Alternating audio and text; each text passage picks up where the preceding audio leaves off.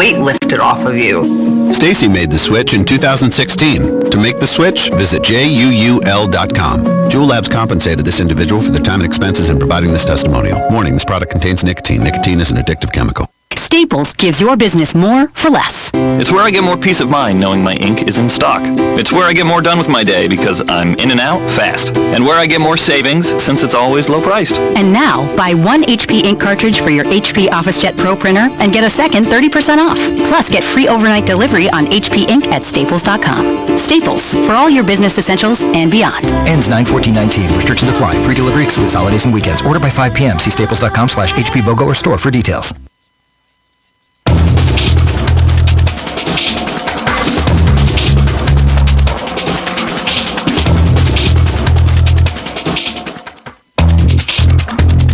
We're back. You're listening to Executive Leaders Radio. This is your host, Herb Cohen. We'd like to introduce John Graham, President and CEO of ASAE, the Center for Association Leadership.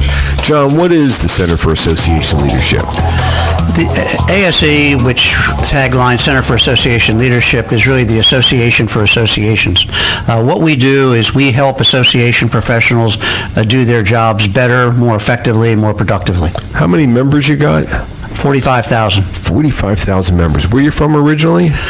Originally from Philadelphia and been in D.C. for 35 years. How many brothers and sisters? 5. And where are you in the pecking order? Oldest. The oldest is the similarity between your role and your grandfather. Come up with something else. He said, how young were you when you started working on it? Millions of dollars. How long were you working on it, and what did you do there? Well, during the summers, my parents moved to my grandfather's farm because he could no longer keep it up, and so they built him and my grandmother an apartment behind our house, which was his old house. And during the summers, he would grow things, and I would go out and pick them. It was hard work. It was hot work, baling hay, vaccinating chickens, doing a lot of different things that you do. Doing a lot of different things that you do. Doing a lot of different things that you do. Doing a lot of different things that you do. What activities were you involved with as a youth? I played some sports in high school, but I would say probably the pivotal thing for me was from 8 to 18, I was in the Boy Scouts. And what was it you liked about the Boy Scouts?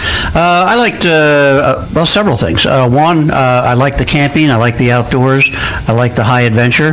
The second thing I liked was being able to give leadership to others, recognize that if you provide the correct kind of leadership, people will follow. And I enjoyed doing that, bringing people together. And it was values-based leadership, which I thought was very important as well. So what values did you learn from Boy Scouts? Basically, the Scout Oath and Law, being trustworthy, being loyal, being honest, representing yourself correctly, being authentic, which in this day and age is an important values and characteristics. So it sounds like it really established a foundation of character. Do you bring that to your work today? Absolutely, I do. I think I have not being boastful, but I think I have a fairly high EQ, and I think I bring that, and I think that was shaped by a lot of the work that I did in the Scouts. Bonnie?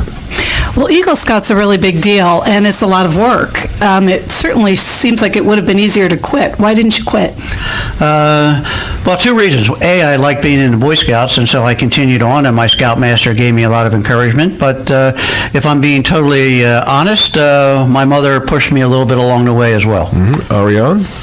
So I see a natural tie-in between your time in the Boy Scouts and what you're doing today for associations. Can you tell us a little bit about how you affect those associations? Well, I think when you're in the Scouts, what you're learning to do, what you've learned to do, you help younger Scouts learn to do.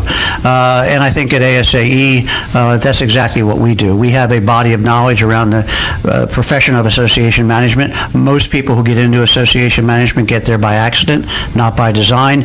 There's no formal education program for that. So as I said earlier, we help people do their jobs better, be more productive, more effective, and at the end of the day, we are distributing content and knowledge. Thomas? John, I don't expect you to remember, but this is sort of a daily occurrence for you, no doubt, but at an association event in Chicago recently, it was clear that there's a lot of gratitude for your career, and I'm not saying that you're either halfway through that or at the end of the first quarter, but 16 years running ASAE, you've no doubt helped influence a lot of the associations Association. How do you know executives. that? You were at a meeting with John? It was at an event, and it was very clear. I have a client who was also there, and it was very clear that just there was a sort of an effort by basically everyone there to try to come up to John and tell him thank you and say hello. That be? Why would people want to come up to you and say, why would people be so appreciative and hold you in such high esteem? Well, because of the work that ASAE does is really work around helping why people would do they their hold jobs you better. in such high esteem? Because basically I run the Association for Associations, and I help people get jobs. Gotcha. And it's the Boy Scout stuff, the trustworthy, loyal. I understand. Andrew? John, going back to Mom, you mentioned her influence in encouraging you with the Boy Scouts. There was a change for a little while where she wasn't around as much, and you told a great story in the green room about a card you wrote to your mom at age 10. Yeah, my mother had a nervous breakdown and had to go away for about 6 months, and it happened to be over my birthday. And I wrote her a card asking for permission to celebrate my birthday because I wanted a certain present. And she didn't know. Ultimately, I celebrated my birthday, and she had saved the card and just gave it to me a couple of months ago. Wow. Michael? So was there anyone you looked up to when you were a scout? Well, clearly, older youth in the troop. Certainly, my scoutmaster was a real influence, and I think that how is he a real influence? What do you mean? I think. When you're in the scouting program, scoutmasters, I think, have a special place in the scouting program. They're providing the modeling of behavior, the training, the education, and the motivation to continue to move forward. And so, I think it's a great opportunity. For me, it was a great opportunity to have a role model. John? What's the second word in the Scout law after trustworthy? Loyal. How long were you at ASAE? 16 years. How long at the American Diabetes Association? 25 years, 15 as the national CEO. How long total with the Boy Scouts as a scout and an employee? 16 years. So what does loyalty mean for you? Loyalty means being authentic, being trustworthy, being able to recognize people for what they've done, and taking care of people who have helped take care of you. And who are you imprinting that loyalty on now? My staff, my volunteer leadership. The beauty of what I've done all my career, I think, is bringing together volunteer leadership and staff leadership to create something that neither could have created on their own alone. So to me, that even goes back to working on the farm. You hated it, but you did it. And you even were loyal to your mom. You asked her permission. Could you, really actually enjoy or celebrate your birthday? Tell us more about where this loyalty comes from. I think, to be quite honest, I was raised in a family that certainly practiced loyalty and being trustworthy. My father was a stickler for being honest and not lying, and I think it came from the scouting program. I was in that program as a youth for 10 of my 18 years. Ariane, what are you thinking? That's what it was all about. I'm just wondering if you found that you gained a lot of your skills in fluidity and reacting and helping people because of the dynamic in your family and facing different challenges as you were growing up. Yeah, I think there was some of that, and it was pointed out that, and I've pointed it out, that I learned working on a farm that was work that I really didn't want to do for the rest of my life. My grandfather, put me in bondage. He wouldn't pay me, and just thought I should do it because I was there. Jim? So, John, certainly when you're in scouting, you don't realize at the time the number of people that have an impact on you, but certainly later you do. How are you giving back to scouting now? I'm currently the president of the National Capital Area Council of the Boy Scouts. Prior to that, I was vice president for finance, which is basically fundraising. So I still do raise money for the Boy Scouts now. Tom? I was just going to ask John, it was apparent that a lot of people have gratitude for your efforts. What are you grateful for over your career? I'm grateful for having had the opportunity to make an everyday difference in people's lives. What are you talking about? What do you mean? And I make an everyday difference in people's lives now by helping people do their jobs better and therefore be more effective and therefore get promoted and get new jobs. When I was with the American Diabetes Association, we really had the opportunity as an organization to improve people's lives on an everyday basis. If you look back when I first started with diabetes and you look now, amputate 50% of all amputations were caused by diabetes. That number has dropped more than in half. You look at, but diabetes was a leading cause of blindness. That number has dropped in half. And so the impact that I've been able to have in the careers that I've has made an everyday difference. Wow. And you go into these, do you go in with this vision of helping? I do. What's the website address of this organization known as the Center for Association Leadership, ASAE? ASAEcenter.org. Let me have that one more time. ASAEcenter.org. We've been speaking with John Graham, President and CEO, ASAE, the Center for Association Leadership, here on Executive Leaders Radio. John, can you give us a rundown on who else we've had the opportunity of speaking with today? Sure, Herb. Our first guest was Rob Klingenstmith, Managing Director of Wealth Management at PB Mayors. Then we talked to Kelly Campbell, President and CEO of Campbell Wealth Management. Our third guest was Ariane Bennett, President of the Amsterdam Falafel Shop. And we just talked to John Graham, President and CEO of ASE, the Center for Association Leadership. I'd like to thank my co-hosts, including Andrew Howard, Howard Insurance, Tom McBride, Cressa, Jim Morgan, People Stretch Solutions, Michael Buckley, YHB CPAs, Bonnie Sewell, American Capital Planning, and John Schuhart, Graybeard Coaching, for giving me a hand structuring the questions he'll be providing a listening audience and educational and entertaining show. Say it again. Now, during the warm, wet summer months, don't forget to visit our website, executiveleadersradio.com, to learn more about our and around here, everyone comes to Bob Wine's Community Garden for the best selection of quality trees. What's more, the prices are very, very low. Plus, you buy one tree and you get a second tree just Now's the time to join the Brotherhood of Muscle, because we're offering Dodge Power Dollars, which means for each horsepower, you'll get $10 off your purchase. Roll out in the Challenger SRT Hellcat Red-Eye and get $7,970 off. Maybe you'll take off in a Dodge Charger or tear up the streets in a Durango. Hurry in to your local Dodge dealer now and save. See dealer for details. Offer not available on vehicle leases. Take retail delivery from dealer stock by 9/30/19. Dodge is a registered trademark of FCA US LLC. And now, a thought from Geico Motorcycle. It took 15 minutes to take a spirit animal quiz online. Please be the cheetah. Please be the cheetah. And learn your animal isn't the cheetah, but the far less appealing blobfish. Oh, come on. To add insult to injury, you could have used those 15 blobfish minutes to switch your motorcycle insurance to Geico. Geico. 15 minutes could save you 15% or more on motorcycle insurance.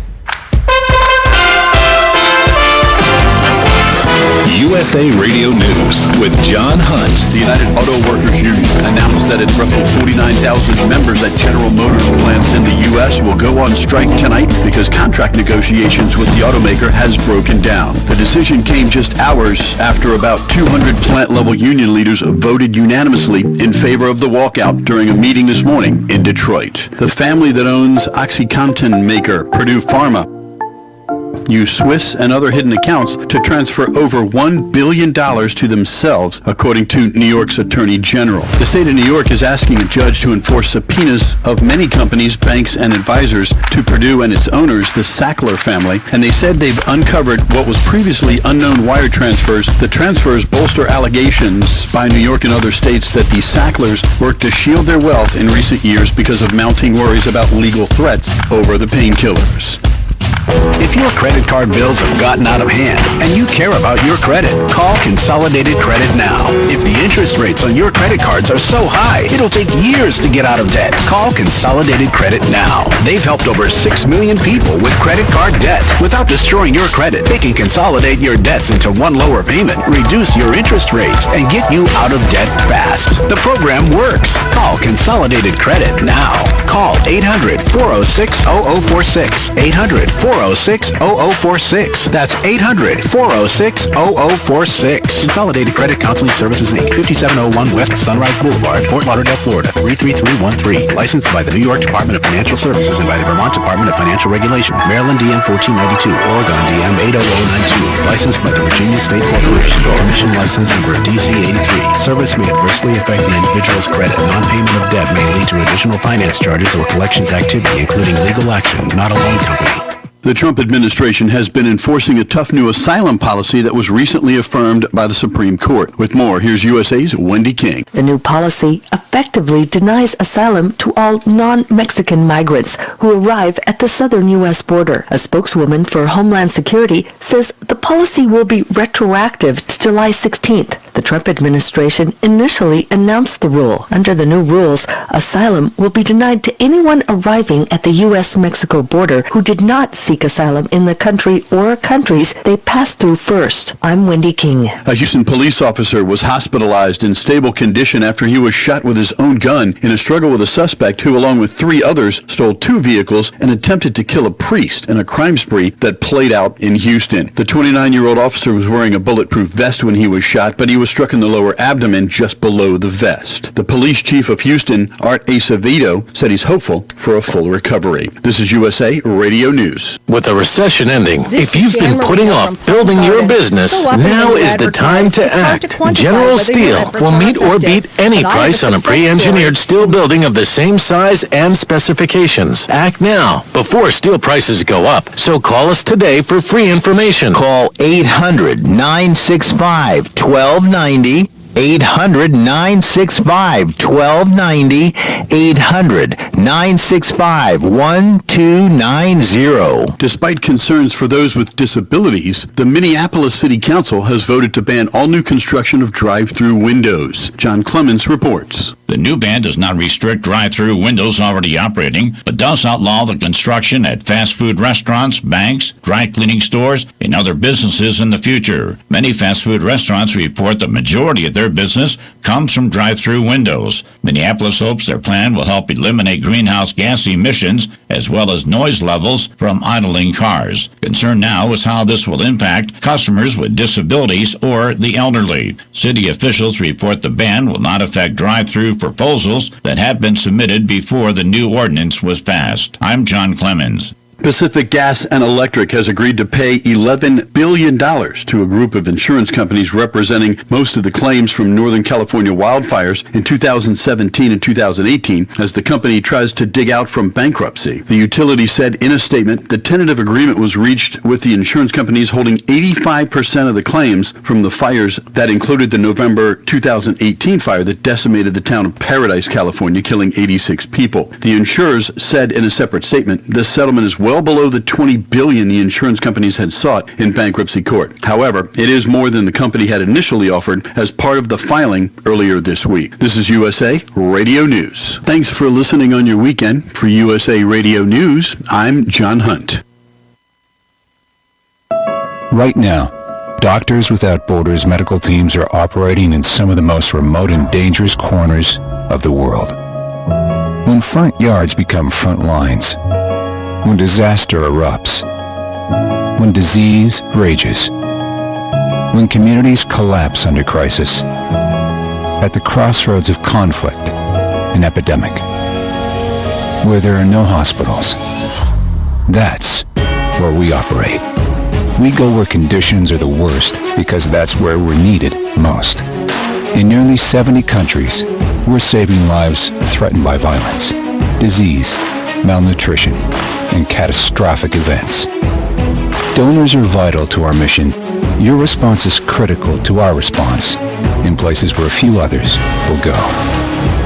That's where we operate. Learn more at doctorswithoutborders.org. Staples gives your business more for less. It's where I get more peace of mind knowing my ink is in stock.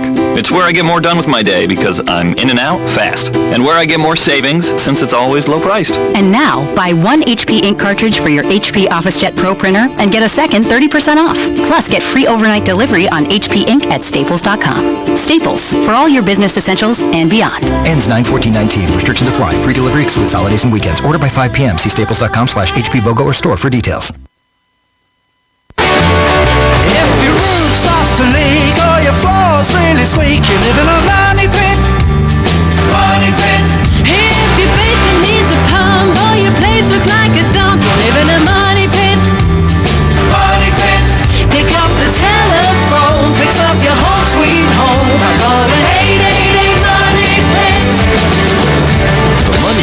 Presented by Sense, Aero Fastener, Quikrete, and Home Advisor. Now, here are Tom and Leslie. Coast to coast and floorboards to shingles, this is the Money Pit Home Improvement Show. I'm Tom Kreitler. And I'm Leslie Segretti.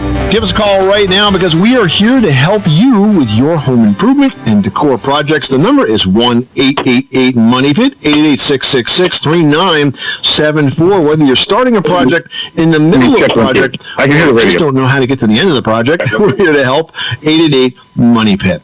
Coming up on today's show, as sad as it may be, it's almost time to put away outdoor furniture for the season.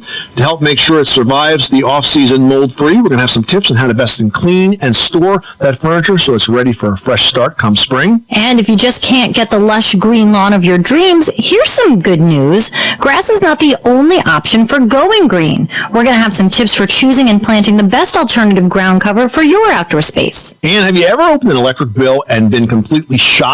I mean, you're thinking, how can this possibly be, and where's all that juice going? We're going to share some tips on a new product that can help you figure out a lot about how you're using your electricity and how to use a lot less of it. But first, the show is about helping you with your own home decor and improvement questions. So call in your home improvement question right now, and you'll get the answer. Plus, today, you'll also get a chance at winning tools to help you get the job done. We're featuring the Jorgensen Easy Hold Expandable Bar Clamp Package worth $80. Those can come in super handy for lots of home improvement projects. So call us right now at 1-888-MONEY-PIT, 888-666-3974. Let's get to it. Leslie, who's first? Helen in Indiana is on the line with a driveway sealing question. How can we help you today? I have a asphalt driveway that when I purchased the home had some cracks in it, but it's gotten worse, and I now have a pothole. And it's officially grown to be in a pothole, huh? Yeah, that's what happens in the Midwest. All right. I've had some estimates, and they're way out of my budget. So what can I do to prolong the life and make it look a lot better? So there's lots of stuff that you can do yourself. First of all, you do need to patch that hole, and at your local home center you can find Blacktop Patch. It comes in a bucket, either a small like 1 gallon bucket or something even as big as a 5 gallon bucket, where it has some stone in it and it has the blacktop material, and it's usually latex based these days too, which is good news. And you simply clean out the hole that you're trying to fill, you trowel in the new stuff, you tamp it down, and you can do that with a board or something like that, or if you don't happen to have a tamping iron. And then once you have the holes filled, then you want to work on the cracks. And as far as the cracks are concerned, the driveway sealers and crack fillers, there are some that come in actually caulking like tubes that you can use to sort of roll into those cracks. So you seal those all up, and then the last thing you do is to apply the asphalt sealer, and that comes in 5 gallon buckets, and you buy an application tool for it. It's kind of like a big squeegee. You start at one end and you squeegee it on, work down towards the other, and you're done. So it's totally a do-it-yourself project. The best time to do this is when the weather gets to be around 50 degrees or so on average. You don't want to do it when it's really hot out because it's a difficult job. Yeah, like now, it doesn't dry that well.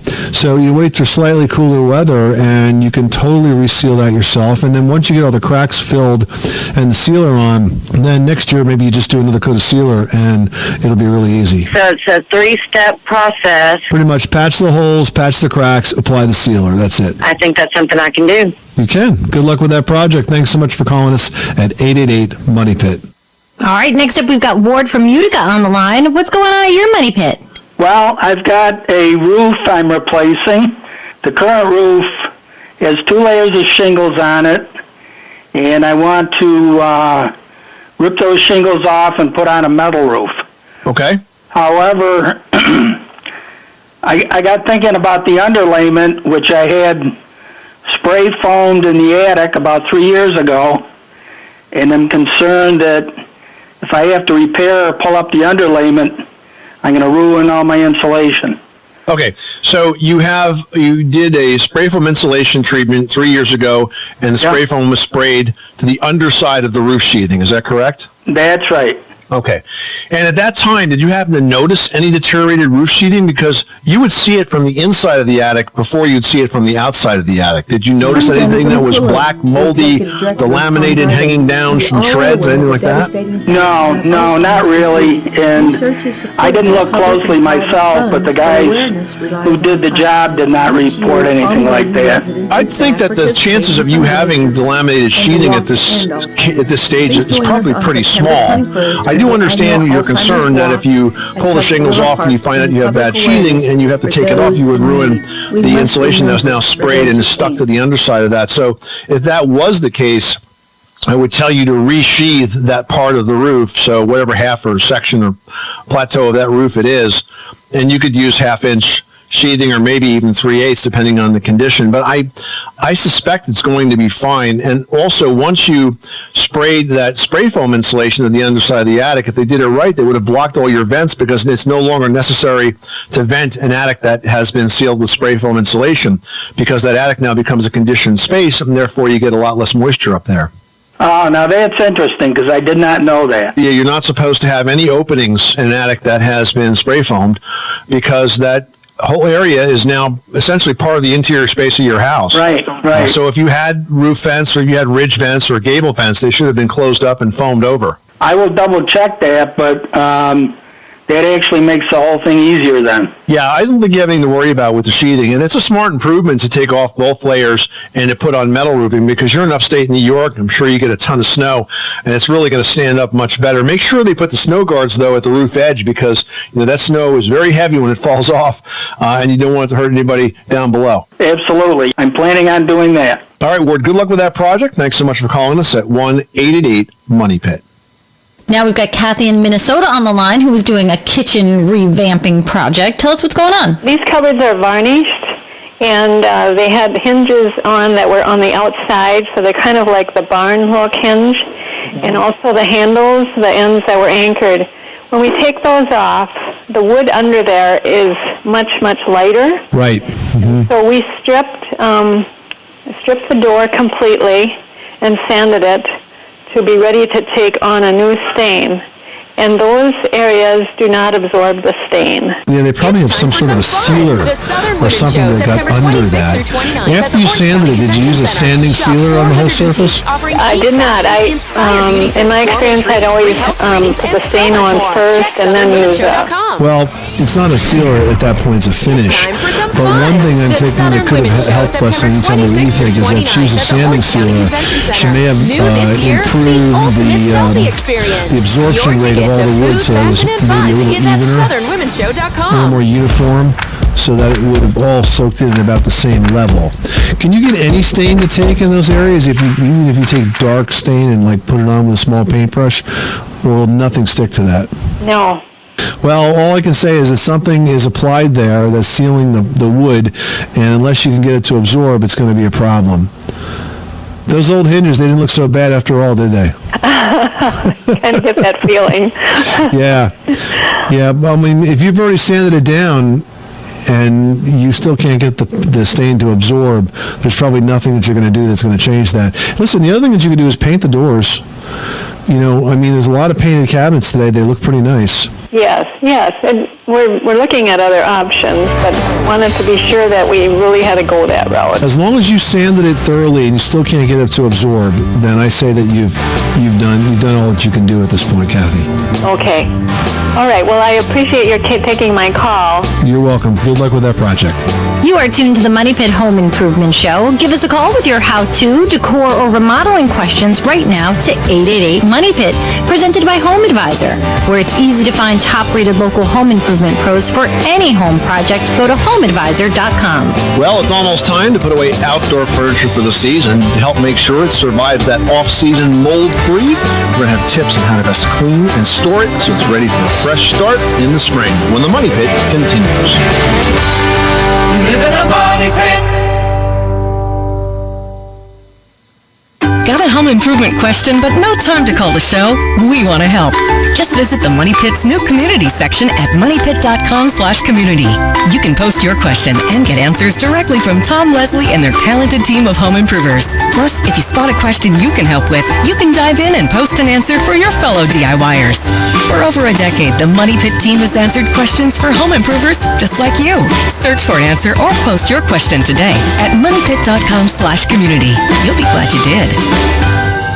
Well, we've all been there. You get your electric bill and are like, how is that even possible?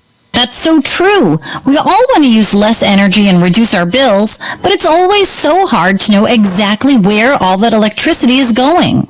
Well, that's right, which is why we were thrilled to find the Sense Home Energy Monitor.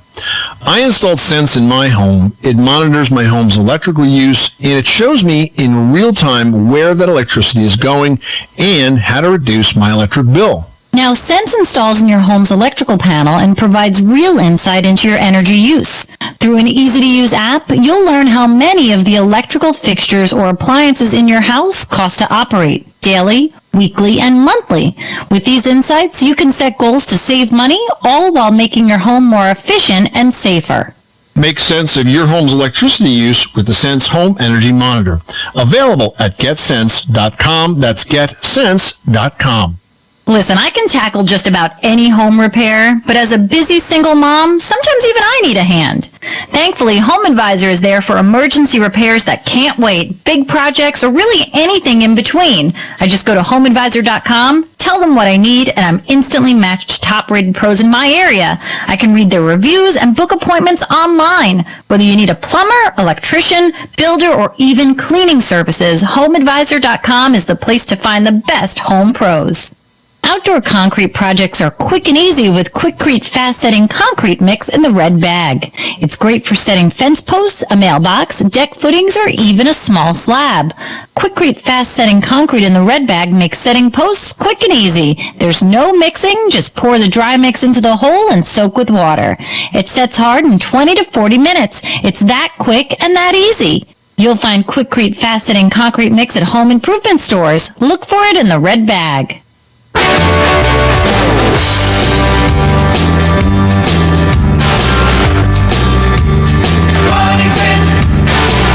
The Money Pit is presented by HomeAdvisor.com. Whether it's minor repairs or major remodels, leave it to Home Advisor to do the work. Check out HomeAdvisor.com. Making good homes better. Welcome back to the Money Pit Home Improvement Show. I'm Tom Kreitler. And I'm Leslie Segretti.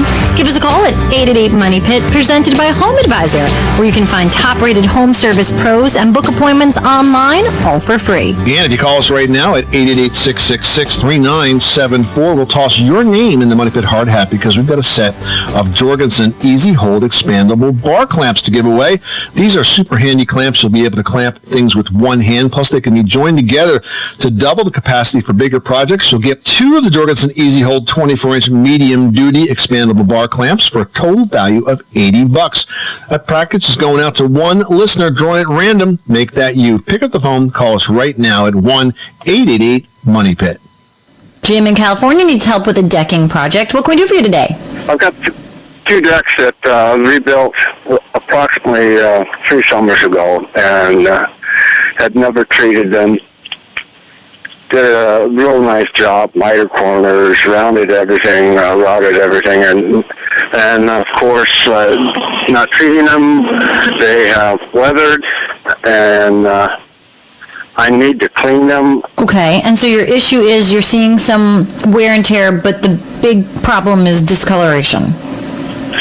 Yes, the oxidization. Mm-hmm, so everything looks a little gray and just weathered. Right. Now, with the discoloration, I mean, that's normal wear and tear of any type of wood surface. And if you were to just say put a sealer on there, yes, you're going to protect the wood from any further cracking or checking, and you may help it, depending on the kind that you use, from further damage from, say, the sun. But if you want the color to to be really what you restore, you're going to have to go with a stain that has a color in it. So depending on the condition of that decking, you can go with a semi-transparent, which will deposit color on but still allow you to see the condition of the wood through it, through the stain itself. Or you can go with a solid stain, which gives you a little bit of longer time between having to refinish it, gives you more protection because it is a further saturation of color and a heavier pigmentation of color. So it really depends on what kind of look you want and really the condition of the wood itself. Yes, my wife wants me to bring the color back. That color's long gone, my friend. you can't bring it back once it grays out like that, but you can restore it if you stain it like Leslie suggested, and you can use semi-transparent or solid color, and it will look really good, and you'll still see the grain, so you're not going to lose the grain of the wood. But once it turns gray like that, you're not going to be able to restore it, unless you sand it, and that's really pretty much a waste of effort. All right, now we've got Michelle in Iowa on the line who's looking to spend some more time outdoors with a fire pit. How can we help with that project? Well, we started making an outside fire pit with field stone, and our mortar that we seem to be using, it just seems like it's awful dry, and it's like it's cracking. So didn't know if you had a different brand that you thought would work, or any suggestions? Well, one tip is that if it's a really warm, dry day when you're working, you might want to consider putting some plastic over the areas that you're working on to slow the evaporation rate. Because if it dries really quickly, sometimes it can shrink and crack. And no certain brand of mortar you think would work best, just what the stores recommend for outside fireplaces? Well, Quikrete works extremely well, so you could look to the Quikrete brand. And one of the advantages of Quikrete is they've also got lots and lots and lots of videos online that give you the step-by-step on how to properly mix the product, for example, in this case. Okay. Thank you. Well, as outdoor living season starts to come to a close, the time has come for your outdoor furniture to go into hibernation. But before you pack it up, it's a good idea to clean it up. Now, at our house, we like to start by running any cushions that are machine washable through the washing machine and, of course, letting them dry really well in the sun. And that's super important, especially if you want to avoid mold. At the least, you should be able to vacuum any cushions that can't be run through a washer. I like to use my big wet, dry, powerful shop vacuum for that because it just does a great job getting all that dirt and debris and other types of dust and mold spores that may have been dropping from the trees out of those cushions. And then I pack them up in heavy black plastic bags for storage in the attic. Worked well, by the way, for a lot of years, except that one year when a squirrel got into the garage attic. So now we put them in the house attic. So the squirrels will not have to munch on them. Well, they heard there was comfy seating in the attic. That's right. Now, for your plastic furniture that gets stained and generally nasty looking, you can actually make a really great cleaning solution yourself. Just mix dish soap, borax, and a half a cup of peroxide in 1 gallon of water. Then use a nylon brush to scrub down furnishings. Make sure you rinse well. If you've got metal furniture, you can use soapy water and some elbow grease. You can also remove any rust and stains with sandpaper or a wire brush. Then go ahead and prime and repaint those spots to avoid further rusting. And if you've got wood furniture, then wash it down with an oil soap, like a Murphy's oil soap. Let it dry really well. And it's also a good time to take note of any that might need total refinishing, which is best left for the spring. 888-666-3974. If you've got a cleaning or any other type of question about caring for your house, give us a call right now at 1-888-MONEYPIT. Ron in Florida is on the line with a leaky water heater. What's going on? Tell us how old it is. Well, the breaker had thrown a couple of times, and I turned it back on, and I left it, and it stayed when I turned it on, and then I'd gone in and took a nap, come back out. When I did, the entire garage was full of water. I guess the pressure relief valve up top was just spewing out water. Extremely hot, hotter than we've ever experienced having our work. What I thought it was, it just continue to heat. Right. And so anyway, I turned the breaker off. I looked in the panel where the thermostats were and the elements, and they were just fried. They were burnt. They were burned up. I got a good scare because the insulation was blackened and could have been worse than it was, I guess, at catching fire. But I just wondered what would have made the hot water heater do that. Okay. Well, let's see. The pressure temperature relief valve, which is what that's called on the side of the water heater, is set to go off at about 150 pounds of pressure.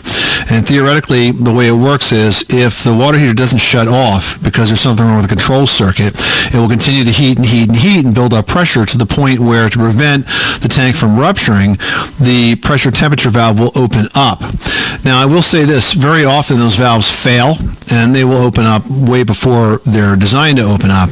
And if that's the case, you just replace the valve. But it sounds to me like this thing got so wet that the water got on the elements, and that's what caused the short, which caused the breaker to trip. Yeah, but is this associated with an age of a water heater, or is this just a random fluke problem? Not really. I've seen new pressure temperature valves that can pop open as well. And sometimes you get a little bit of debris that's stuck under them too when you try to close them, and that makes it even worse.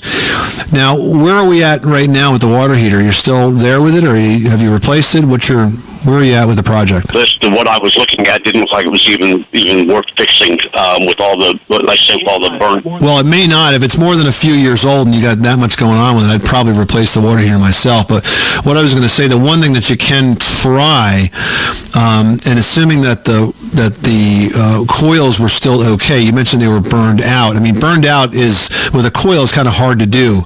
If they just got wet and shorted, that's a different situation. You can clean up the contacts and it'll work. But if the coils were okay, otherwise what you could do is you open and close the pressure and temperature valve several times. And by the way, there's supposed to be a discharge pipe on that stops within 6 inches of the floor. And sometimes the plumbers don't put that on. But if you open and close that a bunch of times to try to sort of clean out that valve, sometimes it'll reseat itself. And this is assuming that it didn't open because there was something electrically wrong with it. But I would do that. There's things that I would check, but these are things you probably couldn't check. For example, I checked the amperage on the coils to see if they were drawing normally and things like that tells me sort of the circuit is working correctly. So I guess what we're coming to here is if you got this much going on with it, you're probably going to have to replace it, and you're going to need a plumber for that anyway. But that's probably what happened. It probably started with the pressure temperature valve leaking, that water getting in there and causing a big mess electrically, because water and electricity do not mix, as you have learned, my friend. Remember, you can reach us anytime with your question, 24 hours a day, 7 days a week, right here at 888 Money Pit. Up next, are you having a hard time keeping your yard looking lush, thick, and green? Well, you may be able to stop fighting an uphill battle by replacing grass with another equally green ground cover. We're going to share those options next.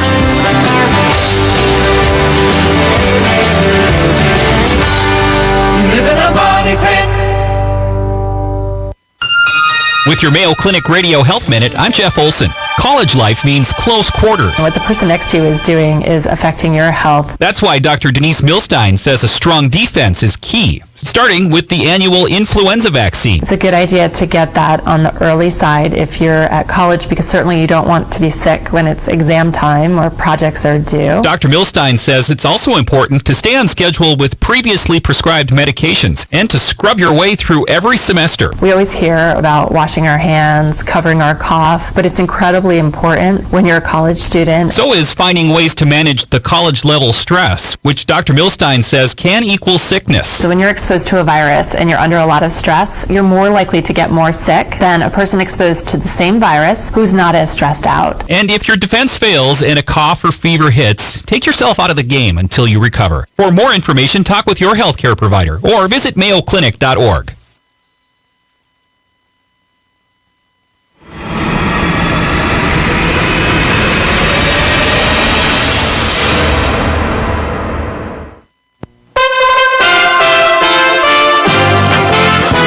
USA Radio News with John Hunt. The United Auto Workers Union announced that its roughly 49,000 members at General Motors plants in the U.S. will go on strike tonight because contract negotiations with the automaker has broken down. The decision came just hours after about 200 plant-level union leaders voted unanimously in favor of the walkout during a meeting this morning in Detroit. The family that owns OxyContin maker Purdue Pharma use Swiss and other hidden accounts to transfer over $1 billion to themselves, according to New York's Attorney General. The state of New York is asking a judge to enforce subpoenas of many companies, banks, and advisors to Purdue and its owners, the Sackler family, and they said they've uncovered what was previously unknown wire transfers. The transfers bolster allegations by New York and other states that the Sacklers worked to shield their wealth in recent years because of mounting worries about legal threats over the painkillers.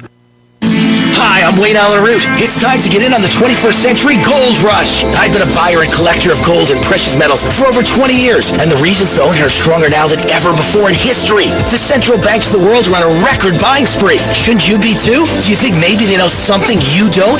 Prices are up $200 per ounce in just the last 60 days. In the last gold bull market, it took 4 years for gold prices to rise $200 per ounce. This is the beginning of an explosive new 21st century gold rush. Analysts see gold prices rising to between $2,000 and $10,000 per ounce. But who you buy it from may be even more important. Swiss America has been America's most trusted name in gold and silver for over 35 years. Swiss America has bought and sold billions of dollars of precious metals for tens of thousands of clients. You need to know how to capitalize and profit on this next big move. Call Swiss America today and receive a free special report just for my listeners. Call 800-BUY-COIN. That's 800-BUY-COIN. Or 800-289-2646. Or visit online at SwissAmerica.com.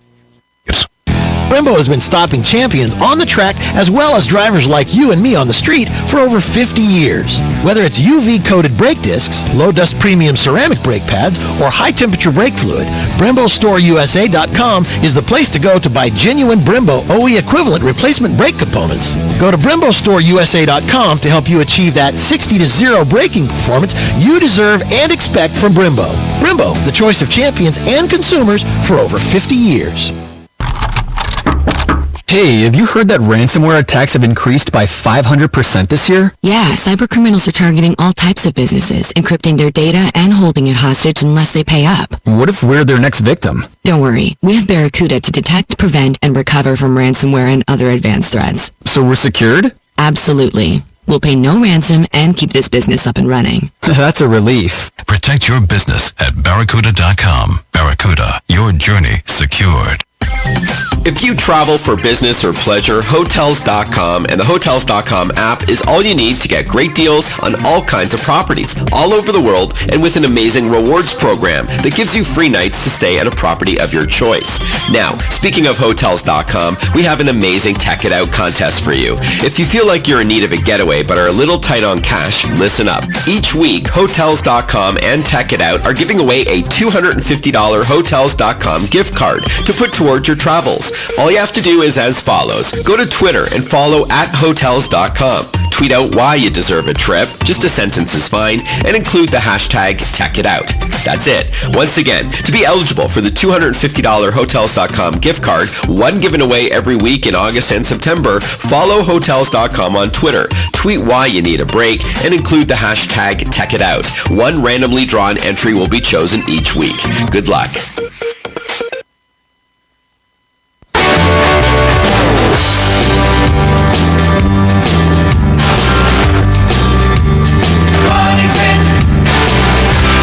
The Money Pit is presented by Quikrete Fast Setting Concrete Mix in the red bag. Make your next outdoor concrete project quick and easy. Quikrete Fast Setting Concrete Mix.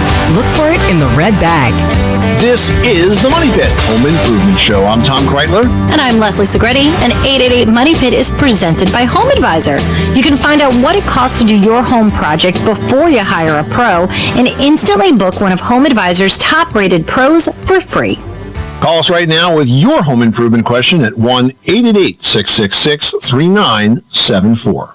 Susan in Montana is having some drainage issues with the driveway. Tell us what's going on. I had my office driveway resurfaced with asphalt, and I thought that the people did a really excellent job until we got a monsoon rain and all the water was collecting, and I had to leave to go down to Colorado, and I got a frantic phone call from my husband telling me that the water was backing up into the house and it was like a big pool.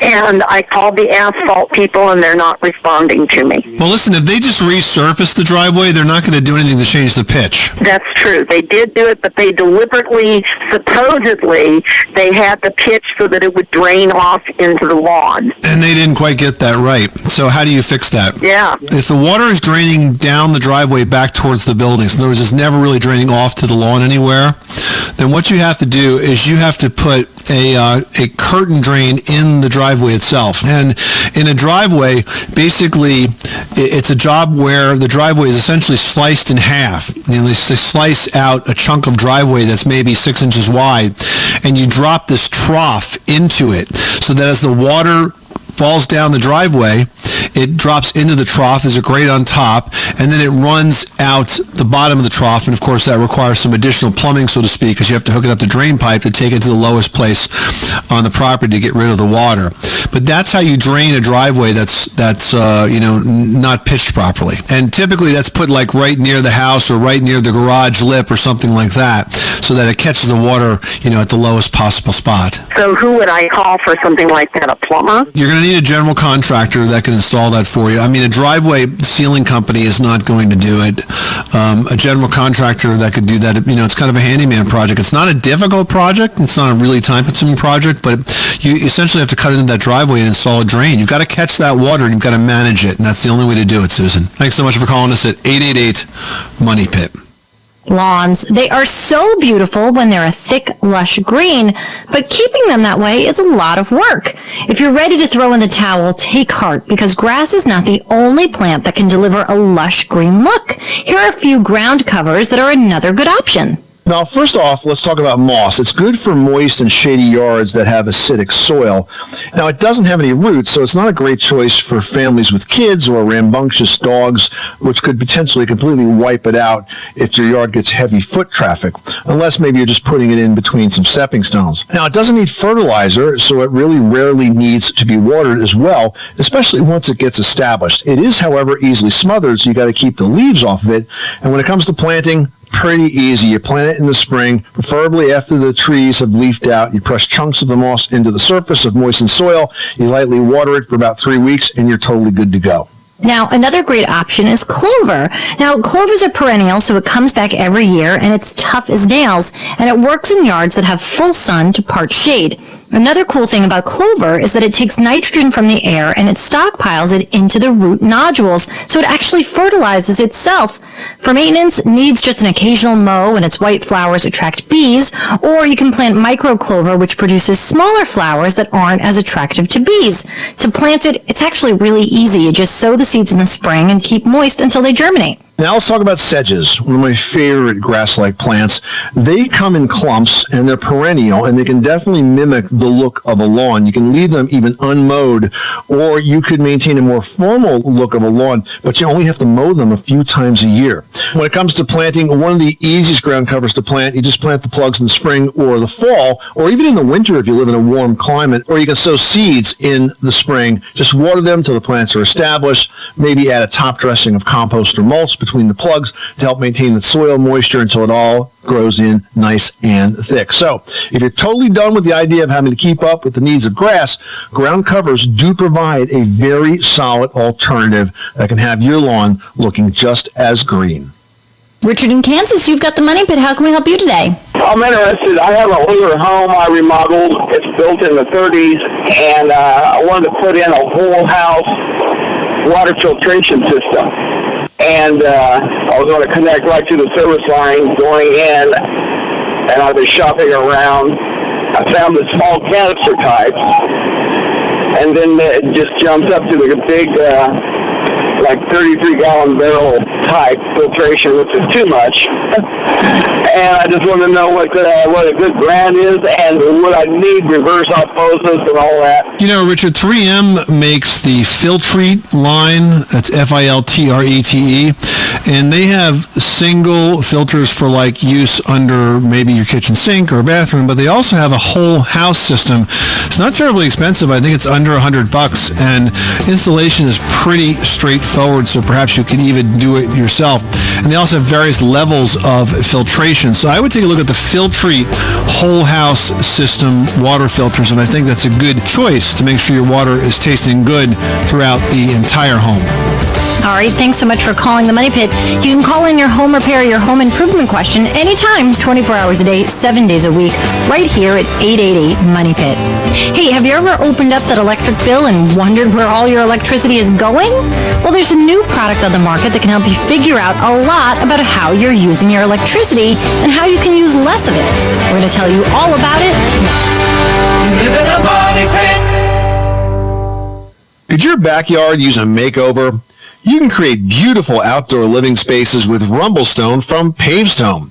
Create a paver patio or walkway, a garden retaining wall, grill enclosure, fire pit, or even an outdoor kitchen. These rustic building blocks make it easy and they look great. Rumblestone from Pavestone is available at the Home Depot.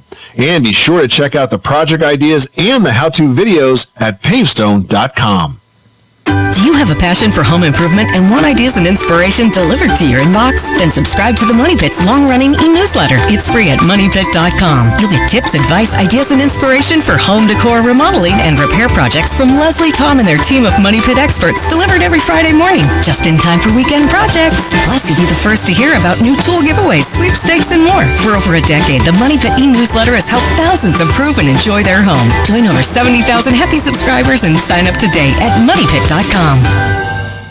My driveway was full of potholes and cracks, and it needed a pretty major makeover. So I turned to Home Advisor for help finding a paving contractor and booked appointments to get estimates from 3 pros that same day. I chose Bob, and his team did an amazing job transforming our driveway. Home Advisor made it easy.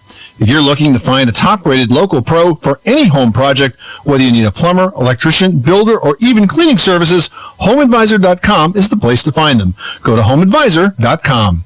Well, we've all been there. You get your electric bill and are like, how is that even possible? That's so true. We all want to use less energy and reduce our bills, but it's always so hard to know exactly where all that electricity is going. Well, that's right, which is why we were thrilled to find the Sense Home Energy Monitor. I installed Sense in my home. It monitors my home's electrical use, and it shows me in real time where that electricity is going and how to reduce my electric bill. Now, Sense installs in your home's electrical panel and provides real insight into your energy use. Through an easy-to-use app, you'll learn how many of the electrical fixtures or appliances in your house cost to operate daily, weekly, and monthly. With these insights, you can set goals to save money, all while making your home more efficient and safer. Make sense of your home's electricity use with the Sense Home Energy Monitor. Available at getsense.com. That's getsense.com. Is your concrete driveway, sidewalk, or patio looking old and worn? Well, time exposure to the elements can cause concrete to flake, discolor, and just look dull. But now you can easily recap and restore your concrete surfaces with new Quikrete Recap Concrete Resurfacer at a fraction of the cost of replacing it, and you can do it yourself. Quikrete Recap will give you a durable new look finish that will last for years. To watch the how-to video for Recap, visit Quikrete.com. That's Quikrete.com.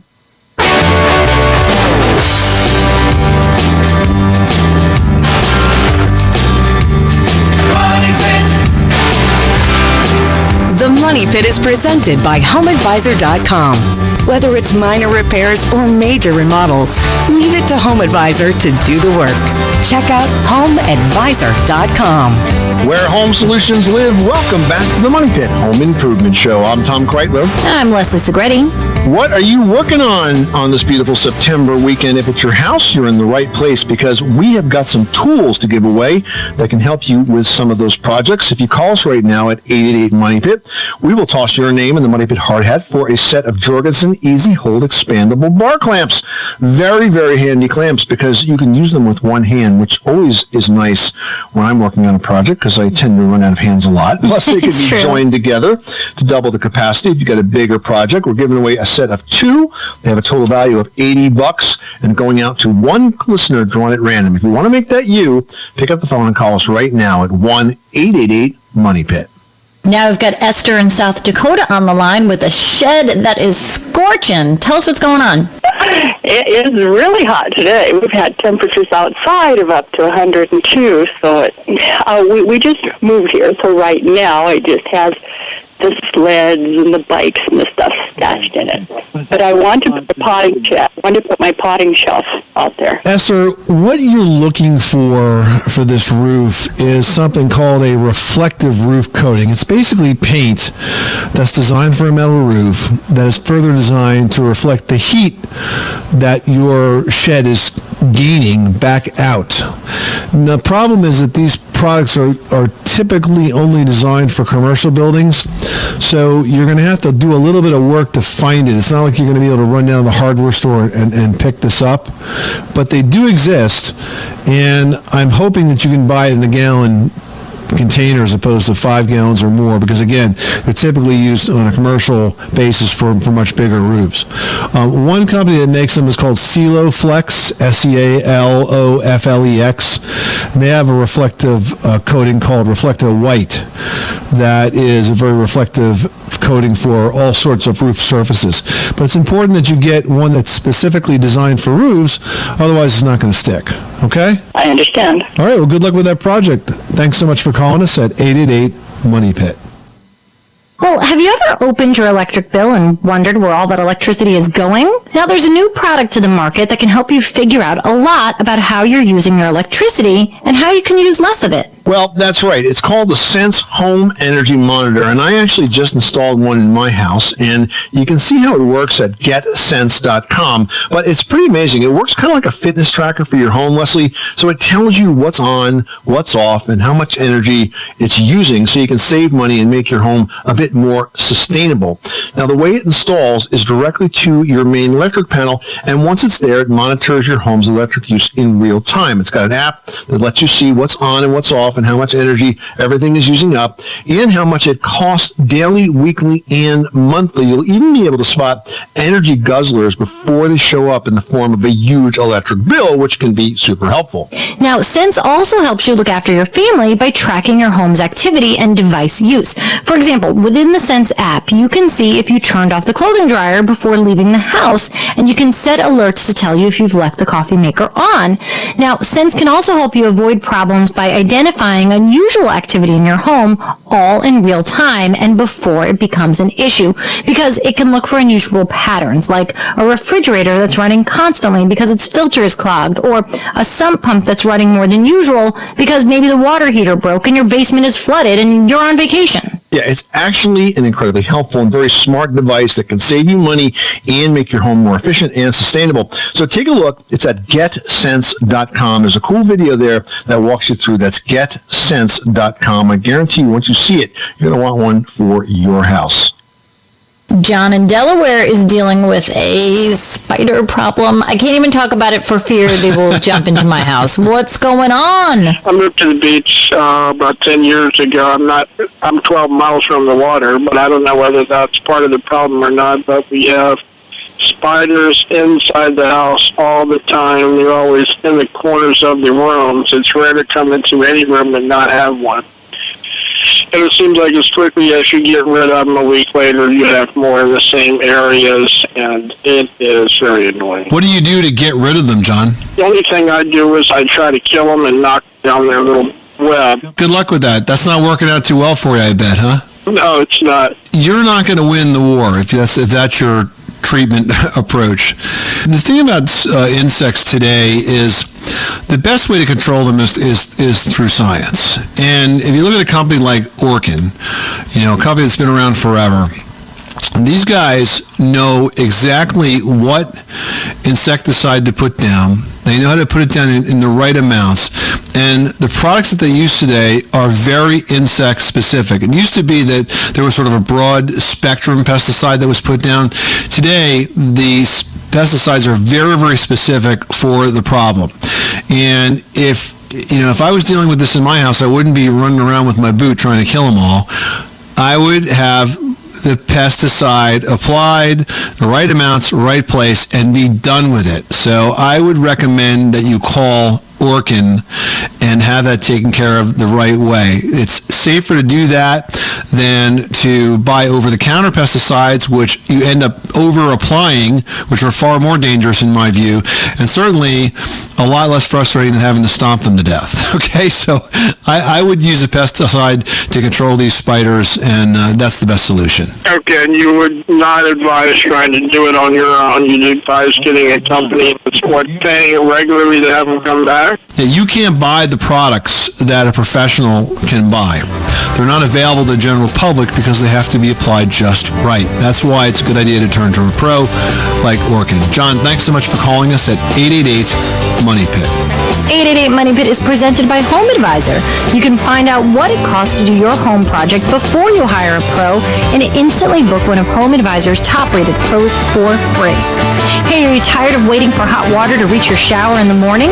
We're going to highlight an easy-to-install solution next. Live in a money pit. United States Navy veteran Jack Holder talks about the attack on Pearl Harbor and what was going through his mind as he laid in a ditch avoiding Japanese aircraft. I'm not sure how long we were in the ditch, but as I sat there, I've been asked, what my thoughts were at that time, and I guess my most vivid memory is, God, please don't let me die in this ditch. The American Veterans Center protects the legacy and honors the sacrifice of American veterans. To hear more, like us on Facebook. I want to keep my heart healthy, so I get my cholesterol checked regularly. And when my doctor told me my cholesterol was borderline, I found garlic. According to my pharmacist, there's an ingredient in garlic that helps maintain healthy cholesterol. And one garlic tablet is equal to a whole clove of garlic, except it's odor-free. Yep, I'm doing what I can for my cholesterol, and I'm doing it with garlic. Garlic, cholesterol's natural enemy. These statements have not been evaluated by the FDA. This product is not intended to diagnose, treat, cure, or prevent any disease. Use as directed. Does your child have the math skills and confidence they need to thrive this school year? Mathnasium makes the difference. We're the authority on math education with more than 1,000 franchise learning centers worldwide. Our expert instructors teach each child face-to-face, using customized learning plans to help them start off strong and achieve their academic goals all year long. Give your child an edge this school year with Mathnasium. Find a learning center near you at mathnasium.com to schedule your no-obligation first visit. Mathnasium. We're changing lives through math. Hi, I'm Jay Farner, CEO of Quicken Loans. 30% of Americans who are planning home improvements of $5,000 or more will pay for those renovations with a high-interest credit card. That may not be a great idea. A better idea may be to take cash out of your home with a Quicken Loans 30-year fixed-rate mortgage. The rate today on our 30-year fixed-rate mortgage is 4.125%. APR 4.22%. Call us today at 800-QUICKEN or go to rocketmortgage.com. Rate subject to change. 8.88% fee to receive this discounted rate. Call for cost information and conditions. Equal housing lender. License in all 50 states. NMLS number 3030. If you or someone you love is struggling with an addiction to alcohol or drugs, then you must listen to this message, because there is hope. No matter what substance you or your loved one is coping with, you are just one phone call away from real help. Niznik Behavioral Health can make the healing process simple and affordable by connecting you with a fully licensed and experienced facility. Your call will be routed to a representative able to discuss what's right for you or your loved one's personal situation. Best of all, most private insurances are accepted. Our mission is to help you or someone you love begin the healing process and get back to a healthy and sober way of life. One phone call is all it takes to get back to the life you or your loved one deserves. The call is free. The help is real. 800-301-1318. 800-301-1318. 800-301-1318. That's 800-301-1318.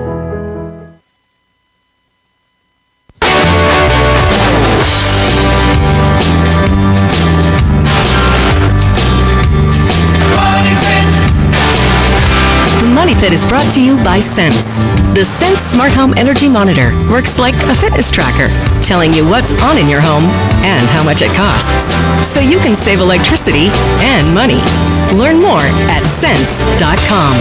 Making good homes better. This is the Money Pit Home Improvement Show. I'm Tom Kreitler. And I'm Leslie Segretti. Hey, what are you working on? If it's your house, you are in the right place. Give us a call right now, because we'd love to give you some tips and advice to help you get those projects done a lot easier. That number is 888-666-3974. Or you can post your question to the Money Pit's Facebook page at facebook.com/The Money Pit. That's what Randy did. That's right. Randy writes, my bathroom is some distance from the water heater, and it takes a couple of minutes for the water to get hot. I'm considering adding a hot water lobster device, which is supposed to give me an instant hot water. Will it work? So I was not familiar with the device, and I did a little bit of research on it, and it struck me that it's very, very similar to a device I am familiar with that is called the Watts Hot Water Recirculating System. Watts is the brand name, WATTS, with one key difference, and that is that the hot water lobster does not have a circulating pump that will move the water through the plumbing lines, and therefore it sort of seems to rely on the buoyancy of warm versus cold water to move that hot water towards your bathroom that's the farthest basically away from the water heater. The way these things work is there's a crossover pipe and valve that goes on the water, on usually the sink. That's the farthest plumbing fixture away from the water heater, and it essentially spills a little bit of hot water back into the cold side. It essentially will help mix that hot water in quicker, and with the Watts unit, it works on that circulating pump, which you can set a timer for. So I just feel like that's probably a more reliable way to go, because this way it will work exactly when you want it to work. And it's not going to run 24/7 and waste a lot of energy. You could set it for those couple of hours in the morning when you're waking up and just tired of stepping into that really freezing cold shower. So I'm not familiar with the device you were asking about, but I am familiar with Watts. It's pretty inexpensive. It's under a couple $100. And if you're pretty handy with some basic DIY skills, you could probably even install it yourself. So hope that helps you out, Randy. All right, next up we have a post from Jenna in Virginia who writes, I'm about to get my husband a large flat screen TV.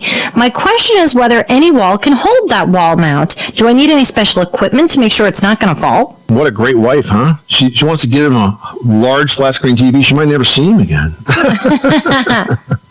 Well, listen, Jenna, the key with these flat screens is that there's a bracket that usually is sold separately from the flat screen that has to be properly installed. And they're all similar, but some, except in the way that they tilt or move that flat screen. Some will tilt in one direction, some will tilt in two directions, and so on. But when you get that bracket, you've got to follow the instructions about installing it, and it usually comes with all the hardware you need. And very important, though, is that the bracket has to be installed into the wall studs. So that's going to require a little carpenter seal to identify, but those brackets are certainly wide enough to capture two of the vertical studs with two fasteners each, and that should be plenty of power, plenty of holding power for that large screen TV. Interestingly, those large screen TVs are not as heavy as you might think, and those brackets do provide enough security for you to go ahead and attach to the wall. But again, it's got to be attached to the stud. So I'm pretty sure it can get done in your house, sight unseen, as long as it's a regular standard wood frame wall. But it's got to be done right. Otherwise, that's not going to end up well. And make sure you pick the right bracket. It's got to be sized for the TV itself, and it's got so many different functionalities. Make sure it does the things that you want it to do. Do you want the arm to extend so you can tilt it and look in another room? Do you only want top or bottom, top-down swizzle? There's a whole bunch of different things, so look into it before you purchase one and put it up. This is the Money Pit Home Improvement Show, on air and online at MoneyPit.com. Hey, thank you so much for spending this part of your day with us. If you've got questions, you can send them in 24/7 to 888-MONEYPIT by calling us, or post them to the Money Pit's Facebook page at facebook.com/TheMoneyPit. Until then, I'm Tom Kreitler. And I'm Leslie Segretti. Remember, you can do it yourself, but you don't have to do it alone.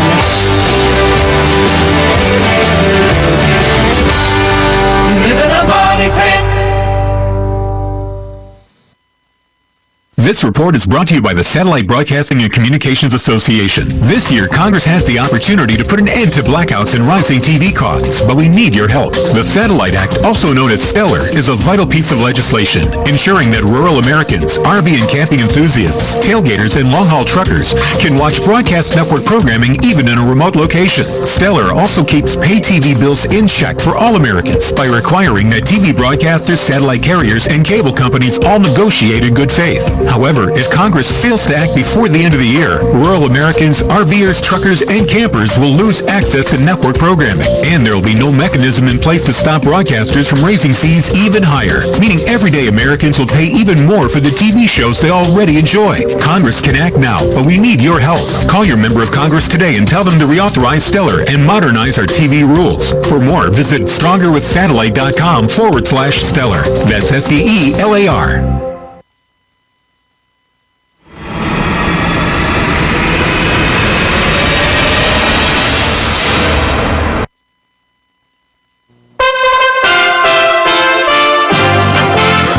USA Radio News with John Hunt.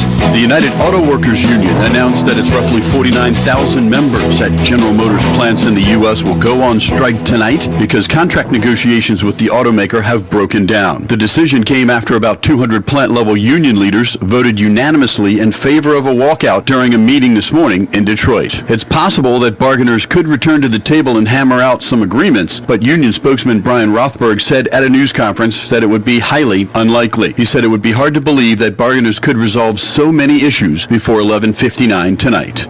A multi-level deck collapsed at the Jersey Shore, trapping people and injuring at least 22 at the New Jersey Firemen's Convention. It's unclear how many people were on or under the decks at that time and how many were firefighters, but authorities said those who were trapped were quickly removed and taken to Cape May Regional Health Center. This is USA Radio News. I'm at the American Veterinary Medical Association annual convention in Washington, D.C. with Dr. Barbara Natterson Horowitz, evolutionary biologist and physician.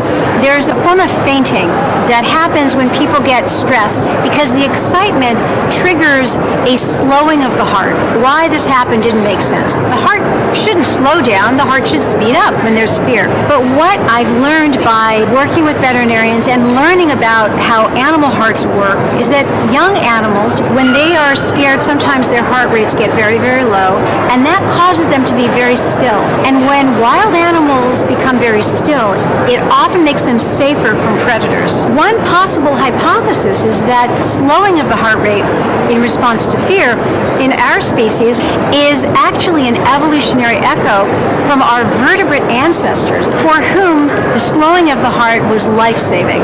There's more valuable information at avma.org. The FBI and the New York State Department of Labor are investigating allegations that a payroll company diverted millions of dollars to its own bank accounts. An FBI spokesperson confirmed the investigation. Alan Shafran of Shafran Real Estate Company had his company's payroll deducted twice from his employees' bank accounts. If you've got a bank account that has direct deposit or withdrawal, we might be a lot more vulnerable than we realize. My Payroll HR, based in Clifton Park, New York, apparently ceased operations last week after a direct deposit company, Cachet Financial Services, claimed it diverted as much as $26 million in small business employee paychecks to one of its bank accounts. Cachet handles direct deposit transactions for numerous payroll firms. Teachers in the nation's third largest school district are inching closer to a strike that could happen as early as October 1st. After rejecting the district's latest offer, Chicago educators are back at the bargaining table negotiating issues including pay, staffing shortage, and class size. This is USA Radio News. To thank you for helping build MyPillow into the big company that it's become, Mike Lindell, the inventor and CEO, has created the new radio listener special. Go to MyPillow.com, click on the new radio listener special, use my promo code USA, and you can get deep discounts on the new body pillow, on regular MyPillow, the travel pillows, the Giza Dreams bed sheets. Lots of savings there. MyPillow.com, use promo code USA and save on everything on the website. The opioid crisis has hit virtually every pocket of the U.S., from rural towns and deeply conservative states to big cities and liberal-leaning ones, but a curious divide has now opened up. The nation's Republican states' attorney generals, for the most part, have lined up in support of a tentative multi-billion-dollar settlement with OxyContin maker Purdue Pharma, while their Democratic counterparts have mostly come out against it, saying it's woefully inadequate. Exactly why this is unclear, and some of those involved suggested it can't necessarily be explained by the fact that the Republican Party is considered more friendly to big business. The proposed settlement with the Stanford, Connecticut-based drug maker could ultimately be worth over $12 billion, though critics doubt it will be close to that much. Health authorities in Kenya started administering doses of the world's only licensed malaria vaccine to young children in rural areas facing high transmission rates. Kenya has now become the third African country to introduce the vaccine after Malawi and Ghana. The aim is to reach about 360,000 children per year across those three countries. The health ministry described the milestone on Twitter as a historic day for the East African country. Malaria is a top killer in many African countries. According to the World Health Organization, the region accounted for 92% of the cases and 93% of malaria deaths in the year 2017. The parasitic disease kills about 435,000 people a year, most of them children under 5 in Africa. For USA Radio News, I'm John Hunt. Here is your healthcare update with America's healthcare advocate, Kerry Hall. Do antioxidants really neutralize cancer-causing free radicals? I'll be right back to give you the answer. Antioxidants do neutralize free radicals and convert them into harmless substances that can be eliminated. The body has a natural supply, but many foods are powerful antioxidants. Foods like oranges, blueberries, strawberries, grapes, spinach, kale, yes, that broccoli, tea, tomatoes, and Brussels sprouts all have natural antioxidants as well as vitamin A, C, E, and beta-carotene, coenzyme, Q10, zinc, magnesium, and selenium, which is found in garlic. Well-known medical institutions like Harvard and the University of California, Johns Hopkins, Stanford all say these can make a very big difference and reverse the effects of aging. That's a powerful message, ladies and gentlemen, and the choice is yours. For more information, go to our website, americashealthcareadvocate.com, americashealthcareadvocate.com. Have you ever tried to plan a vacation and the hotel costs, airfare, and pet sitter all add up to one big never mind? Well, it's time to embrace the adventure and go RVing instead. GoRVing.com is your one-stop shop for all things RV camping. Browse the different types of RVs, find a rental agent or dealer near you, and compare the costs. Explore more than 16,000 RV parks and campgrounds nationwide, and even plan your menus for the trip. Find out what you've been missing at GoRVing.com. That's GoRVing.com. If your roof starts to leak or your floor's really squeak, you live in a money pit. Money pit. If your basement needs a pump or your place looks like a dump, you live in a money pit. Money pit. Pick up the telephone, fix up your home sweet home. I call the 888 Money Pit. The Money Pit is presented by Sense, Aero Fastener, Quikrete, and Home Advisor. Now here are Tom and Leslie. Coast to coast and floorboards to shingles, this is the Money Pit Home Improvement Show. I'm Tom Kreitler. And I'm Leslie Segretti. What are you working on this beautiful fall weekend? If it's your house, you are in the right place because we are here to help you get those jobs done. Whether you're doing it yourself, hiring a pro, whether it's repair, remodel, home renovation, or maybe just planning for the future, give us a call right now. Let us talk you through it at 1-888-MONEY-PIT. Coming up on today's show, floors make up the largest horizontal surface in any home, and fall is the most popular time of the year for an update. But with so many new types to choose from, and they just keep rolling them out, folks, we've got hardwood, we've got engineered, we've got laminate, we've got vinyl, we've got engineered vinyl. I mean, how do you know what's right for you? We're going to have some easy steps to help you choose just ahead. Plus, the gardening season is winding down, but that doesn't mean you have to give up on all those fresh veggies. A greenhouse can keep them growing strong. We're going to review some DIY options to build your own from kits. And have you taken a good look at your driveways and garage floors or walkways and noticed some cracks? Well, now's the time to seal them up before winter's frost sets in and makes them worse. We'll have a guide on how to do just that. But first, the show is about helping you with your own home decor and improvement questions. So call in your home improvement question now, and you're going to get the answer. Plus, today, you'll also get a chance at winning tools to help you get the job done. We're featuring the Jorgensen Easy Hold Expandable Bar Clamp Package worth $80. So give us a call right now. The number is 1-888-MONEY-PIT. That's 888-666-3974. Bob in Illinois is on the line and working on a kitchen makeover. What can we do for you? We got kitchen cabinets. They're probably close to 30 years old, and we're wanting to remodel our kitchen, and I'm wanting to strip them down, and I was just wondering what was the best way, what to use to do it with. Well, the good news is that 30-year-old cabinets are usually very, very well built. You know, you can't really strip down a 10-year-old cabinet because they pretty much fall apart. But if it's a 30-year-old plywood cabinet, you can definitely strip it. Now, what do you want to do after you strip it? Do you want to paint it, or do you want to go with a clear coating? I'd like to go with a clear coating on it, maybe put a calm finish on it or something. And what's on there now? Are they just stained or are they painted? No, they're just stained. It's hard to change the color of a stained cabinet. I'm just telling you, just be prepared for that. But what you might want to do is use a good quality stripper like Rock Miracle, for example, is a good one. Yeah, another thing that's good to do is head over to your local mom and pop paint shop, because sometimes there are newer products that are out there. I was just getting some wallpaper paste, but in that section there were some really nice paint strippers. They apply a little differently, they go on more easily, they work more quickly, so I always just pop into the shop to sort of see what they've got in there that they've worked with. But Tom and I have both used Rock Miracle, and I like that because it goes on more like a paste, so you can really see where it is, you can see it start to work, and I guess it depends on how much stain is on there, how dirty they are. I would start by giving them a good cleaning, then make sure they're dried very well, then put the stripper on them, follow the directions, and you're going to want to use a wire brush and a paint scraper, and that's going to get that finish off of there. Now, it's important to work on them on a flat surface, so take all the doors and drawer fronts off, label them as you take them down with, a piece of tape on the backside of the cabinet door and one on the cabinet box itself so that you know exactly where things go. I'd leave the hinges on the box side so that you can have the doors flat. These are things that are just tricks of the trade that will help you be more successful. And if your doors are full overlay, are they or are they not? Are they what now? When your cabinet door closes, do you see any of the cabinet box around it, like a frame, or does the door cover it? Yeah, it does. Well, it flushes up against the frame of the cabinet. So that's, a blessing and a curse, because then you can ignore the box, or you can also work on the box while it's in place to strip that down as well. And in that case, the Rock Miracle is really good because it's really thick, so it'll stay on in a vertical position as well. So, those are some good things, and you may have to apply it more than once depending on how well adhered your stain currently is. You really got to see. And then keep in mind that depending on the species of wood, the type of color that you might get from the stain that you've selected to go on there might be a little different. So you might want to work on a backside or a smaller area just so you can see how it will react and what color you'll actually end up with. Thank you, then. You're very welcome. Thanks so much for calling us at 888 Money Pit.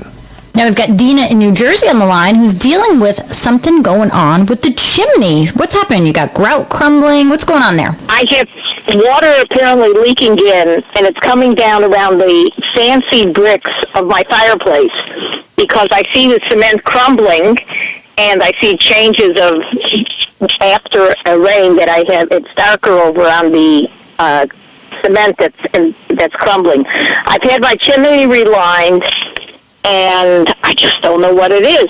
They said maybe it's the flashing up on top. It needs to be repointed, and then it should be sealed. I just don't know where to start, and I'm getting high, big prices. All right, Dina, this is a masonry chimney? Brick. The brick chimney, yes. Okay, masonry chimney. Okay.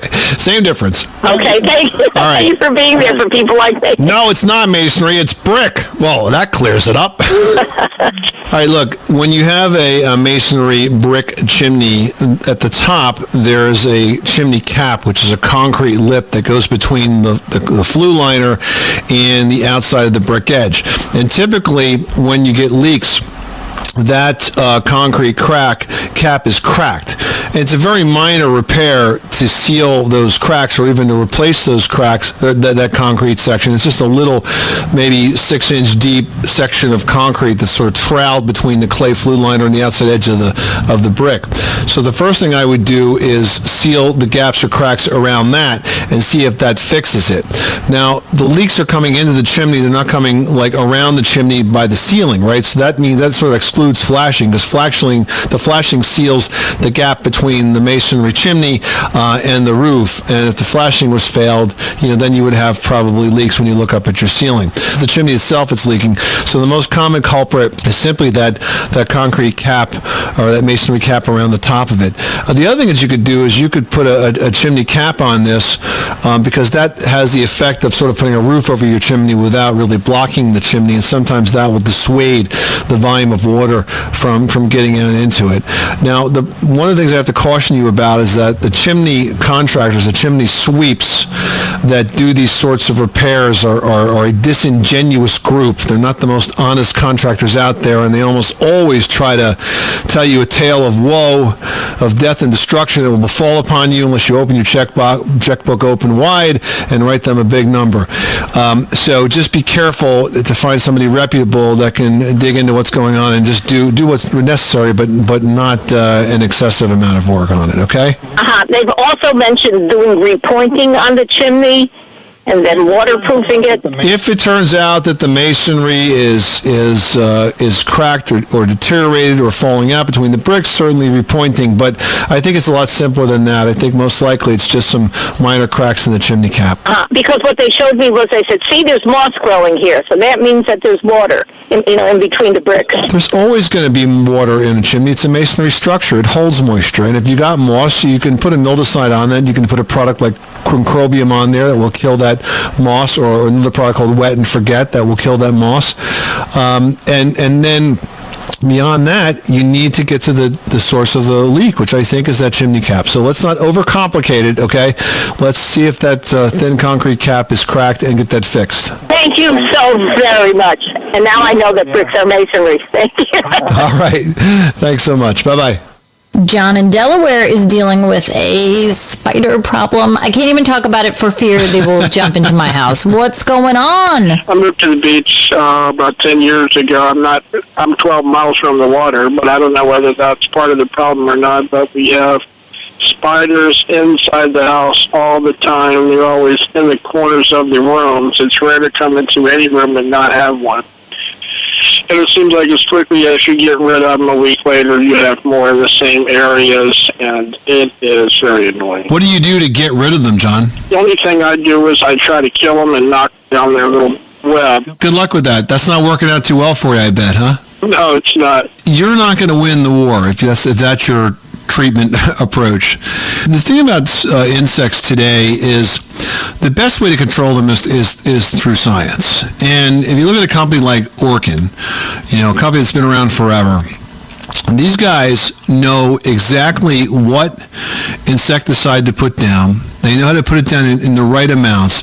And the products that they use today are very insect specific. It used to be that there was sort of a broad spectrum pesticide that was put down. Today, these pesticides are very, very specific for the problem.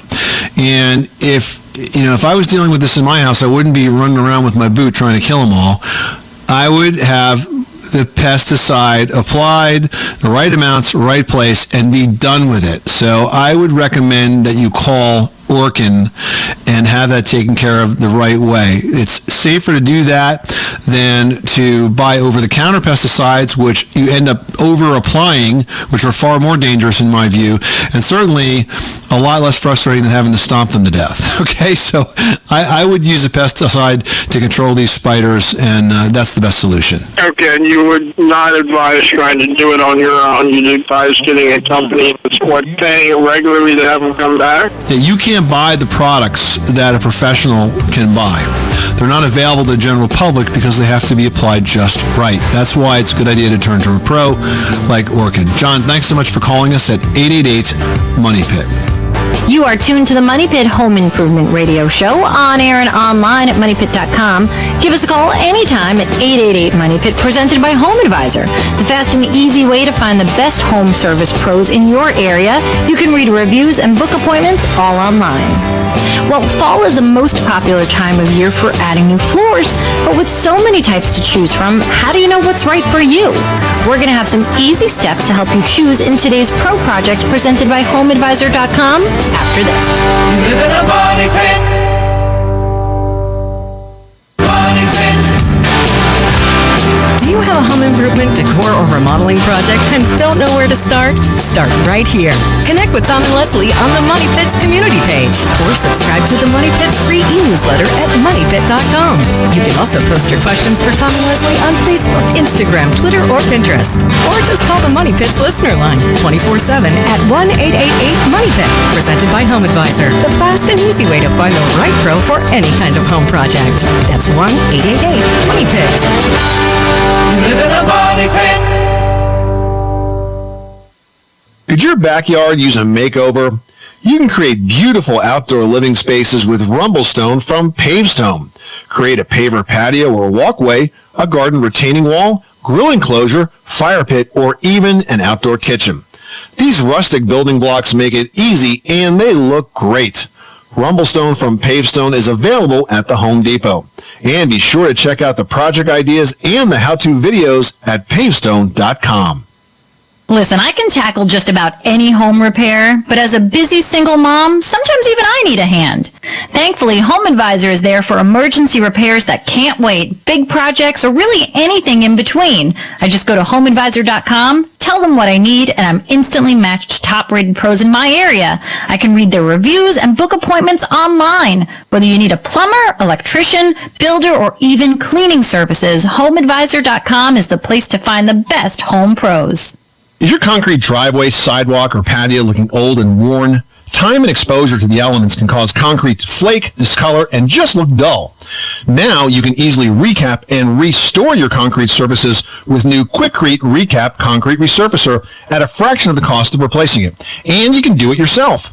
Quikrete Recap will give you a durable new look finish that will last for years. To watch the how-to video for Recap, visit Quikrete.com. That's Quikrete.com. Well, we've all been there. You get your electric bill and are like, how is that even possible? That's so true. We all want to use less energy and reduce our bills, but it's always so hard to know exactly where all that electricity is going. Well, that's right, which is why we were thrilled to find the Sense Home Energy Monitor.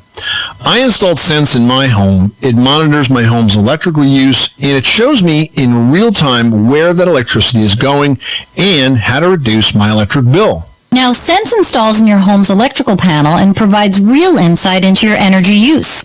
Through an easy-to-use app, you'll learn how many of the electrical fixtures or appliances in your house cost to operate daily, weekly, and monthly.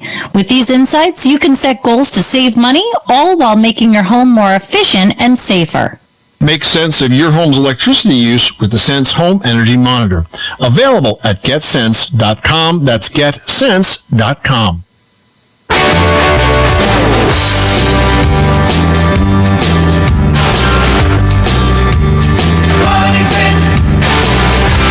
Making good homes better. Welcome back to the Money Pit Home Improvement Show. I'm Tom Kreitler. And I'm Leslie Segretti. Give us a call at 888-MONEY-PIT, presented by Home Advisor. Find top-rated home service pros and book appointments online, all for free. And if you call us right now at 1-888-MONEY-PIT, you might just win the Jorgensen Easy Hold Expandable Bar Clamp Package that we've got to give away.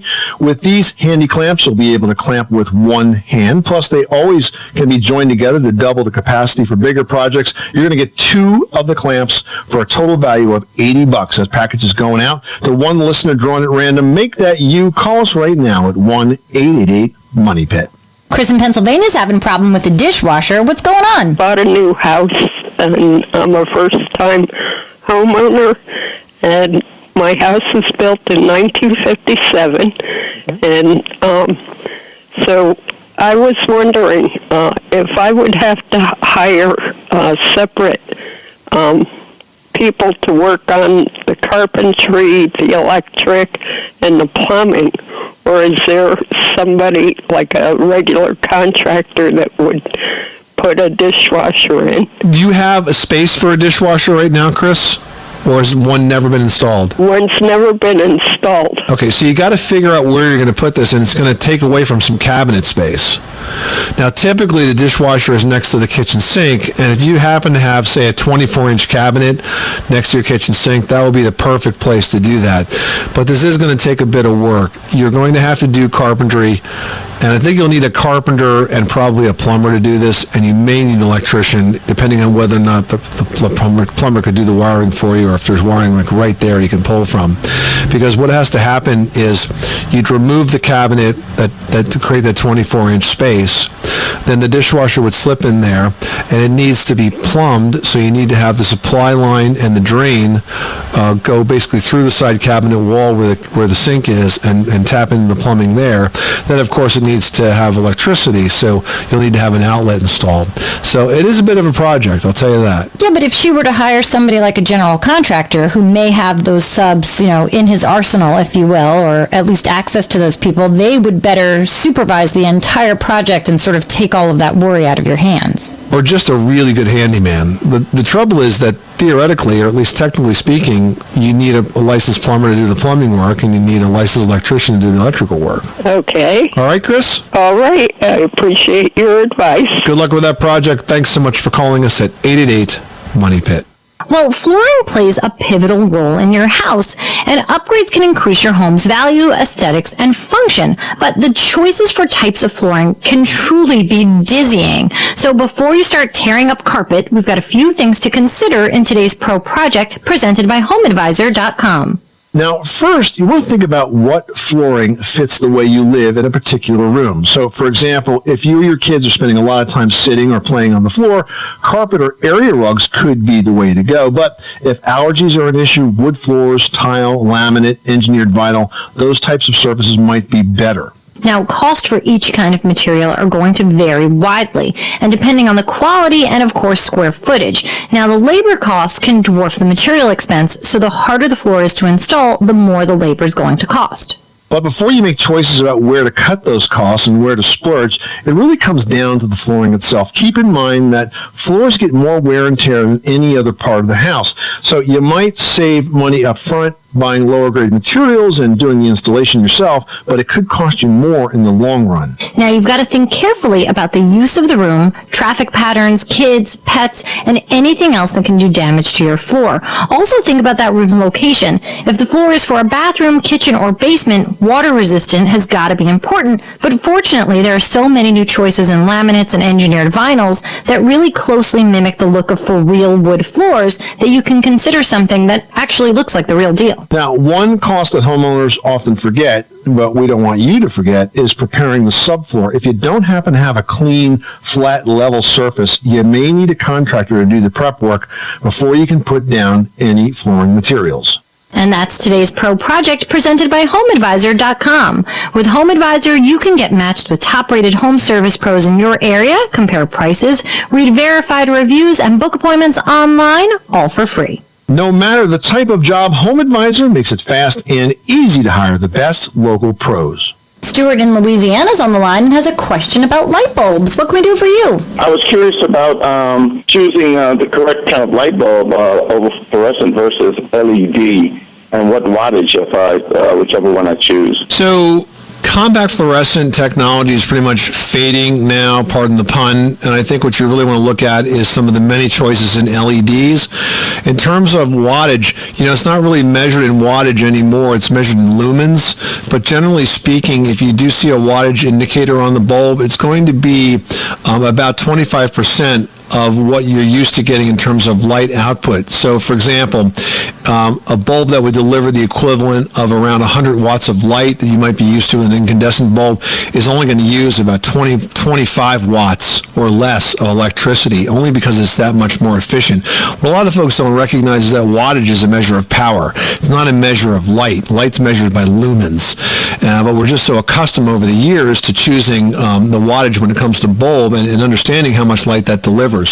But if you're trying to figure out about what the conversion rate is, it's about 25%. It uses about 25% of the power to deliver the same light that you would have gotten out of say the 100-watt incandescent bulb in my example. Does that make sense? It does indeed. So what lumen range would I be basically looking for if I wanted to have the same amount of wattage, same amount of light as a 100-watt light bulb? Good question. A 100-watt incandescent bulb is going to deliver about 1,600 lumens. So not that easy to do the math. It's not really convenient, but that's what it is. 100-watt bulb delivers about 1,600 lumens.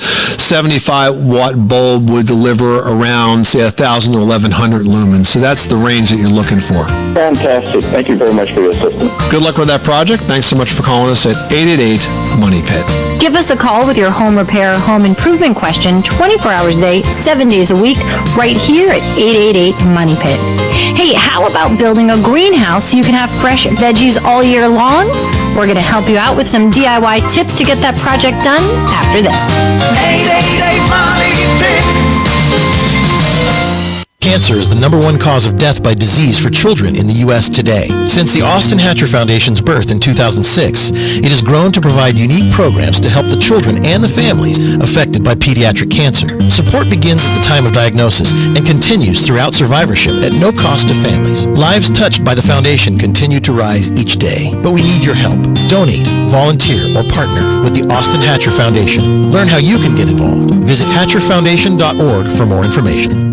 If you are behind on your bills, then this message is for you. How would you like to have a large portion of your credit card debt or medical bills forgiven? National Credit Card Relief would like to give you free information on a proven debt forgiveness program. It's not bankruptcy, it's not consolidation. This special program actually wipes clean the portion of your debt that is forgiven. Call for your free forgiveness information now. 800-291-6670. That's 800-291-6670. Don't wait. Call 800-291-6670. Not available in North Dakota.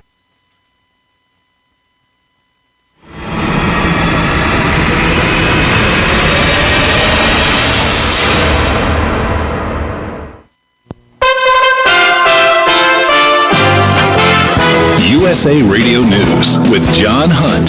The United Auto Workers Union announced that its roughly 49,000 members at General Motors plants in the U.S. will go on strike tonight because contract negotiations with the automaker have broken down. The decision came after about 200 plant-level union leaders voted unanimously in favor of a walkout during a meeting this morning in Detroit. It's possible that bargainers could return to the table and hammer out some agreements, but union spokesman Brian Rothberg said at a news conference that it would be highly unlikely. He said it would be hard to believe that bargainers could resolve so many issues before 11:59 tonight. A multi-level deck collapsed at the Jersey Shore, trapping people and injuring at least 22 at the New Jersey Firemen's Convention. It's unclear how many people were on or under the decks at that time and how many were firefighters, but authorities said those who were trapped were quickly removed and taken to Cape May Regional Health Center. This is USA Radio News. There's no question you need omega-3s. But which form should you take? Fish oil or krill oil? Scientists have debated this for years. Luckily, there's a new solution to satisfy everyone. It's called Krill Omega 50 Plus. It combines ultra-pure fish oil and joint-soothing krill oil together in just one tiny pill. It's so powerful, it can promote the health of your heart and your arteries. And if that wasn't enough, it can also boost your joint comfort in just days. We're so sure Krill Omega 50 Plus will work for you. We'll even send you a free bottle to put to the test. The debate is over. It's not fish oil or krill oil. It's both. And now, it's free. Just pay $4.95 for shipping and claim your free bottle. Call now. 1-800-399-6392. 1-800-399-6392. That's 1-800-399-6392. Honey, I just switched the family to Boost Mobile and we got so much more. Awesome. Like what? We got 4 free LG Stylo 5 phones for the whole family. 4 lines for just $25 per line per month with unlimited gigs. I smashed up the car a bit. And they have a super reliable, super fast nationwide network. Whoa, 4 free LG... Wait, back up. Did you just say you... 4 free LG Stylo 5 phones? Yep. No. Something about the car? Oh, you mean Boost super reliable, super fast network. Before that, the car smashing thing. What? The smashing deal we got. 4 lines for just $25 per line per month? No. Between the 4 lines for $25 per line per month and the unlimited gigs part, you said I smashed up the car a bit. I did. It's completely smashed. We need a new vehicle. But 4 free phones. Boost Mobile, the switch that gives you more. Offer ends 9/16/19 or while supplies last. Requires 1 port from eligible carrier and activation. 1 free device per line. Includes mobile optimized data. Additional terms and restrictions apply. Offers and coverage not available everywhere. See boostmobile.com or retailer for full details. Ulta Beauty's 21 Days of Beauty is 21 days of amazing finds. It's 21 days to discover your next go-tos and can't live withouts. 21 days of daily beauty steals of 50% off the must-haves, like the Tartelette and Bloom eyeshadow palette and Urban Decay 24/7 eye pencils. Plus, explore our latest exclusive products and hundreds of new launches, aka 21 days of I want that one and that one. Event ends September 21st. Ulta Beauty, the possibilities are beautiful. Lowe's helps you do it right to save on what you need to take on all the projects on your to-do list. Stop in today and save $70 on the Greenworks 2000 PSI electric pressure washer, now $169. Just plug it in and go. No gas is required. And fall is perfect for refreshing your deck with a new coat of stain. Shop our everyday low price on Valspar semi-transparent exterior stain and sealer. It starts at just $36.98 a gallon. Whatever projects you have in mind today and every day, do it right for less. Start with Lowe's. Pressure washer offer valid through 9/18, U.S. only.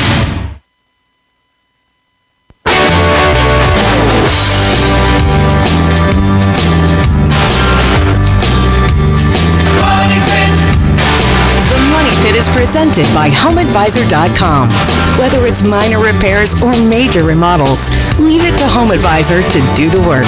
Check out HomeAdvisor.com. Making good homes better. This is the Money Pit Home Improvement Show. I'm Tom Kreitler. And I'm Leslie Segretti. Give us a call right now with your fall home improvement questions at 1-888-MONEY-PIT. It's my favorite time of the year because it's not too hot and not too cold. You can get pretty much any job done around your house, inside or out, and we're here to help. Whatever is on your to-do list, slide it over to ours by calling us at 888-666-3974. Bob in South Dakota is dealing with the drywall issue. What's going on at your house? We have a 1990s home, and we had sheetrock nails that were put in that began popping, mainly toward the ceiling area and corners, inside corners especially. And we had a contractor redo some. We redid some ourselves.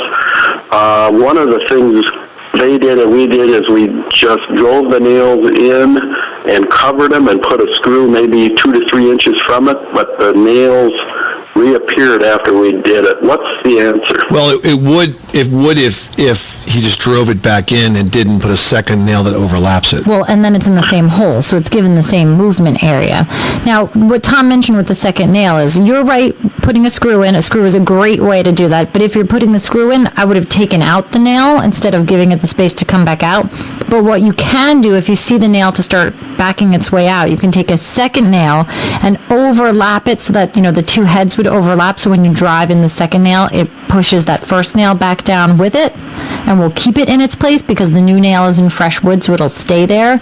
And then you go ahead and, cover over it and sand it and spackle it, everything, make it nice and smooth to prime and paint. But a screw really is the best way because those won't back themselves out. What do you think, in your professional opinion? I've listened to your show a lot, and just as a plug for you guys, thanks a lot for all the helpful hints. But what do you think has caused those screws to pop like that? Or nails, I should say. Normal expansion and contraction. The nails that are used to attach drywall have a glue coating on them. They're like a rosin coating. And when you drive the nail in, it's supposed to kind of stick on the wall, but it doesn't. And as the walls expand and contract, they very often will back out. It's really typical. It would be unusual for it, frankly, to not happen. But the key is that when it does happen, if you just drive it back in, it's going to happen all over again. But if you were to overlap the old nail head with the new nail head so that you're now creating sort of a second nail and a second nail hole that's holding it in place, that's effective. Or you pull out the drywall nail altogether and replace it with a drywall screw, and it will never pull out. The fact that you put the screw 2 or 3 inches from the old one, will help keep that board tight, but it's not going to stop the drywall nail from expanding, contracting, and pushing itself back out, as you've learned. You really need to sort of reinforce it by overlapping the heads with a new nail. Okay, that sounds good. And I think from what I've seen, if we pull the old nail and put a screw in a ways away, I think that's the best solution, because then we don't have any possibility of anything happening there again and doing away with a situation completely. Trial and error is the best, right? Absolutely. Thank you guys so much. Thank you for the great show. All right. Thanks so much for calling us at 888-MONEY-PIT. Well, now that it's the fall season, are you thinking, how are you going to have those fresh veggies at my fingertips all year long? Well, you can if you live in a 4-season climate, but maybe you don't have that option. You can, though, if you build or buy a greenhouse. So if you think building a greenhouse is a big deal, it really doesn't have to be.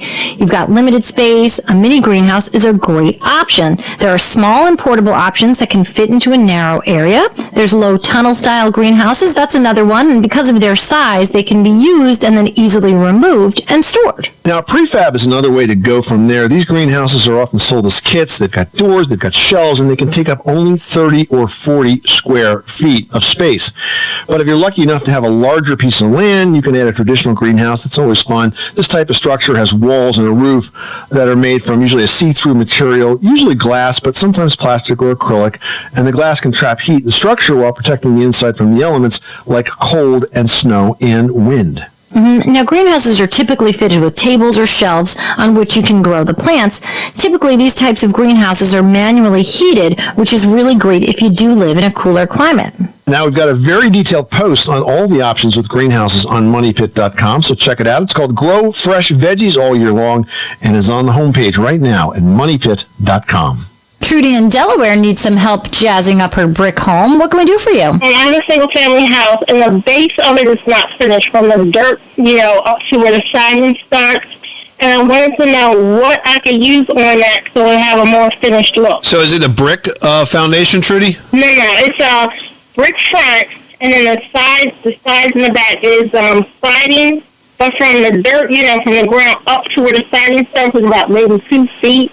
It's just like basic cement unfinished look. And I wanted to know what I could put on that. Right, so there's a couple of things you can do. You can do something really simple like paint it. You would use a masonry paint for that, an exterior masonry paint. The other thing that you could do is you could stucco that. Now that's a little bit more work, but there are pre-mixed stucco mixes that you can buy at a home center, and with a few tools you could apply a stucco to that and maybe put a bit of a pattern on it. And you need to do that though by following all the right steps for prep, because if you don't get it right, it'll freeze and break off. But those would be the two easiest ways to clean that up. Okay, so I didn't want something to start chipping off or the paint to start flaking. Right, well that's why you got to use the right products. With the paint, you got to prime it, and you got to use an exterior quality masonry paint. And kind of the same thing with the stucco. You got to use the right tools and the right application methods to make sure it's nice and clean and dry when you start, and it'll hold up nicely. All right, Trudy? Okay, thank you so much. Good luck with that project. Thanks so much for calling us at 888-MONEY-PIT. Remember, you can reach us anytime, 24 hours a day, 7 days a week at 1-888-MONEY-PIT. Just ahead, have you taken a good look at your driveway, the garage floor, walkways? Maybe you're seeing some cracks? Well, now is the time to seal those up before the winter's frost really sets in and only makes them worse. We're going to have a guide to do just that next. Live in a money pit. Could your backyard use a makeover? You can create beautiful outdoor living spaces with Rumblestone from Pavestone. Create a paver patio or walkway, a garden retaining wall, grill enclosure, fire pit, or even an outdoor kitchen. These rustic building blocks make it easy and they look great. Rumblestone from Pavestone is available at the Home Depot. And be sure to check out the project ideas and the how-to videos at pavestone.com. My driveway was full of potholes and cracks, and it needed a pretty major makeover. So I turned to Home Advisor for help finding a paving contractor and booked appointments to get estimates from 3 pros that same day. I chose Bob, and his team did an amazing job transforming our driveway. Home Advisor made it easy. If you're looking to find a top-rated local pro for any home project, whether you need a plumber, electrician, builder, or even cleaning services, HomeAdvisor.com is the place to find them. Go to HomeAdvisor.com. Do you have a passion for home improvement and want ideas and inspiration delivered to your inbox? Then subscribe to the Money Pit's long-running e-newsletter. It's free at MoneyPit.com. You'll get tips, advice, ideas, and inspiration for home decor, remodeling, and repair projects from Leslie, Tom, and their team of Money Pit experts, delivered every Friday morning, just in time for weekend projects. Plus, you'll be the first to hear about new tool giveaways, sweepstakes, and more. For over a decade, the Money Pit e-newsletter has helped thousands improve and enjoy their home. Join over 70,000 happy subscribers and sign up today at MoneyPit.com. Well, we've all been there. You get your electric bill and are like, how is that even possible? That's so true. We all want to use less energy and reduce our bills, but it's always so hard to know exactly where all that electricity is going. Well, that's right, which is why we were thrilled to find the Sense Home Energy Monitor. I installed Sense in my home. It monitors my home's electrical use, and it shows me in real time where that electricity is going and how to reduce my electric bill. Now, Sense installs in your home's electrical panel and provides real insight into your energy use. Through an easy-to-use app, you'll learn how many of the electrical fixtures or appliances in your house cost to operate daily, weekly, and monthly. With these insights, you can set goals to save money, all while making your home more efficient and safer. Make sense of your home's electricity use with the Sense Home Energy Monitor. Available at getsense.com. That's getsense.com. Outdoor concrete projects are quick and easy with Quikrete fast-setting concrete mix in the red bag. Great for setting fence posts, a mailbox, deck footings, or even a small slab. Quikrete fast-setting concrete in the red bag makes setting posts quick and easy. There's no mixing. Just pour the dry mix into the hole and soak with water. It sets hard in 20 to 40 minutes. It's that quick and that easy. You'll find Quikrete fast-setting concrete mix at home improvement stores. Look for it in the red bag.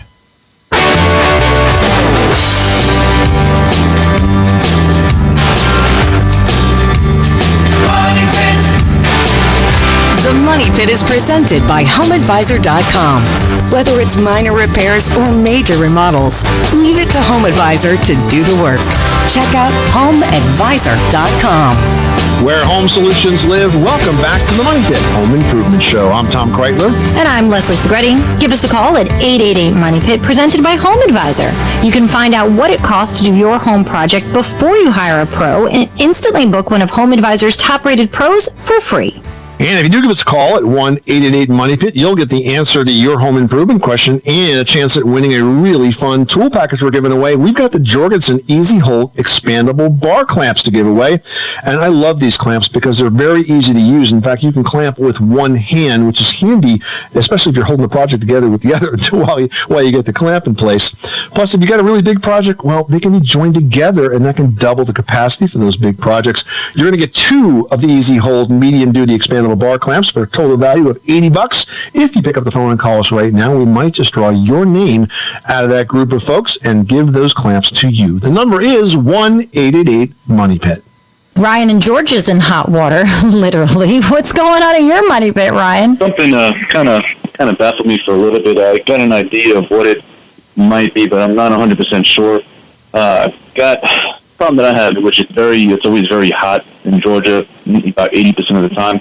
And every time when during the day, we turn on the cold water, it's scalding hot for about 2 to 4 minutes. And it depends, I get the length on, I guess, what time of day it is. But I could even turn on the hot water, and the hot water will be a lot colder than the cold water. And eventually it will get colder. But I checked every other water source in my house. I checked the shower, and the showers are fine. It's not affected whatsoever.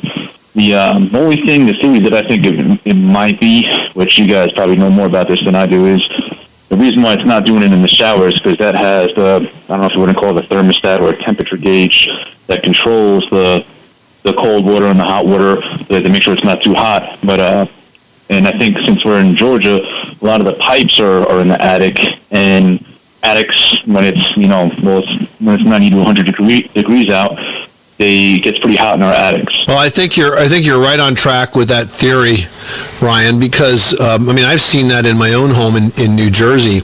I know it's not in every fixture, of course, because it really depends on how the pipes are run. But I know that the way my kitchen is built, it was sort of it's an addition that was done in the early 1900s, and the plumbing on that is sort of on the furthermost southern wall.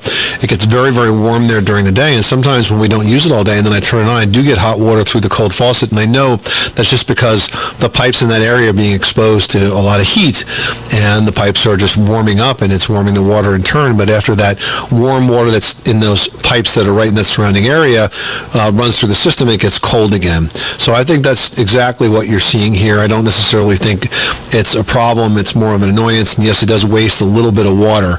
But does this happen in the winter, or is this just a summer issue? Not 100% if it happens in the winter, but it might. But I know even our attic sometimes in the winter does stay pretty decently warm too. But I know it's definitely in the spring, fall, and summer. I mean, the only thing that you could do is you could insulate those pipes. If you can get access to them, you could put fiberglass insulating sleeves around your cold water pipes, and that would prevent them from overheating as they are right now. That'll even make a difference, even though all the piping is all in the attic. The attic's pretty hot. Well, right, wherever they're heating up. And that water gets to your faucet from the attic really quick. Yeah. Okay. All right, so just a fiberglass sleeve, or I've seen a little looks like black foam sleeves. Would that work too? Yeah, you could do that too. I think the fiberglass sleeves are a little bit more expensive, but they'll work better. Okay, yeah, I'll definitely do that then. All right, well, good luck with that project, Ryan. Thanks so much for calling us at 888-MONEY-PIT. Glad we were able to solve that mystery.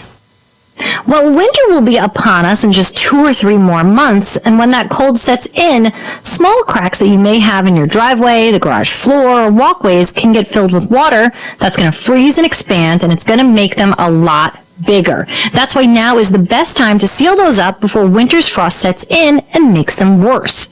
Well, Quikrete has a line of commercial-grade sealants and adhesives that can suit any concrete or masonry repair that you need, and they shared some tips on how to handle 2 types of cracks in particular. Yeah, so first let's talk about small cracks, and I define those as less than a 1/4 inch wide.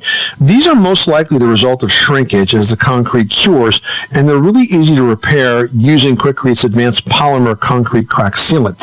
This product is super flexible, so once it's applied, it can expand and contract with the crack and therefore prevent water from seeping, and therefore protect the water from seeping in and making the crack worse. Now, for bigger cracks or gaps and expansion joints that can get filled with a lot of crud, Quikrete makes an advanced polymer self-leveling sealant that's super effective in filling those gaps and stopping water from running under the concrete slab, which can lead to bigger problems with settlement and cracks.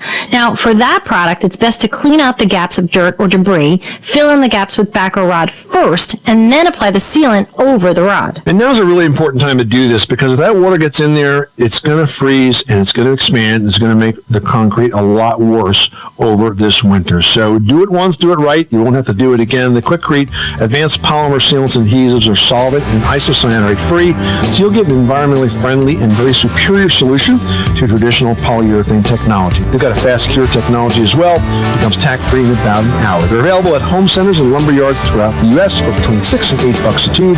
Quikrete is what America's made of. Learn more at quikrete.com. Remember, you can reach us anytime with your home repair or home improvement question 24 hours a day, 7 days a week at 1-888-MONEY-PIT. Just ahead, in many states, bathrooms and homes that have windows aren't required to have exhaust fans, which is a real hassle for homeowners. We'll talk through the fix after this. You live in a money pit. Hey, I'm Andy. If you don't know me, it's probably because I'm not famous. But I did start a men's grooming company called Harry's. The idea for Harry's came out of a frustrating experience I had buying razor blades. Most brands were overpriced, overdesigned, and out of touch. At Harry's, our approach is simple. Here's our secret. We make sharp, durable blades and sell them at honest prices for as low as $2 each. We care about quality so much that we do some crazy things, like buy a world-class German blade factory. Obsessing over every detail means we're confident in offering a 100% quality guarantee. Millions of guys have already made the switch to Harry's, so thank you if you're one of them. And if you're not, we hope you give us a try with this special offer. Get a Harry's starter set with a 5-blade razor, weighted handle, shave gel, and a travel cover. All for just $3 plus free shipping. Just go to harrys.com and enter 0707 at checkout. That's harrys.com, code 0707. Enjoy! Hi, I'm Jay Farner, CEO of Quicken Loans, America's largest mortgage lender. I've got great news. Mortgage interest rates have dropped. So if you're thinking about buying a home, right now is the time to lock that low rate, even before you find the home of your dreams. With our exclusive Rate Shield approval, the low rate you lock today is protected for up to 90 days while you shop for your new home. With a Rate Shield approval, if rates go up, your low rate stays locked. But if rates go down, you get that new, even lower rate. Either way, you win. Talk to us today at 800-QUICKEN or go to rocketmortgage.com to take advantage. Here's another great reason to work with us. For a record 9 years in a row, J.D. Power has ranked Quicken Loans highest in the nation in customer satisfaction for primary mortgage origination. Again, to lock in today's low mortgage interest rate and get the security of our exclusive Rate Shield approval, call us today at 800-QUICKEN or go to rocketmortgage.com. For J.D. Power award information, visit jdpower.com. Rate Shield approval only valid on certain 30-year fixed-rate loans. Call for cost information and conditions. Equal housing lender. License in all 50 states. NMLS number 3030. The Can-Am Off-Road Yellow Tag sales event is going on now. Hit the trails in the ultimate off-road vehicle. Can-Am is built for ripping through trails, crawling through mud, cruising over dunes, getting the job done, and saving you money. Stop by your local dealer during the Yellow Tag sales event and find a great deal or rebate on select Can-Am off-road vehicles today. The big news from Subaru is the 3-row Ascent. It's the biggest SUV from Subaru ever. There's room for 7 or 8 passengers with a choice of second-row captain's chairs or bench seating. It'll tow up to 5,000 pounds. It has interior space you need for your whole crew. And it gets you where you want to go with the safety of a Subaru, including standard symmetrical all-wheel drive. The 3-row Subaru Ascent. Love is now bigger than ever. Maximum towing capacity varies by trim level, and trailer brakes may be required. See your retailer for details.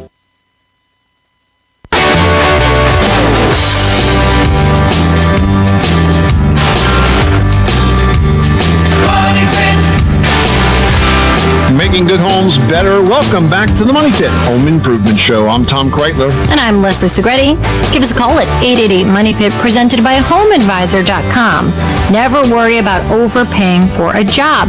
Use the Home Advisor True Cost Guide to see what others have paid for similar projects, all for free at HomeAdvisor.com. And don't forget, you can always post your question on Money Pit's Facebook page or write in the Money Pit community section, just like Ronnie did in California. Now, Ronnie writes, my house was built in 1960 and there are no exhaust fans in the bathroom. I'd like to put up crown molding in the bathrooms, but is it going to swell from the moisture? Is there a certain type that I should be using? You know, it is true that if you have a window in your bathroom, that building codes will not require you to have an exhaust fan. So it's kind of dumb, because who's going to open up the windows in like January? Well, maybe in California you would, in Southern California, but certainly not in the East Coast or anywhere in between. But look, if you're worried about moisture, you should be putting up composite molding. It's made of PVC and it can't rot, but there are bigger moisture headaches that you'll need to deal with, like mold and mildew. So I would definitely explore ways to get a bath exhaust fan in that space, even if you have to run it up through the attic and out in terms of the exhaust ducting, because not having that humidity venting out can lead to a lot of mold and mildew problems that you just really do want to avoid. All right, next up, Patricia in Buffalo writes, my heating bills have been really high and I'm thinking about beefing up insulation before the winter sets in. I'm interested to know the difference between fiberglass and newer spray foam insulation. That's a great question. Fiberglass, of course, is the traditional insulation. The main difference is that when you put that in your attic, you have to vent it, because your attics are going to be moist and damp, and the fiberglass has to be dry to work properly. In my house, I actually had fiberglass. I left it in place, but then I added spray foam to the underside of the roof sheathing and completely sealed in the attic. And I've never been more comfortable, and my bills have never been lower, because that insulation does not need to be vented. So once you do it, you can basically seal up all of the vents, because the attic becomes essentially an extension of your living space. We'll enjoy keeping those heating bills down in a much warmer house this winter. Well, are you new to the fantastic world of home ownership? Well, then very shortly, you're probably going to be new to the fantastic world of home improvement as well. We're going to have some tips to help you get started on your very first projects. Leslie has some tips in today's edition of Leslie's Last Word. Leslie, always a project that needs to be done. Seriously, but first, congratulations! You're the proud owner of your very first home. Now what? Well, like a baby, a home's got to be cared for and loved, and also like a baby, nobody gives you instructions on how to take care of it, whether it's a house or that infant. So here's really what it comes down to. As a first-time homeowner, it's your job to maintain your home year-round. So the first thing to do is invest in the tools that you need to do that. Now, a basic toolbox should include a hammer, some screwdrivers, a pry bar, a level, and an adjustable wrench. You can add some power tools later or right away, but you should include a drill and a circ saw. Those tend to really cover all the bases. Now, understanding the basics of your home's mechanical systems is a must. So make sure you know where your water main line is, how to shut it off if there's an emergency, and get acquainted with that fuse or breaker box. And remember that home ownership puts you in charge of covering all of those utilities. So if the initial months in your new abode have given you sticker shock over power and water costs, take some steps to manage your energy dollars. Finally, even if you're in a brand new home that's under warranty, it's wise to have a contingency fund to cushion those curveballs that life could throw at every homeowner. If you want some more great tips, just Google Money Pit First Time Homeowner Tips. This is the Money Pit Home Improvement Show. Coming up next time on the program, the most active part of hurricane season is upon us, and no one is more vulnerable than our senior citizens, especially if they live alone. We're going to have tips to help you keep those important folks in your life safe from weather emergencies on the very next edition of the Money Pit. I'm Tom Kreitler. And I'm Leslie Segretti. Remember, you can do it yourself, but you don't have to do it alone.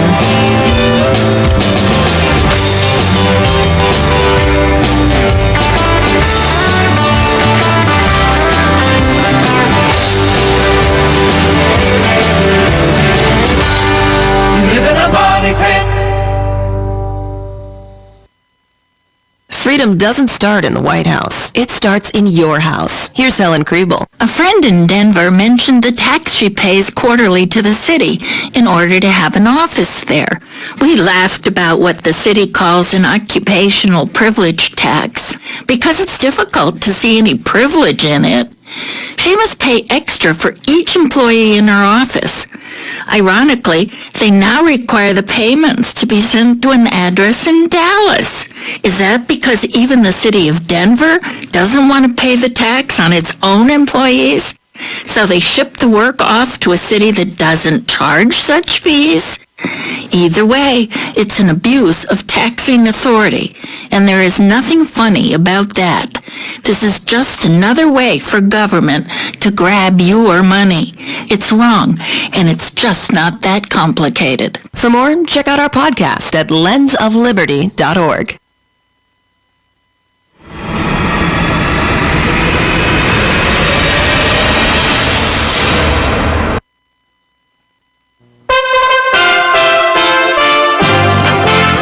USA Radio News with John Hunt. The Justice Department told a judge that the House Judiciary Committee should not get access to secret grand jury material collected during the special counsel's Russia investigation, even as it weighs whether to pursue impeachment. The response comes nearly 2 months after the committee filed a petition in federal court arguing lawmakers need to obtain the grand jury material in order to determine whether to recommend those articles of impeachment. A negotiating team from the Taliban arrived in Russia, according to the Associated Press, just days after President Donald Trump declared dead a deal with the insurgent group in Afghanistan. Russian state news agency TASS cited the Taliban's Qatar-based spokesman Suhail Shaheen as saying the delegation held consultations with President Vladimir Putin's envoy for Afghanistan. It was the Taliban's first international visit following the collapse of talks with Washington. This is USA Radio News. I'm at the American Veterinary Medical Association annual convention in Washington, D.C. with Dr. Barbara Natterson Horowitz, evolutionary biologist and physician. There's a form of fainting that happens when people get stressed because the excitement triggers a slowing of the heart.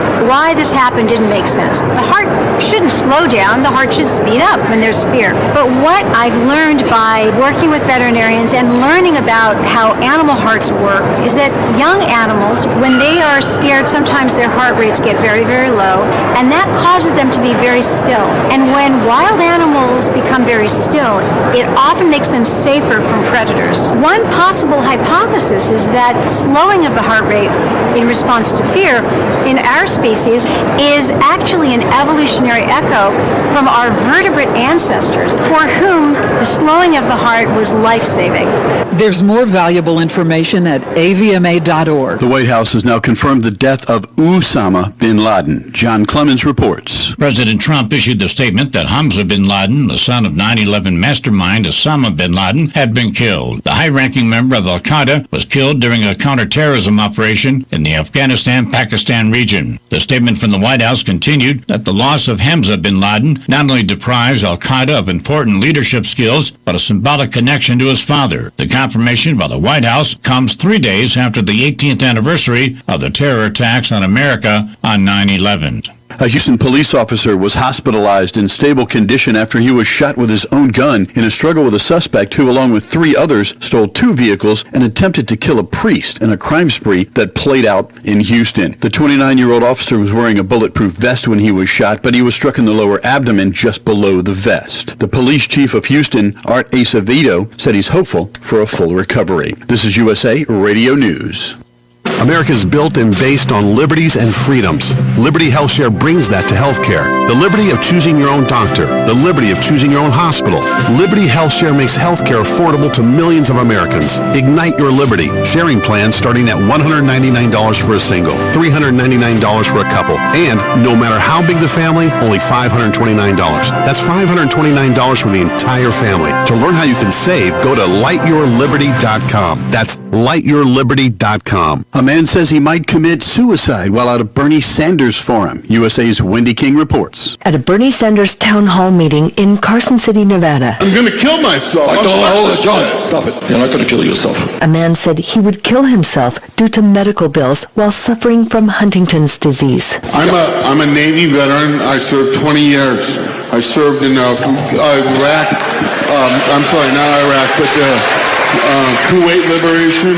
And I served in 95 in Somalia. I saved lives. I was a Navy corpsman. We take care of our own except now.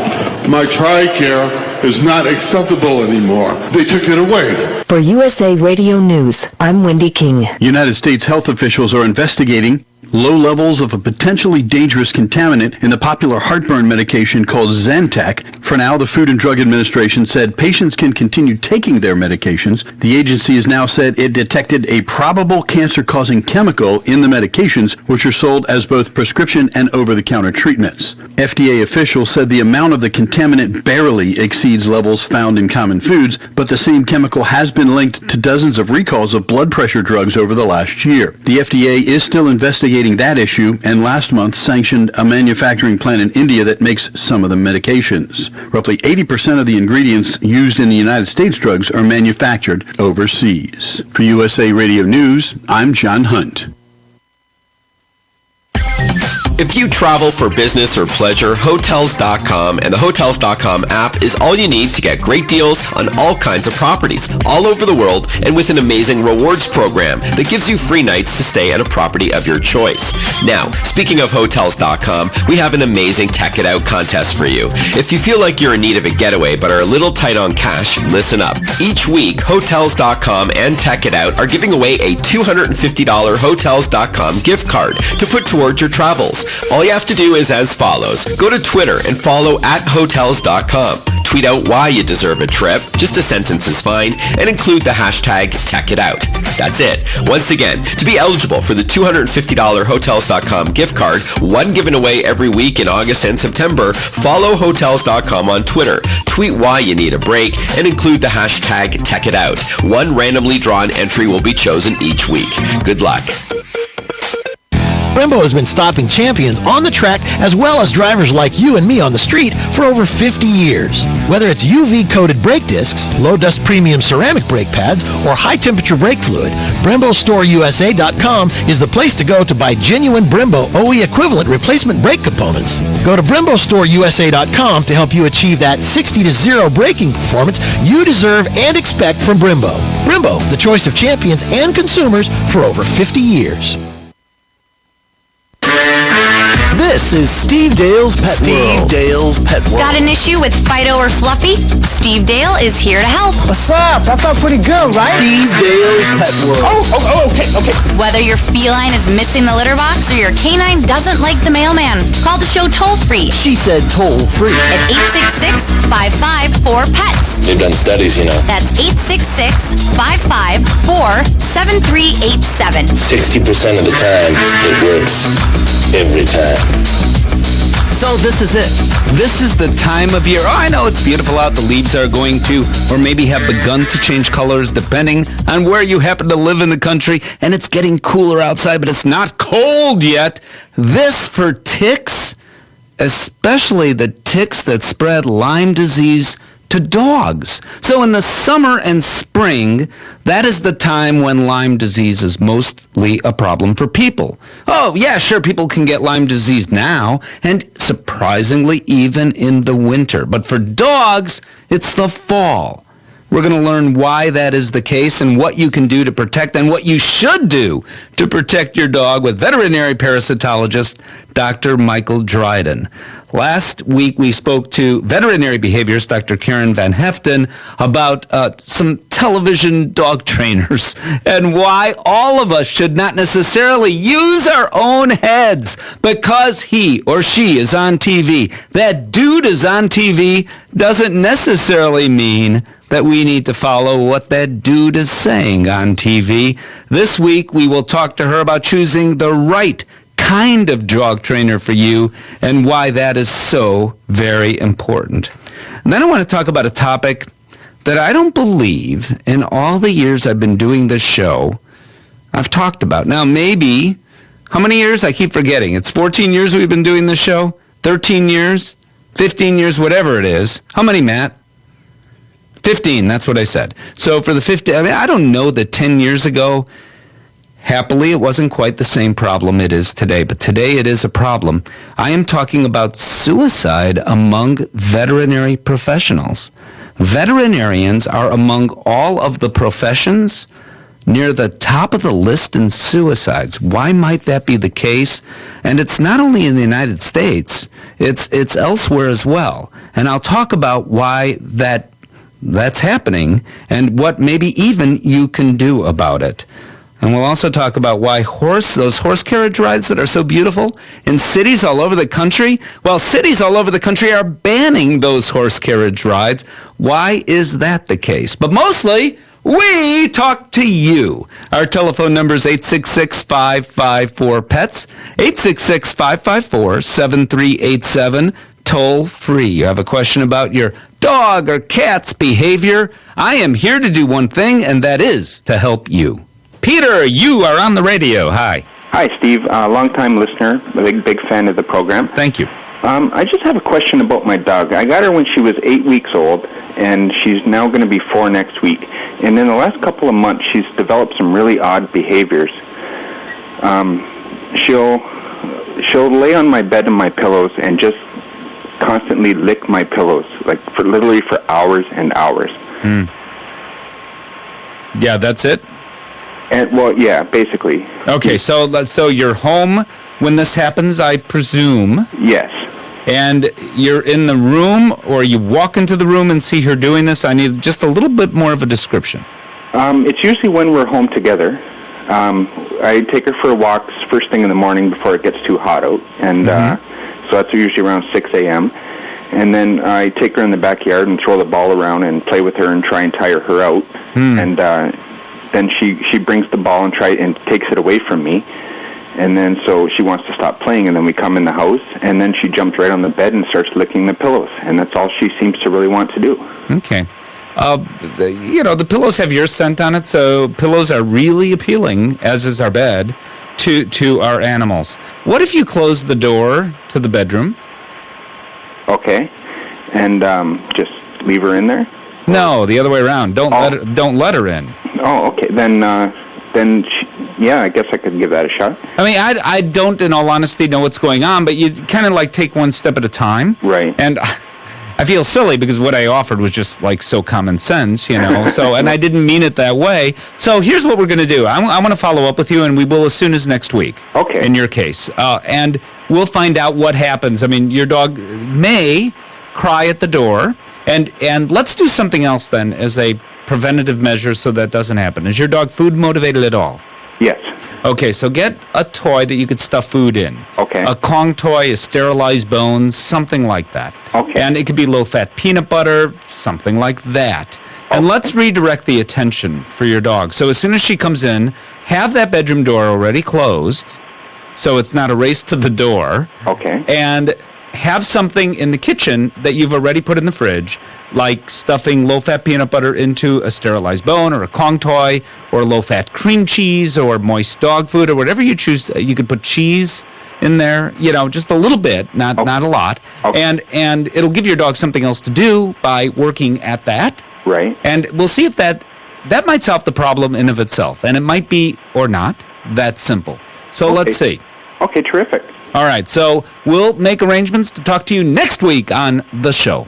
Sounds great. Thank you, sir. Okay, thank you very much, Peter. You're welcome. Our telephone number is 866-554-PETS, 866-554-7387. But that is only one way in which you can talk to me, reach me. Another, you can email Steve at stevedale.tv. We choose an email each and every week to read on the radio. In addition to that, find me on Facebook. If you're on Facebook, just simply go to Pages and type in my name, Steve Dale. And you can check out my blog, stevedale.tv, where I write about topics like this. The reality is that among all the medical professionals, veterinary suicide is highest among veterinarians. We'll talk about that next.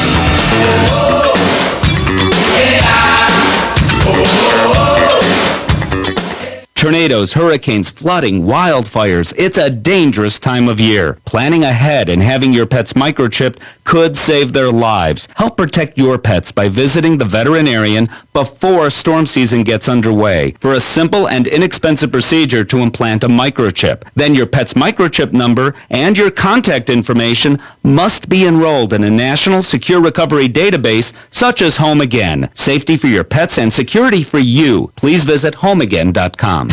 Last night I had a nightmare. It started out real nice. I walked out of my doggy door into this amazing backyard. Tennis balls growing on trees, a kibble fountain, a chew-toy garden. Then I heard voices calling my name. Here, Winston! Here, boy! We need you! The cries were coming from way down in the grass. Then I heard, yummy, let's eat! That's when I looked down and my tag no longer said Winston. It said dinner. Don't let your dog become a meal for hungry parasites. Get the unmatched protection of Vectra 3D. Vectra 3D quickly repels and kills fleas, ticks, mosquitoes, and other parasites. It's got more kinds of protection than any other flea and tick brand. And you can only get Vectra 3D from your veterinarian. Those fleas and ticks were staring at me like I was a big juicy steak. I woke up crying like a show dog with a bad haircut. Please don't feed the parasites. Visit your veterinarian for Vectra 3D and get up to $25 in savings with purchase. Visit VectraPet.com to learn more. It's flu season, and in addition to protecting yourself and your family from the flu, you also need to protect your dog. Like human flu, both strains of canine flu are highly contagious and can cause runny nose and eyes, cough, fever, pneumonia, and in rare cases, even death. Don't worry, a new vaccine covers both strains of canine influenza. That means better protection for half the injections. Don't wait, vaccinate. Contact your veterinarian or visit doginfluenza.com to learn more. Steve Dale's Pet World, a real pet expert giving advice about real pets. Yeah, we're keeping it real.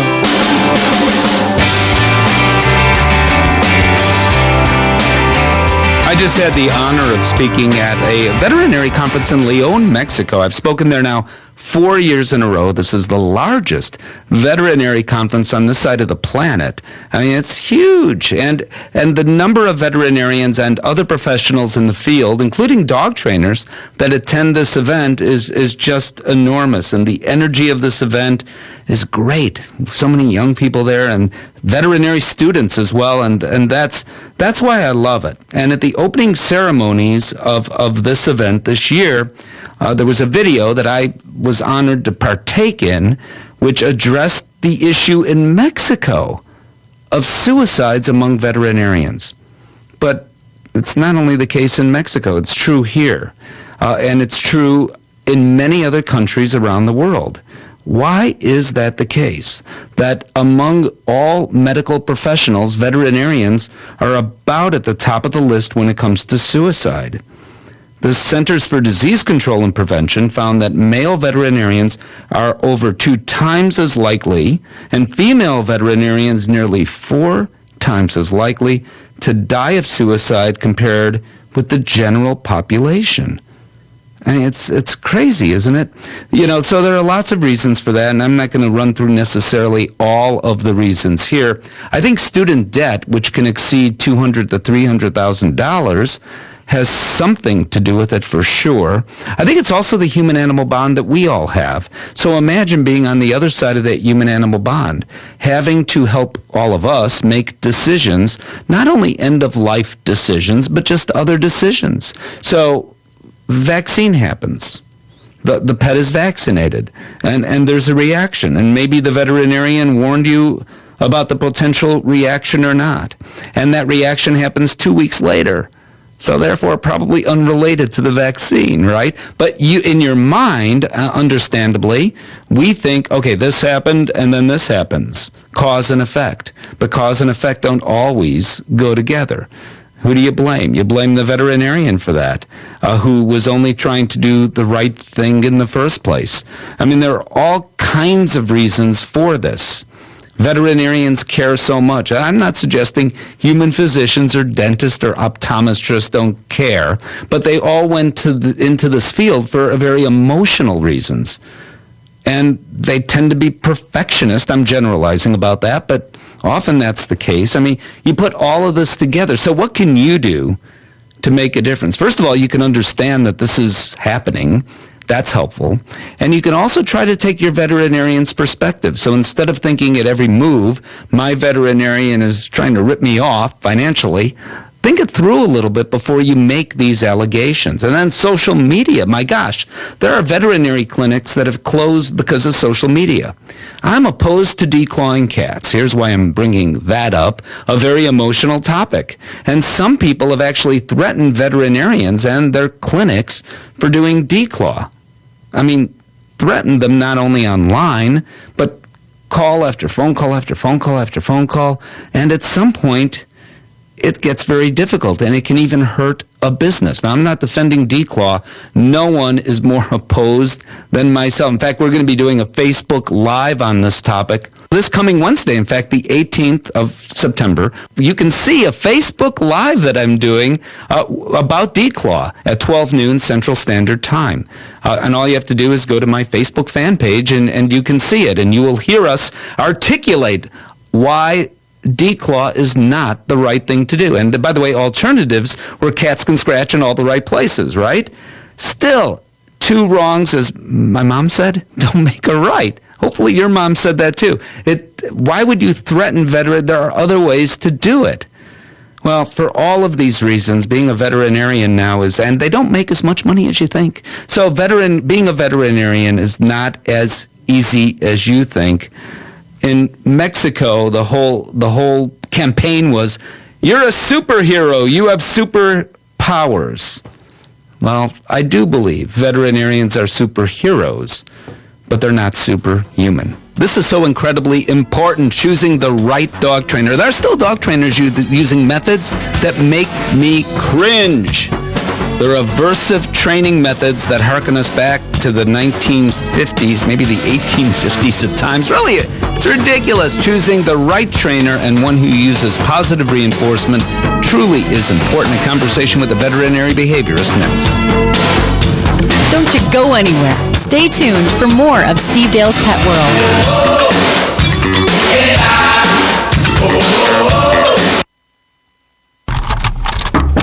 Hey, there's a new type of account takeover attack called lateral phishing. It's a serious threat. Cyber criminals hijack your email account and use it to launch phishing attacks on your internal and external contacts. What if they attack us? Don't worry. We have Barracuda Total Email Protection. So we're secured? Completely, with the industry's best layered defense against attacks, including account takeover and phishing. That's a relief. Protect your business at Barracuda.com. Barracuda, your journey secured. Jim Pee Wee Martin of G Company in the 101st Airborne Division speaks about what it was like during World War II defending people's freedoms he didn't know and in a place he couldn't even pronounce. I saw a little sign said Bastogny.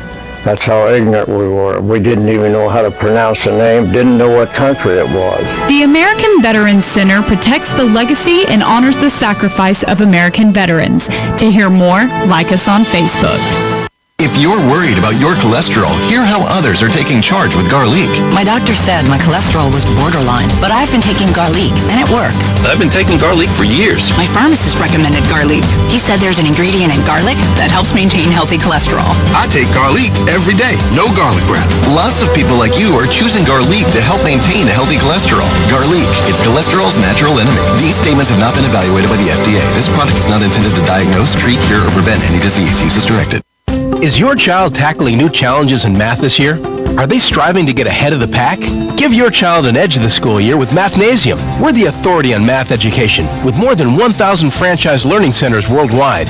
Our expert instructors teach each student face-to-face, using customized learning plans to help them achieve their academic goals all year long. Find a learning center near you at mathnasium.com to schedule your no-obligation first visit.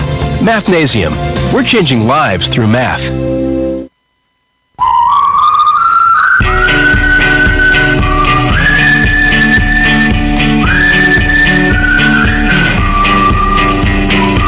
Welcome back to the only radio show that carries a little plastic bag so it can pick up after itself.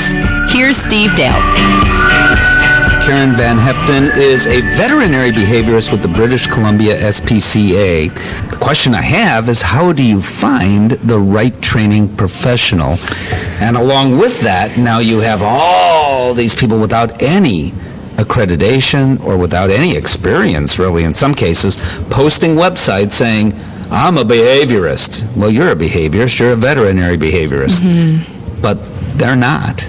This is the thing. It's an unregulated profession in North America, which might be changing in some places, but for the most part, it's still the Wild West of anybody can claim that they are the top dog behavior expert. And unfortunately, just because somebody says, I'm a master dog trainer, that doesn't necessarily mean that they have any education, any current education in the area, or really any skill or ability to help an animal long term. It's unfortunate. And in my practice every day, I see pets who would have had a really good prognosis had they come in at the beginning and got the right kind of help at the beginning of the behavior problem.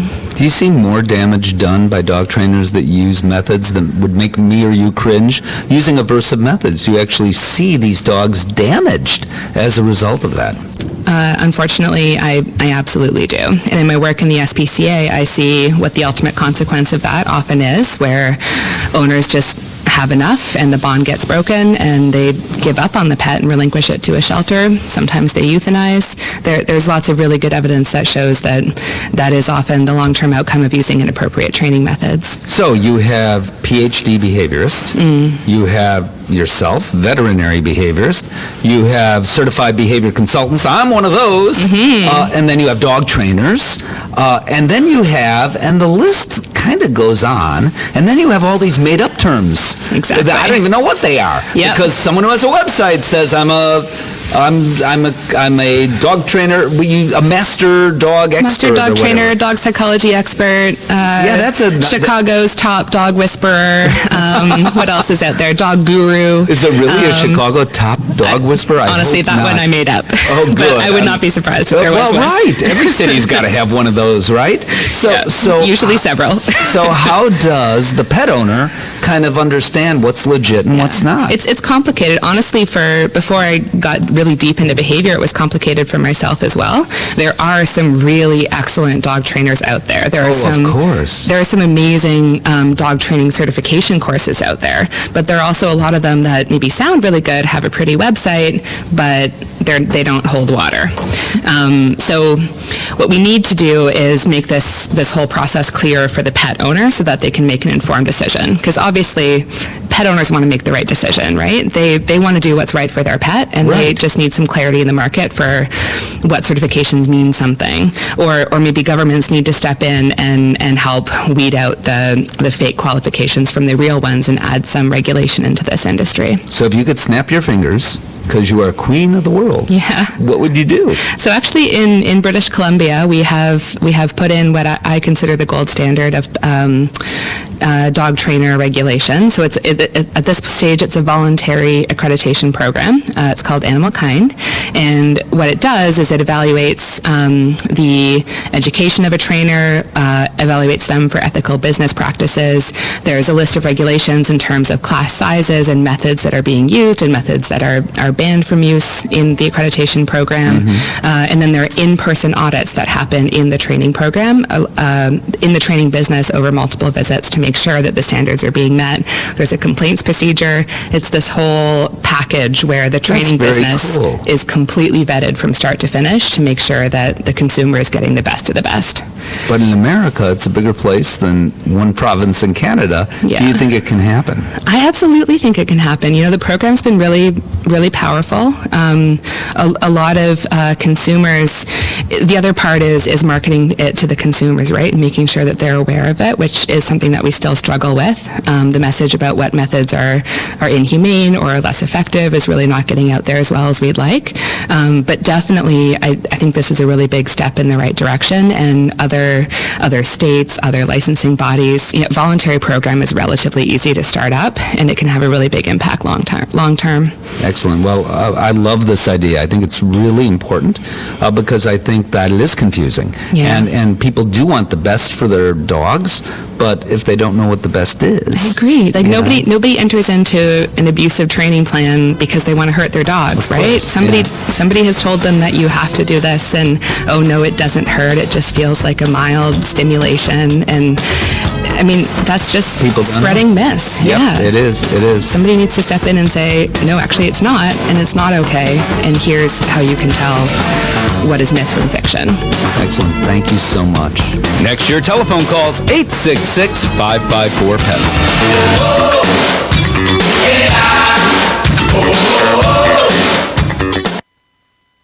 This is sponsored by Amgen.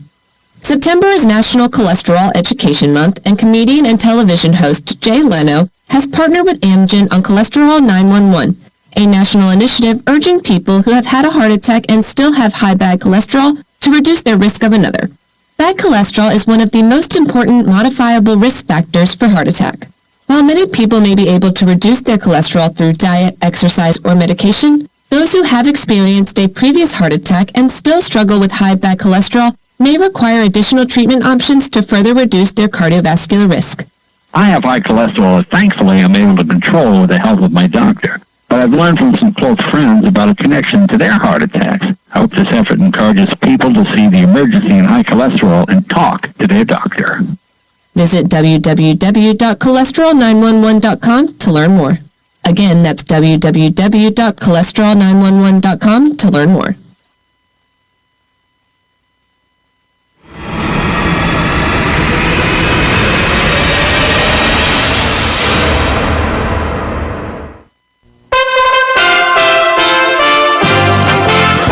USA Radio News with John Hunt. The Justice Department told a judge that the House Judiciary Committee should not get access to secret grand jury material collected during the special counsel's Russia investigation, even as it weighs whether to pursue impeachment. The response comes nearly 2 months after the committee filed a petition in federal court arguing lawmakers need to obtain the grand jury material in order to determine whether to recommend those articles of impeachment.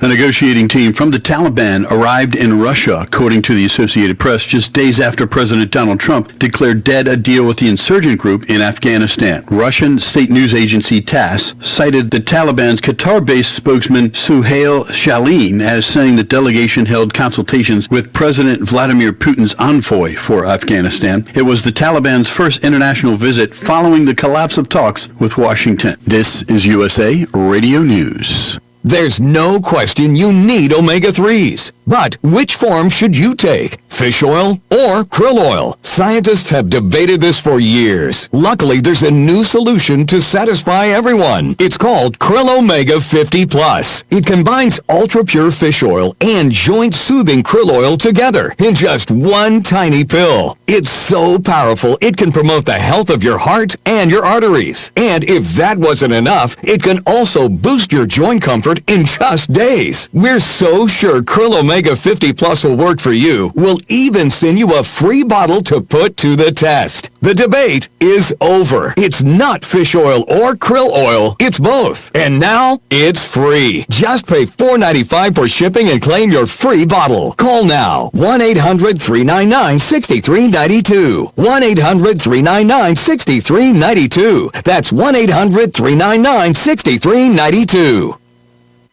Cancer is the #1 cause of death by disease for children in the U.S. today. Since the Austin Hatcher Foundation's birth in 2006, it has grown to provide unique programs to help the children and the families affected by pediatric cancer. Support begins at the time of diagnosis and continues throughout survivorship at no cost to families. Lives touched by the foundation continue to rise each day, but we need your help.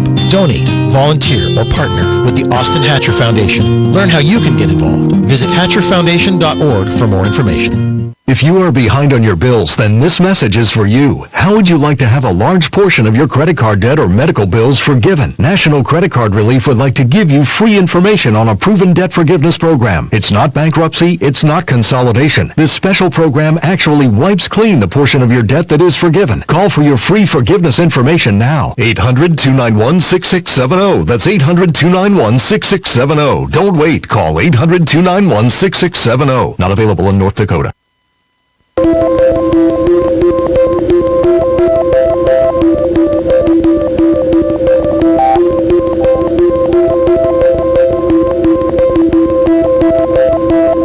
He's smarter than your average bear and not as grouchy. Welcome back to Steve Dale's Pet World.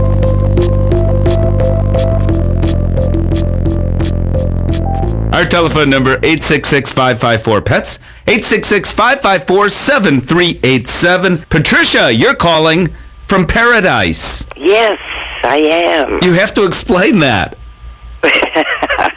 Well, it truly fits its name, Paradise, California. How can I help you? Well, I've been extremely worried about my little puppy. We got 2 puppies when they were 6 weeks old from a friend's very loving family, and a brother and a sister. We actually thought we had 2 brothers till I took her to the vet, and they said, Frankie is a Francine. So we had a brother and a sister,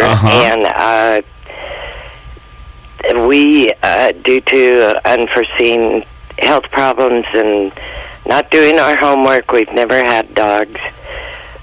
We found a really good home for our little girl. Okay. And Joey, our little boy, has just been so depressed. Well, let me ask you a couple questions here. First of all, why did you give up? I'm just curious, the one dog. Well, due to my age, it was too much for me, and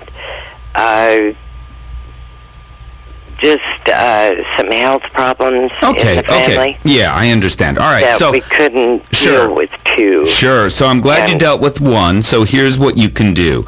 First of all, how long is it that the one dog Francine you said has been depressed? Well, it's Joey, the boy. Oh, I'm sorry. Okay. How long has he been? It's been 3 weeks today. All right. And how old is he? 6 months, July 16th. And about what kind of dog? You know, you've got the dates and times down. What kind of dog is this? Kind of a Maltese Terrier. He looks like Benji. Good. He may be in the movies then. All right, so here's... In fact, I'm going to a conference. The guy, Mr. Benji, Joe Camp, the guy who created all that, he's the keynote speaker at the ACES conference, kind of out your way. Well, not really. It's in way Southern California in San Diego. All right, so here's what you can do. Play. So for your type of dog, I'm imagining a soft squeaky toy would be great. Just play with your dog. Do what your dog wants to do. And when your dog is sad or seems sad, don't add to it by you acting sad or giving in or giving attention. That might be the best way to put it, giving attention to your dog for being sad, because you could reinforce those kinds of responses, which is the opposite of what you want to do. So I'm not saying you should totally ignore the dog if your dog is acting sad. Sure, pet your dog, talk to your dog.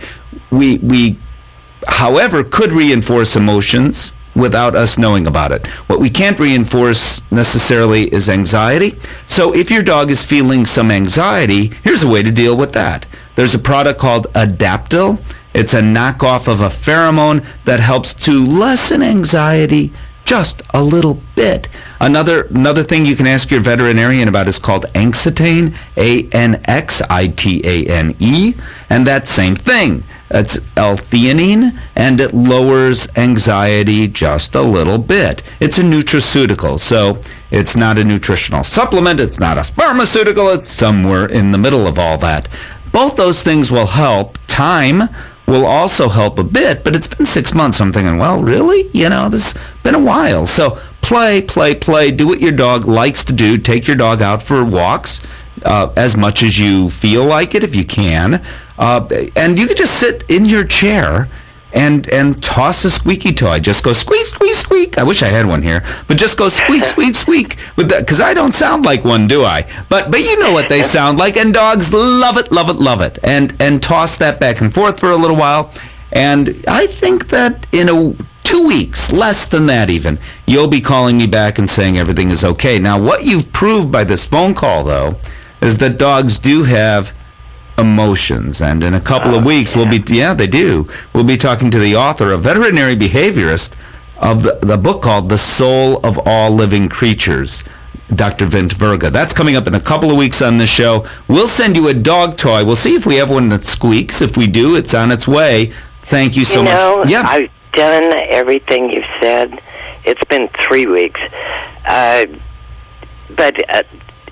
he gets up in the morning and is happy to see me and everything. But then he grabs, I bought him a new bed, I bought him new toys, I tried to distract him, and I know I've been very sad, and I try to hide that, but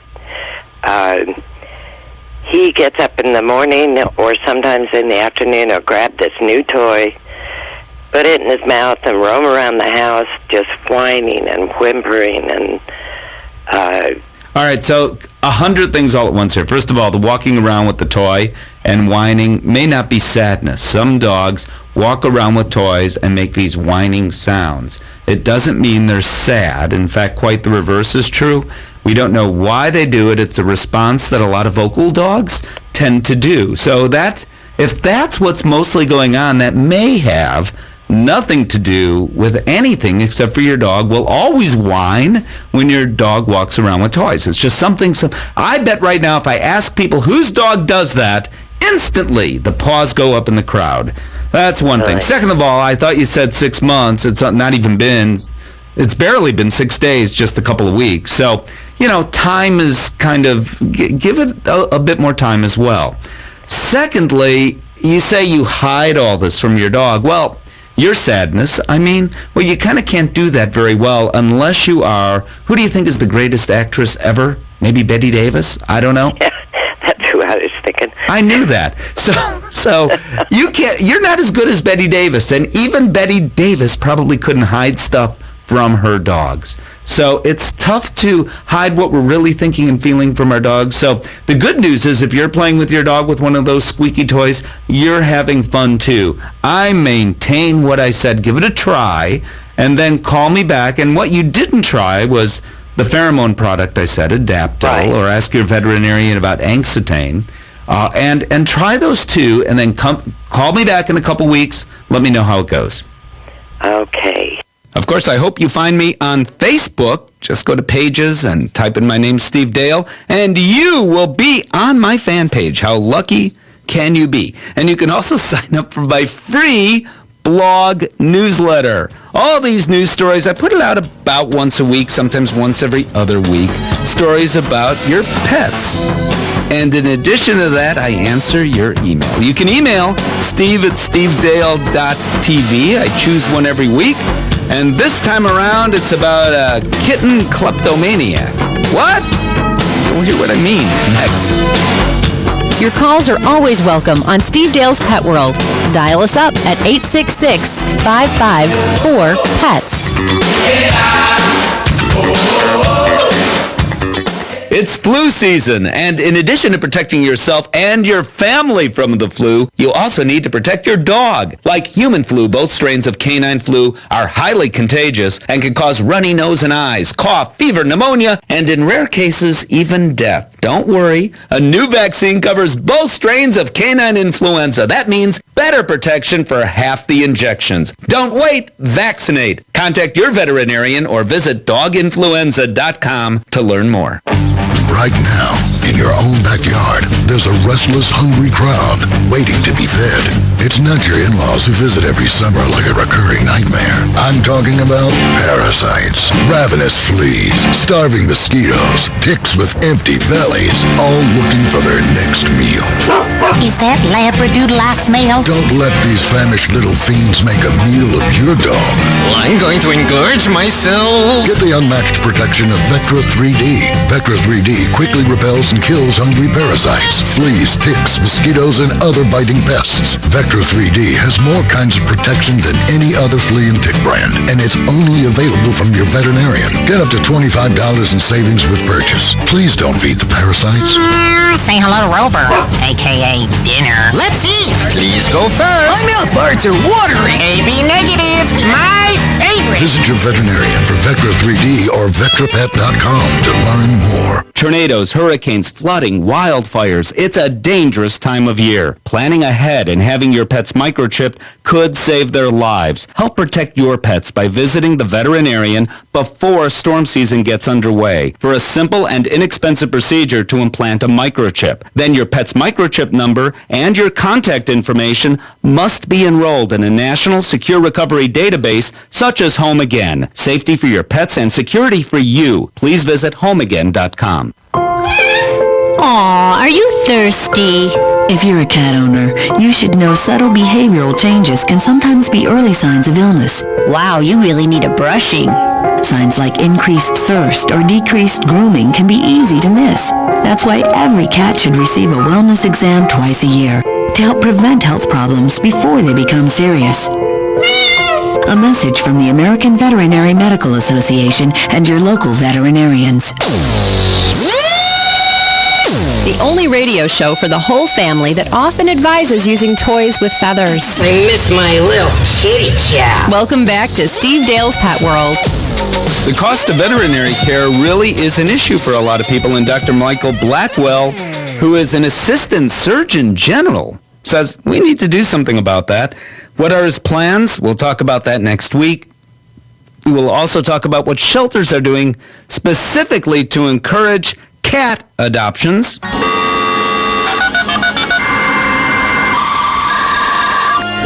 simple words. You got mail. Woohoo!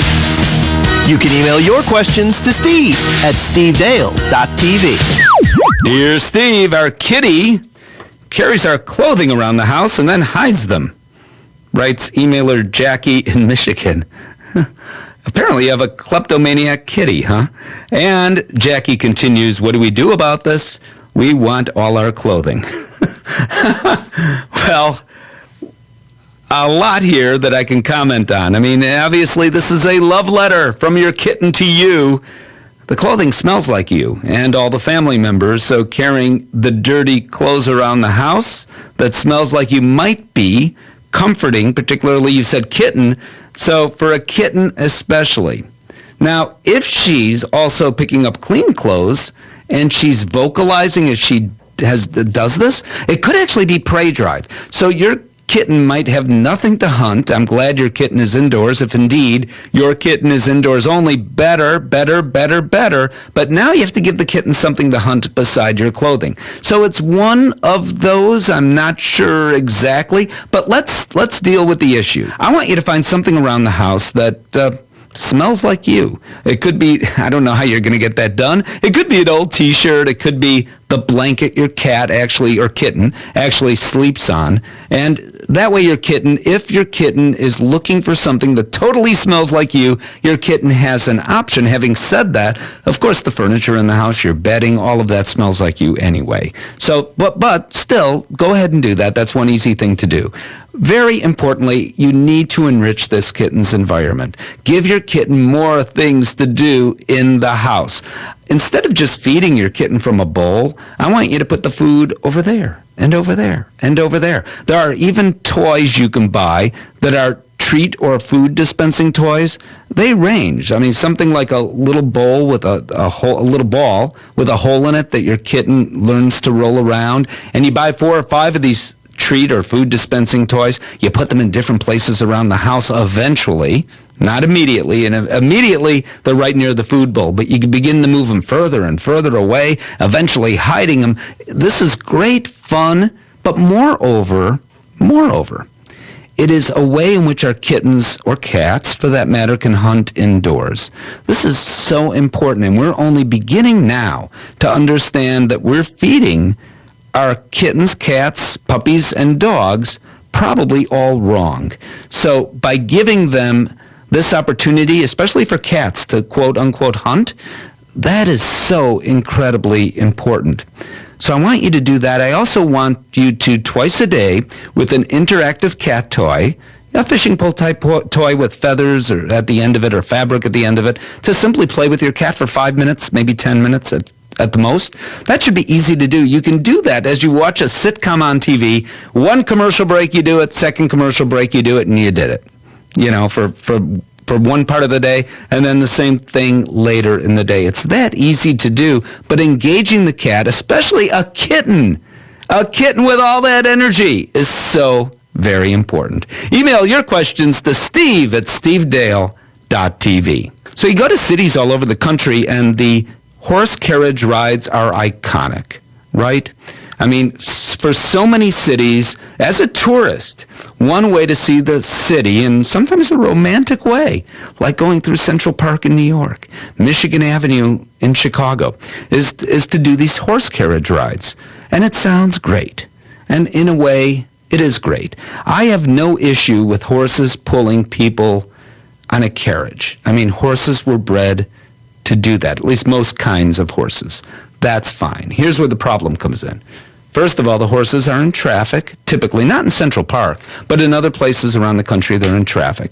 They're every day breathing in all those fumes from the buses and the cars and dealing with all that noise. Horses have learned to deal with it, but having said that, they are born hardwired to be aversive to noise. I mean, horses are prey animals, and they're always alert for sudden, unexpected sounds, which happen all the time in traffic. And that does often, even if the horses adjust to it, there's always going to be that unexpected sound, whether it be a fire engine blaring or whatever it might be, that may spook the horse. So I'm concerned about that, and sometimes horses do get into accidents. But what I'm really concerned about is their welfare. These horses too often, we now know, work in weather that is way too hot for too many hours, and sometimes without water. It's been documented in more than one city.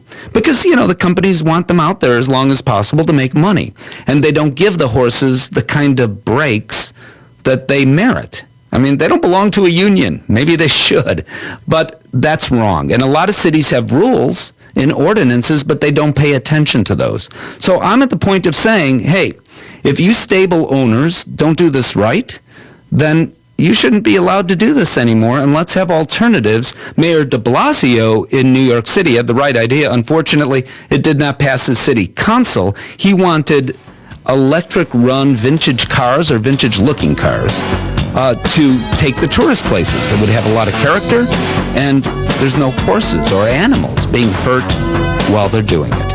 Coming up next, the conversation with veterinary parasitologist Dr. Michael Dryden about why right now is the most important time of year to pay attention to protect our dogs from Lyme disease in particular.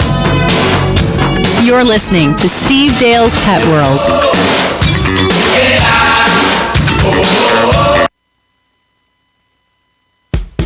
The backyard's looking great, Rob. Thanks, man. I was planning on adding a deck, too. Know any good contractors?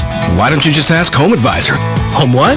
HomeAdvisor.com. You just tell them about your project and they match you with local pros that can do the job. Nice. Now, how much does it cost? Oh, HomeAdvisor's totally free to use. Plus, you can read customer reviews, check pricing, and book appointments for free. What's the website again? HomeAdvisor.com. Or just download the free HomeAdvisor app. HomeAdvisor. Over the years, automakers have spent a lot of time talking about the future. At Kia, they don't sit around dreaming of a better tomorrow because they already made it so that you can have it today. Introducing Kia's lineup of electrified Niro SUVs, the hybrid, the plug-in, and the electric, with an EPA estimated range of 239 miles. Because the future is just the future until we make something of it. Kia, give it everything. 239-mile EPA estimated range on a full charge. Actual range may vary. Niro EV is in select retailers and select markets with limited availability.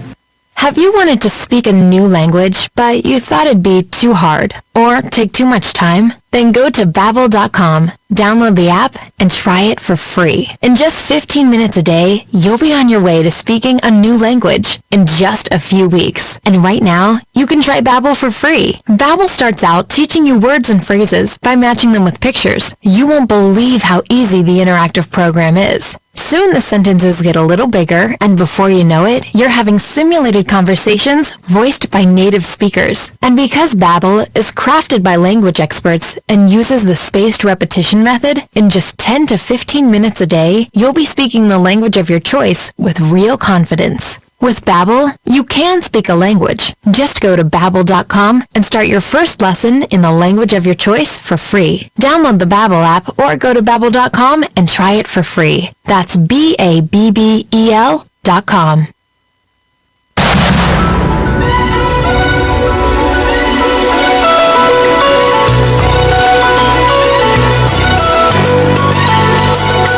Officially sanctioned by the American Veterinary Medical Association.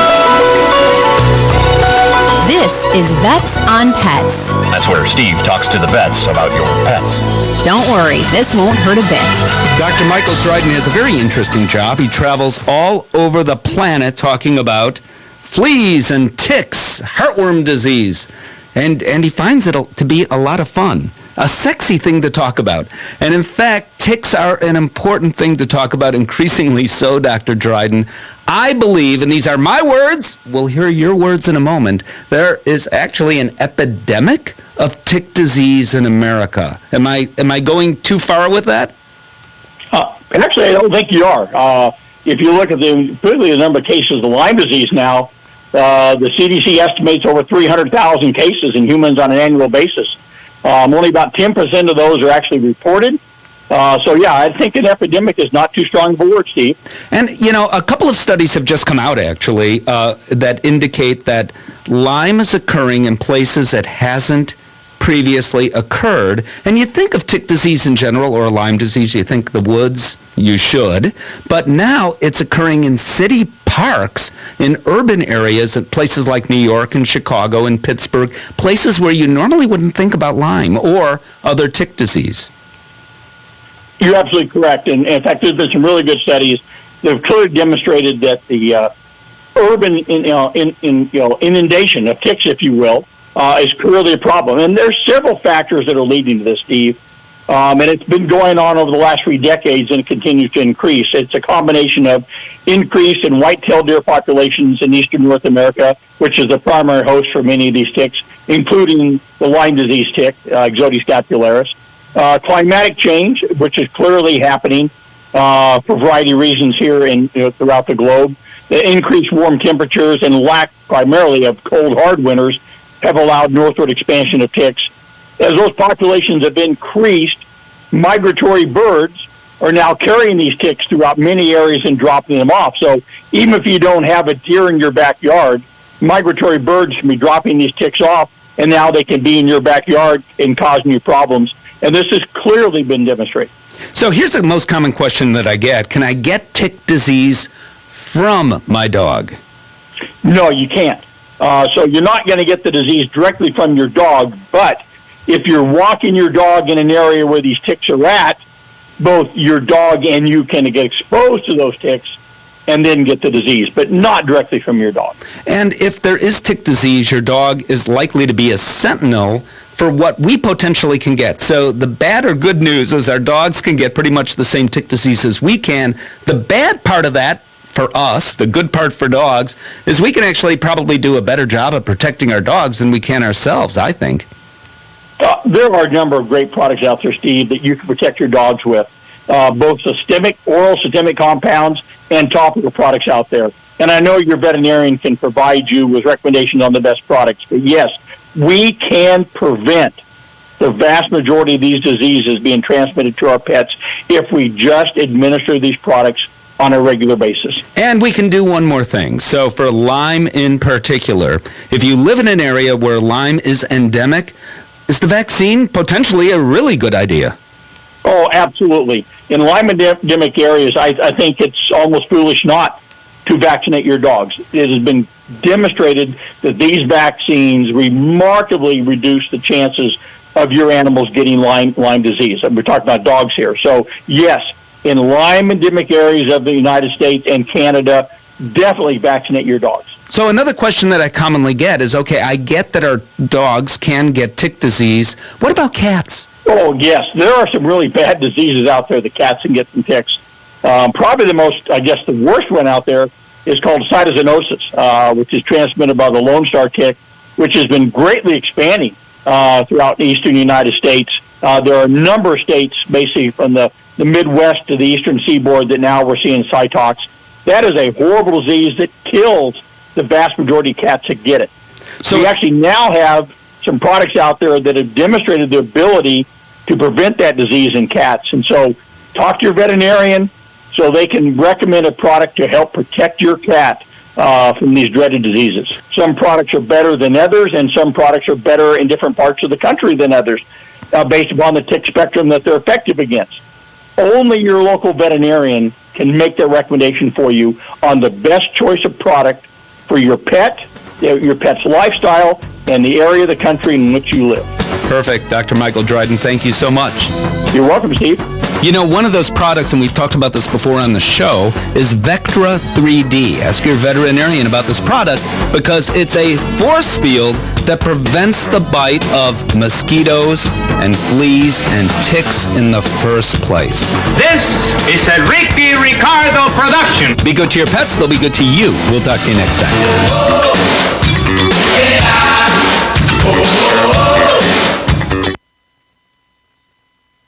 The experts at Web.com want to build your business a successful website for free, just like we did for these current Web.com customers. We've used and looked at other website designers, but there's nobody better than Web.com. Web.com can build your website in as little as 7 days free. Plus, we'll promote it on all the major search engines like Google, Yahoo, and Bing. If after 30 days you're happy, we'll continue to provide promotion, hosting, support, and maintenance, all for one low monthly fee. If not, cancel and pay nothing. If you're in business today and you don't have a web presence, you won't be taken seriously. Call right now and you'll also get a free .com or .net domain name for your new website powered by VeriSign, the world's leading domain name provider. Call 800-993-8236. That's 800-993-8236. No upfront charge for site build, after which ongoing fees apply. Rights to site are relinquished when canceled. Domain included during active service, after which fees apply. That's 800-993-8236.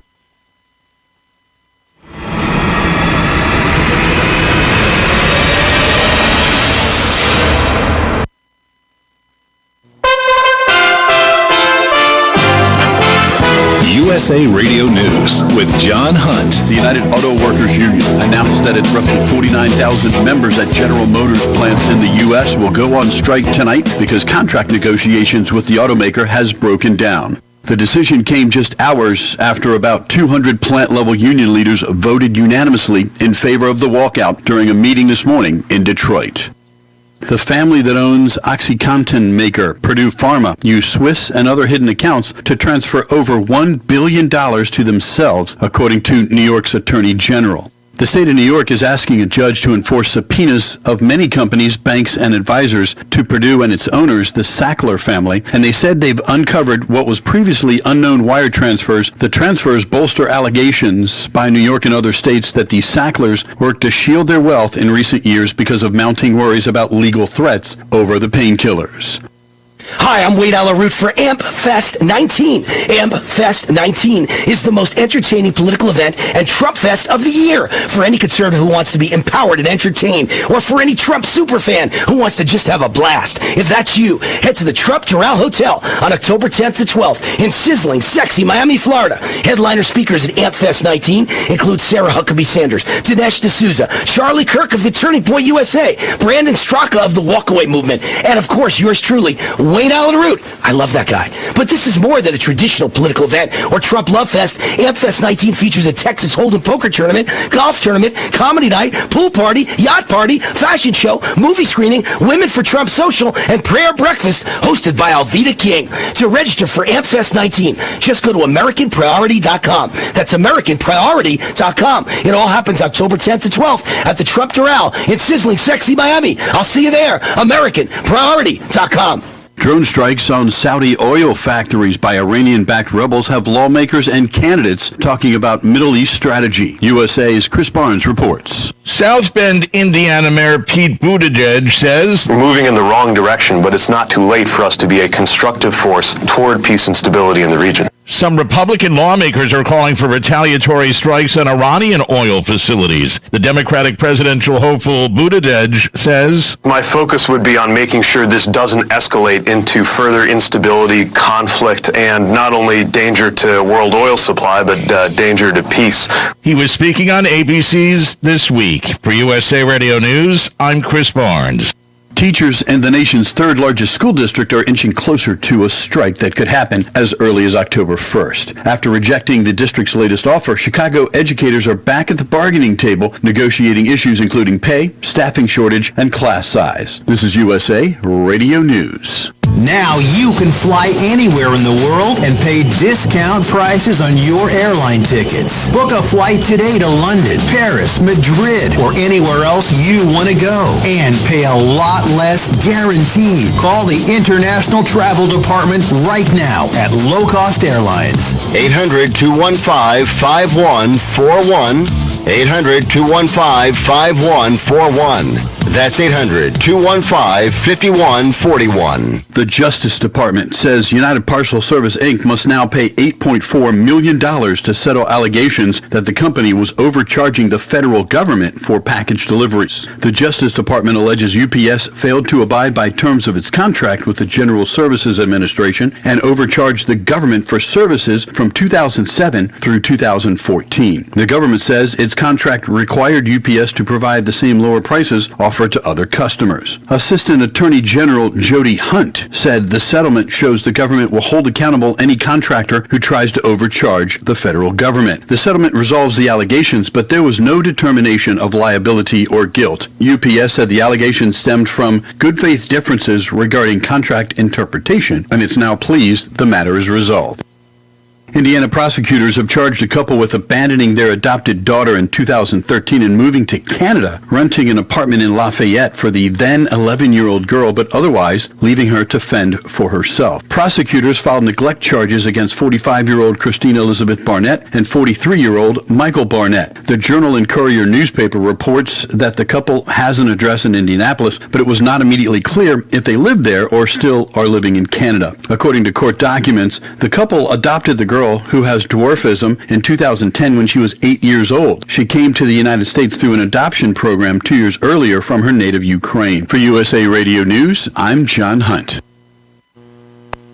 When you have a pain in the neck, a real pain in the neck, back, shoulder, or legs, you now have two convenient choices to get fast relief without taking another pill. Because now, Sunny Bay heating wraps and pillows are available at both Amazon and Walmart.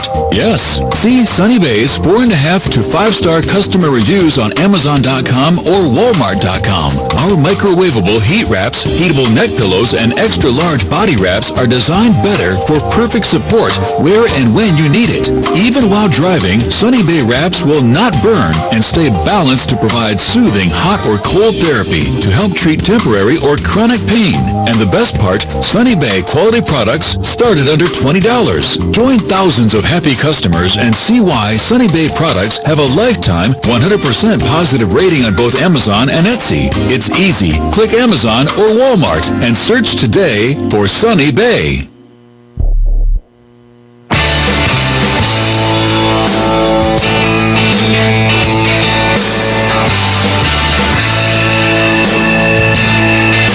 Open up a tab, grab a seat, and pour a pint. It's time for the Beer Guys Radio Show. You want free beer? Go to the brewery. Dedicated to the art, science, and enjoyment of craft beer. Yo, what's wrong with the beer we got? Now, here are your hosts, Tim Dennis and Brian Hewitt. And welcome to the Beer Guys Radio Show. We're broadcasting from the Beer Guys Radio Studios in Marietta, Georgia. And this week we're talking with Bend, Oregon's Deschutes Brewery. I'm Tim Dennis, and with me as always is my good friend and co-host, Brian Hewitt. Hey Tim, so joining us today we have Brian Favor and Kyle Mathias, the brewmaster and pilot plant assistant brewmaster, respectively, for Deschutes Brewery. We're going to talk about new beer trends, classic beers like Black Butte Porter and the Abyss, and the latest developments with Deschutes. Brian and Kyle, thank you guys for joining us. Yeah, thank you. Brian, I'm going to ask this now because I would be willing to bet, did Brian get your last name correct? Yeah, well, I don't know. Did he say it? It's Favor. Yeah, you got it. It is Favor. Okay. Yeah. That's what I targeted. I'm not sure if that's what I actually said. You did, so yeah. Well done, Brian Hewitt. Well done. I actually listened to some interviews too. He's done with other people all the time to get it right. I'm like, is he like Brett Favre or is it Favor? I'm like, that's Favor. Okay. Good deal. Awesome. Well, guys, thanks so much for joining us. We really do appreciate it. Looking forward to you. We're fans of the brewery. We've got some good ones here to get into this week. So looking forward to that. So question for you guys. We do a Twitter poll most weeks of hot topics, Brian. Yes. That we talk about. And this week we were kind of inspired by a trip we took last week. And we went down to the Porter Beer Bar in Atlanta that celebrated their 11th anniversary. And we got, you know what? I forgot something, Brian. What did you forget? Becky Smalls is in the studio. Oh my goodness. I am here, and I brought you guys beer and bourbon barrel maple syrup, right? Yeah. Not enough to be remembered, but enough for us to let her in. We get in the zone, and it's in the zone. We should feel horrible about it. But you don't. You never do. I do feel a little bit. No, you don't. Smalls, how are you today? I'm good. How are you guys? Good. Yes. Becky actually had to write me a note, don't forget me. She did. Because I'm a horrible human being. That's right. Brian, Kyle, we were talking about beer prices and how much you'd spend on a beer because we went down to the Porter and we splurged. We got a bottle of 2001 Dre Fontaine Oud Goose, which was just ridiculously phenomenal. So are you guys splurgers? Do you spend on fancy beers?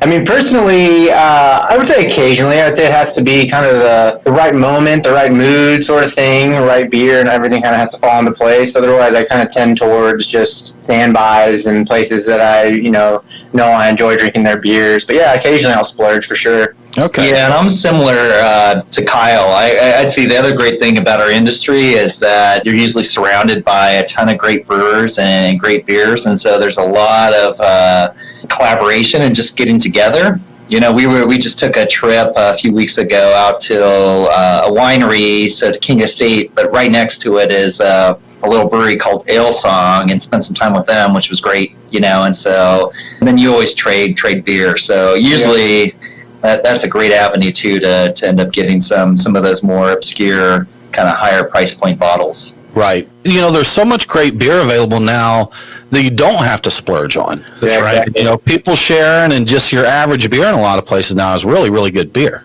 Yeah, we're really fortunate. Mm-hmm. Yeah, like you said, it's kind of situational. Like we were down there at the Porter celebrating their anniversary.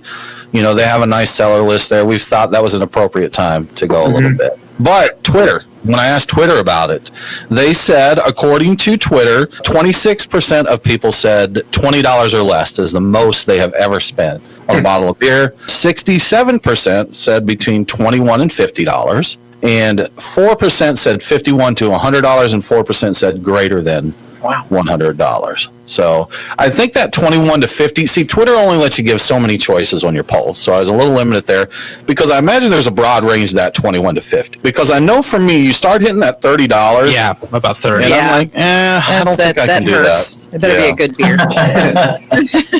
We were definitely in the latter two categories for that Dre Fontainen. And I don't begrudge it at all. No, in it was fact, phenomenal.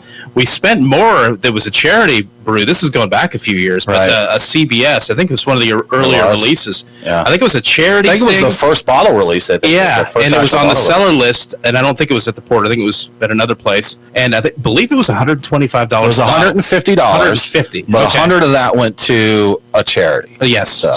Nice. Yes. Yeah, I would say another thing, like when I'm in a group of folks, I'm more probably apt to splurge, right, for something that we're going to share. I'm also that guy too, though. Like when there's nothing more disappointing today. I think when you get you spend like $5 or $6 for a pint, and you're kind of bummed out about that. Right.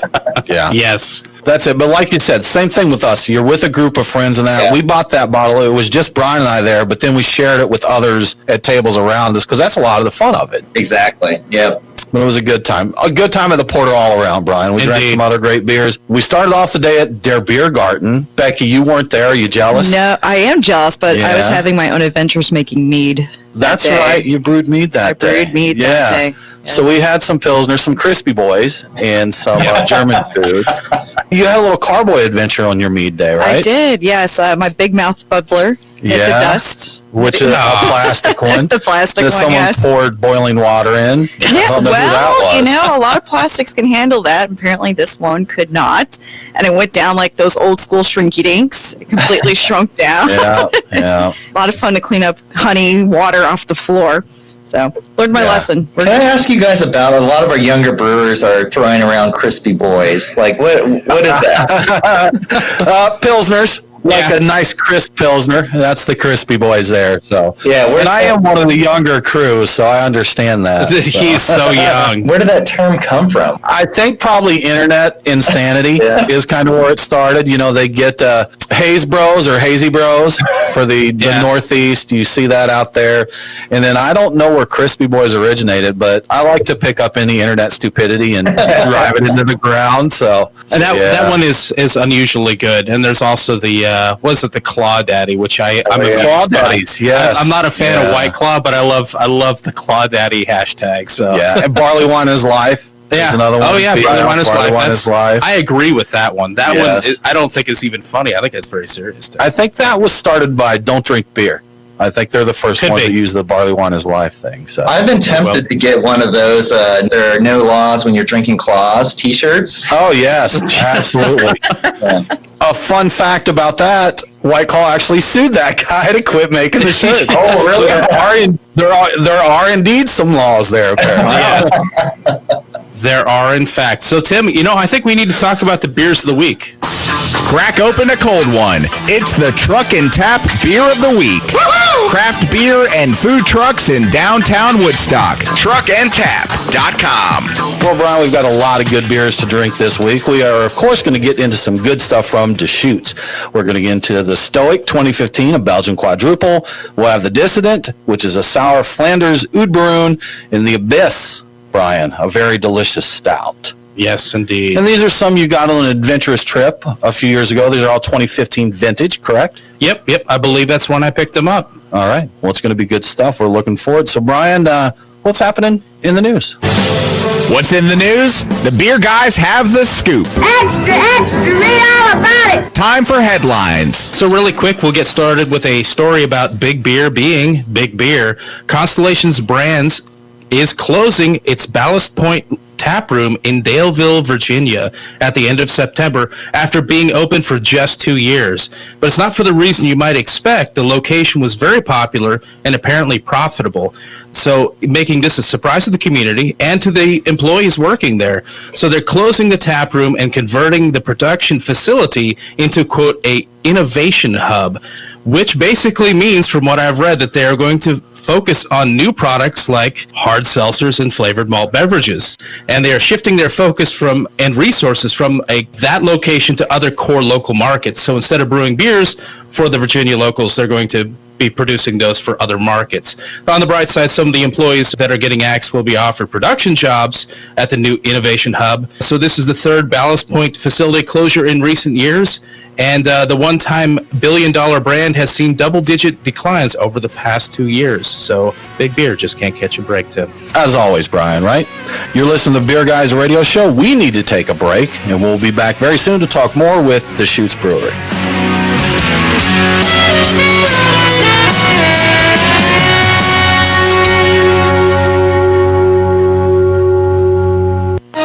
Fellow Patriots, my name is Todd Savage, founder of BlackRifleRealEstate.com. Like you, I was a prisoner of the alt-left sanctuary state until one day I chose to lead my family to freedom. Today we live on a sustainable 20-acre homestead where we shoot, hunt, garden, and homeschool our children without the tyranny of the nanny state looking over us. If you're ready to flee the city to the freedom of Idaho or Montana, our Black Rifle Real Estate team is here to help. Go to BlackRifleRealEstate.com. That's BlackRifleRealEstate.com. I'm getting older and noticing that my body just doesn't work as well as it used to, so I like to keep fit as possible by hitting the gym a few times a week. Recently, I started having a nagging bicep pain, and it got so bad I couldn't even lift the weights. When I was complaining about it to a friend, he told me about Angioprim. He said chelation helps remove toxins, heavy metals, and cholesterol in veins and arteries that may cause blockages. You know, after just 1 week of taking Angioprim, the pain was gone, and now I'm back in the gym full strength. Scientific research proves the active ingredient in Angioprim has superior oral chelation action that helps promote cardiovascular health. So to learn more, go to angioprim.com. That's ANGIOPRIM.com, or talk to a trained consultant. Call Angioprim toll-free at 877-882-7221. You'll feel better with more energy. Call 877-882-7221 or go to the website angioprim.com. Most of you know that heart disease is the #1 silent killer in the U.S. What if I told you for just $54.95 a month you could fight against heart disease naturally? At Heart and Body Extract, we've been helping thousands of people get back to a healthier heart. Don't just take my word for it. Check out all of the success stories at hbextract.com, or to order, call 866-295-5305. That's 866-295-5305. hbextract.com. Don't risk it when you can take charge of it. Hunters, anglers, campers, and survivalists, get back to nature. Expand your horizons with the highest quality, most versatile, unique slingshots and sling bows on the market at slingbow.com. Slingbow products are compact and models start from just $17.98. They're perfect for your bug-out bag or storing in your vehicle. Give yourself and your loved ones the excitement and tradition of Slingbow, a new frontier in archery and truly modern twist on this primitive survival tool. Feel the thrill only at slingbow.com. Would you like to get back that full head of hair from years past? Introducing Reveal from GCNLife.com. Beverly Hills dermatologist Dr. Nathan Newman invented Reveal, which contains polypeptides with natural botanicals and no parabens, sulfates, silicones, or dyes for a salon-quality hair growth product. Reveal. Here's Dr. Newman. I've treated a lot of patients who lose their hair and they lose their confidence. We've created a unique set of polypeptides, which we call HPT6. The HPT6 contains the polypeptides from 6 different plants. The scalp infusion treatment should be used on wet or dry scalp. The Reveal hair care system is designed to be used for men and women alike. Get Reveal at GCNLife.com with a 30-day money-back guarantee. So try Reveal today at GCNLife.com or 844-443-6637. Plus a discount up to 25% off for Reveal at GCNLife.com or 844-443-6637. Complement your health with hemp-derived cannabinoid oil. We've always believed that the closer to Earth, the better it is for our bodies. Our hemp-derived cannabinoid oil is phytocannabinoid-rich, full-spectrum, and organically grown. Finally, hemp made easy, clean, and effective. GCNHemp.com or call 877-878-4203. That's right, we cut through the red tape. It's now available at GCNHemp.com or call 877-878-4203.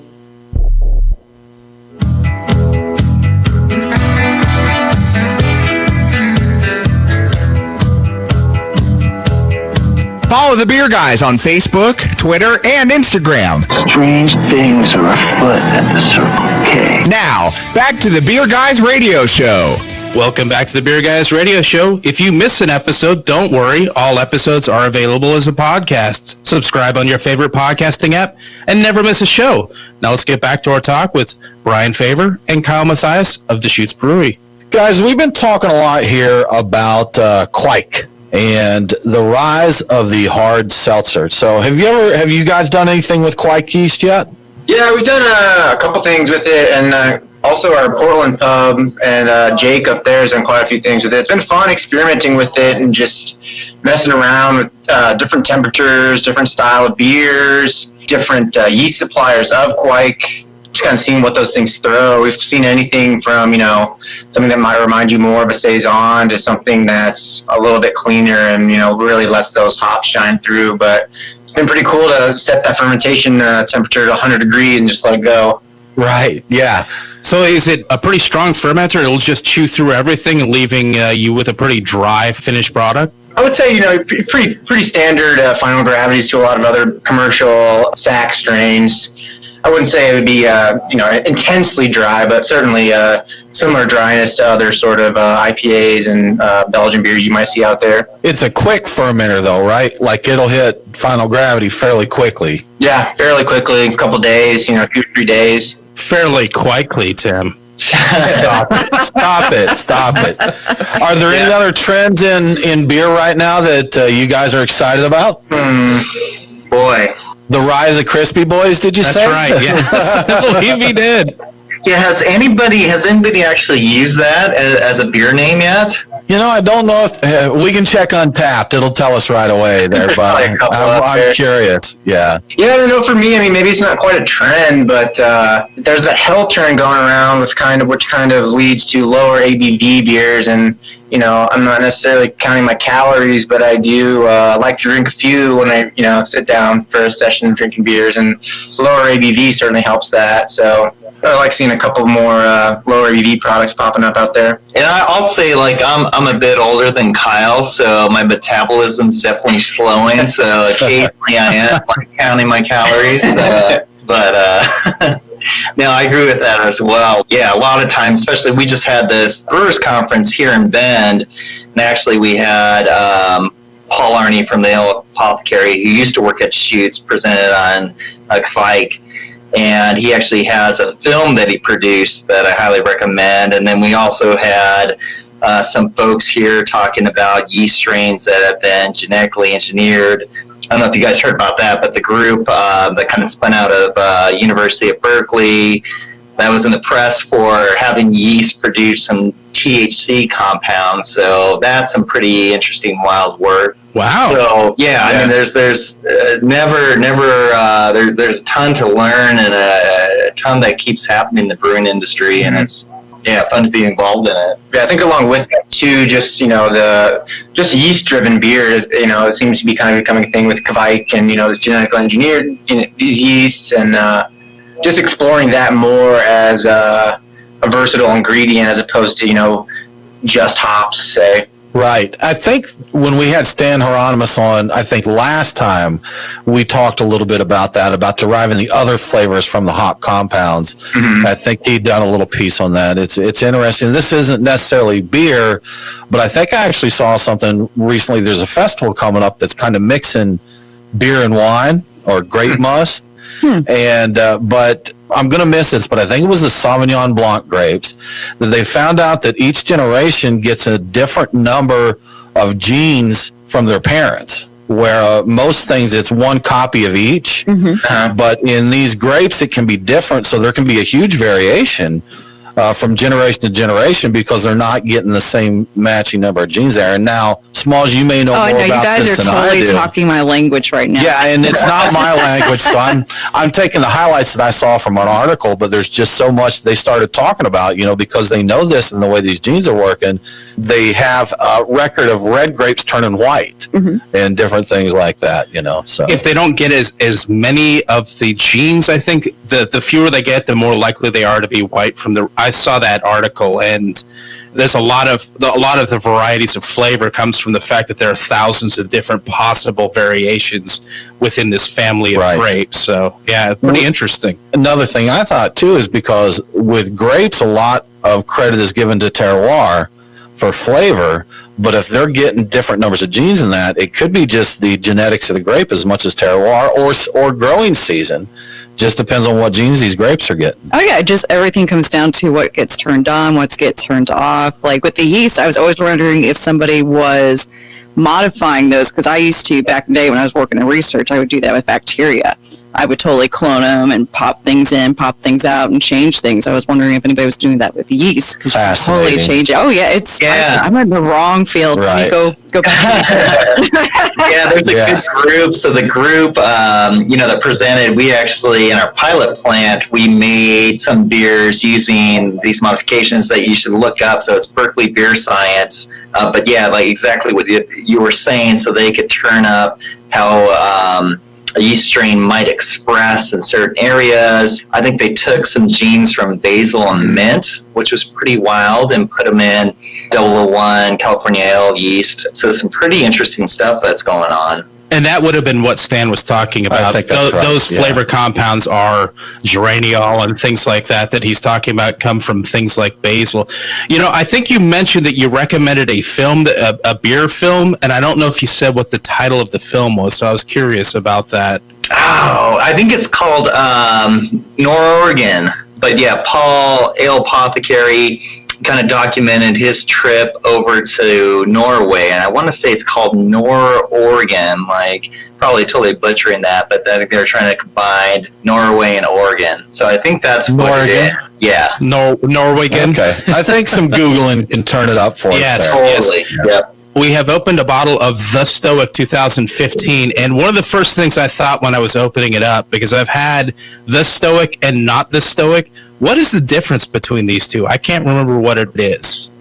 So we actually, I can't remember if it was 13, but we did the Stoic. There was a previous vintage of that, and so that was kind of our first attempt as, we were getting more, involved in just higher gravity brewing and barrel aging, but our attempt as doing a quad.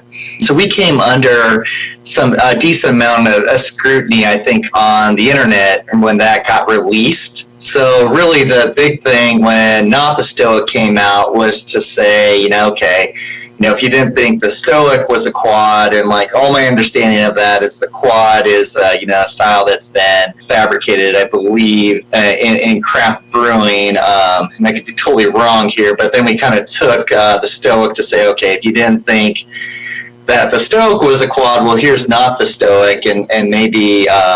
maybe this is. How's this, internet? Does this make you happy?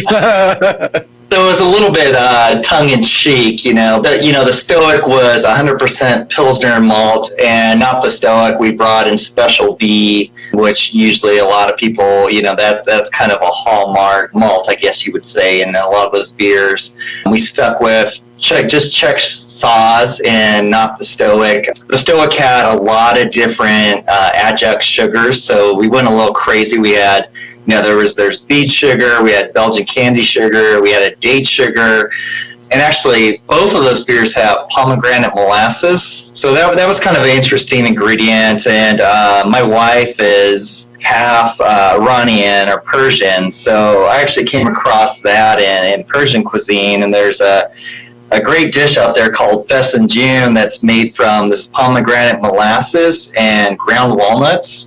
And you make a stew out of it with chicken. Anyway, if you ever come across a Persian restaurant, definitely go for the Fesenjoon.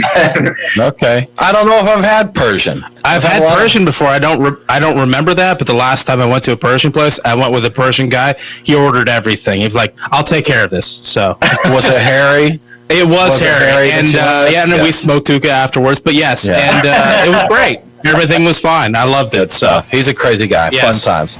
We listen to the Beer Guys radio show. We do need to take another break, but we will be back very soon to talk more with Deschutes Brewing.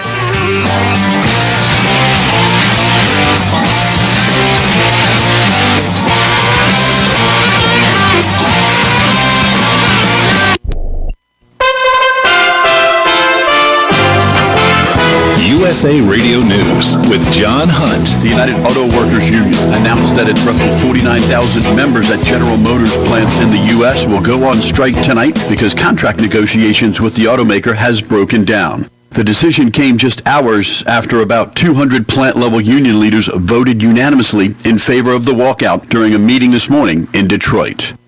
The family that owns OxyContin maker Purdue Pharma used Swiss and other hidden accounts to transfer over $1 billion to themselves, according to New York's Attorney General. The state of New York is asking a judge to enforce subpoenas of many companies, banks, and advisors to Purdue and its owners, the Sackler family, and they said they've uncovered what was previously unknown wire transfers. The transfers bolster allegations by New York and other states that the Sacklers worked to shield their wealth in recent years because of mounting worries about legal threats over the painkillers. Does your business spend $500 a month or more on gas and electric bills? Did you know by making a simple free phone call, you can save up to 25% on your bill every month? What could you do with a 25% savings on utility bills every month? Energy deregulation is now available in your state. Making one simple phone call will show you how we can lower your gas and electric bills instantly, with no changes to your bill and no enrollment fee. This is a free service. The only thing you'll notice is a lower bill every month. Call U.S. Power and Light right now. Learn how easy it is to lower your utility bills for your business and save money. We promise. So if you spend over $500 a month on your gas and electric bills, please call right now and unleash your savings. 800-941-3381. 800-941-3381. 800-941-3381. That's 800-941-3381. Is your brewery or restaurant flooring all jacked up? Your foundation needs to be protected from heat, chemicals, and other contaminants. At the same time, you want to make sure it's slip resistant and you can clean up your messes with soap and water. You know who to call? ResTech. We've been manufacturing poured-in-place flooring since 2002, and we've got solutions to fit any facility's needs. Go on and visit our website at ResTech.net. That's RES-TEK.net. Drop us a line and we will come to you for a free evaluation. Oh, yeah. It's Brian and Tim, the beer guys. If you're like us, no lunch or dinner is complete without a pint or two of craft beer. Which is why Truck and Tap in downtown Woodstock, Alpharetta, and Duluth are always on our list. Tim, why do they call it Truck and Tap? Well, the tap part is easy, Brian. They've got 18 of them. As for the truck part, that's where it gets interesting. Truck and Tap features your favorite Atlanta area food trucks, so you're getting a different menu every day. Truck and Tap in downtown Woodstock, Alpharetta, and Duluth. Truckandtap.com. Let them know that the beer guys sent you. Craft beer forged with a reverence for tradition and new styles that start a revolution. Ironmonger Brewing. The brewers at Ironmonger Brewing pride themselves at being masters of barrel-aged, hoppy, and sour beers. They invite you to their tap room in Marietta, Georgia to taste and see. Also visit their barrel room for an intimate drinking experience with great live entertainment. Keep up to date on all things Ironmonger by liking them on Facebook. Ironmonger Brewing, establishing a new standard in craft beer. We are Reformation Brewery, celebrating the reformer in you. Locally crafted within the renowned Etowah watershed of Woodstock, Georgia, Reformation creates yeast-forward brews full of aroma and flavor crafted to last. Come see us in beautiful Woodstock, Georgia, for a tour and tasting of unique brews that you can't find anywhere else. Reformation Brewery, set beer free. ReformationBrewery.com.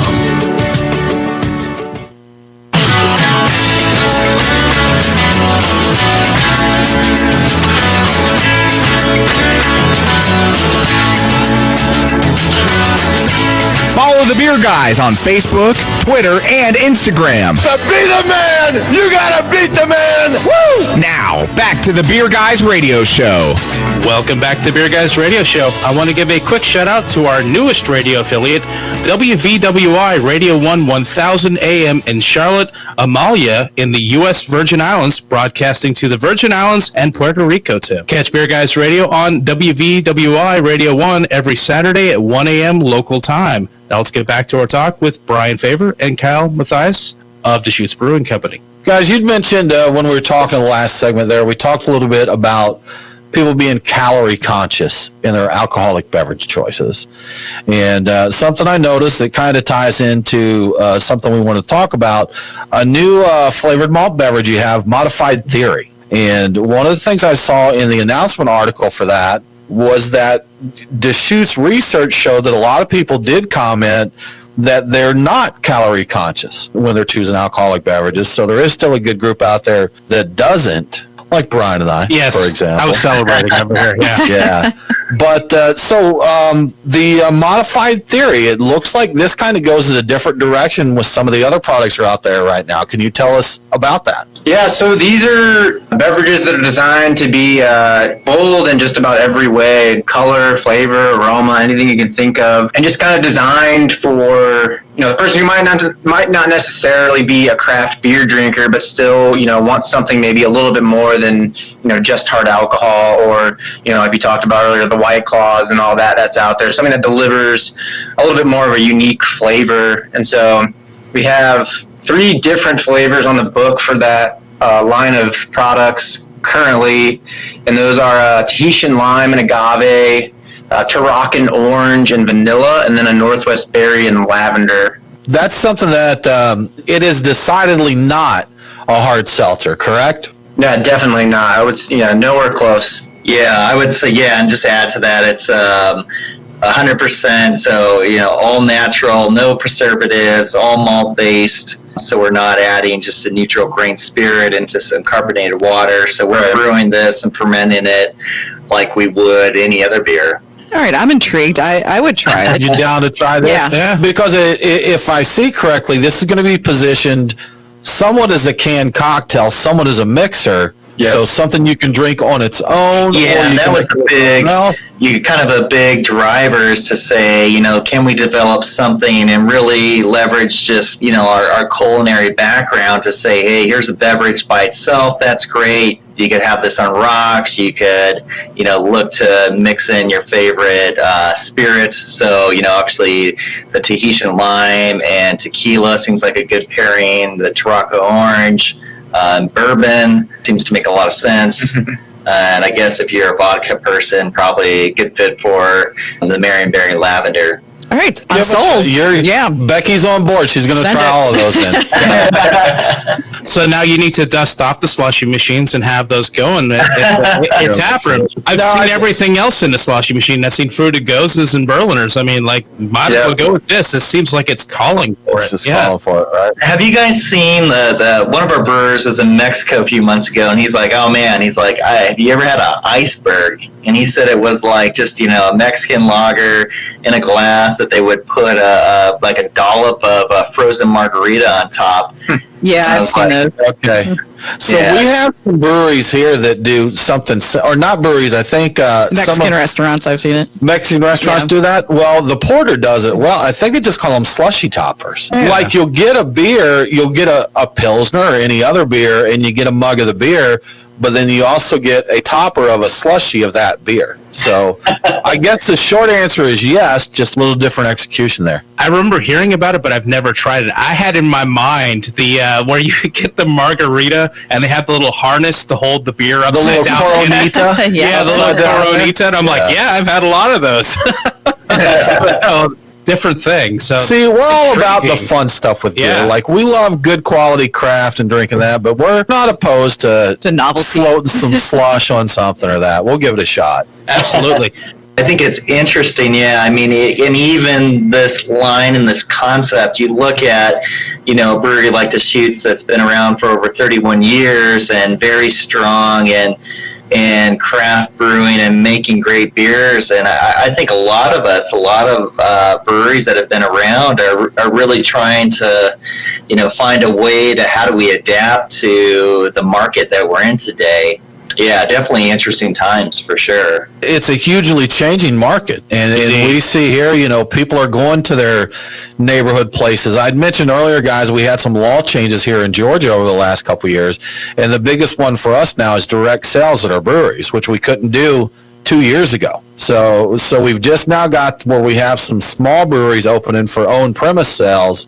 Before that didn't make any sense because everything had to go through a distributor. Mm-hmm. But, the drink local is becoming even more and more local for a lot of people. That drink local thing, I think that resonates with, brewers. I mean, we're huge advocates of that. And, so if your local brewery is making great beer, why wouldn't you support them? But it's like at the same time we feel, that the beer coming out of Deschutes and what we're making is probably some of the best stuff around that you could find. So that's our advantage right there. Well, that's something that we've kind of noticed. There's a lot of great beer out there. And what are some things that you guys do kind of to keep it moving forward? Because people are looking at that drink local. When you have I imagine being in Deschutes' position right now is one of the trickier positions in the beer world to continue forward momentum. Yeah, it can definitely be tough as a larger guy. Just, it takes a little bit longer to steer a bigger ship, right? But there's constant innovation going on in the pilot plant that I'm responsible for, and also our pubs in Portland and Bend as well. A lot of freedom there, and then a ton of great ideas flowing in from our co-owners here that help me decide, what to put on the brew schedule next. But, for example, just to kind of show our nimbleness in recent times, today we actually bottled our first round of Reserve Club beers, which we just put out a call for a couple weeks back and got pretty huge reception for that. So idea behind that being that at least initially people in Oregon can receive some one-off barrel-aged products. And the first one that we're releasing there is a single cask Abyss. And so we bottled that today, and that should be heading out to those folks who got selected for the Reserve Club here pretty shortly. And then, potentially spinning off of that, maybe some short, small can runs, which is much more nascent in its stages right now. Not quite sure where that's going to head, if it will or not, but I've started looking into that as well, so we can, sort of do that more direct to consumer sort of point of sale as opposed to just, seeing Deschutes in, bars and grocery stores. Okay, that ties into a question that I wanted to ask you about. I was looking through your list of beers that you had put out on Untappd, and I saw that you guys made a goose in the past. Is that going to be something you're going to be doing again, or method traditional, I guess is what they would prefer us to say, but a goose style beer? I'm wondering, is that something you're going to work into that program or just release more in the future?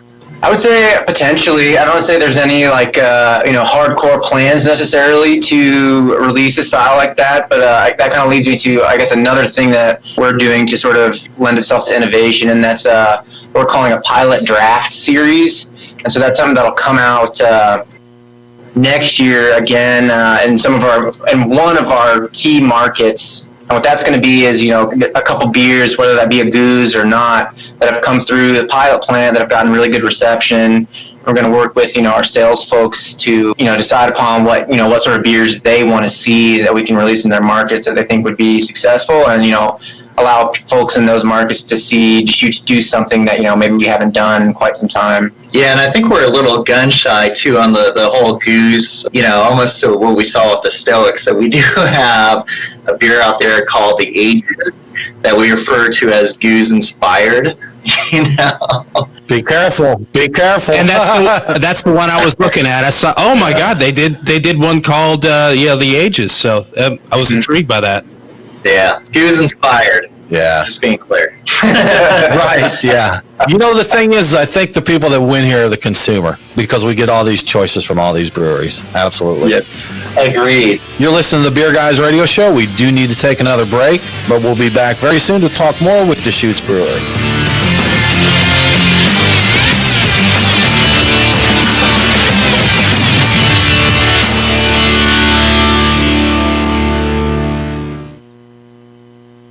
As a brewery owner or taproom manager, are you looking for ways to enhance your customer experience while maximizing your revenues? Craft Cellar is a mobile solution that helps your brewery drive sales and attract new customers through online pre-sales for beer releases, events, and memberships. Get details now at craftcellar.com. Mention Beer Guys Radio after sign up and extend your free trial to a full 30 days. Remember, craftcellar.com, craftcellr.com. Have you ever thought about owning your own brewery but don't know what it takes to get one built? We're Storytime Construction, and we build breweries. We're Georgia's most experienced and hands-on contractors when it comes to building new breweries and tap rooms, or expanding existing breweries. We offer full build-outs, remodeling, and additions, as well as consulting and construction management. Give us a call at 770-733-4343. Storytime Construction. We build breweries. Are you intrigued by Paranormal Talk Radio? You'll love the new Paranormal Radio app from TalkStream Live. You'll find a great selection of talk shows covering UFOs, ghosts, strange phenomena, and much more.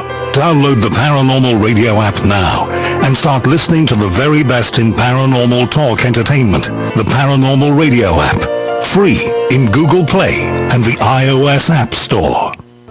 Hey, is that a new music app? Yeah, check it out. Surfer Music Discovery. It links to thousands of online stations, but the twist is you see the song names and artists that are now playing live. That's different. No guessing. Looks like a waterfall of music. So many formats. Rock, oldies, country, R&B, jazz, and a whole lot more. How's that spelled? Surfer. S-U-R-F-R. Is it expensive? It's free. No need to sign up or sign in. Get the Surfer Music app free from Google Play or the App Store.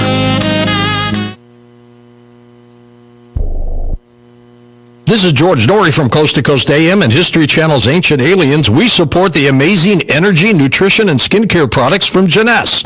Jeunesse products are designed by leading doctors in their field with natural ingredients and even stem cell technology. These products help your body perform and look better. Shop Jeunesse at gcnlife.com or call 1-844-443-6637. gcnlife.com or 844-443-6637. Childhood is full of wonder, and we get the chance to relive it with our grandchildren every day. But imagine missing special moments with a grandchild or seeing them through cloudy vision. The Foundation Fighting Blindness can help by providing valuable information about diagnosing and treating AMD. Age-related macular degeneration is the leading cause of vision loss in people 55 and older, but it doesn't have to be. The Foundation Fighting Blindness is driving research and saving sight by providing information about diagnosing and treating AMD. Don't miss a moment of your grandchildren's youthful wonder because of poor vision. Learn more about vision-saving preventions and treatments. Call the Foundation Fighting Blindness today at 1-800-BLINDNESS for a free packet on reversing or managing AMD. Or go to the website fightblindness.org where you can find so much helpful information. Call 1-800-BLINDNESS today. That number again is 1-800-BLINDNESS or fightblindness.org. Maybe not today, maybe not tomorrow, but soon you'll need a plan and place to survive. Forget bunkers. You're not a live underground gopher. You need survivalist camps, the ultimate fully functional, off-the-grid mobile survival bug-out house that's well-equipped and custom-built to outlast any other RV or trailer. Bold statement, you fit. See them now at survivalistcamps.com. That's survivalistcamps.com. Trust your family's survival to survivalistcamps.com.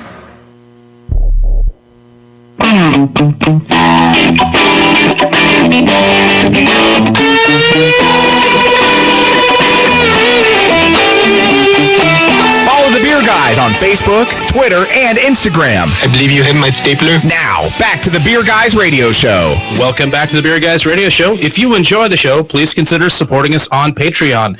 Just go to patreon.com/Beer Guys. Patrons get cool perks like Beer Guys swag, commercial-free episodes, and even episodes that you can't find anywhere else. We have a new one out this week, don't we, Tim? We do, Brian. Oh, it's Cherry Shoof. Oh, Cherry Shoof. Cherry okay. Shoof. Yeah, so we drank that, the latest one from Deschoof, and we gave our thoughts on it on this beer right here, Brian. That's out there right now. Right now. So go check that out. Now back to our conversation with Brian and Kyle from Deschutes Brewery. Well, guys, we wanted to talk about another popular recreational activity up there in the state of Oregon. And as we were doing our research for the show, we found some fun videos on Deschutes' YouTube channel with, I believe the lady's name was Betty. Yeah. And Betty was in what looked like a TV show cooking kitchen. Ideal, yeah. And she had weed all over the place. And but she mentioned that when she's not enjoying legal marijuana, that she drinks Deschutes beers. So what has been the impact there on craft beer? And I don't think we can actually put beers out with marijuana now, but have you guys played around any internally with that yet? Yeah, so not with actually THC. We have looked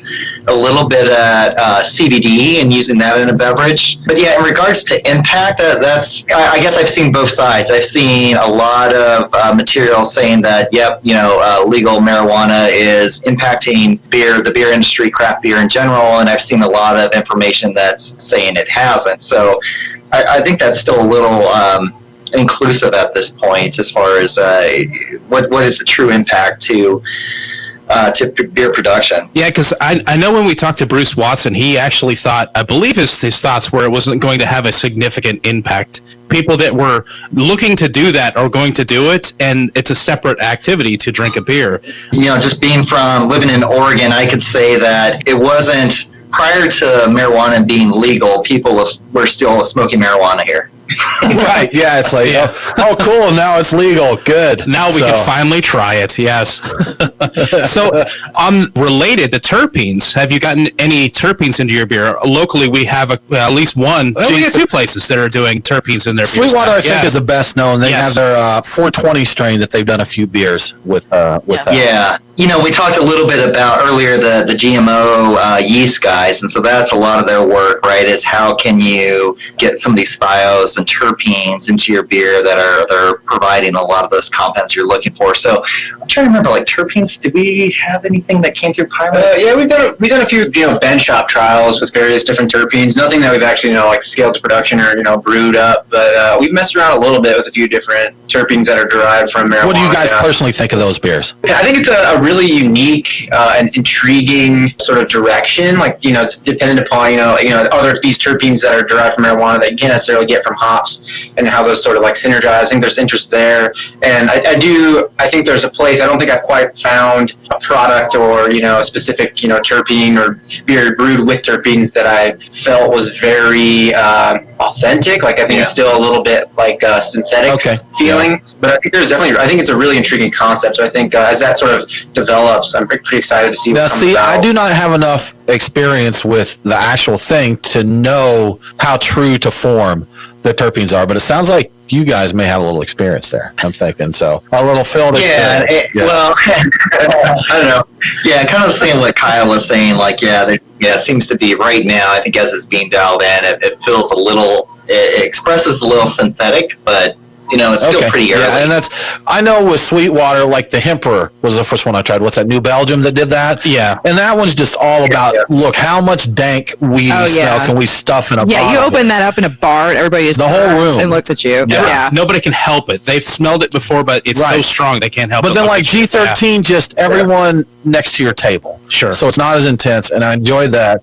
And then Sweetwater did at 425th this year in the Sweetwater Experience tent. They had about 10 different beers that they did with different strains, and they had I think it was a Berliner with Maui Wowie. So, nice fruity, and they were really tasty. So I've enjoyed those so far, but like I said, I don't know enough about the actual strains to see how darn close they are. And they're the brownie version. I think it's out now. It's Chocolate. There we go. That was pretty tasty. Speaking of things that are chocolate and dark, we have to talk about the Abyss. We just opened up a bottle, the 2015 Reserve, and is this the 20th anniversary of the Abyss, guys? So our first release year was, I believe, 06. So we're getting closer to that. Oh, okay. I thought it had been. I don't know where I saw it. You're a decade off. Yeah, I'm off by a decade. So. Well, I was wondering about that. Have they been brewing it that long? Okay. Well, what's the story with this beer? This is pretty much consistently the same beer every year, or is this one of the ones that changed? Guys, I don't mean to interrupt you, but I like how Brian had to change directions. So this is the 20th. This is the 20th anniversary. No. Okay. Well, what's the story with this beer? I read that somewhere. The 20th. It happens. He was having a lot of the G13. Is it the 20th anniversary of anything this year? I don't know. I bet it is. Okay. I bet there is something to celebrate. We're pretty agile. We could just go into mode as if there you go. 26, right now. I don't know where I got that, man. But so we started that in 2006, and it was such a small volume back then. And like you were saying, the recipe hasn't really deviated at all. And it's, probably what you're tasting, it's such just a big imperial stout, 50% barrel aged. So, we're using bourbon barrels. We use some wine barrels that we typically source from Oregon. Very small amount of New Oregon oak that's pretty strong, so we don't use a lot of that. But blackstrap molasses, brewer's licorice, vanilla beans in that, and cherry bark. So all of that comes together, and every year we kind of sit down and we taste the different barrels and talk about the blend, and that's what you end up with. But that's one of the beers. I mean, all our beers especially the reserves I look forward to, but especially the Abyss when that comes out and the weather starts to turn here. It gets a bit colder. I love drinking the Abyss here when it's cold. I have to agree with that. I enjoy stouts year round. We did a show this summer, guys, that we called, as Becky mentioned earlier, Stouts Are for Summer. So, we don't care. We had a brewery here that released, like 11, 13% stouts. Yeah, right around 4th of July during the Memorial Day. Memorial Day, the other one, yeah. So. But you're right. It is nice to have a little cooler weather and get these big beers. Is, nice. I imagine sitting around a nice fire outside with this one. Enjoying it some. Now, another thing, Brian, I think you mentioned you saw some YouTube videos about their sensory evaluation area, right? Exactly, yeah. And it said that they used it on a daily basis. It's kind of a very advanced system. I don't know if it's still in use now, but all the videos were a few years old. But I'm curious, how does that figure into what you're doing on a day-to-day basis? Yeah, and that sensory analysis and tasting, I think for us as brewers, it's huge, whether it's myself and production or Kyle in the pilot plant or, our brewers at the pubs. But so we're tasting multiple times a day. So we have a sensory panel that's comprised of employees that are trained weekly on our beers and how to scale them and all flavors or just different flavor compounds that you would find in beer. So every beer before it actually goes into a package, after it's in a package, and then just a variety of trials and experimentation we're going through. We'll run that through the panel to get feedback. So we get a lot of information that might come off of sensors. We get a lot of information that comes from the lab as far as color, bitterness units, ABV, but there's really not a piece of lab equipment that can really replicate what the human palate and just sensory perceives. And so that, I think, as brewers goes, that panel is one of the most important instruments that we have. You can do all the science you want to do, but sitting down, tasting, drinking the beer and tasting is really what tells you the whole story there, right? Yeah, and I will say because I was talking to one of our brewers about that today, and it's pretty interesting because you go into our sensory panel and it's very, it's supposed to be quiet, it's supposed to be well lit, it's supposed to be free of any odors. And so what's really interesting is trying beers, whether it's at our pub or tasting room, and how they kind of express and come across in those environments versus sitting down in a sensory panel and really you're kind of keyed in and focused on sensory analysis of a beer. And so it's always something to keep in mind, right? Because the majority of all people out there aren't experiencing beer that way. So I think it's important that, again, it's one of the tools we have to work at, but also there's a lot of value just sitting down and tasting the beer outside of that with people and talking about it. So it kind of goes both ways, but it's an extremely valuable tool that we have here at Deschutes. Well, guys, we're about out of time. If people want to keep up with what's happening with Deschutes, where should they go? I would say, if you hit us up at DeschutesBrewery.com, you'll be able to find all the links to Instagram, Facebook, Twitter. And I think those are great ways to kind of stay in touch with what we're doing here. Good stuff, guys. Thank you so much. We appreciate it. That about wraps it up for this episode of the Beer Guys Radio Show. Coming up next week, it's time for our Oktoberfest show, Brian. We're going to be talking Oktoberfest with Tucker Brewing Company. For more craft beer info, follow us online. We are Beer Guys Radio on Facebook, Twitter, and Instagram. Thanks again for tuning in. Have a great week, and don't forget to drink local. Cheers.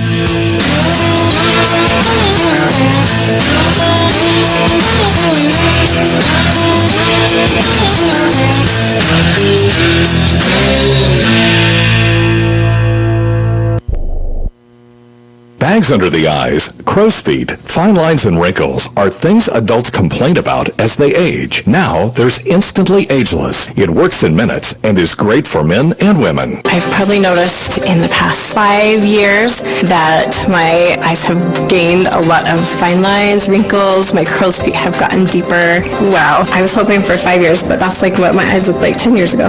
That is really cool. Wrinkle gone? It's easy. Just put it on your finger and go. Now I wish I had more down here because I can still see one wrinkle. It's bugging me. I am a little bit emotional. Turning 40, I didn't think would be a big deal to me, but that looks like the me that I feel like inside instead of what I see when I look in the mirror. Try Instantly Ageless today at GCNLife.com. That's GCNLife.com. 30-day money-back guarantee and preferred price discount at GCNLife.com. That's GCNLife.com.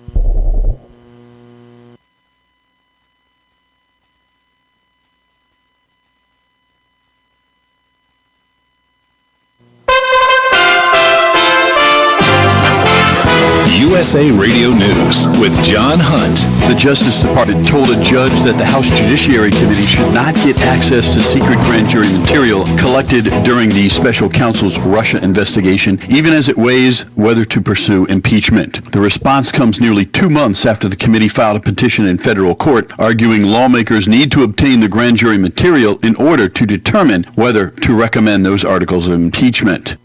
A negotiating team from the Taliban arrived in Russia, according to the Associated Press, just days after President Donald Trump declared dead a deal with the insurgent group in Afghanistan. Russian state news agency TASS cited the Taliban's Qatar-based spokesman Suhail Shaheen as saying the delegation held consultations with President Vladimir Putin's envoy for Afghanistan. It was the Taliban's first international visit following the collapse of talks with Washington. This is USA Radio News. So there's this guy named Jordan, and he's a healthy guy. He's a dad of 6, and he works as a guide in Alaska, but then he goes to the doctor and he's diagnosed with cancer, stage 4. And here's the thing. He had switched from medical insurance to MediShare, which is a Christian healthcare sharing ministry.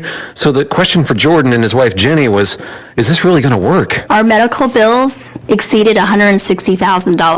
MediShare members shared all our bills. And it was about more than just the money, too. This is a real community. MediShare is a family, a group of people that stick with you through the hardest times of your life. I just don't know how I could have done it without MediShare. It's so worth looking into. There's a reason this is growing so fast. If you want to find out more, here's a number for you. 833-34-BIBLE. That's 833-34-BIBLE. 833-34-BIBLE. A drone attack on Saudi Arabia that cut into global energy supplies threatens to fuel a regional crisis as Iran denied U.S. allegations that it launched the assault. Iran called the U.S. claims, quote, maximum lies, end of quote, while a commander reiterated its forces could strike the United States military bases across the Mideast with an arsenal of ballistic missiles right now. A prominent U.S. senator suggested striking Iranian oil refineries in response to the assault. There have been numerous mysterious attacks on oil tankers that America blames on Tehran, at least one suspected Israeli strike on Shiite forces in Iraq, and Iran shooting down a U.S. military surveillance drone.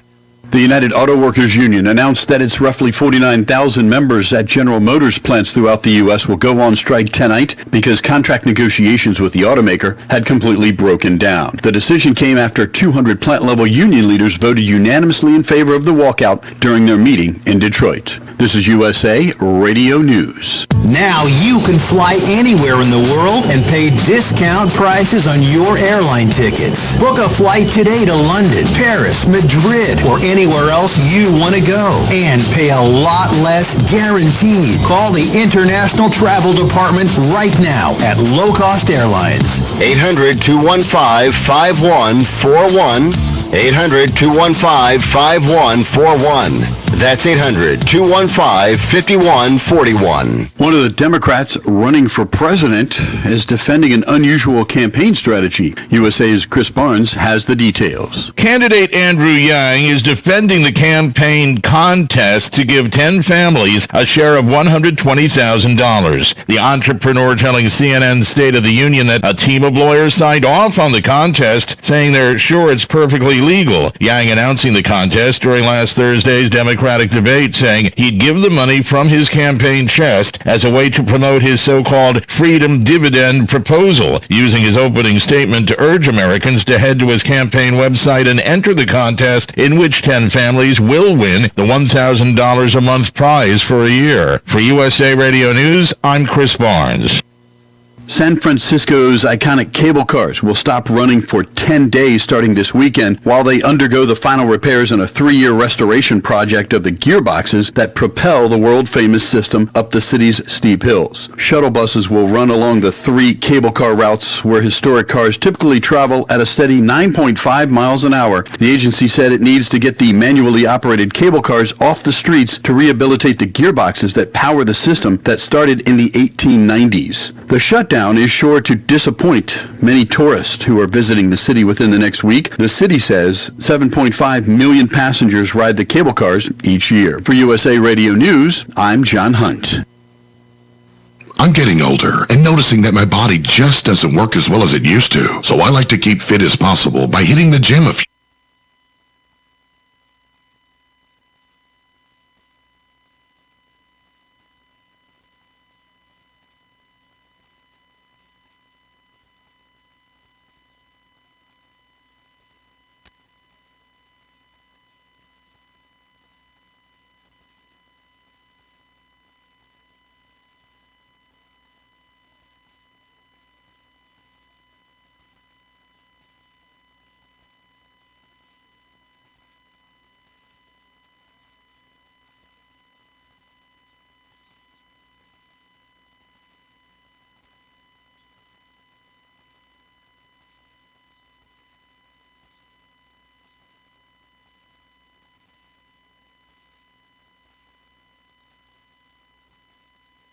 Five 2561.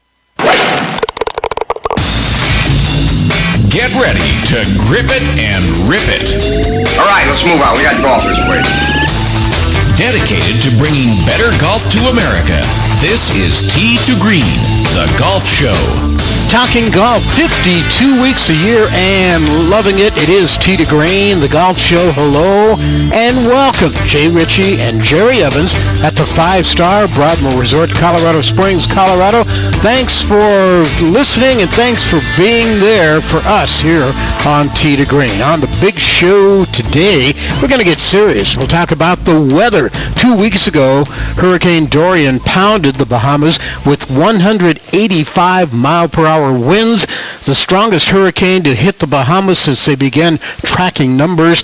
As of right now, some 60 dead, 1,200 still missing, 70,000 are homeless, and the damage estimate nearly $8 billion. The Bahamas has 12 golf courses, 6 of them directly in the path of Dorian. One of them was the Abaco Golf Club on Abaco Island, owned and operated by Southworth Development Corporation. The CEO and founder of Southworth, David Southworth, will be with us today to tell us about the ongoing relief and recovery efforts going on in the Bahamas in the wake of Hurricane Dorian. And if a hurricane doesn't get you, well, lightning just might. If you play golf or you attend golf tournaments or any other outdoor sporting event, you've probably been affected one way or another. Lightning delays are becoming very common and a part of sports anymore. Bob Dugan with Thorgard returns to the show today. He'll talk about the science behind lightning prevention and detection and how Thorgard works today here on Tee to Green. It's early Sunday morning, the sun is coming up. I'm on the tee at 7, I'm here to try my luck. They say this game's a tough one, but I'll give it my best shot. Though the bunkers look like beaches and the greens like parking lots. Oh Lord, what am I gonna do? Help me keep my head down, save me from those double bogey blues. It's America's longest-running network radio golf show, Tee to Green. Check out our website, teetogreenradio.com. Like us on Facebook. We're also on Sirius XM Channel 211 and the Sirius XM app, Dan Patrick Radio. Jay and Jerry at the Broadmoor teeing it up with David Southworth next on Tee to Green. Honey, I just switched the family to Boost Mobile and we got so much more. Awesome. Like what? We got 4 free LG Stylo 5 phones for the whole family. 4 lines for just $25 per line per month with unlimited gigs. I smashed up the car a bit. And they have a super reliable, super fast nationwide network. Whoa, 4 free LG... Wait, back up. Did you just say you... 4 free LG Stylo 5 phones? Yep. No. Something about the car? Oh, you mean Boost super reliable, super fast network. Before that, the car smashing thing. What? The smashing deal we got. 4 lines for just $25 per line per month? No. Between the 4 lines for $25 per line per month and the unlimited gigs part, you said I smashed up the car a bit. I did. It's completely smashed. We need a new vehicle. But 4 free phones. Boost Mobile, the switch that gives you more. Offer ends 9/16/19 or while supplies last. Requires 1 port from eligible carrier and activation. 1 free device per line. Includes mobile optimized data. Additional terms and restrictions apply. Offers and coverage not available everywhere. See boostmobile.com or retailer for full details. At 28, I had struggled with opiate and meth addiction for 12 years. I did and said things that the sober me never would have done. One day I realized I was not invincible. I was not exempt. And that's when a friend told me about Elite Rehab Placement. They gave me the tools I needed to get sober, and all it took was the one phone call. Elite Rehab can help you start to break your addiction problem and get sober in as little as 7 days. And we'll work with your insurance provider to help cover the costs. Plus, we have travel assistance programs to get you here by plane or train. Make this free call right now to learn more. 800-403-5912. 800-403-5912. 800-403-5912. That's 800-403-5912. And here's today's BRP safety tips. Riding outdoor recreational vehicles can be fun. These safety tips can help make your outdoor experience safe and enjoyable. Enroll in a motorcycle, ATV, snowmobile, or water safety course. Depending on the vehicle, always wear protective gear. Helmets, life jackets, goggles, long sleeve shirts and pants, and gloves will help keep you incident-free. Always stick to the correct and legal number of people on your outdoor machine. And now a word from BRP. It's time for the YellowTag sales event at your local BRP dealer, where you can save big on new Can-Am off-road vehicles.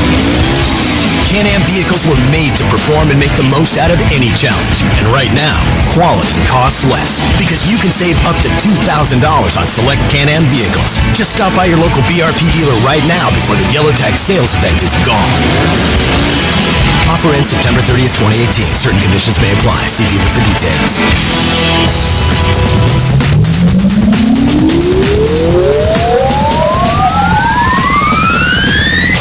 Golfers listen because we speak their language every Sunday right here on Tee to Green, the Golf Show.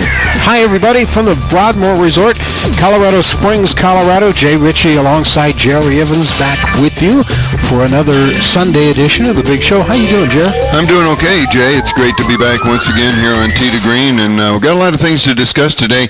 And I'm particularly going to be very interested in, and hopefully all of our listeners will as well, about what's going on in the Bahamas, because ever since Hurricane Dorian hit there, and it just kind of settled in, and it was just really tragic to see everything. I'm really kind of anxious to see how things are progressing at this particular point, and how the golfing world is helping out. Yeah, as I mentioned earlier, as of now, and these are kind of round numbers: 60 dead, 1,200 missing, 70,000 folks are homeless. The damage estimate put at about $7.5 billion. There are 12 golf courses in the Bahamas, and half of them were directly impacted by Hurricane Dorian. One of them was the Abaco Club on Abaco Island, Winding Bay, and the Abaco Club has launched a fundraising effort dedicated to providing immediate disaster relief for residents of Great Abaco Island, which is in the northern part of the Bahamas. A lot of golfers have stepped up. Tiger, Darren Clark, Justin Thomas, Ricky Fowler, Jordan Spieth are all contributing and asking people to pitch in. Michael Jordan and Tom Brady, among other athletes who have also stepped up as well. On the phone with us right now is our first guest, as we're going to talk a little bit more about this devastating development in the Bahamas. Category 5 Hurricane Dorian made landfall a couple of weeks ago with heavy rain and sustained winds of 185 miles per hour, the most powerful hurricane to hit that area since they began tracking these sort of things. And he is the founder and CEO of Southworth Development, which operates the Abaco Club. David Southworth is on the Tee to Green guest line with us right now. David, how you doing? Thanks for doing this with us today. Good. I'm doing well. Thanks, Jay. I also saw something that said nearly 1/3 of your employees at the Abaco Club, this was as of about a week ago, were unaccounted for. What's the latest on that? Can you bring us up to date? Yeah, I'm so happy to say that we have 178 employees at the in our community, and it took us about 5 days, but we finally found all 178, which was a small miracle, considering many of our staff live in Marsh Harbor, the town that was so badly affected by the storm. So it was, as you can well imagine, a bit of mass confusion, and we finally, we had rescue teams going into the area trying to find them, and eventually we did. That's good news. Yeah, I was going to ask you also, where did they stay? I mean, where did they find shelter or a place to, just to settle in while the storm was there? The stories are just mind-boggling in a way. I mean, there were people that were washed out of their homes and literally washed out of their homes and clung on to whatever they could. There were some that found refuge on roofs. Some were able to ride it out in their homes in some form or fashion. It was just chaos. Families were being separated by the water. There's so many accounts of people being washed out to sea and things like that. So it was just crazy. David, tell us a little bit about that area. That's the northern part of the Bahamas, and the tip of the island, Abaco Island, was one of the first points where Dorian came ashore, was it not? Yeah, Abaco, the island itself is 122 miles long, and the storm, the eye of the storm, kind of hit dead in the center of the island, which is where the town Marsh Harbor is located, and then proceeded north. We're south of that, which saved us the total devastation.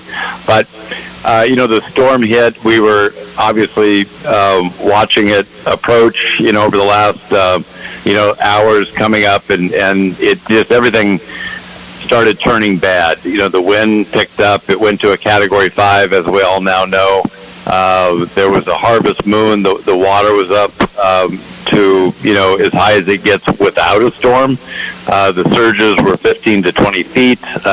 Marsh Harbor is basically at sea level or a few feet above sea level.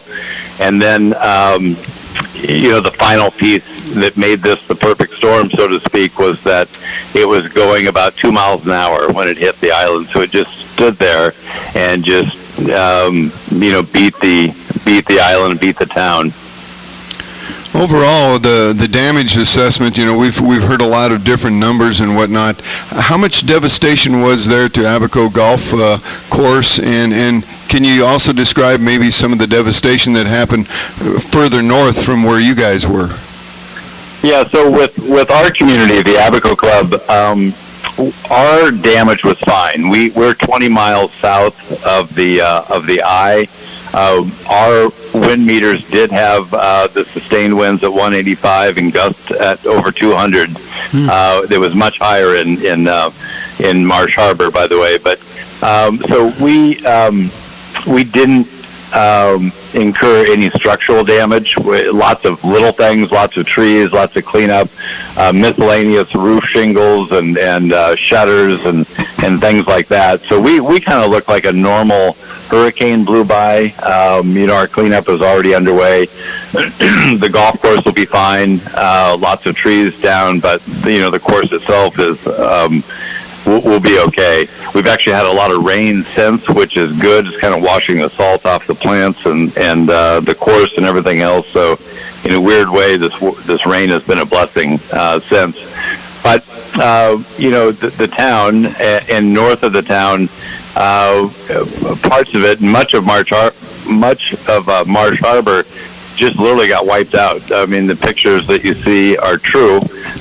It was leveled, and we're also told that the eye was full of tornadoes, which makes sense. But I know people that lived in Marsh Harbor, for example, in multi-million-dollar oceanfront homes that were built out of concrete and just built as hard as you can build something, and those were destroyed as well. So it wasn't an issue of a big storm hitting shantily built structures that you sometimes see on islands. These were real buildings. David Southworth Development is with us on Tee to Green today, talking about relief and recovery efforts in the Bahamas. 12 golf courses down there, and half of them directly impacted by Hurricane Dorian 2 weeks ago when it reached landfall there. David, I also saw something yesterday. Tropical storm Humberto is in the area. What are you hearing about that? Are you concerned about maybe getting hit again?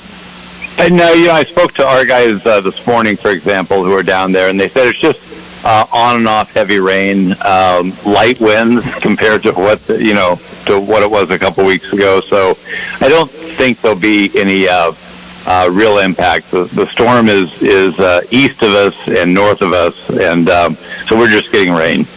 Yeah. Now, you mentioned that your cleanup efforts are already underway. Being there and being kind of in hurricane territory, you had a plan, or you have a contingency plan for these kind of things? Yeah, we're used to. I mean, every year you get a hurricane scare, and so we have we have our storm preparations and protocols, and it's not something that we're not used to, operating and living in that part of the world.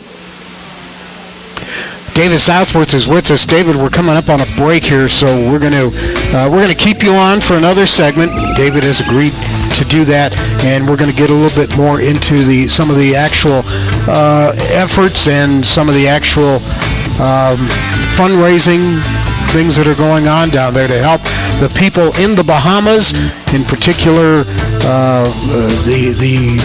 the Marsh Harbor, the main town there, not too far from the Abaco Club on Winding Bay, which is owned and operated by Southworth Development. The founder and CEO, David Southworth, is our guest today on Tee to Green. Later in the hour, Bob Dugan is going to tell us about lightning prevention and detection, as weather is our theme on this week's edition of The Big Show here. We're at the Broadmoor Resort, Colorado Springs, Colorado. Jay and Cherry, and this is Tee to Green. We'll be right back.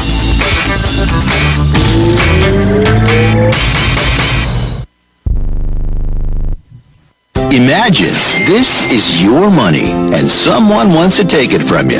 Who is it? The IRS. They want your money, and guess what? They can legally take it. All of it if they want. Remember, they sent you that letter that said, hey, you owe us a bunch of cash and we're going to take it from you. So what do? Fight back by letting our team of experts at the tax helpline work it out with the IRS so you can keep your money. And we're good at what we do. When you hire us, you get a team of guys on your side that know the IRS laws and will fight to save your money. So, if you owe the IRS a ton of cash and you want to keep it, call right now and learn for free how we can help you put it back in your pocket. 800-932-1749. 800-932-1749. 800-932-1749. That's 800-932-1749. If you or a loved one is suffering from a physical or emotional condition that has left you unable to work, then listen carefully. Take this number down.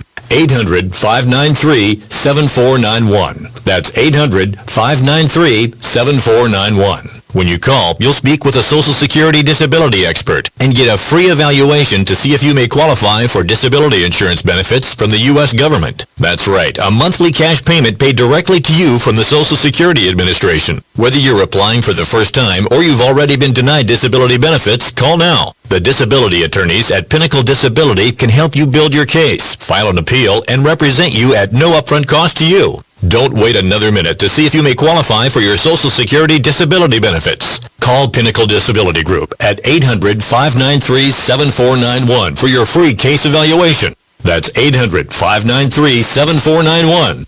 800-593-7491. Call now. Not too long ago, it felt good to withdraw your cash from the bank, didn't it? For a vacation or a new car. But today, withdrawing your own cash has become risky. Pat Boone here for Swiss America. According to The Secret War, a new Swiss America white paper, I learned that all banks are now required to spy on you and me for the government, and then report any financial behavior deemed suspicious or unusual. You must read The Secret War. It's free, Truth is, I believe the government's new war against cash is really a war against us all. But the secret is now out. So please, get and read The Secret War. Pick up your phone and call right now. 800-932-5517. 800-932-5517. 800-932-5517. Once again, that's 800-932-5517.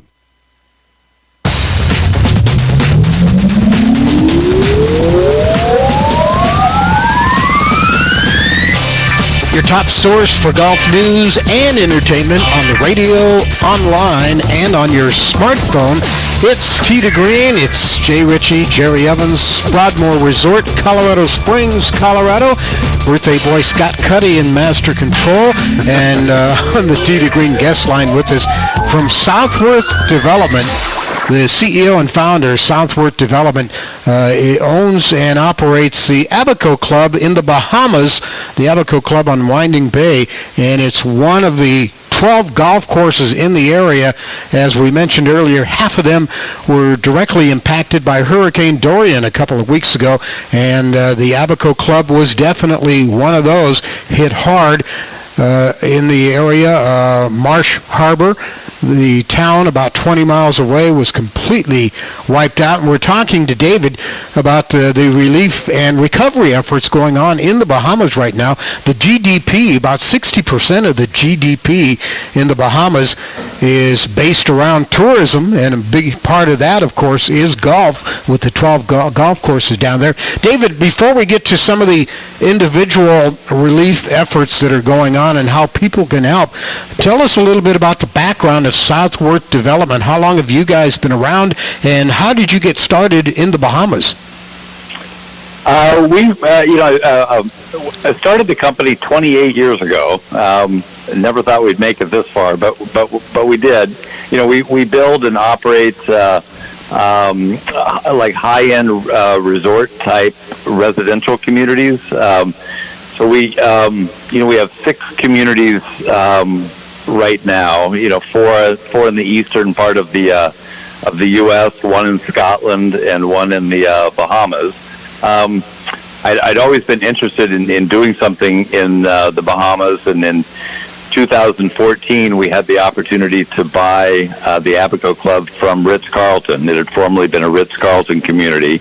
So we took over at that point, and it's been a labor of love ever since. It's the northern part of the Bahamas is kind of the quiet part. It's it's not Nassau, and it's not some of the other more known islands, but it's a very high-end special place. There's no franchise type stores or things like that. It has all the charm that you would want to see in a Bahamian island.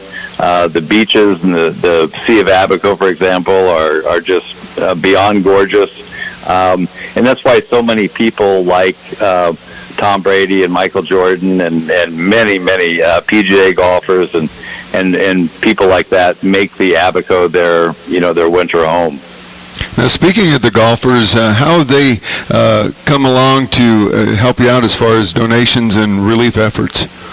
Well, they've all been wonderful. You know, we all know how, at least in my opinion, how magnificent the golf community is, and people in the industry. So, it didn't take long for them to start stepping to the forefront. Again, just in our community, Darren Clark is a longtime resident. Thomas Aiken, the South African golfer.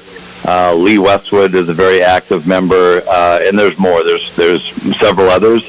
So they jumped on board. They knew that, through their social media and things like that they could help. Their bond to Abaco is deep and sincere. The people that work in our community are their friends, their family friends. They've babysitted their kids. They've become family. So they, like all of our other members, have gone way out of their way to help in any way. David, with something like 70,000 people homeless and damage estimates of nearly $8 billion, that's with the B, dollars, Where do you start in something like this? That's a good question. You know, I thought about that a lot as this unveiled, and was reminded, you know, of the old adage, how do you eat? USA Radio News with John Hunt. The Justice Department told a judge that the House Judiciary Committee should not get access to secret grand jury material collected during the special counsel's Russia investigation, even as it weighs whether to pursue impeachment. The response comes nearly 2 months after the committee filed a petition in federal court arguing lawmakers need to obtain the grand jury material in order to determine whether to recommend those articles of impeachment. A negotiating team from the Taliban arrived in Russia, according to the Associated Press, just days after President Donald Trump declared dead a deal with the insurgent group in Afghanistan. Russian state news agency TASS cited the Taliban's Qatar-based spokesman Suhail Shaheen as saying the delegation held consultations with President Vladimir Putin's envoy for Afghanistan. It was the Taliban's first international visit following the collapse of talks with Washington. This is USA Radio News. Hi, this is Wayne Alaruth, the capitalist evangelist. I'm here to introduce you to a special company with the potential to be one of the great all-American stories. Fortum Resources is a publicly traded, diversified natural resource company with oil, gas, and mining properties in North America and internationally. Fortum is led by Chairman Mark Bruner, the legendary oil man who built Ultra Petroleum from a 15-cent stock to $200 per share, creating $15 billion in shareholder profits. Mark has 30 years of experience in the oil and gas industry, overseeing contracts with Halliburton, ExxonMobil, and Hess. Fortum has over 350,000 acres of oil and gas resources, and more than half the acreage has been evaluated by world-renowned auditors Deloitte Touche. Fortum also owns the rights to the 180-square-mile City of Gold mining property. Fortum is traded on 2 global exchanges, U.S. ticker symbol FTMR. Repeat, FTMR. This is a rare ground floor opportunity to capitalize on a proven energy industry legend. Please visit FortumResources.com. That's Fortum, F-O-R-T-E-M, resources.com. There are some other agencies that we're working with where the other developers in the area have grouped together to help each other with some of our common needs. So we have begun that. But in the beginning, it was so chaotic. There was no government. There was no anything to rely on, that you really just had to take matters into your own hand and figure things out. So by the the first day after the storm, we had some relief coming in via helicopters from the States. You just make it up and you just start to piece it together. David Southworth Development with us today here on Tee to Green. David, right now you've got a big microphone with the show here. We're on Sirius satellite radio, Sirius Channel 211, Sirius XM Channel 211, as well as Sports Byline and all the Sports Byline affiliates around North America. What are you asking people to do, or what should people do if they want to help out? Well, those who want to help, there's different ways to give. Through our community, we've set something up that you see on the landing page of the club's website. The club's website is theabacoclub.com. Our initial goal was to raise about $3 million to help in these efforts. I think through our GoFundMe effort, we're about halfway there. We've raised another $1.5 million or more already through the members, them sending in money and putting donations on their account and things like that don't show up on the GoFundMe. But we're putting all that to use right away in these efforts that I just spoke of, on the temporary housing now and those types of endeavors. Are you working with folks like Michael Jordan, Tom Brady, and some of the golfers we've talked about, or are those kind of independent of what you're doing? They're what I'm seeing is so Tom Brady and Michael Jordan, for example, they're affiliated with another community. There's probably 4 or 5 high-end communities like ours in the Northern Bahamas. They're affiliated with another one, so they're doing it through theirs. Darren and others that live at our place are doing it through ours, and Tiger Woods and Justin Timberlake, I see they just teamed up for the community that where they live. So it's all good. I mean, the horsepower is being spread around. The whole, as I mentioned before, the whole northern Bahamas is really full of these social media influencers and celebrities, if you will. So it's nice that they can, use their influencing power to spread the word, and it's helping. It appears to me that no matter how small the donation is or how large it is, it's just important for people to pitch in and try to do their part to help out, right? It is. It means so much to the people of Abaco. I've spoke to many of them, on our staff, and they're touched. I mean, they're some of the most beautiful people you'll ever meet in the world. They're genuine. They're hospitable. They're kind. They're very church-going, family-orientated people, and they know what this means. They know that the world's looking over their shoulder, and they appreciate it. We've had contributions in our fundraising efforts from a high of $1 million to as low as $5, and they're all equally appreciated and meaningful. David, I know golf takes a back seat. We got about 30 seconds left, but you got a tournament coming up there at the Abaco Club in January, don't you? We do. We have we're on the Corn Ferry stop. I don't know if they're going to have it this year at the club. We're fine. We could certainly handle the event, but I think they're worried about hotel rooms and things like that in the market. So. Okay. All right, that's David Southworth, Southworth Development, AbacoClub.com. Abaco Club, that's ABACO Club.com for more info on how you can pitch in and help the relief efforts in the Bahamas. David Southworth, Southworth Development, today on Tee to Green.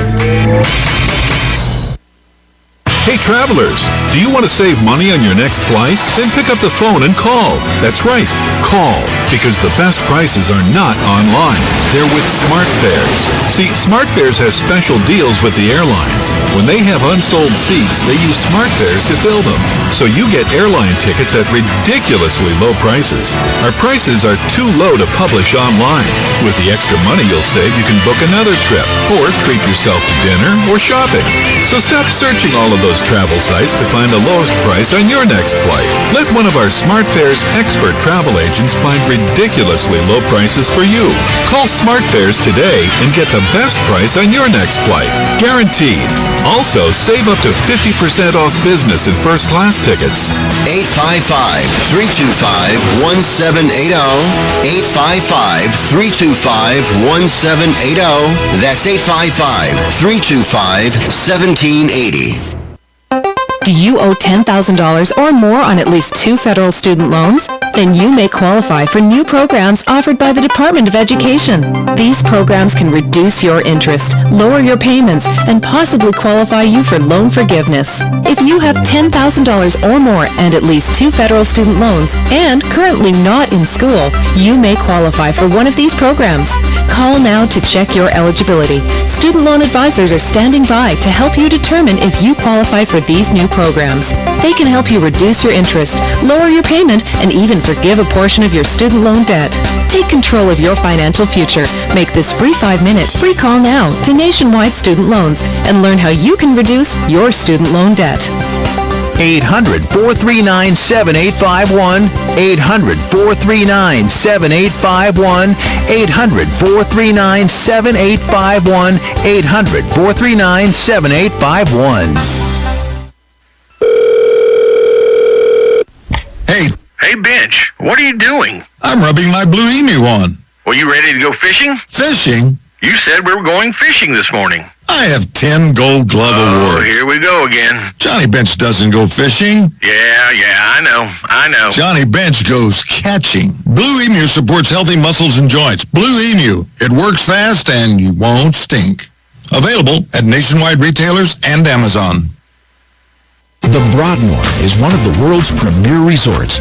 This 3,000-acre property has 700 rooms and suites, a world-class amenity spa and fitness center, plus more than 185,000 square feet of meeting space. The Broadmoor is located 5 miles southwest of downtown Colorado Springs and 1 hour south of Denver. The Broadmoor continues to stand in the forefront of world-class facilities, amenities, and service, combining modern comfort and convenience with an elegant charm of the past. If everybody had a golf course across the USA, everybody be golfing all day, every day. Like swinging and slicing, millions of balls in the air, knocking people unconscious. Golfing USA. Golfing USA. Is that really the Beach Boys? I don't think it's the Beach Boys. Or a cover band. Getting us back into the show in an interesting way. It's destination listening for dedicated golfers, and you have found it as we are golfing not only USA but everywhere on Sunday here on Tee to Green from the Broadmoor Resort, Colorado Springs, Colorado, along with Jerry Evans. I'm Jay Ritchie, and our next guest is standing by, Bob Dugan. We had Bob on the show back in April. He's with Thorgard, and we talked about the dangers of lightning and lightning detection and prevention. Thorgard is one of the systems that's used to detect and hopefully prevent lightning strikes at sporting events outdoors. They work with the PGA Tour, the USGA, NFL, NCAA, the Olympics, and a number of other major sports organizations. And we're happy to welcome Bob Dugan back to Tee to Green. Bob, how are you doing? I'm doing great, Jay. How are you this morning? We're fine. How was your spring and summer since we last chatted? Unbelievably busy. I guess that's good, huh? Give us more. And I was forced to have to go to the U.S. Open this year, so the week before I went to Arizona to play golf, and it was 100 degrees. I got to Pebble Beach, and it was 55, and I froze to death. We're not going to feel too sorry for you. No, not at all. Yeah, that's for sure. So before we talk specifically about Thorgard and the science behind preventing and detecting lightning, let's talk about just the dangers of lightning. I know I asked you about this when we had you on back in April, but if you're out on the golf course and you hear thunder, or off in the distance you see lightning, what sort of action or preventative action should golfers be thinking about and taking under that circumstance? Well, if you're playing a golf course like Country Club of the Rockies or Country Club of Colorado, which is right next to Broadmoor, they have a Thorgard over there, and when you're out, you hear the horns, you should immediately come in. If you're at any golf course, whether they have a Thorgard or some other system, that of course is not nearly as good as our own, still when you hear the horns, immediately come in whether you think they're right or not, because not coming in could be the last decision you ever make.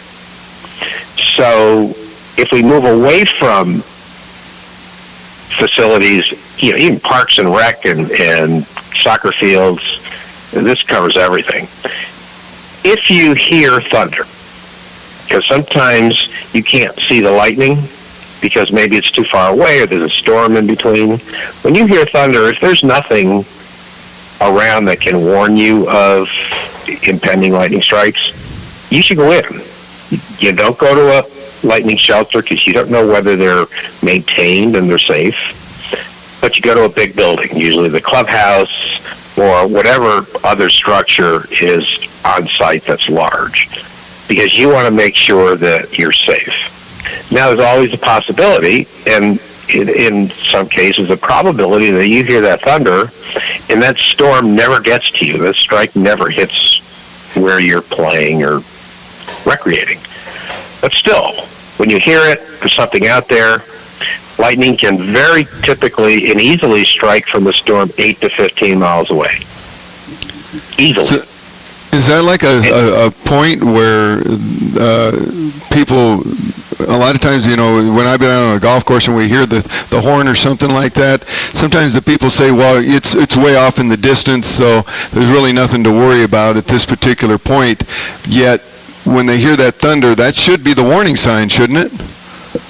Well, that's true, but as we talked about in the spring, if you go to Castle Pines, where, of course, the tour used to hold their big international event, you can be on that golf course and there's not a cloud in the sky, and their system will go off because the first bunch of strikes that are going to be occurring will be occurring there because of the kind of wind and energy coming off the lower range there, off the mountains. All kinds of crazy energy builds up, and you don't see the clouds even before that energy builds up, which can create a lightning strike. What about Bob? What about under a tree? A lot of people congregate under a tree when it might be lightning and thunder or a chance of rain. Is that bad idea? Good idea? Well, I think anybody that was watching the Tour Championship last month saw that that's a pretty bad idea. Yeah. Those people were given plenty of time to get in. They chose not to. Not only did they stand under a tree, which did get hit, but they were right next to a large body of water. You want to, it's almost like taking a gun, putting a bullet in it, aiming it at your head, and you're going to keep pulling the trigger in hopes that the bullet doesn't shoot. That is the worst idea in the world. Trees are bad.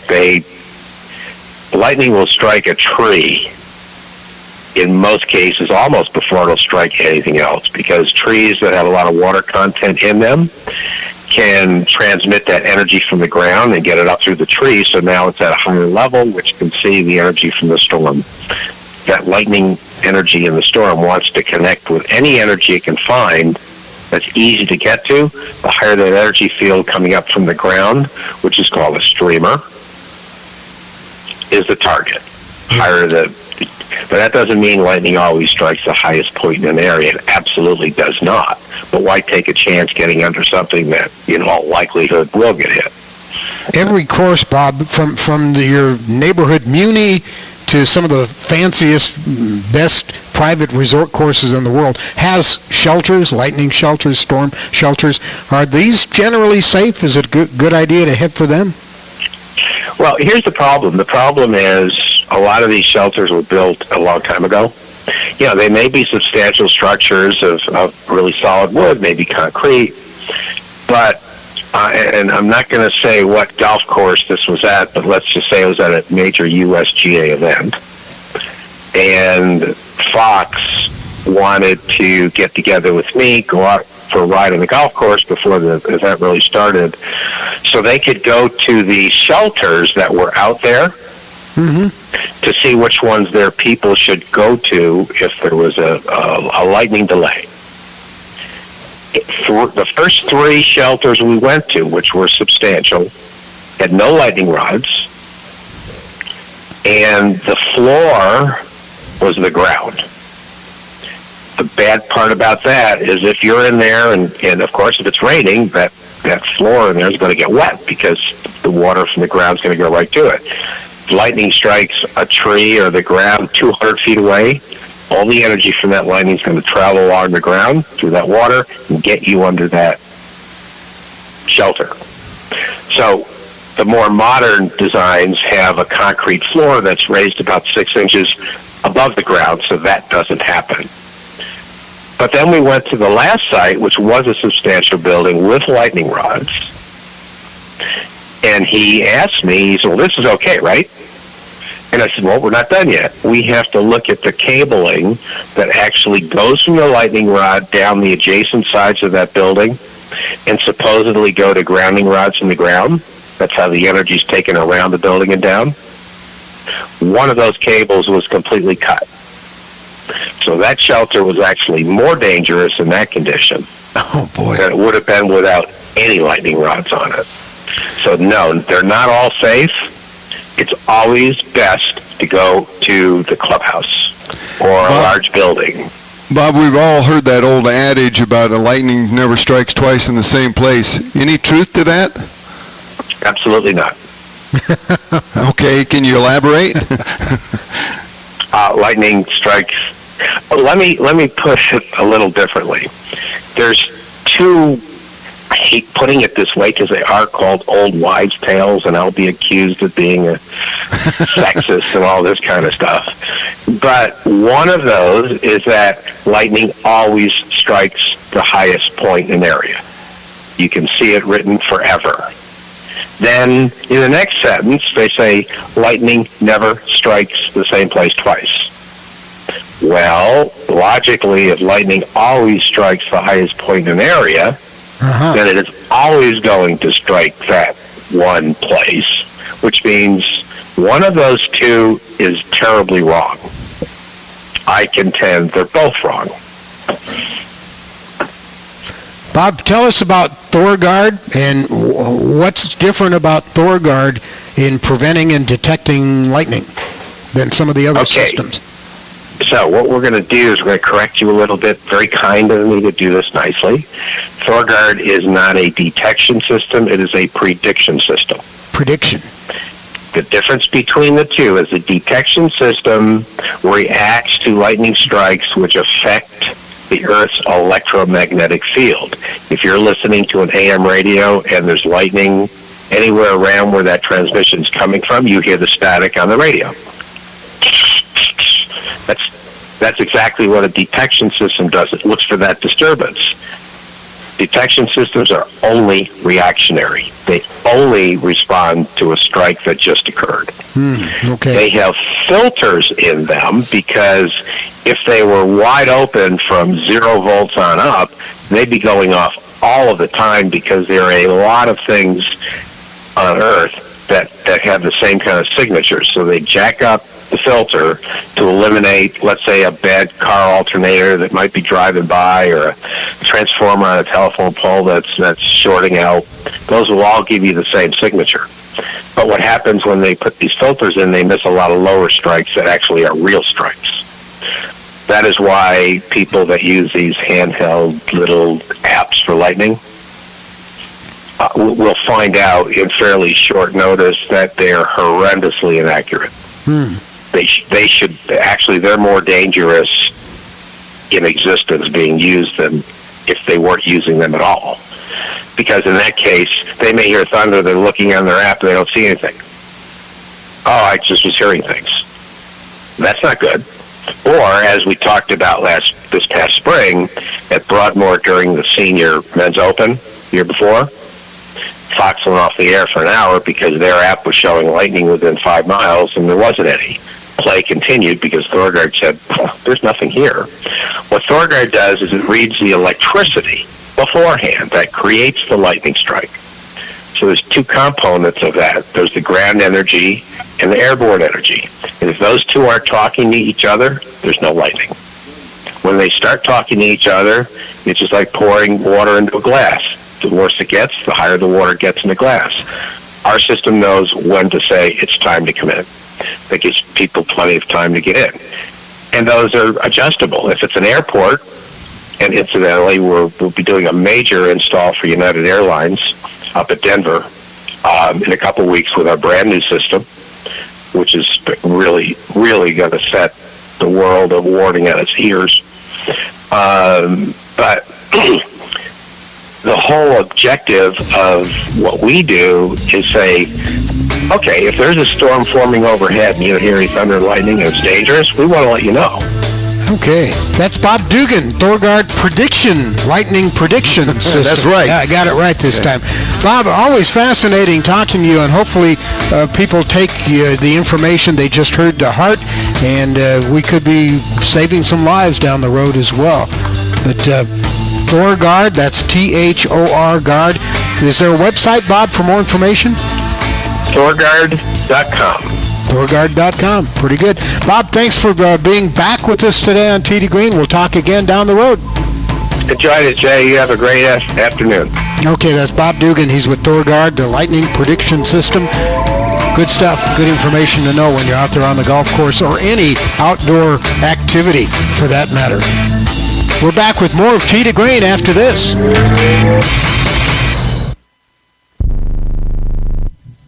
Want to fly somewhere? Looking for cheap flights or cheap tickets? Then call. That's right. Call the low-cost airline travel hotline now for prices so low we can't publish them anywhere. Low-cost airlines has all kinds of cheap travel deals. Fly domestically and save up to 75%. You can even fly internationally and save even more. Yes, fly anywhere in the world and save a lot of money on your plane tickets. We'll even save you money with cheap travel deals on hotels, rental cars, even complete travel packages. So don't book your tickets until you call us first for the absolute cheapest prices on U.S. and international airline tickets and hotels. Call right now for prices so low they can't be published. Travel experts are here 24/7 to help. 800-754-4531. 800-754-4531. 800-754-4531. That's 800-754-4531. Money Now 100 is not a lender, broker, or agent of any lender or financial advisor. We do not make loans or credit decisions. You must be 18 years or older and a U.S. resident to qualify. This is not an offer or solicitation to lend. I went to MoneyNow100.com and got the $5,000 I needed deposited in my account the next business day. If you need money for any reason, help is here. Go to MoneyNow100.com and get the money you need. Need to pay off credit card debt? Go to MoneyNow100.com. Need your car repaired? Need home improvement money? Visit MoneyNow100.com. If you need fast cash for any reason, go to MoneyNow100.com. Good, bad, or no credit at all. Go to MoneyNow100.com. You could get up to $5,000 as soon as the next business day. Go to MoneyNow100.com on your phone, tablet, or computer. Type in the address bar MoneyNow100.com. That's MoneyNow100.com. Attention to anyone that's written a book or wants to write a book. The process is not that complicated. Take a first step. Even if you write a page a day, you'll build momentum and your book will become a reality. The hard part is getting it published. That's when you need to call Page Publishing. They've got hundreds and hundreds of thank yous from different new authors, just like you. They make the process of publishing your new book and getting it sold online a simple process. You can learn how simple it is right now by calling for your free Page Publishing New Author Submission Kit. One quick 3-minute phone call, that's all it takes to get free information and learn how you can get your book published. Pick up your phone right now and call us 24 hours a day at this number. 800-603-0885. 800-603-0885. 800-603-0885. That's 800-603-0885.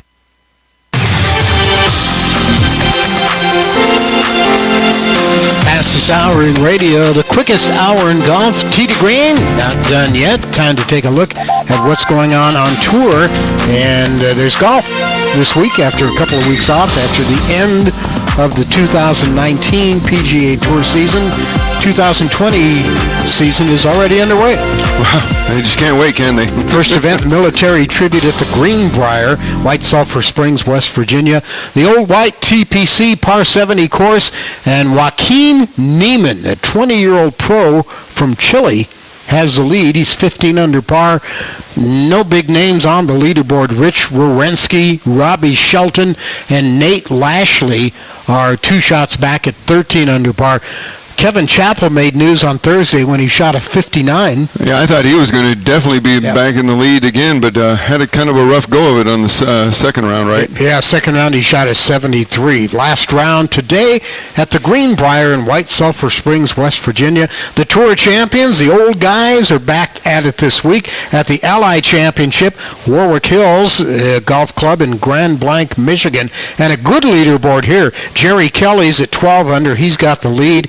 Scott McCarron and Woody Austin are a shot back at minus 11. Bernard Longer at minus 9. And the trio of Kenny Perry, Tom Lehman, and David Toms, 4 shots back at minus 8.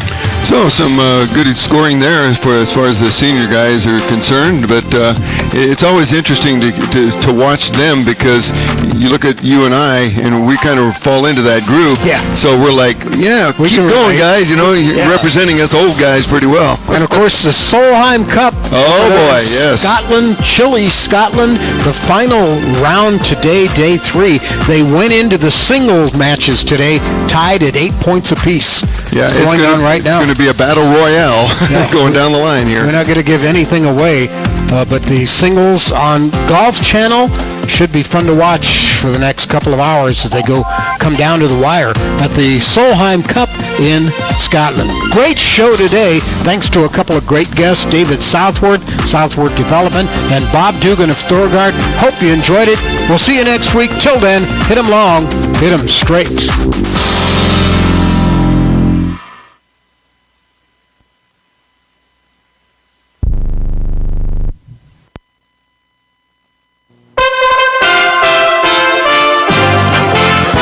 USA Radio News with John Hunt. The Justice Department told a judge that the House Judiciary Committee should not get access to secret grand jury material collected during the special counsel's Russia investigation, even as it weighs whether to pursue impeachment. The response comes nearly 2 months after the committee filed a petition in federal court arguing lawmakers need to obtain the grand jury material in order to determine whether to recommend those articles of impeachment. A negotiating team from the Taliban arrived in Russia, according to the Associated Press, just days after President Donald Trump declared dead a deal with the insurgent group in Afghanistan. Russian state news agency TASS cited the Taliban's Qatar-based spokesman Suhail Shaheen as saying the delegation held consultations with President Vladimir Putin's envoy for Afghanistan. It was the Taliban's first international visit following the collapse of talks with Washington. This is USA Radio News. Hi, this is Wayne Allen Root. Are you among the millions of Americans who feel uncertain when it comes to their health care? I'm happy to inform you there's a solution, and that solution is Liberty Health Share. Liberty Health Share is a community of like-minded people who work together to pay for their medical costs. There are no networks, so you decide your doctor and hospital. Liberty Health Share allows you to easily decide how, when, and where you will access health care. Because our rights come from God, not government. It could be the best practical, moral, and economical choice for you and your family. It was for me. I joined. I'm a member. My children are members. Starting at $107 a month for a single, up to $449 a month for a family. That's mom, dad, and all the kids for $449 per month. That's my cost, and I'm loving it. This is the way healthcare should be. For more information, call 855-58-LIBERTY. That's 855-58-LIBERTY. Or visit lightyourliberty.com. That's lightyourliberty.com. And regain control of your healthcare costs. Together, we're changing healthcare for good. The Trump administration has been enforcing a tough new asylum policy that was recently affirmed by the Supreme Court. With more, here's USA's Wendy King. The new policy effectively denies asylum to all non-Mexican migrants who arrive at the southern U.S. border. A spokeswoman for Homeland Security says the policy will be retroactive to July 16th. The Trump administration initially announced the rule. Under the new rules, asylum will be denied to anyone arriving at the U.S.-Mexico border who did not seek asylum in the country or countries they passed through first. I'm Wendy King. A Houston police officer was hospitalized in stable condition after he was shot with his own gun in a struggle with a suspect who, along with 3 others, stole 2 vehicles and attempted to kill a priest in a crime spree that played out in Houston. The 29-year-old officer was wearing a bulletproof vest when he was shot, but he was struck in the lower abdomen just below the vest. The police chief of Houston, Art Acevedo, said he's hopeful for a full recovery. This is USA Radio News. With a recession ending, if you've been putting off building your business, now is the time to act. General Steel will meet or beat any price on a pre-engineered steel building of the same size and specifications. Act now, before steel prices go up. So call us today for free information. Call 800-965-1290. 800-965-1290. 800-965-1290. The opioid crisis has hit virtually every pocket of the U.S., from rural towns and deeply conservative states to big cities and liberal-leaning ones, but a curious divide has now opened up. The nation's Republican states' attorney generals, for the most part, have lined up in support of a tentative multi-billion-dollar settlement with OxyContin maker Purdue Pharma, while their Democratic counterparts have mostly come out against it, saying it's woefully inadequate. Exactly why this is unclear, and some of those involved suggested it can't necessarily be explained by the fact that the Republican Party is considered more friendly to big business. The proposed settlement with the Stanford, Connecticut-based drug maker could ultimately be worth over $12 billion, though critics doubt it will be close to that much. Health authorities in Kenya started administering doses of the world's only licensed malaria vaccine to young children in rural areas facing high transmission rates. Kenya has now become the third African country to introduce the vaccine after Malawi and Ghana. The aim is to reach about 360,000 children per year across those three countries. The Health Ministry described the milestone on Twitter as a historic day for the East African country. Malaria is a top killer in many African countries. According to the World Health Organization, the region accounted for 92% of the cases and 93% of malaria deaths in the year 2017. The parasitic disease kills about 435,000 people a year, most of them children under 5 in Africa. For USA Radio News, I'm John Hunt. Hello, I'm Mike Lindell, the inventor of MyPillow, and like all of you out there, I had problems sleeping. Pillows would go flat, I would flip-flop all night long, I would wake up with a sore neck, maybe a headache, or feel like I needed a nap even though I slept 8 hours. When I invented MyPillow, I wanted it to where you could move the patented fill to give you the exact support you need as an individual, regardless of sleep position. MyPillow will get you into that deep REM sleep faster, and you will stay there longer. It's not about how much time we spend in bed, it's about how much of that quality sleep we get. I do all of my own manufacturing right here in the United States. I have a 10-year warranty. You can wash and dry my pillow, and I give you a 60-day money-back guarantee, so you have nothing to lose. And here's my best offer ever. You can buy one of my pillows and get one absolutely free. Go to MyPillow.com or call 800-870-0305 and use promo code GCN. That's MyPillow.com or 800-870-0305 with promo code GCN.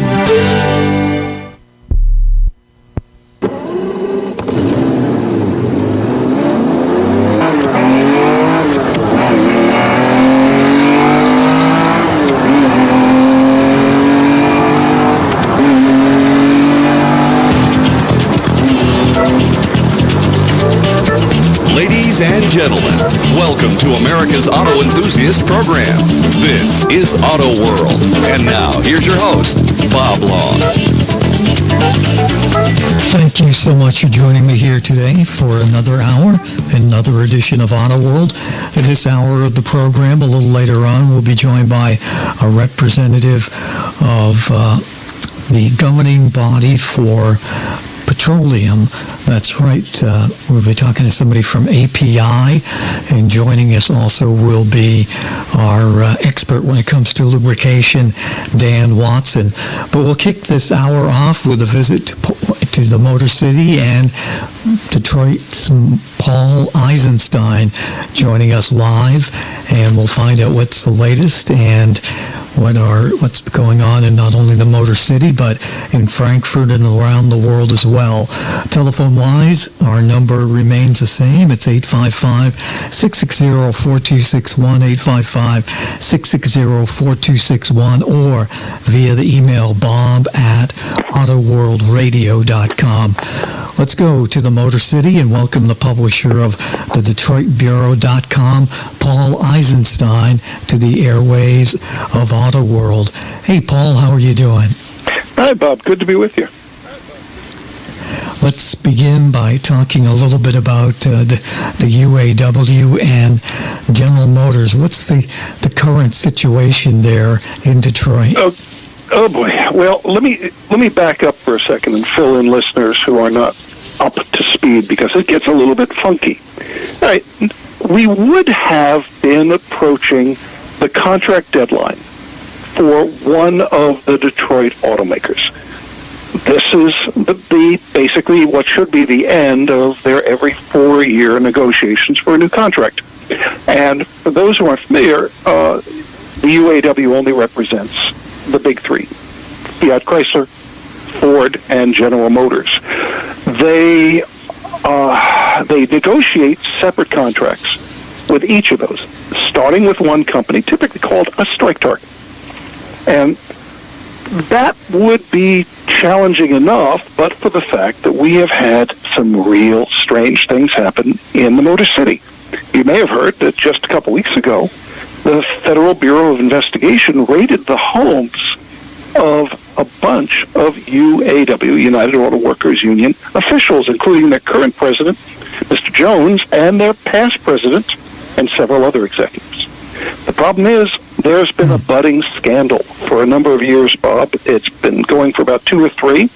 It was a pay-to-not play, if you will, where they apparently were, doing deals with some low-level managers from Fiat Chrysler initially. Some executives at the union were taking cash and trips and all sorts of things.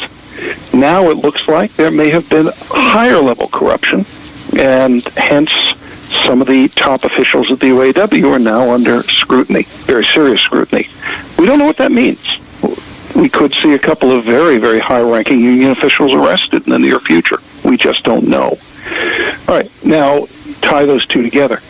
You have the contract talks going on, and as usual, they focus down to one manufacturer, General Motors. But you have union officials who are worrying not only about getting a good contract, but about making sure that workers believe it. Workers have seen their top managers take some money, in some cases for being a little bit easier in the last contract talks. So the union has to make sure that any negotiations, any contract they come up with, has to be really, really, really good. Not just good, but really good. Mm-hmm. Or union workers are probably going to say, you sold us out again. Well, the bottom line is they didn't make the deadline last night with the UAW and General Motors, and they have warned that as of tonight, a day after the deadline expired, they may strike.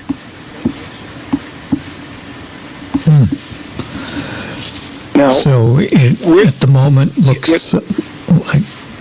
Go ahead, Paul. No, go ahead. It basically right now we have janitors on strike. They're they're same union but separate contract.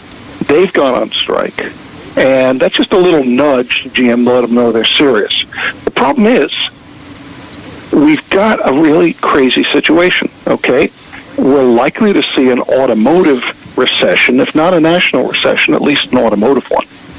So the companies are worried about that. GM in particular has been losing market share. The sales are not great. They're earning good money, but they figure that those numbers are going to go down. They have closed a plant in Ohio, as you know. There are 2 more North American plants, 1 UAW facility in Detroit, and there's a lot of other factories that could go down because they're underutilized. So GM's in a position where they know they have to do some cuts, but the UAW is basically negotiating against that. Neither side is in a good position. And if there's a strike, we just don't know how long it could last. Well, something we'll have to keep an eye on at the DetroitBureau.com is, I know you're monitoring the story each and every hour there in Detroit, and will be the first place that folks can get updates. Let's talk about Frankfurt. This is a show that happens not every single year, but every other year, and this is one of the years of the Frankfurt show. Yeah, it alternates every other year with Paris, and this year it was in the German capital. You may recall, Bob, I was on with you after Paris in September of 18, and we talked about how small it had gotten. It used to be impossible as one person to keep up with it. And this year, I had a lot of time in between events. Basically, it was a one-day show. Last year's Paris, it ended by about 1 in the afternoon. That's how short it was. The Frankfurt show was a little bit busier. But when you looked at the list of people who didn't show up, Aston Martin, Ford, Mazda, Volvo, Toyota, Nissan, and on and on and on, half the manufacturers that were typically at the Frankfurt show didn't come there. It still had some important previews, but it was definitely a continuation of this shrinkage of global auto shows. And this is, like you say, across the board. It's not only the Frankfurt show, but there are changes happening all the time. The manufacturers seem to be in a stage of rethinking their way that they introduce their vehicles to the media and to the world, and certainly more and more car companies seem to be steering away from the traditional shows. Yeah, if you think about it, Bob, you can understand why. The world is changing in terms of how you communicate. A lot of the manufacturers are finding that they can do things on private one-on-one shows. The Corvette was introduced at a blimp hangar in California near San Diego just 1 month and a half ago, 2 months ago, rather than at an auto show. And a number of events are like that. They're going to non-traditional events like Pebble Beach or the Texas State Fair. Introducing a product at an auto show is crazy expensive. It is not unusual for even a small exhibit at one of what you might call the global shows, Frankfurt, Geneva, Paris, Detroit, Los Angeles, New York, and Chicago, to cost $3 to $5 million. And if you're doing something really fancy, you can run up from there. I've heard of one particular manufacturer that spent $25 million. And that's before inflation, because this is about 15 years ago. That would have been about a $30 million show today, maybe $35 million. That said, there are still important things that happen at car shows. Now, I don't want to dismiss Frankfurt. They had some things which we should talk about. Let's talk about some of those items in Frankfurt. After we take a quick break for some important messages, we'll hear all about some new electric vehicles, and also we'll look at what else has been happening in the auto world with the Detroit Bureau's Paul Eisenstein. Straight ahead.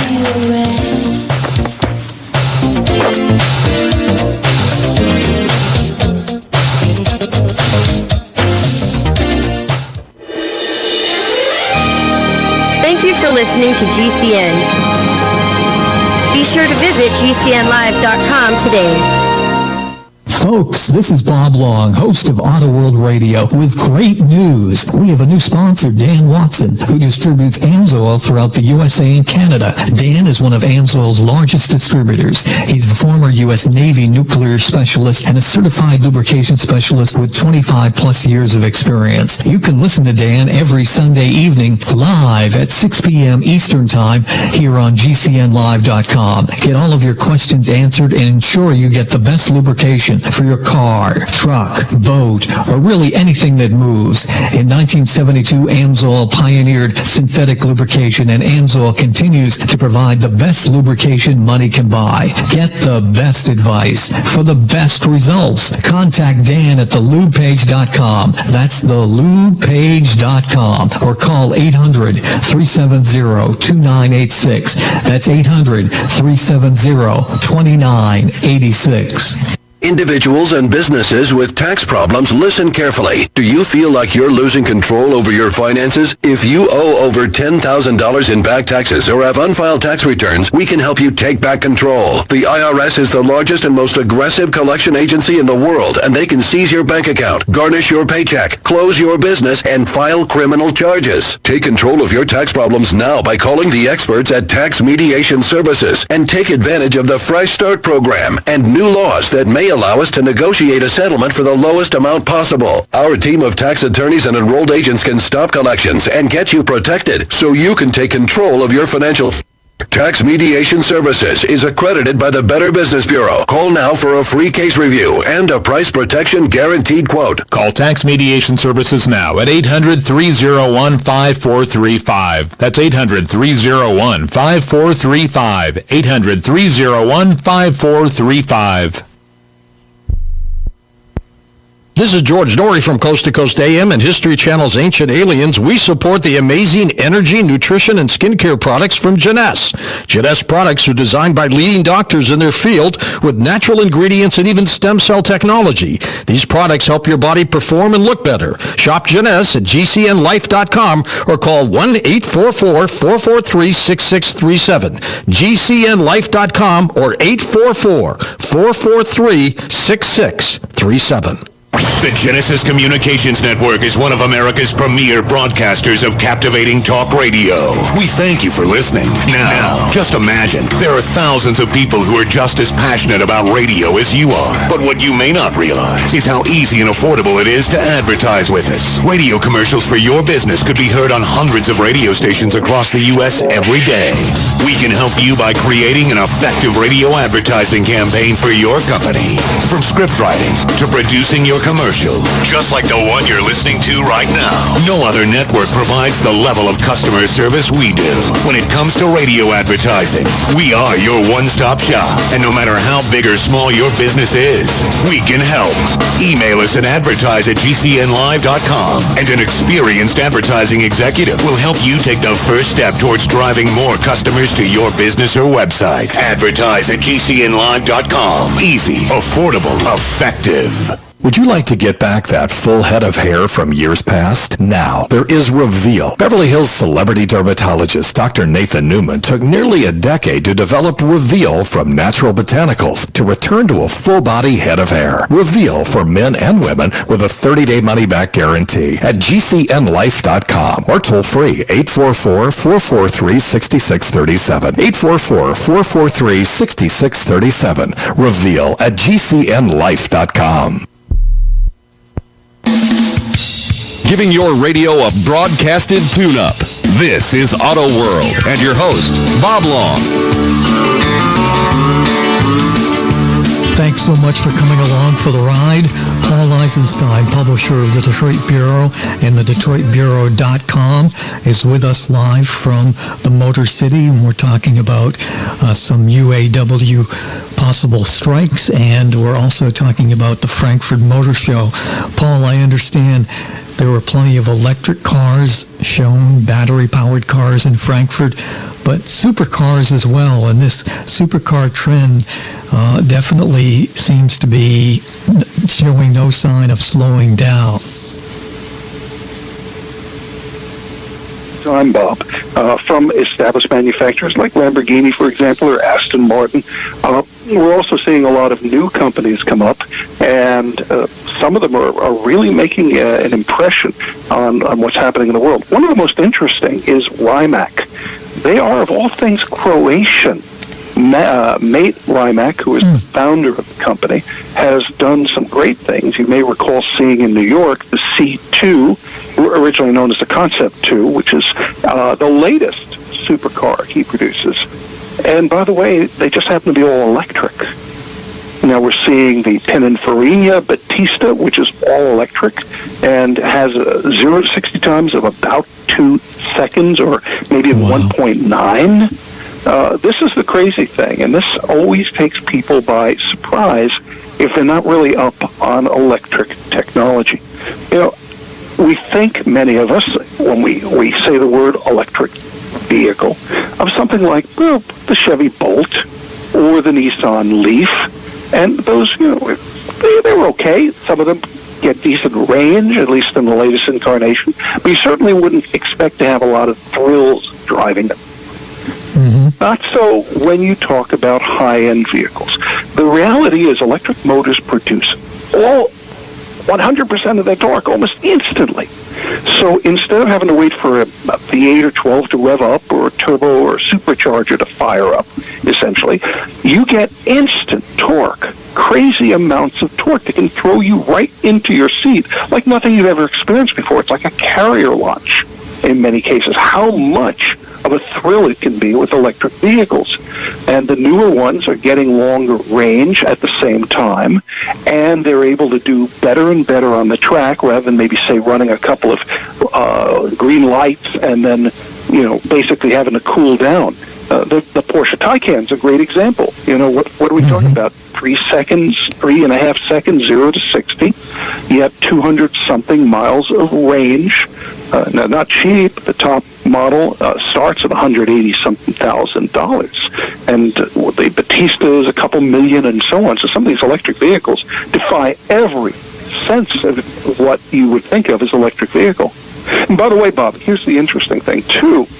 Not only are we seeing all electric supercars, but we're also seeing a lot of electrified supercars. And I use that term carefully because that can refer to a hybrid or a plug-in hybrid. So we're seeing some of these supercars that have enough battery. The new Ferrari, for example, was a great example. Gets about almost 20 miles in all-electric mode. But when you really want it to fly, you can use that electric motor and battery pack to boost your performance. And one of the big debuts at the Frankfurt show was the Lamborghini Sian, the most powerful Lamborghini ever. 800-something horsepower, gobs of torque. And you want to guess, Bob? How much torque? A hybrid. Well, it's a hybrid. It's a hybrid. Yes. It's a hybrid. Now, it's an unusual one because it uses an ultra capacitor rather than a lithium-ion battery pack. But the point is, electrification is becoming the hot thing in performance. And I've been told, by the way, by a very senior guy over at Fiat Chrysler, that he would not be surprised, and he should know because he's working on the project, he would not be surprised if we see a successor to the Dodge Hellcat series that would use electric boost to get even crazier power than the Hellcat gets today.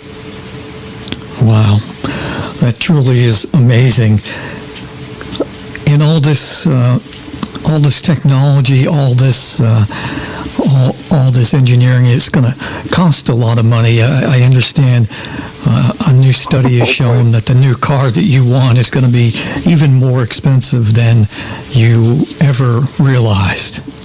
Yeah. Now, let me take that two ways. First of all, electric vehicle prices are coming down when you're talking about mainstream products. So, for example, one of the big debuts at the Frankfurt show was the ID.3, the first VW long-range electric vehicle. And that's going to start in Europe at about the equivalent to $30,000, which is pretty spectacular when you think about it. So here's the thing. You're going to start seeing electric vehicle prices start to come down even as range gets up and performance gets better over the next few years, at least mainstream stuff. As to vehicles in general, we saw a study that just came out from AAA this past week, their annual study of what it costs to buy, own, and operate a vehicle. And the reality is that's going up well above the rate of inflation. And one of the reasons, unfortunately, is that we've seen that run up in interest rates on vehicle loans, so that's hurting. But just about everything, even registrations and licenses are going up.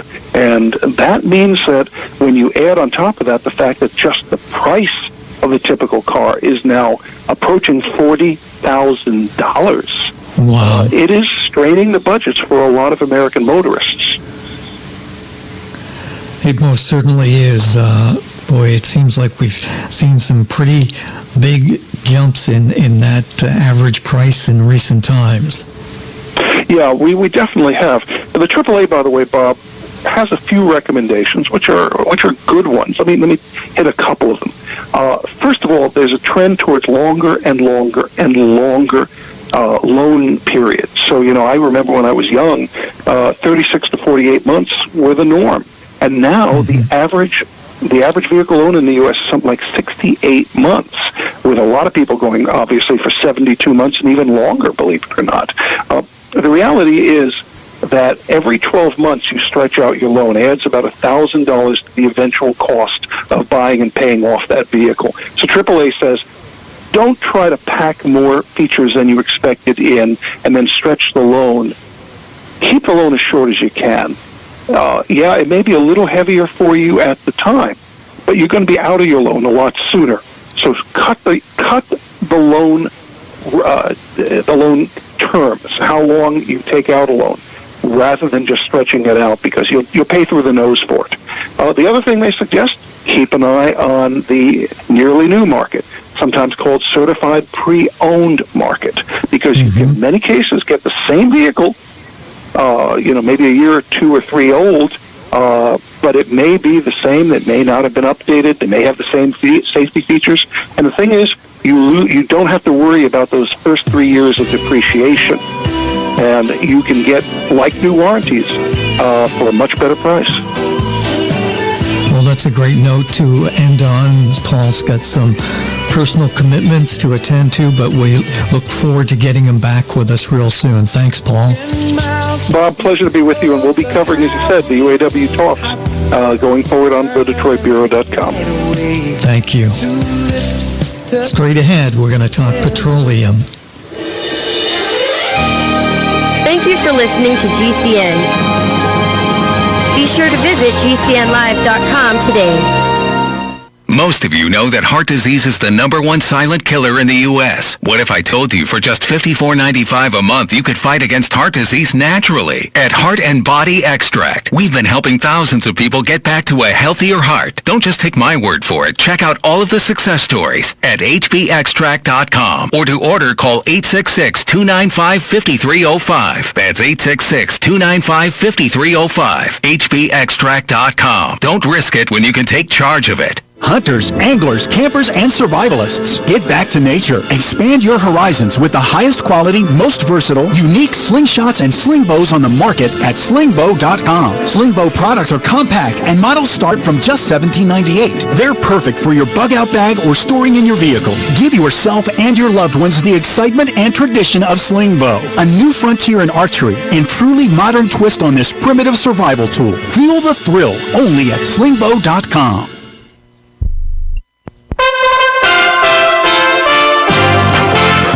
USA Radio News with John Hunt.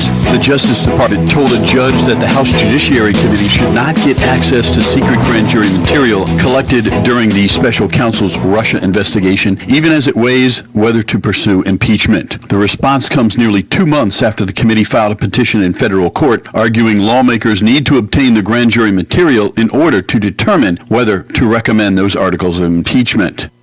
A negotiating team from the Taliban arrived in Russia, according to the Associated Press, just days after President Donald Trump declared dead a deal with the insurgent group in Afghanistan. Russian state news agency TASS cited the Taliban's Qatar-based spokesman Suhail Shaheen as saying the delegation held consultations with President Vladimir Putin's envoy for Afghanistan. It was the Taliban's first international visit following the collapse of talks with Washington. This is USA Radio News.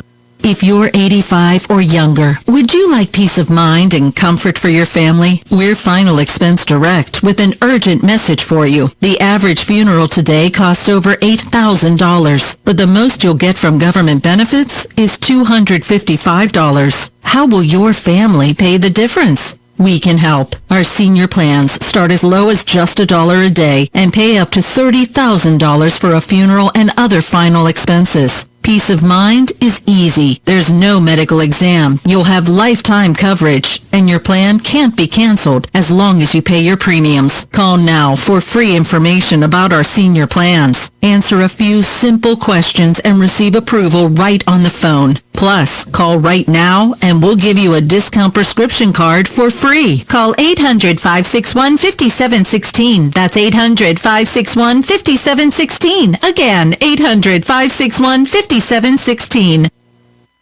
Message and data rates may apply. Ladies and gentlemen, this may be the last time you ever have to worry about hair loss, because Bosley is the real deal. They're giving women and men their hair back permanently. Their real hair. All it takes to get started is a single text message. You'll get an absolutely free information kit and a free gift card when you text Titan11 to 85850. Bosley will show you for free how great your hair could look. You'll also see, for free, why you're losing hair and how to get it back. Women and men all over the country trust Bosley because they're America's #1 hair restoration expert. Ahead of the curve with the latest technology. And the best part? Bosley has permanent solutions to hair loss. You'll love what they'll do for your hair. So drop what you're doing long enough to send a text. Get your free information kit and gift card for $250 off by texting Titan11 to 85850. Don't forget, that's TITAN11 to 85850. Hi, this is Jay Leno, and you're listening to Auto World with Bob Long. You better watch out, man, how you drive that Cadillac there. I'm telling you.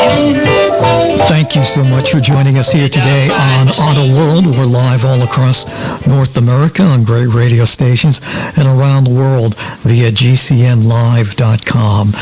We're now going to be joined by two folks. Of course, we're going to be talking to Dan Watson in hour number 2 of the program, as we always do, but we're getting a treat right now by bringing forth to the airways of Auto World Dan Watson, the CEO of the Lube Page, and a certified lubrication specialist with more than 25 years experience. Welcome, Dan. How are you doing? I'm doing great this afternoon, Bob. And also joining us is Kevin Ferrick from API to tell us about some upcoming changes in oils and just to talk a little bit more in general about what API is all about. Kevin Ferrick, thank you for your time. Oh, pleasure to be here, Bob. Hey, Kevin, tell us a little bit overall about the role of API. How long have you guys been in business? Well, the American Petroleum Institute actually is celebrating its 100th anniversary this year. We got our start, for the most part, setting standards for the industry, for the oil and gas industry. And to be consistent in what we do, since API was established as a standard-setting organization, at some point, actually a little more than 70 years ago, API started setting standards for engine oils. So it's consistent with sort of the founding precepts of the organization, because we started as a standard-setting organization for the industry, and we took that and 70 years ago started setting engine oil standards. Very good. And right now you've got some upcoming GF6 motor oils which have been officially approved for use here in the U.S. for the 2020 model year. Let's talk a little bit about what these GF6 oils are. Yeah, so the GF6 oils are really just the next step in what is really an evolving process of improving engine oil performance. The GF6 standards are basically replacing GF5. To make it simple for people to understand, the GF specs, the GF5, and what's going to be GF6. These are the standards that are behind what we call the API certification mark, Starburst. If they look on a bottle of motor oil, they're going to see a symbol on the front of it that says American Petroleum Institute certified. So the standards that, when we talk about the current standard, that's GF5, and the new one that's coming out, GF6, it's basically defining the performance standards that are behind the symbol that appears on engine oil bottles, the symbol that appears in automaker recommendations, in owner's manuals. GF6 is just the next step. The previous standard's been around for a good while now, for about 10 years. So it was time to upgrade the standard, introduce new engine tests, in essence to try to bring the performance of the engine oils up to the level that engines that are on the road today and engines that are going to be introduced soon need. That they need a better performing oil, and GF6 is intended to provide that. Yeah, I understand, Kevin, that the continued development of diesel direct injected engines as well as gasoline direct injected engines and turbocharged injected engines bring a whole new set of concerns to the table, and not every automaker had the proper oil to be utilized with this new engine technology. That's absolutely true. We automakers, as comes as no surprise, are trying to make their cars more fuel efficient to meet more stringent fuel economy standards, and one of the ways they do that is through things like gasoline direct inject engines and turbocharging the engines to try to glean a little more power out of those engines. And when they started introducing these types of technologies, there was a sort of a unexpected result, and that is something that's known as low speed pre-ignition. It is a phenomenon where the best way I can describe it is sort of engine knock on steroids. It's actually an early combustion event, and it tends to be in the gasoline direct inject, the small gasoline direct inject turbocharged engines, and unfortunately, it is such a drastic event that it can actually cause harm to the engine. So the oils, that the GF5 oils, weren't really equipped to at least not all of them. Some of them probably were fine, but not all of them. So API actually had to introduce something called SN+. We actually had to issue an upgrade to the standard that is currently being licensed to address this phenomenon.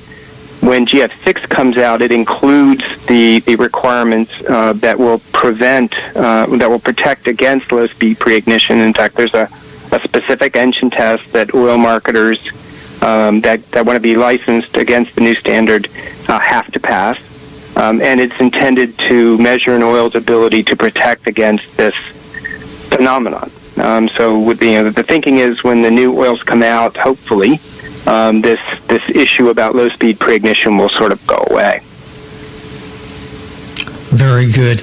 Dan, do you have any questions for Kevin?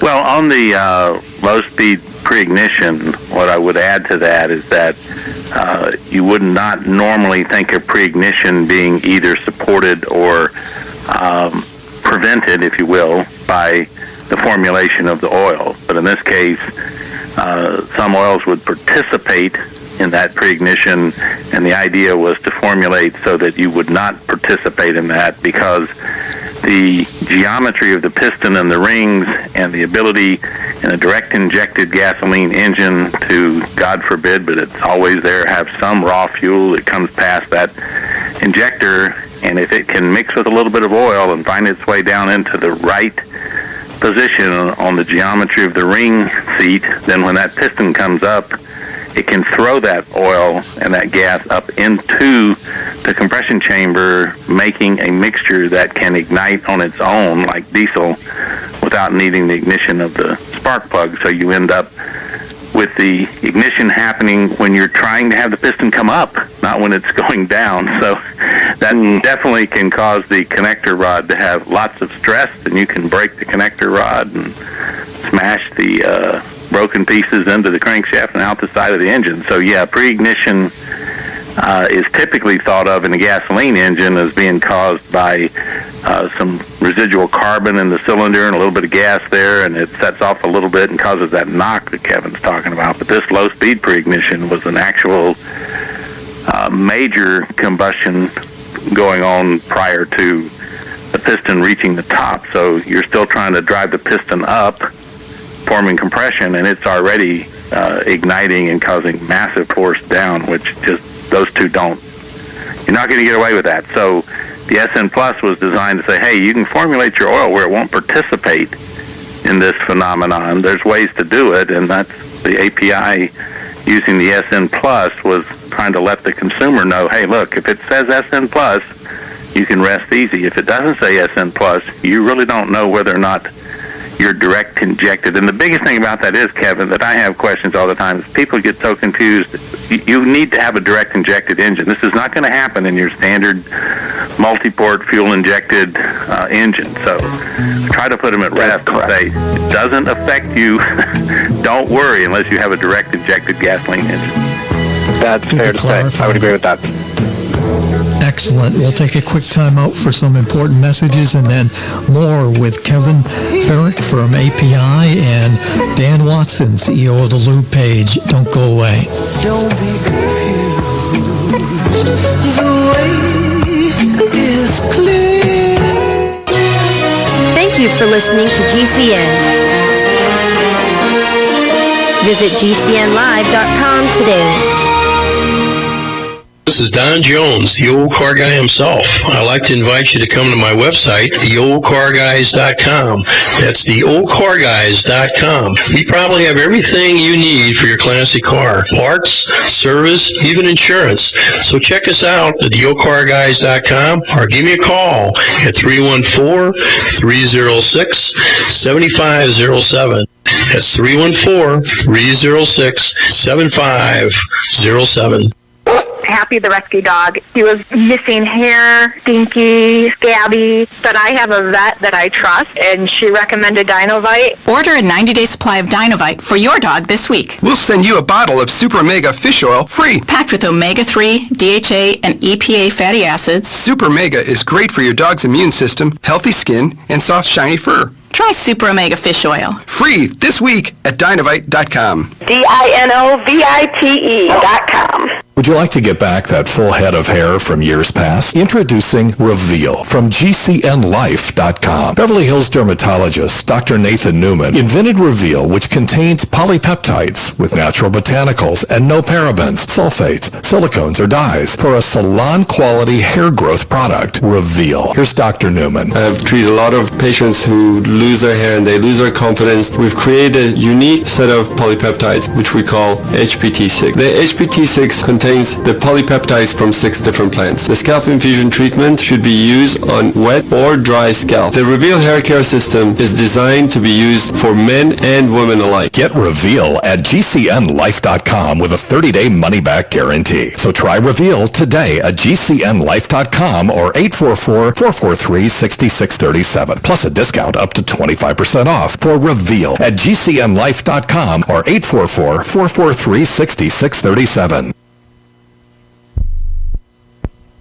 Are you afraid to go to the mailbox because of letter after letter from the IRS? Are they stacking on more and more penalties and interest? By now, you know the problem won't go away on its own. Don't let the IRS chase you to your grave with penalties and interest and liens and levies. You need real help now. I'm Dan Pilla. I wrote the book on tax debt settlement, and I help thousands of people solve tax problems they thought couldn't be solved. I can help you too. Call 800-34-NO-TAX or go to my website, danpilla.com. That's danpilla.com. danpilla.com.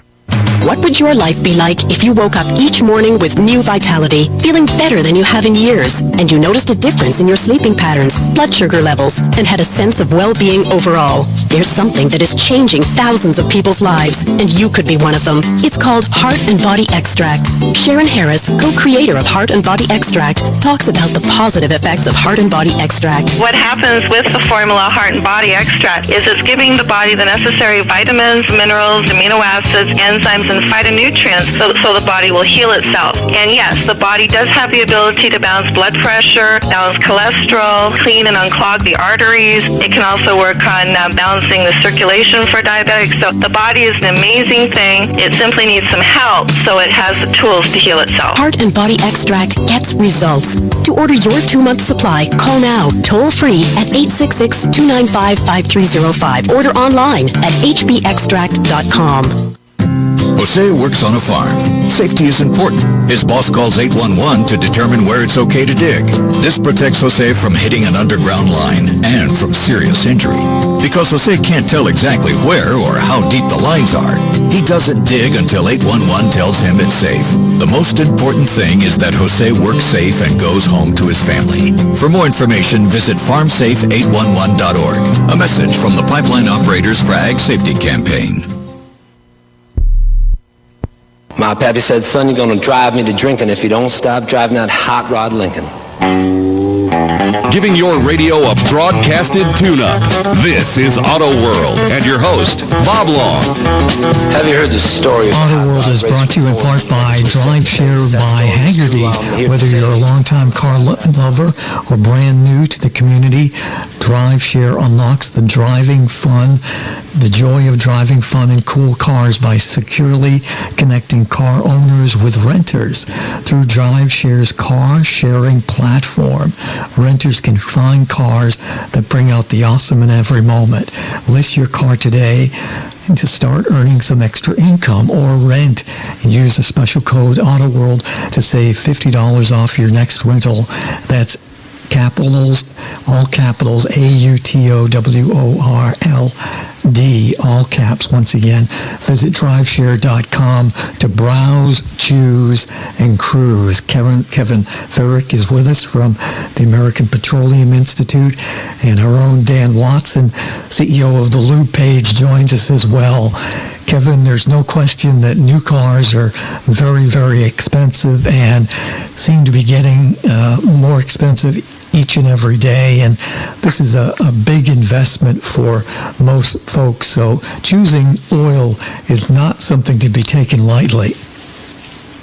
Oh, absolutely. You would think it would be something that people would at least be aware of what's recommended for their car or truck, and make sure that when they're getting an oil change, that they're getting what's recommended. And we always like to remind people that they really do want to follow their owner's manual recommendations. And the owner's manual is going to tell you what oils you're going to need to use and how often the oil change needs to occur, or you may have an onboard oil life monitor that will probably do the same thing.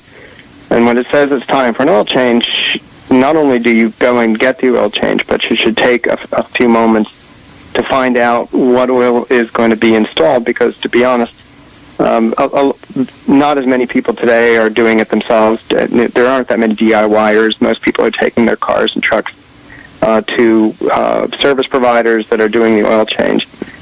And one of the things we always try to encourage people to do is understand what's recommended for their car or truck. Understand that there are differences between oils. They need to make sure they're getting exactly what's recommended. And in many cases today, most North American and Japanese automakers are recommending that you use an oil that's an API licensed oil that's carrying an API symbol on it. Now, to be fair, that's not always going to work when you're getting an oil change at a location that's dispensing the product from a bulk tank. So when we tell people they should also be aware, they should also ask the question, what oil am I about to get? Is it the oil that's recommended for my car or truck? And by the way, I need to know exactly what brand I'm getting, because it's important for me to know that I'm getting a particular oil, or at least understand what oil is being installed in my car and truck. It's really kind of an important thing that they should be doing. Oil changes are still the thing that they're likely to go back to a service provider to get done on a regular basis. They want to make sure that they're getting exactly what's recommended. You know, Kevin, sometimes when I'm talking with potential clients or customers, I explain to them sort of this way of looking at it. This modern car, there's not a lot you can actually do with it. There's computer controls and the fuel management systems. There's all kinds of great technology under there. But there is one thing that you can control, and that's the quality of what you put in as far as oil and fuel and filters. You can control that, because you can go right on the research on the internet, and you can find all kinds of information on any kind of product out there that is a true product. Some people hide their specifications because they don't want you to find them. But on the good, reputable oil companies, you can go find the specs, and you can look for yourself. So if you find yourself a high-quality oil, and you know it's a good oil, then simply start asking for that oil by name. Don't let the oil change place determine for you what they're going to put in the car. If you come in and you think that Mobil 1 Synthetic is the oil that you've researched and that's the one you want, then go somewhere and ask for it. Don't just accept anything. It'd be kind of like going to the doctor and saying, well, I really don't care what kind of medicine you give me for my blood pressure control. I assume they're all the same, when you know good and well that there are some of them that have been stricken from the market and others that do quite well. So we just use a little bit of, as they call it, due diligence when you're selecting these products for your vehicle. And these cars are well manufactured. They can go on for 500,000 miles if you actually take care of them and put good quality lubricants in the car. Oh, I absolutely agree with that. There is a risk. I think that there are people that believe that all oils are the same, and I can tell you, API licenses we have more than 800 licensed companies manufacturing and selling almost 21,000 licensed brands. Yeah. So, in 63 countries. So I can assure those people out there that not all oils are the same. There is more than one way to make an engine oil that could meet an API standard. Yes. But you should be aware of the oil that's being used. And it is important to know that if you're using, engine manufacturers are recommending specific oils, and partly because they've designed their engines to operate with those oils. Right. Right. And people really need to understand that it is not simply where you're adding air to your tires. This is something that is much more important for the life of that engine. Well, the other thing I absolutely agree with you. Absolutely. And the other thing to remember is you look at this car and you lift the hood, and in many of these cars now you have a turbocharged four-cylinder making the kind of power that a four-barrel big block made 30 years ago. And you're running these engines at higher RPM, higher temperatures, under really what we would have called in the past high-performance conditions, and that's just a regular passenger car. And the reason is because they're trying to stretch 30, 40 miles per gallon out of these things. So you've got new technology being pushed to the limit, and you've got to at least take the time to raise your level of concern up to having quality engine oil. Now, I will say this. One bone to pick with the API is I've never agreed with the lack of a clear, concise chemical definition for synthetic oil from the API. The API backed away from that responsibility in 1995, and that has been a disservice to the motoring public, because when it was decided that could just be a marketing term, that really undercuts the ability of knowing what you're getting in that bottle when it says full synthetic on the bottle. So I won't go into that deeper and pick that bone deep, because I don't want to be insulting. So. Well, I would love to give you a definition. To be honest with you, we've attempted, and unfortunately, you get a lot of engineers in the room, and they all have a difference of opinion. But they do. But the simple one that used to be in the lubrication handbook was two lightweight molecules combined to make a heavyweight lubricate, synthesized to make a heavyweight lubricating molecule. Mm-hmm. That was in the book for 50 years since they started making anything called synthetic. Now we're all the way down to treating glorified hydrocracked petroleum as synthetic. So anyway, it's just that's an area that you and I could talk about for a long time. So I don't want to be insulting about it. I'm just saying that's about the only place I'd have a bone to pick. You guys do a tremendous job trying to set standards for all of this stuff, because, hey, you're almost sometimes like herding cats, because there's so many people out here with different ambitions on how to how to produce oil and get away with it. You guys are out there trying to pop the whip and bring them all back around so the consumer can rely on something that they buy down at the parts store. It's a tough job. That is the goal. Yeah. We're trying to make sure that there's oil in the market that protects those engines. Absolutely, and it's doing a good job. One of the things that's different for us, and maybe you have some foresight on this, is that in Europe, as you know, with the ACEA, they have about 5 different levels of approved certifications for gasoline engine oils, and then another 2 or 3 for diesels, because they're so specific on different layers of oil. Are we reaching a point here pretty soon where we can't have one API classification meets all requirements? Well, to be honest with you, we're now at a point where we have, with GF6 coming out, we're going to have GF6A and B. Okay. The B is for really low viscosity oils. Well, in this case, 0W16 oils. Right. They'll actually be designated by a new mark, by a shield. But so you could say, even in the North American and Japanese standards, the API standard is going along the same lines as ASEA, where we're differentiating specific performance levels for, in this case, for certain viscosities. We did it. We're doing it for gasoline with the new standard, and we just did it for diesel. Right, the FA versus we are the kind of going down the CK4, same right? path. Yep. Well, excellent. Kevin, where's the best place for folks to get more information about API? Do you have a web destination for us? Absolutely. Just go to api.org. Excellent. Well, that time went really fast, and I want to thank you so much for coming on board and telling us about some of these new standards. A pleasure. Dan Watson. Stay with us. This is Bob Long, host of Auto World Radio, with great news. We have a new sponsor, Dan Watson, who distributes AMSOIL throughout the USA and Canada. Dan is one of AMSOIL's largest distributors. He's a former U.S. Navy nuclear specialist and a certified lubrication specialist with 25 plus years of experience. You can listen to Dan every Sunday evening live at 6 p.m. Eastern Time here on GCNlive.com. Get all of your questions answered and ensure you get the best lubrication for your car, truck, boat, or really anything that moves. In 1972, AMSOIL pioneered synthetic lubrication, and AMSOIL continues to provide the best lubrication money can buy. Get the best advice for the best results. Contact Dan at thelubepage.com. That's thelubepage.com, or call 800-370-2986. That's 800-370-2986. Childhood is full of wonder, and we get the chance to relive it with our grandchildren every day. But imagine missing special moments with a grandchild or seeing them through cloudy vision. The Foundation Fighting Blindness can help by providing valuable information about diagnosing and treating AMD. Age-related macular degeneration is the leading cause of vision loss in people 55 and older, but it doesn't have to be.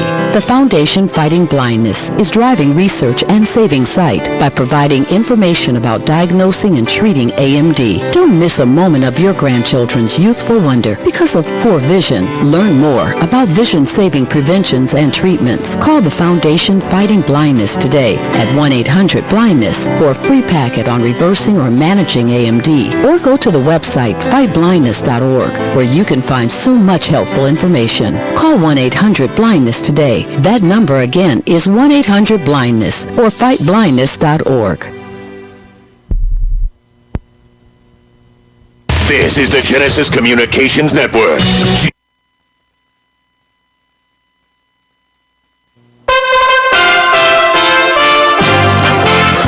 USA Radio News with John Hunt. The United Auto Workers Union announced that its roughly 49,000 members at General Motors plants in the U.S. will go on strike tonight because contract negotiations with the automaker has broken down. The decision came just hours after about 200 plant-level union leaders voted unanimously in favor of the walkout during a meeting this morning in Detroit. The family that owns OxyContin maker Purdue Pharma use Swiss and other hidden accounts to transfer over $1 billion to themselves, according to New York's Attorney General. The state of New York is asking a judge to enforce subpoenas of many companies, banks, and advisors to Purdue and its owners, the Sackler family, and they said they've uncovered what was previously unknown wire transfers. The transfers bolster allegations by New York and other states that the Sacklers worked to shield their wealth in recent years because of mounting worries about legal threats over the painkillers.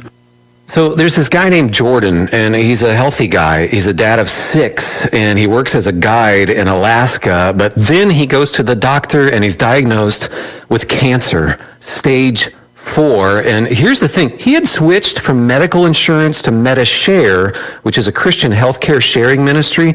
So the question for Jordan and his wife Jenny was, is this really going to work? Our medical bills exceeded $160,000. MediShare members shared all our bills. And it was about more than just the money, too. This is a real community. MediShare is a family, a group of people that stick with you through the hardest times of your life. I just don't know how I could have done it without MediShare. It's so worth looking into. There's a reason this is growing so fast. If you want to find out more, here's a number for you. 833-34-BIBLE. That's 833-34-BIBLE. 833-34-BIBLE.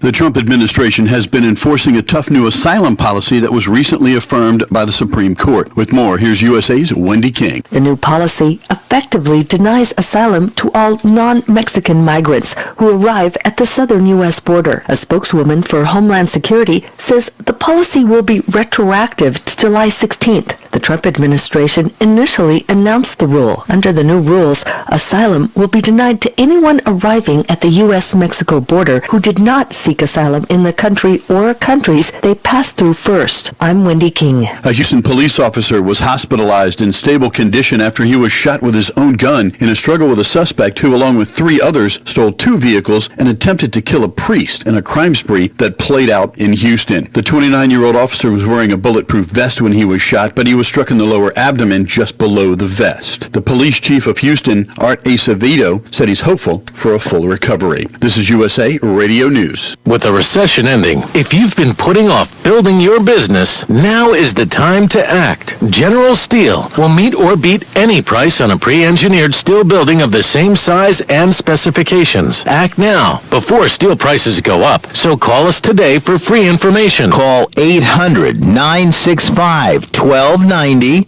800-965-1290, 800-965-1290. Despite concerns for those with disabilities, the Minneapolis City Council has voted to ban all new construction of drive-through windows. John Clemens reports. The new ban does not restrict drive-through windows already operating, but does outlaw the construction at fast food restaurants, banks, dry cleaning stores, and other businesses in the future. Many fast food restaurants report the majority of their business comes from drive-through windows. Minneapolis hopes their plan will help eliminate greenhouse gas emissions as well as noise levels from idling cars. Concern now is how this will impact customers with disabilities or the elderly. City officials report the ban will not affect drive-through proposals that have been submitted before the new ordinance was passed. I'm John Clemens. Pacific Gas and Electric has agreed to pay $11 billion to a group of insurance companies representing most of the claims from Northern California wildfires in 2017 and 2018 as the company tries to dig out from bankruptcy. The utility said in a statement the tentative agreement was reached with the insurance companies holding 85% of the claims from the fires that included the November 2018 fire that decimated the town of Paradise, California, killing 86 people. The insurers said in a separate statement the settlement is well below the $20 billion the insurance companies had sought in bankruptcy court. However, it is more than the company had initially offered as part of the filing earlier this week. This is USA Radio News. Thanks for listening on your weekend. For USA Radio News, I'm John Hunt.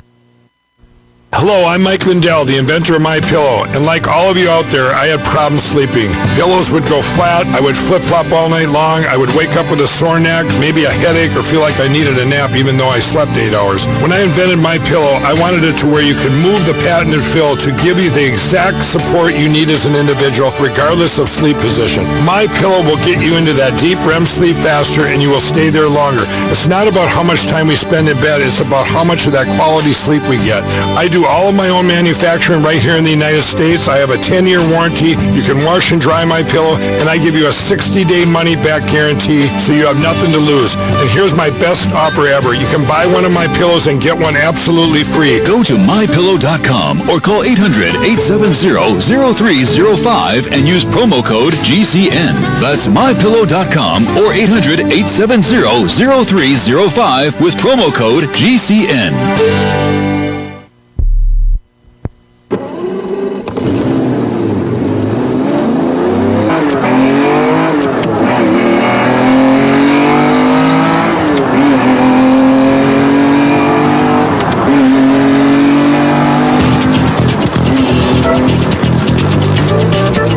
Ladies and gentlemen, welcome to America's Auto Enthusiast program. This is Auto World. And now, here's your host, Bob Long. Welcome everybody into another hour of Auto World. We thank you so much for being here with us. I'm here along with Dan Watson, who we hear from every week at this very same time on this very same radio channel, whether you're listening to a traditional radio station or whether you're listening worldwide through GCNlive.com. We thank you so much for your listenership, and Dan is amazing with his knowledge of everything synthetic, being a certified lubrication specialist for more than 25 years, being one of the largest AMSOIL dealers in all of North America, and being a gentleman who has proven to be just a huge asset here to the show. If you're with us in hour number 1 of the broadcast, we had Kevin Ferrick from the American Petroleum Institute on, and at that time, Dan joined us with the conversation. I knew when I was going to have somebody on from API, I needed to have Dan Watson in the mix as well. So we continue this hour with Dan Watson. Dan, thank you so much for your help with Kevin from API. Well, thanks for having me, Bob. You noticed that I was pretty good. It wasn't until I got to the last question on synthetic that I asked something that would have been a little bit controversial. And I want to pick on the API. They do exactly what they're chartered to do, and they do a great service for the lubrication industry. And I think when I asked Kevin about, the definition of synthetic, that I could tell the frustration in his voice when he said they'd like to give us a clear definition. They just can't get the people in the industry to agree.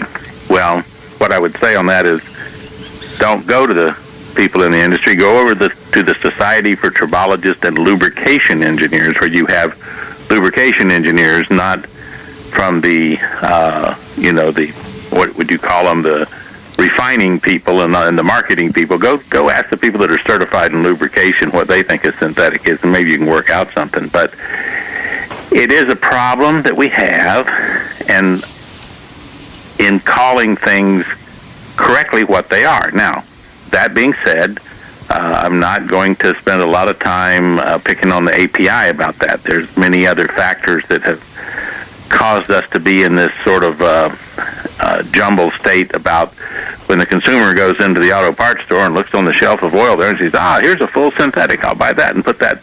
That'll be good for my car. And you should be able to rely on that, saying full synthetic, that's exactly what he's getting.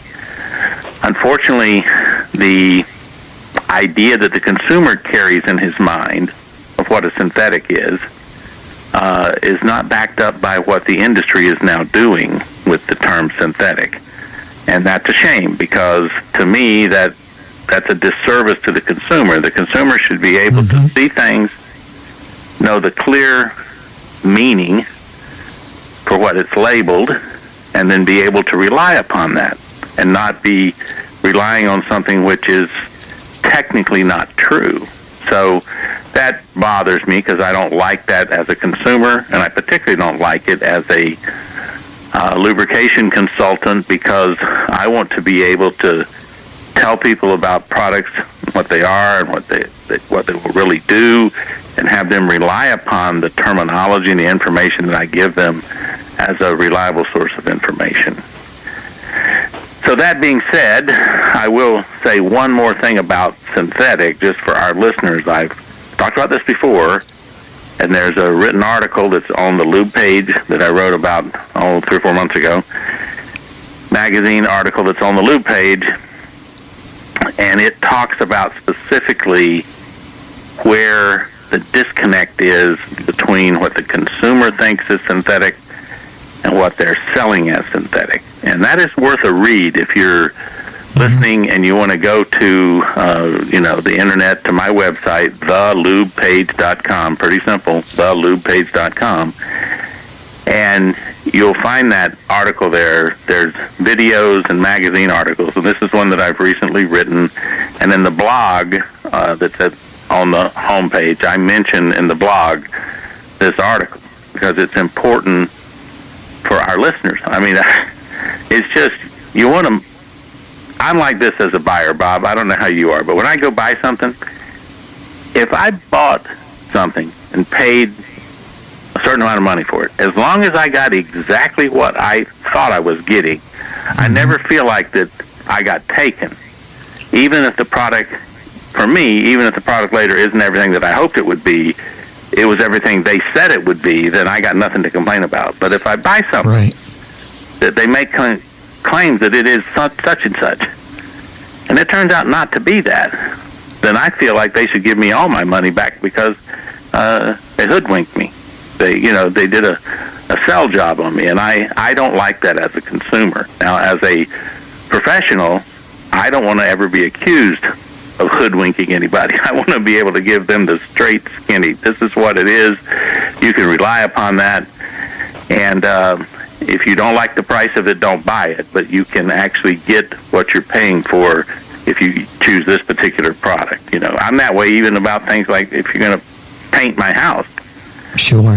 When I hire a guy to paint my house, I usually hire a guy and pay him the labor, and I go buy the paint because I don't feel like it's worth wasting the labor to put on some substandard paint. So I go get the very best paint, and then it's worth it to pay the guy the labor to put that paint on. But not to hire a contractor painter who comes in and says, yeah, I'll paint your house really cheaply, and then he puts on some cheap paint that 3 years later is a disaster. So anyway, that's the way I'm wired. Yeah, absolutely. I can relate. I'm also in the same mindset as yourself. API is the American Petroleum Institute.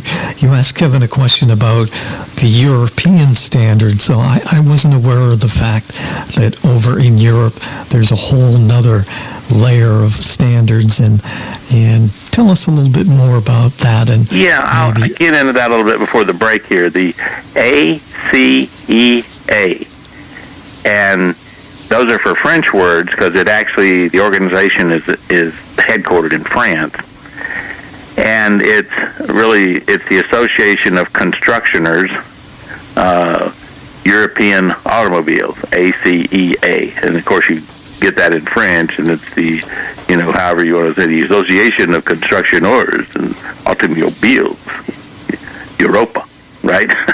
Yes. Anyway, that's my sad attempt at the French lingo. But anyway, it's a great set of standards. It's why AMSOIL and Mobil both now have complete lines of European auto oils. And it's because their standards are different. And like I said in mentioning them, there are 5 different layers. And as Kevin responded, we're only talking now in the United States of upcoming from the GF6 requirements. It'll be the underlying document for the API SP rating. And we're now going to break that into what will end up being an SP A or an SPB or GF6A and GF6B, because we now have 0W16 oils coming into the market, and you have to write different standards for them as far as their base oils and the way that you manufacture them, because with that thin of an oil not using different standards, you're going to run into trouble. So we're starting to separate. Well, in Europe, they have standards, so many different standards, because, for example, Mercedes-Benz writes a number of really tough standards on oil. But so does BMW, and so does Volvo. And when we come back from the break, we'll tie those together and why that results in so many standards in Europe. That sounds great. More with Dan Watson straight ahead. If you have a question, give us a call at 855-660-4261. Or shoot me an email, bob@autoworldradio.com, or Dan Watson at thelubepage.com. You're listening to Auto World. Thank you for listening to GCN. Visit GCNlive.com today.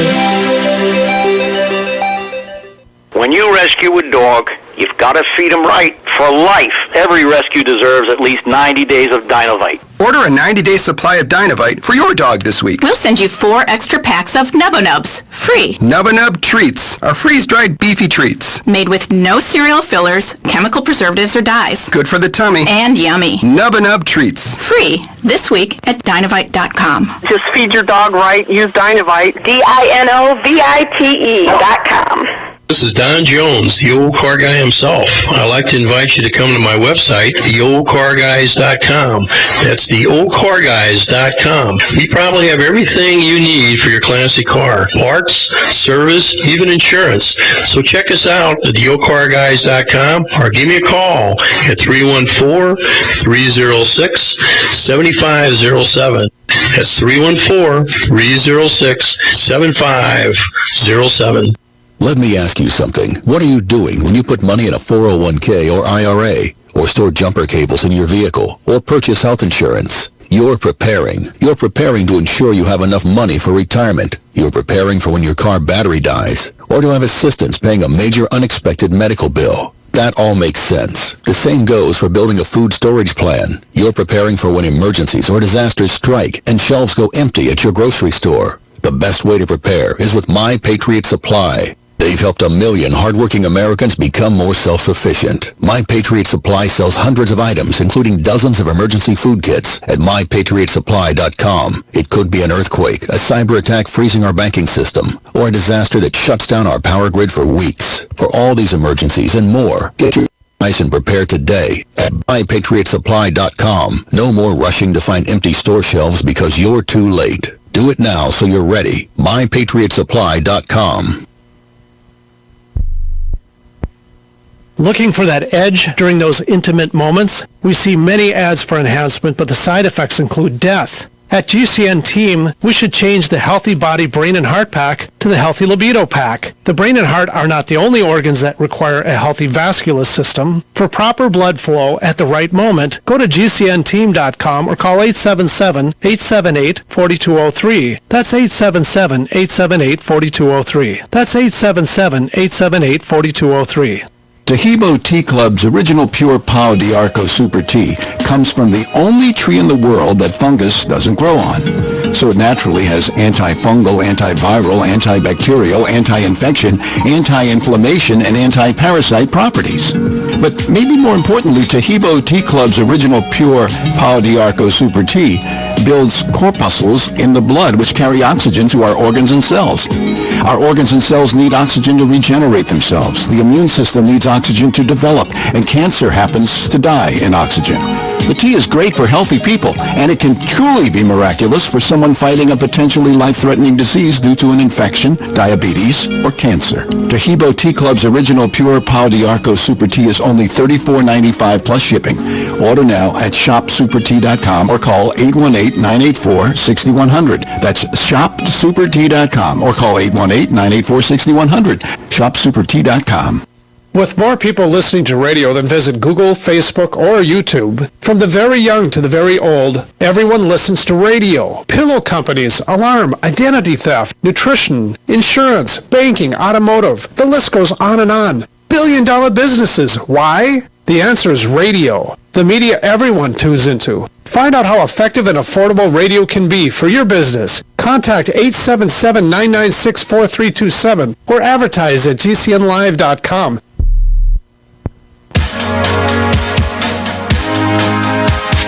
Broadcasting from the middle of Corvette Boulevard and Stingray Avenue, this is Auto World with your host, Bob Long.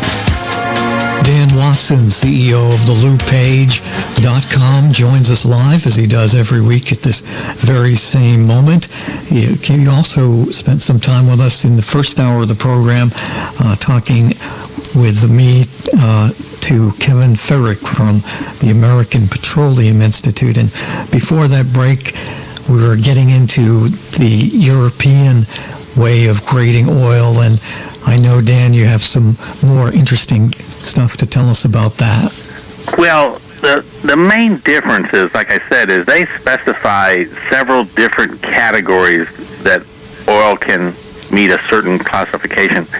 And that's because they have manufacturers who demand certain levels of spec that others don't. So rather than build a single oil to the highest specification required in Europe, they're allowed to sell an oil that might be a less stringently classified oil because the manufacturer of the vehicle didn't need that level of performance.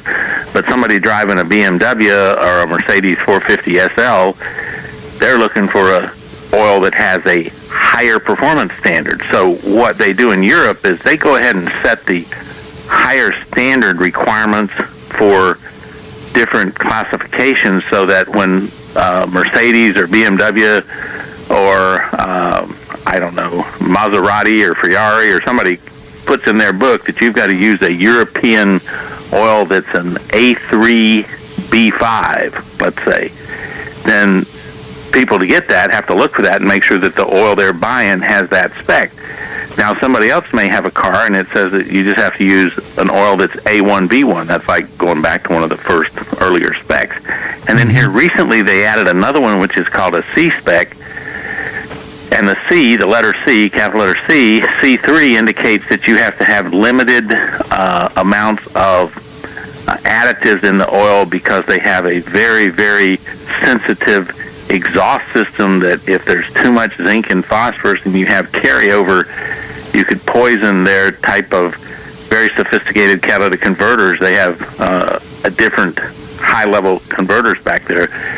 And if you did that in a Mercedes, it could be about $14,000 of wasted exhaust system. So they'd have another rating, which is a low SAPS, it's called, rating to protect these advanced exhaust systems that are on some cars in Europe. So yeah, European oils have a variety of classifications, and I try to tell listeners or people that I talk to that if you have a European car, you need to pay attention to what's going on with your oil. You can't, and I'm telling you, you got to be careful. You take your European car, you take your BMW to the quick lube place, and you may be depending on some guys that they don't know the difference, and they just put whatever's in the bulk tank and give you a nice oil change, okay?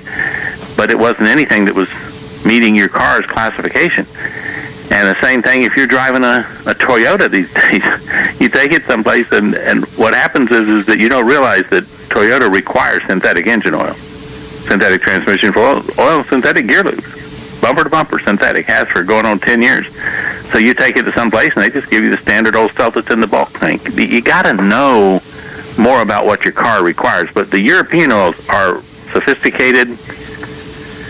They are specific to different applications, and it pays to look in your owner's manual and see specifically what it says you have to use, and make sure that wherever you have your oil changed, that they can show you in writing that they have an oil that meets your European auto spec. Don't put one in that doesn't. It's just not worth it. And so why is that different and why doesn't the API have different? API has tried to make it easy in the North American oil standard, to make it easy that there's one shoe fits all, and consequently what they turned out making is a minimum standard. You can make a minimum standard. In Europe, you could just have said, well, the only thing you got to meet to be ACEA certified is A1B1. Anything above that, the manufacturer will have to put some spec out on his own. They didn't. They put out the higher specs. Now here, you're familiar with, GM has this Dexos requirement. Well, that's exactly what's going on. The GM has said, look, the standard API standard is not good enough.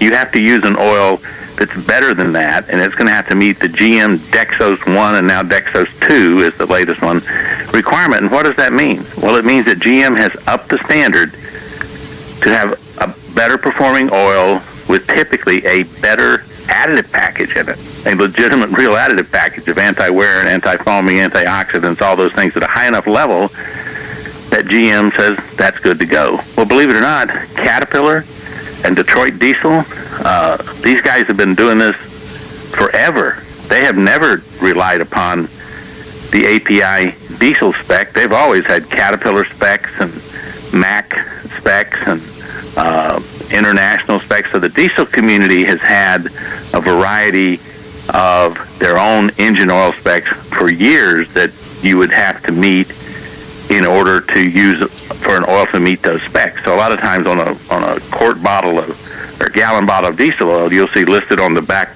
side of the label, you should, all these different manufacturer specs from Caterpillar to Cummins to Detroit Diesel, whatever they are, they're listed there. So it's just, we can't, here's the bottom line on a lot of this. You just can't turn over to somebody else the responsibility of making sure that your vehicle gets the proper lubrication. If you do that, you're really giving away probably the only thing you can really control to do the best for your vehicle. And you've given it over to somebody else. And I'm not picking on a lot of the folks, but a lot of people you have working in places like the quick lubes and stuff is the only training they got was from the guy that said, here's the supply gun, and it hooks up to that tank over there, And when the cars come in, you go down under and take off the filter. We put on another filter. You put the oil in, and we make sure it's filled up, and everybody's good to go. As far as what qualities or what that oil is that you put in or how it's different from some other oil, zero training. So if you don't take an interest in it as the owner, there ain't nobody else taking an interest. So you're just at the mercy of hoping that everything worked out. You know, especially with your European car. I mean, at least with the American car, if the API oil, if they're selling an API standard oil, yeah, you're getting oil that meets at least the minimum requirement, unless it's a GM and you're supposed to use Dexos and it doesn't meet Dexos, or, you know, that particular situation. But with a European car, I would probably be willing to wager that in a standard quick lube, if you went in, that 9 out of 10 times you wouldn't get the right oil. Mm-hmm. So if you own one of those beauties, European car, you're going to have to be a little bit more deliberate about how you take care of it. So true, Dan. And of course, today, with the average price of a new car approaching $40,000, I mean, that's a huge investment for anybody. So be kind to your vehicle. When we come back, I got one more topic we can chat about a little bit, and then we'll see if we can answer a couple questions. That sounds great. And if folks would like to get in on the questions, probably best to email at bob@autoworldradio.com, Dan Watson at thelubepage.com. You're listening to Auto World. Don't go away.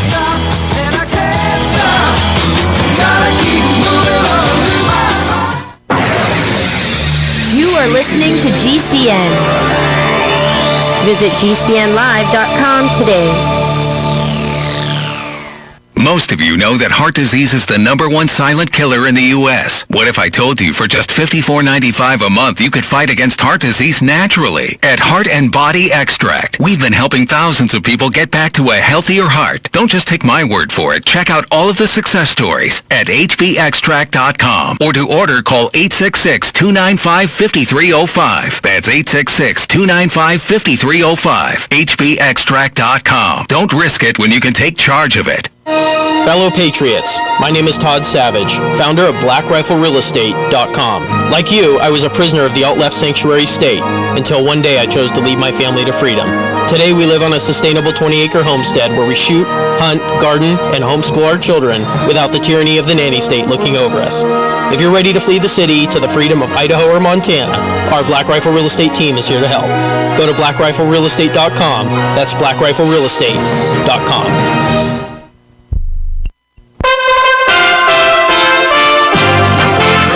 USA Radio News with John Hunt. The United Auto Workers Union announced that its roughly 49,000 members at General Motors plants in the U.S. will go on strike tonight because contract negotiations with the automaker has broken down. The decision came just hours after about 200 plant-level union leaders voted unanimously in favor of the walkout during a meeting this morning in Detroit. The family that owns OxyContin maker Purdue Pharma use Swiss and other hidden accounts to transfer over $1 billion to themselves, according to New York's Attorney General. The state of New York is asking a judge to enforce subpoenas of many companies, banks, and advisors to Purdue and its owners, the Sackler family, and they said they've uncovered what was previously unknown wire transfers. The transfers bolster allegations by New York and other states that the Sacklers worked to shield their wealth in recent years because of mounting worries about legal threats over the painkillers.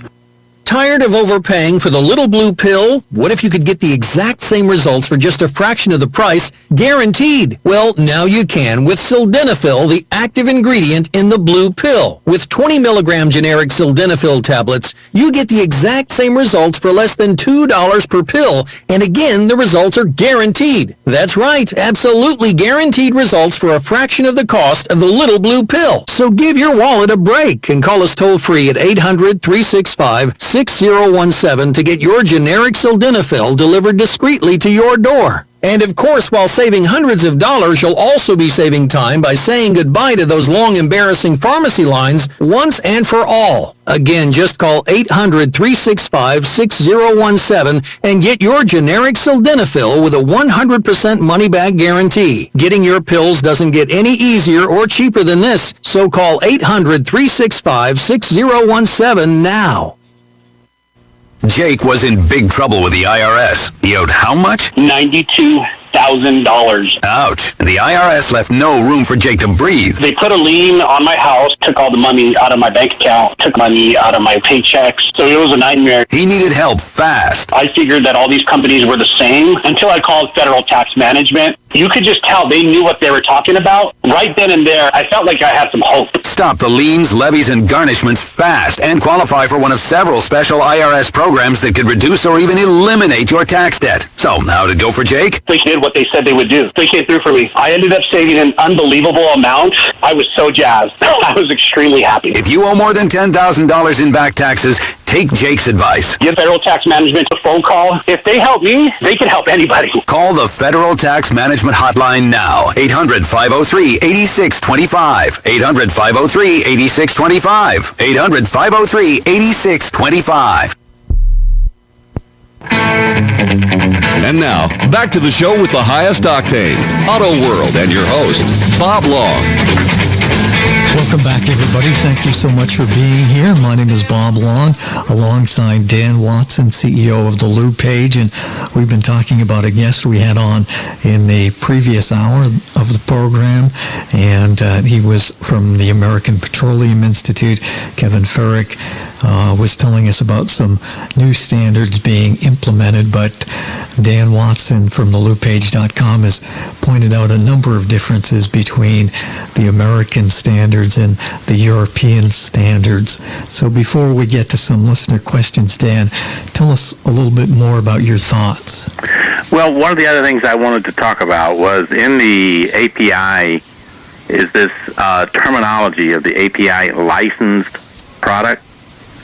Yeah, that exists, and they do that, and that's a good thing. And if you see something that has the API license on it, it would indicate that that should meet the minimum standard established by the API. Now, at the same time, and Kevin mentioned it, and there is a division in the API, which is the Engine Oil Licensing and Certification System, and that they are they're tasked with aftermarket conformance and enforcement procedures that help to ensure the products. I'm reading from his thing. Products licensed as or claiming to meet API standards actually meet the standards. Now, I want to just explain something there. Why do they need this aftermarket, this group to go out and to periodically across the United States pull some stuff off the shelf and check it? It's because the API has no testing lab where, for example, if I go to make a 10W30 engine oil and I want the API to license that, I don't send them a couple gallons of the oil and tell them to test it against all the specifications and then see that I've made a good quart of oil or good oil and I can get the licensing. No, what the API does is they say, Dan, send us your certification testing and then we'll give you the license. So people are self-testing themselves to meet the requirement. Now, should that work? Yes. In the dream world of great people, great honesty, good performance, that should work. It turns out that self-regulating has potentially never worked anywhere and never will, because there's always going to be somebody that decides that they can get around the requirements, get the licensing on the bottle, and make a lot of profit for a long period of time before anybody realizes they're not spending enough money to make that product to get the license. Okay? So I just bring that out as for people to understand this is not what you might think, that the oil has to be submitted and the API has to test it in their own lab and make sure that it meets all the requirements. No, they say send us your own certification paperwork where you've conducted the test. And I'm not saying that people would not do it correctly, but what I'm saying is that's the process that's used. Now, the other problem is that it would make more sense, at least if the API said, okay, show us the certification paperwork from an independent laboratory testing facility that has tested your product, that you don't pay their salary. In other words, they're independent, and we'll accept that paperwork. But they don't even go that far. It's, oh, right, Mobil, you've got a product that you want us to certify? Well, send us in the paperwork on that. We'll take care of it. And, well, wait a minute, Valvoline, you're going to send us the paperwork? We'll take care of that, right? So it's kind of almost like in-house is a little weak on making sure that the testing is always good. Now, the next thing on that is that what they require is for an independent company like Valvoline, AMSOIL, one of these companies, you have to pay them a fee, a fairly large fee, for every product that you want licensed. Okay, now... Sure. Yeah, sure. So here it is, either pay up or, we're not going to give it to you. So here's what they can't do legally. If Valvoline or AMSOIL produces a product and you run it through all the testing, particularly if you send it over to an independent laboratory and have them check all the testing, right, and it exceeds anything that the API requires for that classification, then you can label that your oil meets or exceeds the performance requirements for the API classification. You can't put their licensing donut and Starburst symbol on the bottle, but you can certainly label it that you have tested and exceeded what they require. And that's a difference between both AMSOIL and Valvoline. I'm using Valvoline because I know about them. Both companies have some oils that are not licensed by the API.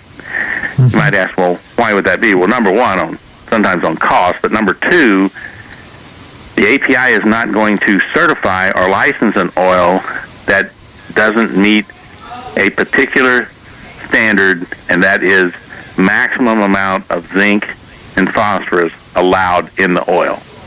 By the EPA came out with that requirement, and the API enforces it as part of their classification. So when Valvoline makes high mileage oil for cars with high mileage, they put extra additives in, and it can't meet that certification, so there's no donut or Starburst symbol on the bottle. However, on the back, it can say that it meets the API SL classification, because it does. But it can't meet the API SN or SN plus because it has too much zinc and phosphorus in it to help those older engines. And so therefore, it's a high-quality oil, but it doesn't have that licensing donut or Starburst symbol on it. So why I'm trying to point this out is for people to understand that there are great products sold out there that don't happen to have the API licensing, but they can still exceed the API requirements for performance, and they are allowed to put that on the bottle. So I'm trying to make that clear because I get that question a lot. AMSOIL's high-performance products, their Signature Series best oil in the country, that's not going to carry the donut or the Starburst because the additive package is too strong, but it is going to carry the Dexos 1, Dexos 2, and several of the European classifications because it's such a incredibly crafted and produced lubricating product that it's nearly bulletproof, okay? But the API has their requirements for licensing, and you got to meet these standards. You can't have too much of the zinc and phosphorus by the EPA and the API. So anyway, you get into what you want to produce as the best oil to do the best job in lubricating, and sometimes you might be disagreeing with the people because, like I said, they only establish the minimum standard. Now, if we were in Europe, these oils would be carrying just a higher classification than the API SN. They might be the API SN plus 4 or something, okay? That has some other designation as you went up through layers of higher performing oils. But since we don't have that in the United States, you can't get past the API SN, the minimum standard, and put anything else on the bottle that would really tell people that it's a higher performing product. So anyway, that's enough on that soapbox. All great information as usual. And why don't we take some listener questions and let's kind of get into it on that side of the fences.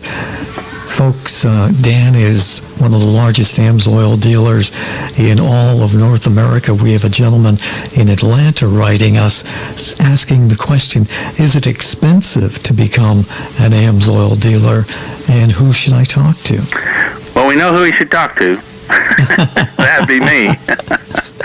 But no, it's not very expensive. The entire cost of getting into an AMSOIL dealership is going to be under $100, and there's no heavy expense that continues after that.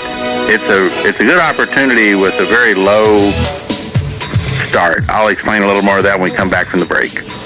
When we come back from the break, we'll definitely answer that question in more specific detail. And after that, we've got Wayne in Texas, and we have Tom in Florida with questions.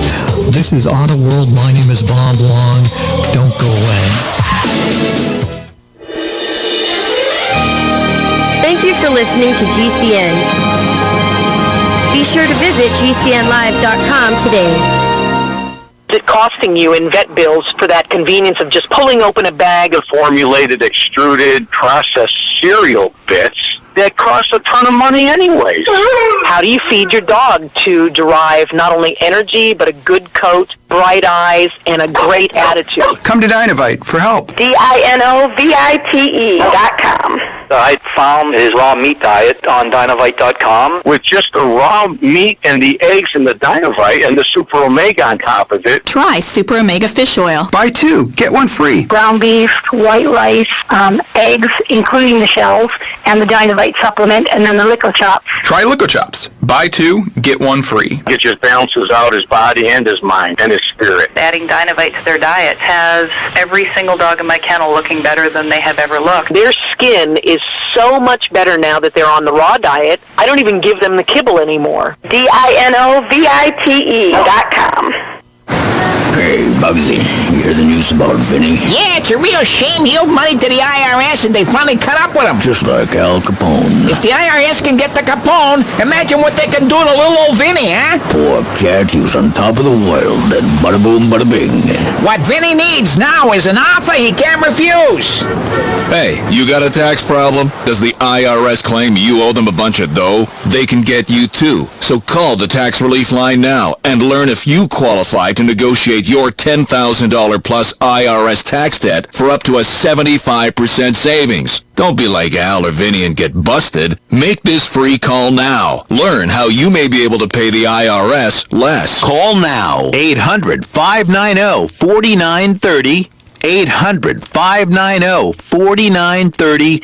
800-590-4930. That's 800-590-4930. Hunters, anglers, campers, and survivalists. Get back to nature. Expand your horizons with the highest quality, most versatile, unique slingshots and sling bows on the market at slingbow.com. Slingbow products are compact and models start from just $17.98. They're perfect for your bug-out bag or storing in your vehicle. Give yourself and your loved ones the excitement and tradition of Slingbow, a new frontier in archery and truly modern twist on this primitive survival tool. Feel the thrill only at slingbow.com. When you have a pain in the neck, a real pain in the neck, back, shoulder, or legs, you now have 2 convenient choices to get fast relief without taking another pill. Because now, Sunny Bay heating wraps and pillows are available at both Amazon and Walmart. Yes, see Sunny Bay's 4.5 to 5-star customer reviews on Amazon.com or Walmart.com. Our microwavable heat wraps, heatable neck pillows, and extra large body wraps are designed better for perfect support where and when you need it. Even while driving, Sunny Bay wraps will not burn and stay balanced to provide soothing hot or cold therapy to help treat temporary or chronic pain. And the best part, Sunny Bay quality products start at under $20. Join thousands of happy customers and see why Sunny Bay products have a lifetime 100% positive rating on both Amazon and Etsy. It's easy. Click Amazon or Walmart and search today for Sunny Bay.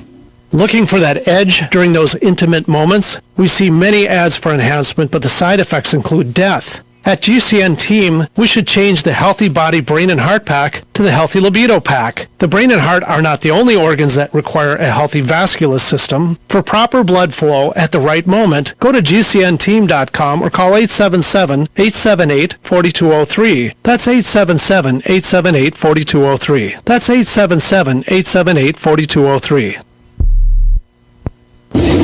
Hey, it's Billy F. Gibbons from ZZ Top, and you're listening right here to Auto World. Auto World is brought to you in part by DriveShare by Haggerty. Whether you're a longtime car lover or whether you're brand new to the community, this is something new and something cool. DriveShare basically unlocks the joy of driving fun and cool cars by securely connecting car owners with renters. Through DriveShare's car sharing platform, renters can find cars that bring out the awesome in every moment, and you can list your car if you're somebody who's got some really cool cars and want to start earning some extra money. It's very easy to list your car, or you can rent, and if you use the special code AutoWorld, you'll save $50 off your next rental. That's AUTOWORLD, all caps. Visit DriveShare.com to browse, choose, and cruise.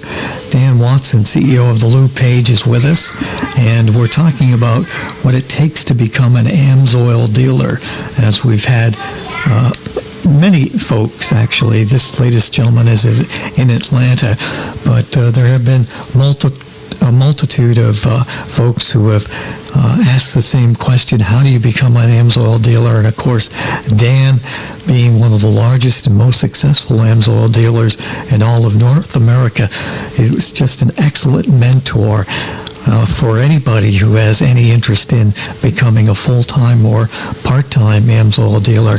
Dan, tell us more. Well, the AMSOIL opportunity is legitimate. Some people think that, well, you just got all these people, people get into stuff, there's nothing to it, nobody makes it anywhere. No, I can tell you that I know a great number of AMSOIL dealers that have been in this business now, some for over 30 years, and AMSOIL continues to expand. And the reason it does is just simply, top shelf products that do what they say they're going to do. And the business opportunity is one which is straightforward. This is not one of those operations where everybody's just got to go out and you got to just do a bunch of signing up people, and that's how you make your money. You don't make any money in AMSOIL unless you sell products. That's what we're about, selling high-quality products, not building schemes of castles of people and nobody selling any product. That's not anything about AMSOIL. And sell a lot of product, and this is the main way that AMSOIL does it, is through dealers like myself. And we can also become the servicing dealer and set up auto parts stores, garages, truck fleets, municipalities. We function as a complete AMSOIL field rep, for lack of a better term. So it's an outstanding opportunity. And if you get into the business, you want to make sure you get in with somebody who is capable of coaching you, somebody who knows it. AMSOIL's not hard, but there's things that work and things that don't. And there's a lot of ways to spin your wheels and go nowhere. Right. And then there's also ways that you can make steady progress and make yourself some money. But it's good to get hooked up with a dealer who's willing to spend the time to work with you, answer your questions, give you tips on how to do things because they've done it and they know how it works. So that's as much as I can toot my own horn, is to tell you that if you're interested in this business, give me a chance to give you my qualifications and sell you my own ability to be that person that sponsors you. I got plenty of references of other dealers that I can gladly hook you up with, that you can check me out and see if I'm for real. You have every right to do that.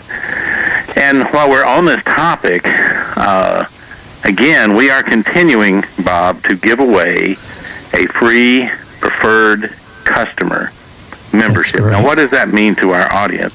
A preferred customer is someone who is set up to buy direct, factory direct from AMSOIL, and you get a huge discount, 25 to 30% off of the retail price in this program.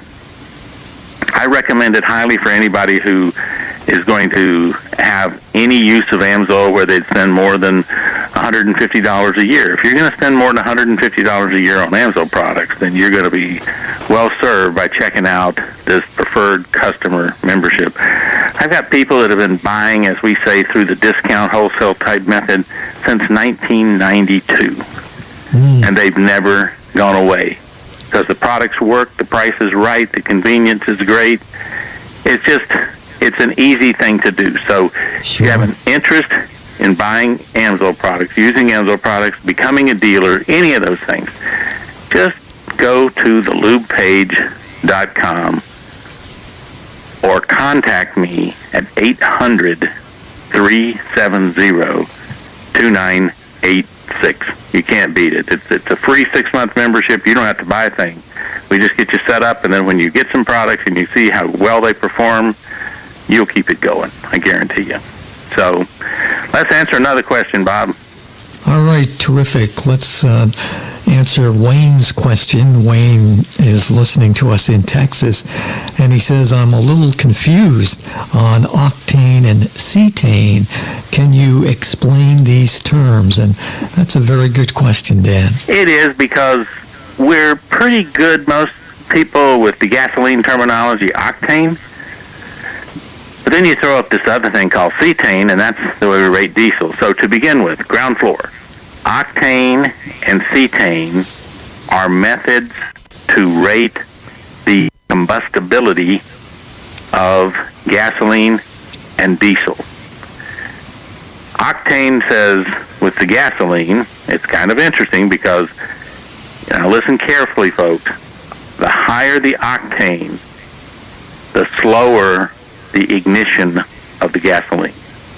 Sounds strange that we want it to ignite slowly. What are we talking about? Well, see, I have a spark plug. That spark plug is going to set it off. There's no doubt it's going to set it off when it sparks. The question is, from that instant and that microsecond that it sets it off, is it going to have a detonation and explode, or is it going to have a little bit more of a, let's just call it an exceptionally rapid burn? We want it to have the exceptionally rapid burn because what that does from a pressure standpoint is that's an expanding pressure ball for maybe, I don't know, a millisecond, 200 microseconds, something. It's expanding. Now, if I had a detonation, it's instant peak pressure, boom, it's gone. I don't want it to detonate. I want it to be an expanding ball of pressure so that it can continue to push down on that piston, expanding while the volume above the piston is increasing, but the expansion of the gas ball is faster than the piston is traveling, so it continues to put force on the piston all the way down through the travel. I don't want it to detonate. Now, on the diesel side, I don't have a spark plug, so I got to rate this diesel on how much compression do I have to get to before this stuff is going to start burning, going to set off. So cetane tells you the higher the cetane, the more easily the diesel will ignite. And that's important because, like I said, I'm doing this with pressure over on a diesel. I don't have a spark plug. The high compression is going to cause incredibly hot air volume. I don't know if people understand that, but when you compress air, it gets really hot. So when I force this air in with my turbo into the cylinder, and the piston's coming up, as it's coming up, the air is reaching very high temperatures. Well, that air at a very high temperature, I get at the temperature I want. When that injector opens and puffs that diesel in, I want it to hit air that's hot enough that it ignites right when it's puffed in there. I don't want to have a big delay. If I have a big delay, then my power is off, my timing is off. So I need that diesel to ignite as soon as it's being shoved into that hot air. On the gasoline side, I know when it's going to ignite because I got a spark plug to set it off. So there, I want to make sure that it doesn't detonate, that it burns slower. So octane, the higher the octane, the slower the fuel burns. Cetane, the higher the cetane, the more easily the fuel ignites. Now, cetane ranges will run from 40 to, say, 55 in the diesel world. Most number 2 diesels running somewhere between 40 and 45. A lot of number 1 diesels running around 50. Over in the gasoline side, most regular gasoline is going to be 87, typically 87, 88, maybe 89, depends on, sometimes you can get some 89. They usually start calling that mid-grade, but that's the actual octane rating. Now, believe it or not, you get into racing fuel, you can get 100 octane. Well, why is that? You want more power. Even the higher octane, even the slower it burns. So what we're saying there is I'm going to make it burn and increase pressure all the way through that stroke. We're going to get maximum power. As usual, just a tremendous amount of knowledge. Dan, do such a great job here on the show. Why don't we make sure and remind folks about your telephone number? Yes, 800-370-2986 and thelubepage.com. And Dan Watson at thelubepage.com. This is Don Jones, the old car guy himself. I'd like to invite you to come to my website, theoldcarguys.com. That's theoldcarguys.com. We probably have everything you need for your classic car. Parts, service, even insurance. So check us out at theoldcarguys.com or give me a call at 314-306-7507. That's 314-306-7507. Does your dog itch, scratch, stink, or shed like crazy? Come to Dynovite for help. Order a 90-day supply of Dynovite. Dynovite is nutrition. Pick up 2 bottles of Lico Chops, get the 3rd bottle free. New improved Lico Chops with omega-3, omega-6, vitamin E. And now, 6 extra direct-fed microbials. Even better for the digestive tract and immune system. Try Lico Chops. Buy 2, get 1 free. At Dynovite.com. DINOVITE.com.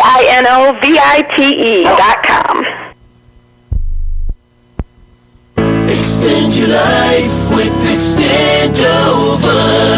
Extendovite really works. Just listen to what Wayne has to say. Extendovite. I have been taking it for about 2 years, and I had really bad heart palpitations. And since I've been taking it, I don't have any major episodes at all anymore. I'm 76 years old, and I still play competitive basketball. Of course, I've taken care of myself really good since I was 60, but Extendovite really helped the blood pressure, really helped I used to get really bad episodes of heart palpitations, just skipping beats and double beats. But also I wanted to tell you that I really appreciate your broadcast. They're just really refreshing. To order, call 1-877-928-8822. That's 1-877-928-8822 or visit heartdrop.com. Extend your life with Extendovite. Thank you for listening to GCN. Be sure to visit GCN.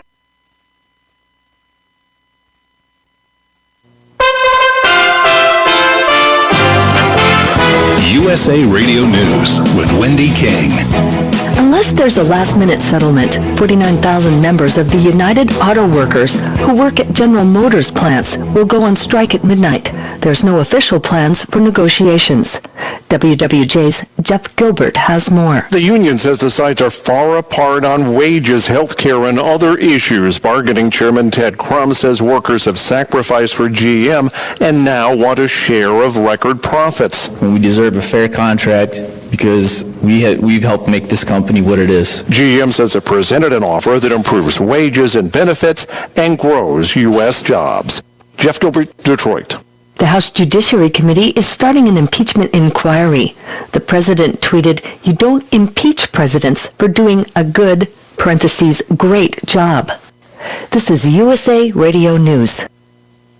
So there's this guy named Jordan, and he's a healthy guy. He's a dad of 6, and he works as a guide in Alaska, but then he goes to the doctor, and he's diagnosed with cancer, stage 4. And here's the thing. He had switched from medical insurance to MediShare, which is a Christian healthcare sharing ministry. So the question for Jordan and his wife Jenny was, is this really going to work? Our medical bills exceeded $160,000. Medishare members shared all our bills. And it was about more than just the money, too. This is a real community. Medishare is a family, a group of people that stick with you through the hardest times of your life. I just don't know how I could have done it without Medishare. It's so worth looking into. There's a reason this is growing so fast. If you want to find out more, here's a number for you. 833-34-BIBLE. That's 833-34-BIBLE. 833-34-BIBLE. U.S. officials are citing intelligence assessments, including satellite imagery, to support their case that Iran was responsible for Saturday's attack on key Saudi Arabian oil infrastructure. The officials say the intelligence shows the strikes are inconsistent with the kind of attack that would have been launched from Houthi rebels in Yemen. Iran says they had nothing to do with it. Wyoming Republican Congressman Liz Cheney tells NBC's Meet the Press it's time to get tough. We should deny the visas for the Iranian delegates who are planning to come into the United States, come to New York next week for the UN General Assembly meetings. The president, the Iranians, the secretary, the foreign minister, every one of them. The Iranians is absolutely. Some welcome news for drivers. The current national average price of gasoline, regular leaded at retail, is $2.63. It's down 3 cents from 3 weeks ago, and it's down 20 cents from 10 weeks ago. But industry analyst Trilby Lundberg says she expects the trend to reverse after Saturday's drone attack on Saudi Arabia's oil processing facility. You're listening to USA Radio News. Now you can fly anywhere in the world and pay discount prices on your airline tickets. Book a flight today to London, Paris, Madrid, or anywhere else you want to go. And pay a lot less guaranteed. Call the International Travel Department right now at Low Cost Airlines. 800-215-5141.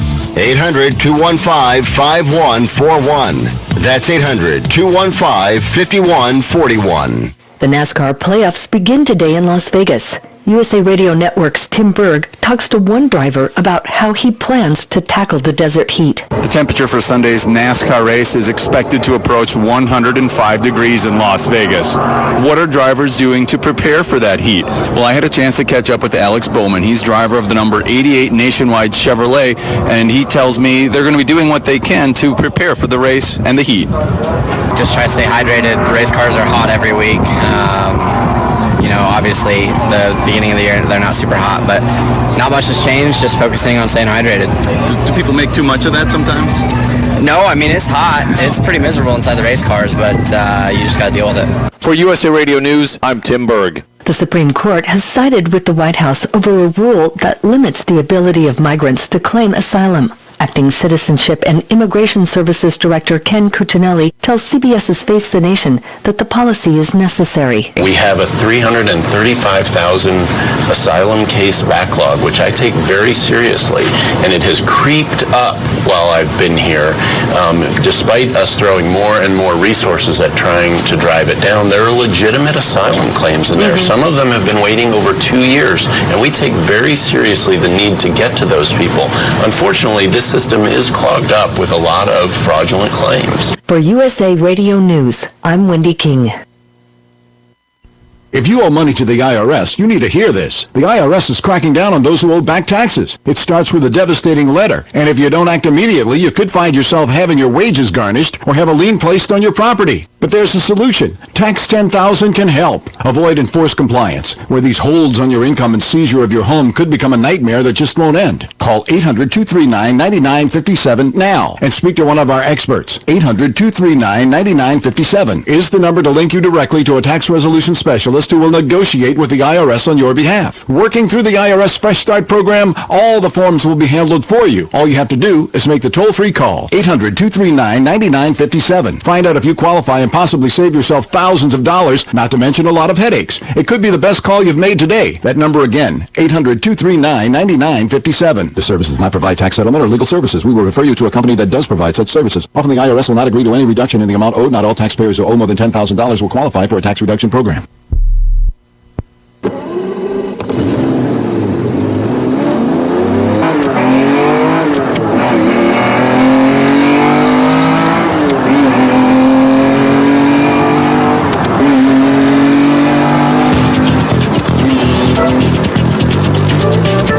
Ladies Ladies and gentlemen, welcome to America's Auto Enthusiast program. This is Auto World. And now, here's your host, Bob Long. Hi, everybody. Thank you so much for being here. My name is Bob Long. In this hour of the broadcast, we're going to be joined by the CEO of the Old Car Guys. That's right, the CEO of the Old Car Guys, Don Jones, will be joining us to bring us up to speed on all the things that he's been up to in recent days. If you have any questions for myself or for Dan, we've got a telephone number for you waiting. Ms. Mackenzie, our producer at Master Control at GCN, and you can reach Mackenzie and reach Auto World at 855-660-4261, 855-660-4261, or via the email bob@boblongradio.com. Let's go to the Auto World guest lines and bring forth the gentleman who is no stranger to these airwaves. He's a regular contributor here to the show. It's my pleasure to welcome Don Jones from theoldcarguys.com, where he is CEO, back to the show. How are you doing there, Don? I'm pretty good, Bob, but you leave out the part, not only am I the CEO or OCS or whatever, I'm also the janitor. So, when you got a one-man shop, you got to have a lot of hands. I don't know if I should apologize or put the dunce camp on, but I've been sitting here the last hour plus listening to the show, except that I plugged into the best of or something. I was listening to Mark Evans, talking about oil changes on Bugattis. And I was getting all excited about that, and gee, I don't know. But Dan sent up, Dan was on the show? Who was on before me? Before you is Dan Watson from the Louvre. Yeah, Dan Watson from Amsoil, right? Yeah, exactly. Yeah, okay. I haven't seen Dan in a couple of years. Yeah, I was just going to remind you. I had a Ferrari 308 that I bought. It was a Magnum PI car that I bought sight unseen, based on the price. I bought it in partnership with a buddy of mine some years back. And then it was in Montana, and he sent me the picture of it. The price was $18,000, and the guy had just spent $1,200 on a tune-up, and we were going to flip it.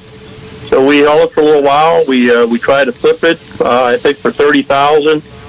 We didn't get any bites on it, and it sat for about a year. And we ended up, we had to put a battery in it, and I called my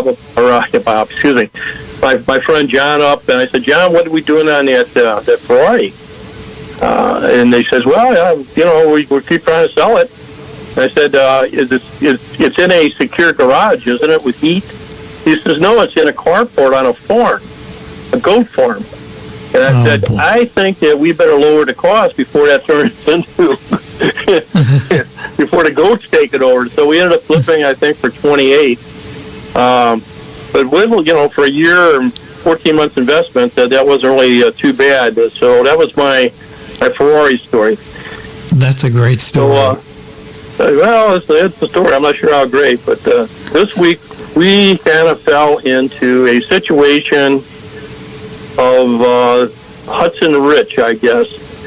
I think I told you a story a few years ago. We ran into this lady out in Pennsylvania at the Eastern Museum of Motor Racing. And a nice lady, her late husband and her had 35 Hudsons at one time. He had passed away. They got rid of part of the collection, and the other part was divided between her and her son. They didn't want to sell it at that time. So I kept in touch with her, and finally I get a call from her, and then a couple weeks later from her son, that they want to sell some cars. He wants to sell 9, and plus what he said is the tractor trailer full of Hudson parts. Wow. So that's fine and dandy. And then he says, I got to sell them by the end of the month because they're tearing the garage down, and I don't have a place to put them. So, suddenly I get a a very, very short deadline. Yeah. And I said, well, what are you asking? He says, I'm not really looking to make a lot of money. I don't want them to go to the salvage yard or the scrap yard. And so we've got some cars up there that are like 1/3 to 1/10 of what their value is. And if it's, some of them are just not that collectible, but a 39 Hudson for $100, a 42 Hudson with a 46 front end for around $500, a 70 Javelin for $1,500, wow, the AMX 390 Go package, it's real rough, it's been in the garage for a number of years, is asking $2,500. That car restored could be anywhere from $35,000 to $50,000. The Go package adds a 25% premium to an AMX. Some of these are American motor cars, but keep in mind that Hudson merged with Nash Kevlar in 1954, and that's what created the American Motor Corporation. So when you see a Rambler or a Nash, you can pretty well figure that's part of that Hudson family. So we're trying to do that for the guy. We've contacted people around the United States, and as I called people, now I didn't sell anything, but I picked up more cars. So I talked to a guy up in Wilcox, Nebraska, whose brother died, and he's got 40 Hudsons. And another old boy in North Carolina that's Hudson heavy, and he's trying to sell a few. So right now we've got maybe between 40 and 50 Hudsons that'll be on the block. So if you guys remember what Hudsons are, give me a call and we'll get you the parts you need. Absolutely, a great opportunity. And let's do a little history lesson. As you mentioned, in 1954 was the year that it was happened that Hudson merged with Nash and Kelvinator to form AMC. Right, yeah. I'll go ahead and back it up and give a little bit more of a history. Starting out with just the Hudson Motor Company, they started in 1909, Detroit, and it was created by a fellow by the name of Joseph L. Hudson, who actually had a department store in Detroit. He and 8 other fellows put the company together with the idea of having an automobile or selling an automobile for the equivalent of for $1,000, and that's in 2019 almost $28,000. But $1,000 was not a bad price for a car in those days. So he had a pretty good run, but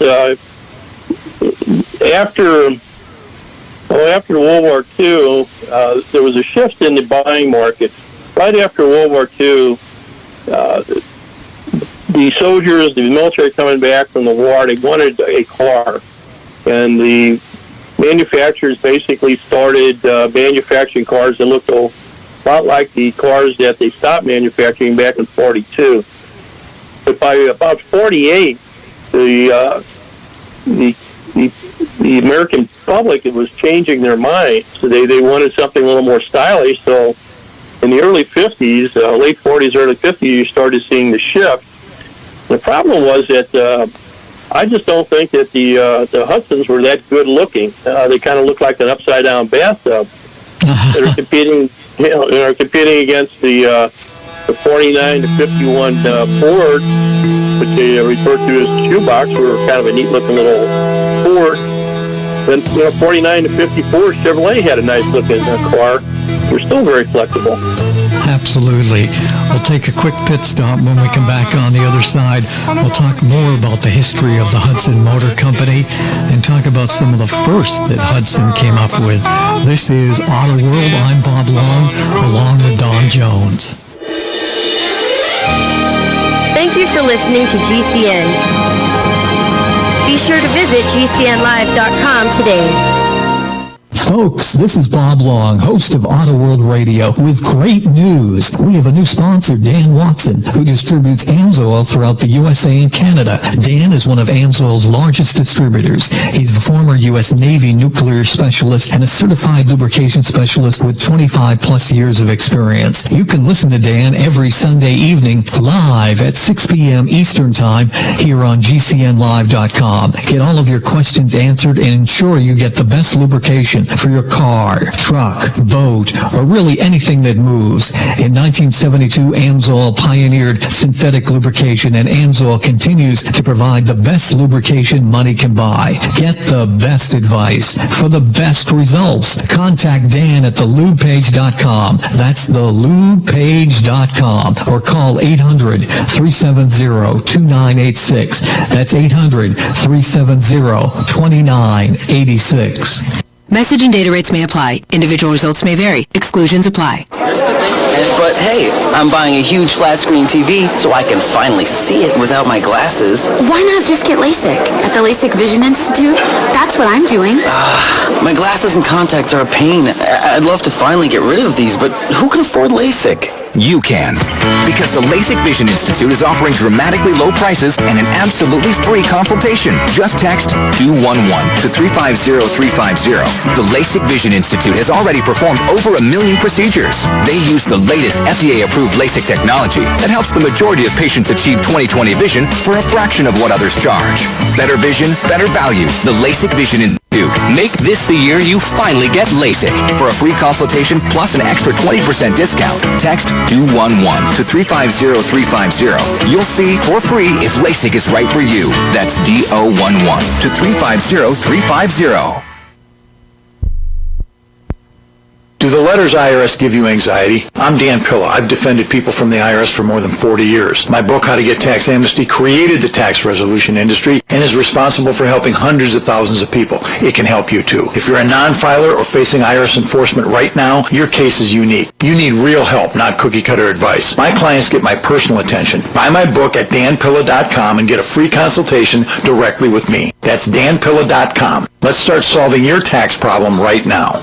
Have you checked your Google search results lately? Search results are usually the first impression that people form of you or your business, so make sure that they create a positive impression with Reputation Defender. What the internet says about you can have a big impact on your life and your livelihood, even if it's not true. Fortunately, you can now control how you look online and in online search results with Reputation Defender. Call 800-831-0771 now. That's 800-831-0771. For your free reputation analysis. If you have negative material from an ex-employee, upset patient, or former client, newspaper article, legal issue, social media, or other source showing up in your search results, you can combat it with Reputation Defender. Our dedicated experts in patented technology can help make your online search results look their best. Call 800-831-0771 to learn more. 800-831-0771. That's 800-831-0771.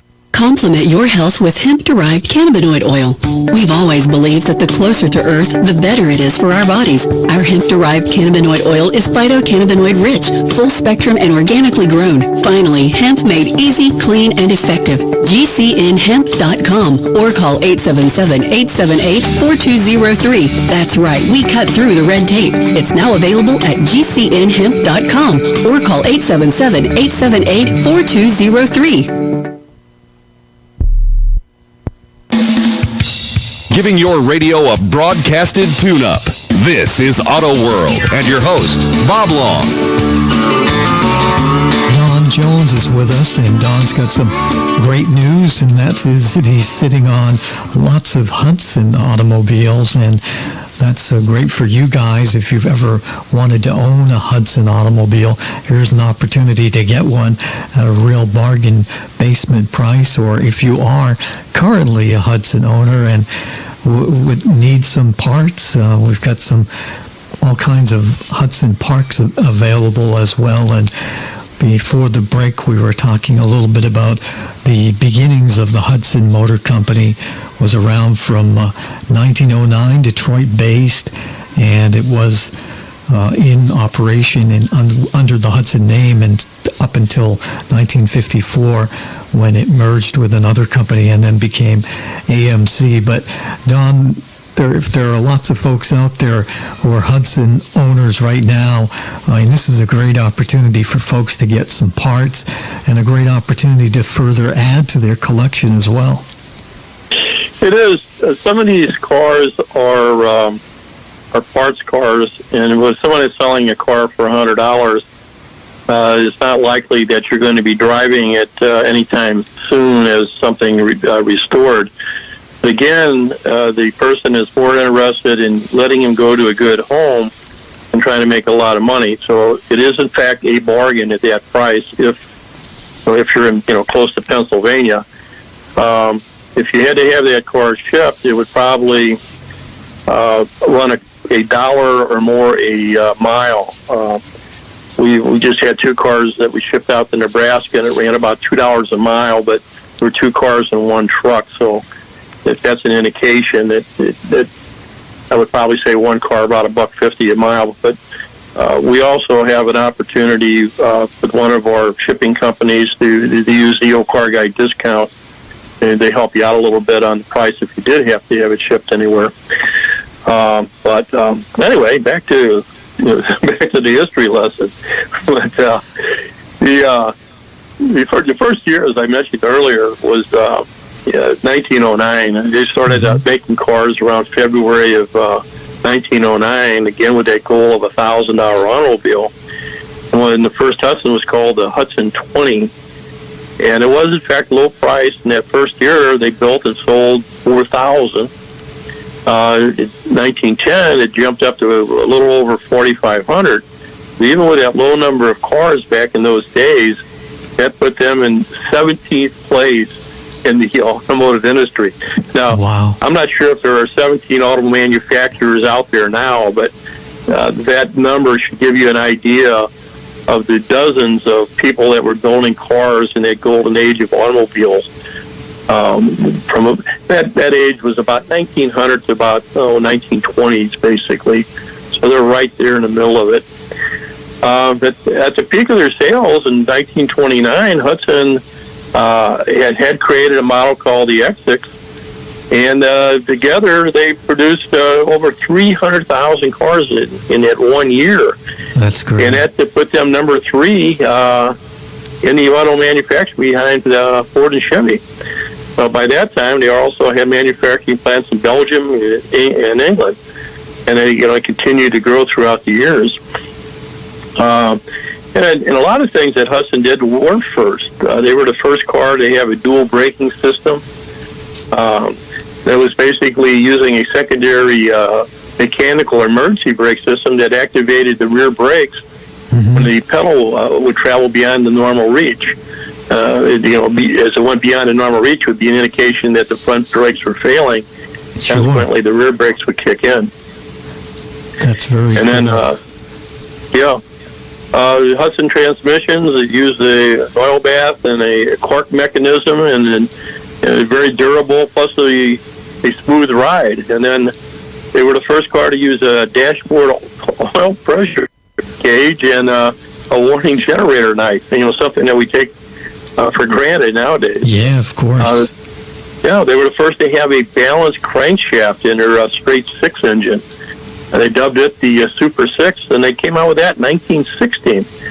And this allowed for a higher RPM rate, so you had a smoother takeoff and more power for a smaller size engine. And it's much more power compared to the slow rev engines that they couldn't make the torque needed to pull these heavier cars.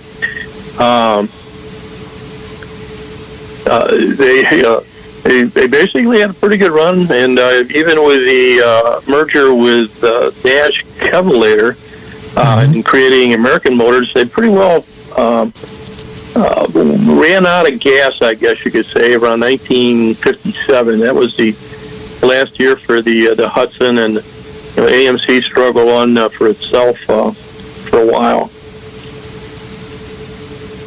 And another interesting first from Hudson when it comes to manufacturing, the first car manufacturer to use foam rubber seats. Foam rubber seats. Again, that's something that people take for granted, but back then that was a big deal. Yeah, it certainly was. But that's kind of the odd thing about the car manufacturers. So we start researching these things, and it's kind of like the gee whiz moment. It's kind of like little historic light bulbs going off in my head when I put these things together. And which makes for me, and I hope for your audience, I hope I'm not boring you with all these dates and things, but if you're a car guy, you kind of go, oh, I didn't know that type of moments with this stuff. And then I continued manufacturing. I kept that exit nameplate until about 32, and they modded it up with this an automobile called a Terraplane, and that came online in July of 32, and it was christened by Amelia Earhart. And it was styled pretty much after an airplane. In fact, I think that the hood ornament on it kind of looked like an airplane with a red plastic nose cone on it. I think I ran into one of those cars in a lot down in Poland, Alabama a couple years ago in this guy's collection. But they came out. They had an option 3538 for the electric gear pre-selection on the dash, an electric hand that helped them shift. I'm not sure how successful that was, but they did take the shifter off the floor and they put it up on a column about that year. And that was kind of a big deal. My dad told me when I was a kid, back in the 60s, he was saying that it was a big deal when the manufacturers start putting the shifter up on the steering column, and now it's back on the floor. Like, things have this tendency to go in circles, and that's the way it was when they came out with that muscle cars with the bucket seats and the floor deals. But such is the history. Yeah, absolutely. It comes back around sometimes. Let's talk about some other engines. I understand they made a flathead 8-cylinder engine. When we come back on the other side, we'll hear about that. That was for model year 1930. And again, if you got a question for Don, give us a call at 855-660-4261.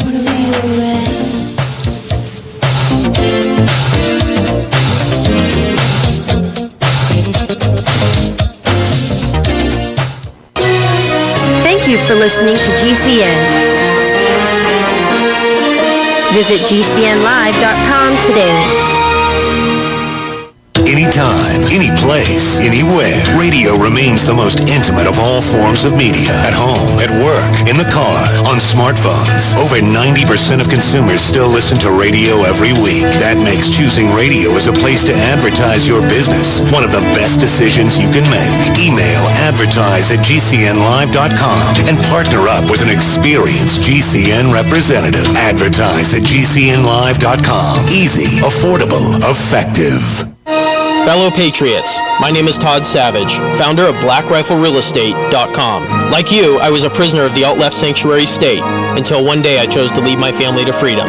Today we live on a sustainable 20-acre homestead where we shoot, hunt, garden, and homeschool our children without the tyranny of the nanny state looking over us. If you're ready to flee the city to the freedom of Idaho or Montana, our Black Rifle Real Estate team is here to help. Go to BlackRifleRealEstate.com. That's BlackRifleRealEstate.com.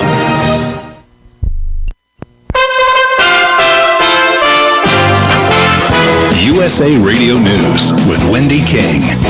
Unless there's a last-minute settlement, 49,000 members of the United Auto Workers who work at General Motors plants will go on strike at midnight. There's no official plans for negotiations. WWJ's Jeff Gilbert has more. The union says the sides are far apart on wages, health care, and other issues. Bargaining Chairman Ted Crum says workers have sacrificed for GM and now want a share of record profits. We deserve a fair contract because we've helped make this company what it is. GM says it presented an offer that improves wages and benefits and grows U.S. jobs. Jeff Gilbert, Detroit. The House Judiciary Committee is starting an impeachment inquiry. The president tweeted, "You don't impeach presidents for doing a good, parentheses, great job." This is USA Radio News.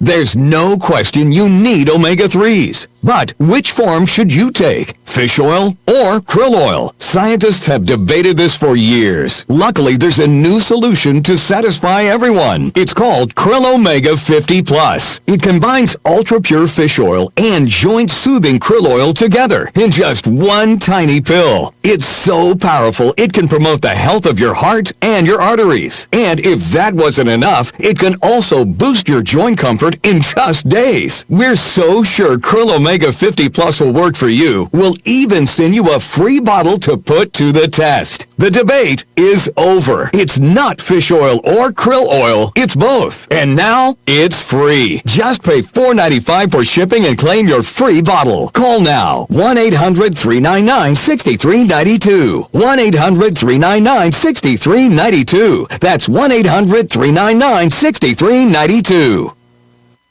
Dahibo Tea Club's original pure Pau d'Arco Super Tea comes from the only tree in the world that fungus does not grow on. So it naturally has antifungal, antiviral, antibacterial, anti-infection, anti-inflammation, and anti-parasite properties. But maybe more importantly, Dahibo Tea Club's original pure Pau d'Arco Super Tea builds corpuscles in the blood which carry oxygen to our organs and cells. Our organs and cells need oxygen to regenerate themselves. The immune system needs oxygen to develop, and cancer happens to die in oxygen. The tea is great for healthy people, and it can truly be miraculous for someone fighting a potentially life-threatening disease due to an infection, diabetes, or cancer. Dahibo Tea Club's original pure Pau d'Arco Super Tea is only $34.95 plus shipping. Order now at shopsupertea.com or call 818-984-6100. That's shopsupertea.com, 818-984-6100, shopsupertea.com. Hi, this is Jay Leno, and you're listening to Auto World with Bob Long. Watch out, man, how you drive that Cadillac there. I bet you Jay Leno's got a Hudson in his collection. Welcome back, everybody. Thank you very much for joining us here on Auto World. We're joined by Don Jones from theoldcarguys.com, doing a little history lesson on Hudson because Don is in a very interesting position right now, and he has had the chance to pick up some Hudson automobiles and Hudson parts, and he's facing a time deadline, so now's the time to get a bargain on a Hudson. And before the break there, we were talking about some of the history of Hudson, and certainly one of the most famous vehicles from Hudson is the Hudson 8, which came out for model year 1930, Don. Right, yeah, it was a flathead inline 8. Let me stop and kind of explain what a flathead is. So usually we see in an automobile now are overhead valve cars. If you overhead valve engines. If you go to a car show and you're looking at muscle cars, you're looking under the hood, and you see a V8 engine. By V8, there's a valve cover on the left and right. It's usually a metal cover that's over the rocker arm assembly that controls the valves. In the flathead engine, the valves were in the block of the automobile, and the shape of the head was more of an L shape. With the long part of the L is where the travel of the piston was, and to the left or right of the L would have been the area that the valves would have opened and closed in, both the intake and the exhaust valve. So they were a good engine for their time. Obviously, they outlived their usefulness when the V8s came along. But in this particular case, it was an inline 8, so it was an extra long engine. And it was cast in one piece with the block and the crank case was all one unit. But it did have two separate heads, two separate cylinder heads. And I would probably think that part of the reason for that was just the weight of taking one of the heads off at a time. That it would probably be a little bit less of a burden for a mechanic to lift it, because those heads get awful heavy and are awful big. But they came out with that engine. It was in the neighborhood of 219 cubic inch, put out 80 horsepower, which is pretty healthy horsepower for 1930. And that was at about 3,600 RPM. And that extra RPM was coming from the fact that they were balanced. Mm-hmm. They were only running about a 5.8 compression ratio, was fairly low compared to modern engines. But they did have the 5 main bearings on the crankshaft, and each of the throws for the pistons were counterweighted and balanced that crank just like on the former engines. And this is was an industrial first. It used the Lancaster vibration damper for a smoother ride, and obviously to eliminate the vibrations. They mounted it using 4 rubber blocks, and this would even make it smoother and quieter when it was operating in the automobile.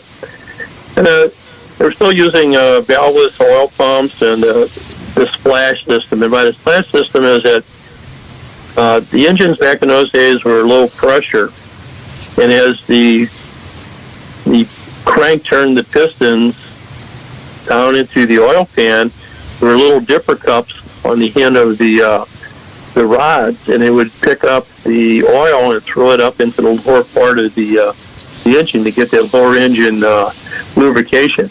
And it sounds like rather caveman type stuff now, but kind of the way things went. Consequently, engines didn't last like they last now.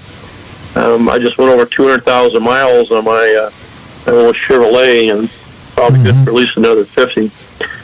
But another first for Hudson, and they pretty well used it in the Hudson line, and they kept the Super 6 for the cheaper X6 models cars, and they probably ran that engine until about 1930s, about 36, I think. And a little interesting story about female automotive designers. Hudson was a leader in that, and this was big news back in the late 80s. Yeah, it was. They took on this lady by the name of Elizabeth Ann Thatcher. She became a designer for them in 1939. She only stayed a couple of years, but she was involved in exterior trim, side lighting, the instrument panel, and probably the picking of the fabrics for the seats. She left that company and married a fellow who was a designer for Cadillac. And later in life, he led the design team for Ford and helped create the Mustang. Wow. She was, I don't know if you say cutting her teeth or making her bones over there, but she had a long, distinguished career in designing automobiles. So that was kind of a neat thing to find out about. Absolutely. How did World War II affect the Hudson Motor Car Company? Because it certainly had a major effect on all businesses and all car makers. Absolutely. I don't think that Hudson made any type of automobiles for the service, but what they did do is they took the manufacturing plants and they started making war materials, primarily aircraft parts, naval engines, anti-aircraft guns. In fact, the Hudson Invader engine powered most of the landing craft that were used at D-Day in good old June 6th, 1944. They created an aircraft division. They produced aerons and wings, I believe, for some aircraft. And in 41, they won a contract to create 20-millimeter cannons for the Navy, and they created thousands of these cannons that were probably used for anti-aircraft guns on ships, defending ourselves against air attack from our enemies. They actually, even with the warfare going on, they were ranked as the 83rd largest company among American corporations during World War II.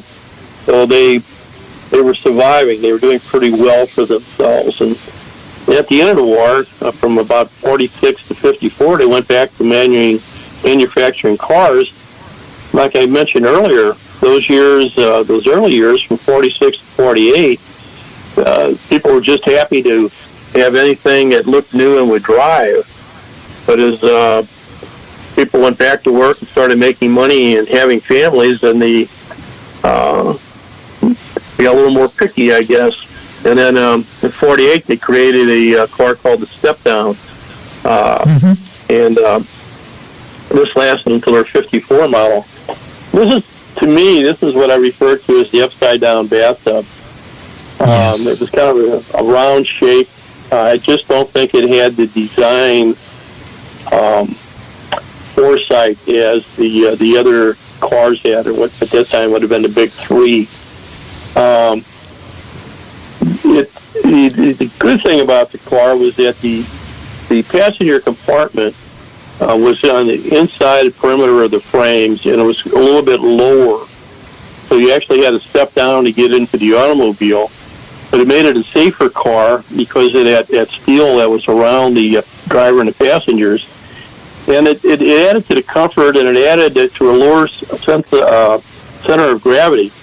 The neat part about the cars in those years was with the new improved front ends, they were much more roadable, much faster on the road, handle a lot better on curvy roads than the Fords and Chevrolets.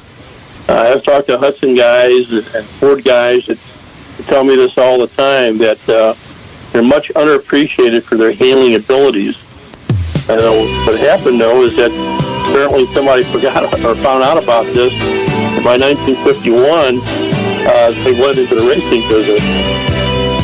Wow, very cool. We'll take a time out for some important messages, and when we come back on the other side, more about Hudson. And don't forget, Don Jones from the Old Car Guys is sitting on some Hudson and Hudson parts, and he can help you out. This is Auto World. Don't go away. Thank you for listening to GCN. Visit GCNlive.com today. What is it costing you in vet bills for that convenience of just pulling open a bag of formulated, extruded, processed cereal bits that cost a ton of money anyways?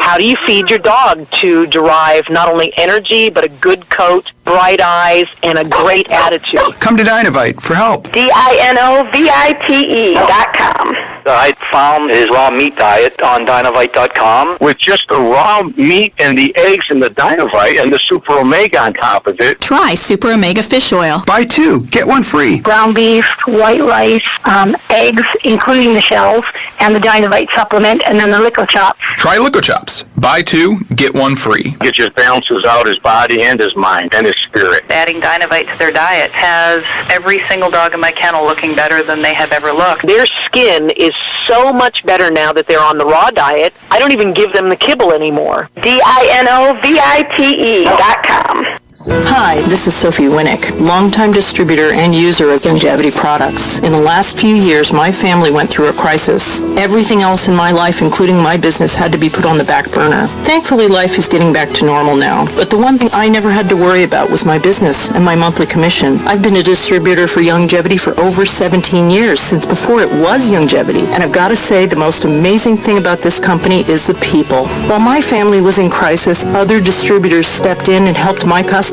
simply because that's what Youngevity people do, even for people they don't know. For me, it has never been about getting rich. It was about a product I could stand behind, a company I could count on, and a monthly commission check that has never, not once, been late. In 17 years, Youngevity is truly a business for everyone, even people who have too much to do. I'm Sophie Winnick. I'm just like you. I have a real life, real ups and downs, but I know I will always have Youngevity. Maybe not today, maybe not tomorrow, but soon you'll need a plan and place to survive. Forget bunkers. You're not a live underground gopher. You need survivalist camps, the ultimate fully functional, off-the-grid mobile survival bug-out house that's well-equipped and custom-built to outlast any other RV or trailer. Bold statement, you bet. See them now at survivalistcamps.com. That's survivalistcamps.com. Trust your family's survival to survivalistcamps.com. Let me ask you something. What are you doing when you put money in a 401k or IRA, or store jumper cables in your vehicle, or purchase health insurance? You're preparing. You're preparing to ensure you have enough money for retirement. You're preparing for when your car battery dies, or to have assistance paying a major unexpected medical bill. That all makes sense. The same goes for building a food storage plan. You're preparing for when emergencies or disasters strike and shelves go empty at your grocery store. The best way to prepare is with My Patriot Supply. They've helped 1 million hardworking Americans become more self-sufficient. My Patriot Supply sells hundreds of items, including dozens of emergency food kits at MyPatriotSupply.com. It could be an earthquake, a cyber attack freezing our banking system, or a disaster that shuts down our power grid for weeks. For all these emergencies and more, get your supplies and prepare today at MyPatriotSupply.com. No more rushing to find empty store shelves because you're too late. Do it now so you're ready. MyPatriotSupply.com. Dan Perkins here for your Songs and Stories for Soldiers, Veterans, Tip of the Day. Are you one of the 50,000 disabled vets who have student loan debt? The President has issued an order not only to forgive that debt, but wants to make it easier and quicker to get it done. So here's your Veterans Tip of the Day. If you're disabled and you went to college, first of all, you are my hero. You may be eligible to have your loans be forgiven. Contact your local VA center or go to va.gov for more information on how to get these loans paid in full. Paying off your loans is just another way to say thank you for your service. This is Dan Perkins with your Veterans Tip of the Day. My pappy said, son, you're gonna drive me to drinking if you don't stop driving that hot rod Lincoln. Giving your radio a broadcasted tune-up. This is Auto World and your host, Bob Long.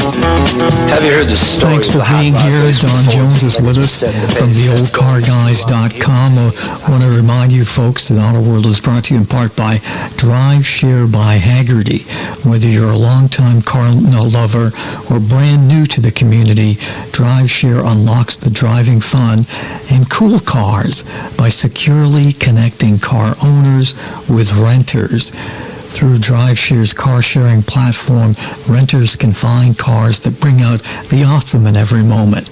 List your car today to start earning some extra income, or rent using the special code AUTOWORLD to save $50 off your rental. That's AUTOWORLD, all caps. Visit driveshare.com to browse, choose, and cruise. And we're back with Don Jones from the Old Car Guys talking about Hudson's, and talk a little bit about DriveShare there with Don. Have you still got your Barracuda, Don? No, I sold that to a fellow by the name of Jimmy down in Rolla, Missouri. And then I went down there, and Jimmy's got 1,000 cars he wants me to sell for him, but he can't figure out what he wants for him. Wow, 1,000 cars. I'm going back next month when the weather cools off and the bugs don't eat me up when I'm out there on his farm shooting those cars. But he's got cars that he bought, and he brought to his farm, and he drove them under a tree, took the battery out, and walked away. He has a rescue farm for old cars. And now he's in his 70s, and he says, Don, I better let these go back to a good owner. So he contacted me, and we're working with him a little bit, but it's, as I mentioned before, I refer to these guys that are either they're getting around to fixing something, or they're in love with the junk pile. They have cars that they love, but they're just sitting there, and they don't understand. Well, they do understand, but they don't want to accept the fact that if they don't sell them and get them back to somebody that's going to do something with them, that every day they get closer and closer turning into dust. And so we're dealing with that mindset, and he's kind of realized that. He's had some health issues, so hopefully we're going to have some really neat cars and some Hemi engines coming out, and there's just some really neat stuff on there. I got some of it up on the website now, but I had to take him down because he had that medical problem. But we took his phone number off the site, but we left the site up so people can go and take a look at some of the cars on his farm. And if they're interested, give me a call, and I'll call Jimmy for them. But man, some just some neat stuff, and we'll probably come back and have to do a show on him once I get him to pull the trigger and get rid of that stuff. That's amazing. Anyway, time to talk about their Super 6 for 51. Yeah, let's talk about the Super 6 for 51. All right. Yeah, in 51, they decided that it's probably time to upgrade that engine a little bit, and they casted a block with thicker walls, a lot of other improvements, and they boosted that horsepower by about 18% and the torque to almost 29%. Now, our old buddy Jay Leno says horsepower tells you how fast you can hit the wall, torque tells you how far through the wall you'll go. So it's a matter of taking that extra power and putting it on a lever, and being able to turn those bigger cars or get those bigger cars off the line quicker. Now, they backed that up with a GM-supplied 4-speed hydromatic automatic transmission. And I'm not too familiar with that transmission, but that might be kind of an item on itself I ought to take a look into. I got a feeling that transmission might be something that ought to be in nostalgia racing. I'm going to have to kind of research that little rascal. Yeah. They were using these as an option in the Hudson, the Hornets, and the Commandos. Then they also had, they're using their straight eights as well. Now, what happened with these new engines is that they started getting involved in racing. People started taking a look at these engines and looking at the horsepower rating and the handling characteristics of these early 1950 cars, and they started winning races. So they pretty well from 51 to 54, they were dominating NASCAR, and they did just about as well on the quarter-mile track. And they were just out there. They were the car to beat. And I think it was that combination, not only the horsepower, but the torquing ability, and that 4-speed automatic transmission had a lot to do with it in my mind. So I have to kind of take a look and find some old Hudson guys and ask those questions to them. Yeah, absolutely. For those of our listeners who haven't visited theoldcarguys.com in a while, they should, because you've tweaked up the website and made some significant changes. We're in a process that we have to hand move product into the new categories. We were running a page that was just for new parts, and there were 93 different products on that page, and you had to scroll through each page to find the product. There was no alphabetical order or nothing else.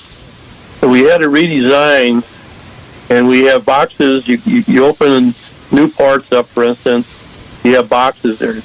So if you see one that says Ford parts, you open that, and all the people selling Ford parts are there. There'll be one for glass, one for transmissions. And then all the race parts are over in the race parts section. All the services are in resources. So like if you're looking for a guy to rebuild a carburetor, that would be over in resources. And then we're going to have a page just for restoration shops. So if you're looking for a restoration shop, they'll be there. If you have a restoration shop, we will give you a free ad. And when I say free, I'm not talking about anything except free. There's no sleight of hand, give me a credit card number type of deal. No, it's free. We don't even worry about a handshake on it. If you like this, I'll put it up. If you like the site, I hit the go button and it's up there. We do ask you to put up a decal or something at your shop to let people know you're part of our network, but also to remind you that we're the old car guys and we got a lot of good parts. And if you're building cars, you probably ought to keep us in mind when you need the parts. So, since I got 72,000 salvage yard cars and a lot of Hudson parts, give us a call. Maybe we can save you some money and help you make some money. But anyway, that's my commercial. Well, it's a definitely very, very interesting one, and certainly, did you ever think you'd be in a situation like you are right now, sitting on so much inventory, so much parts in the Hudson world? No, I wanted to try to work with that lady, and but I thought it was going to be a typical deal where you got a son that wants to make money, so you bring them customers, and you sell the parts. So you build them a page for Hudson Parts. When people want the Hudson part, they would call them, and they would sell the part and mail it to them.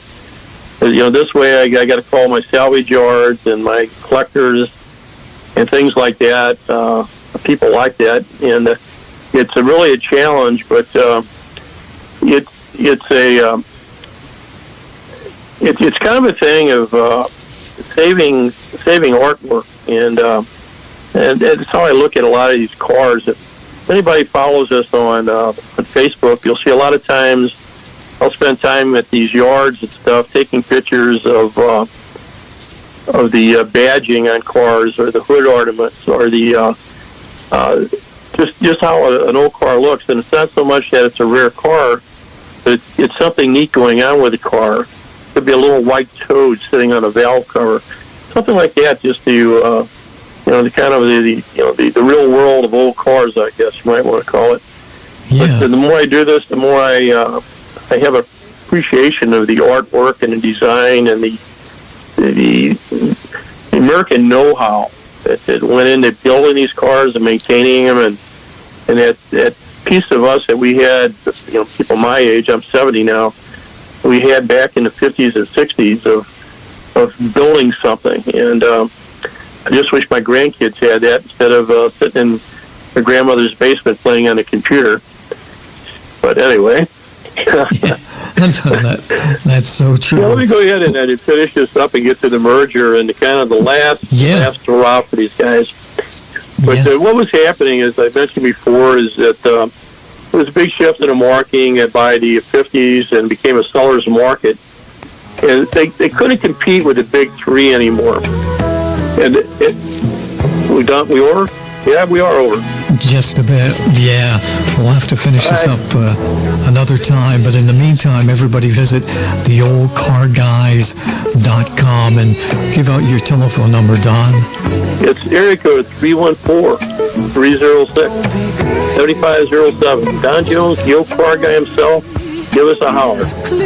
That's right, Emil.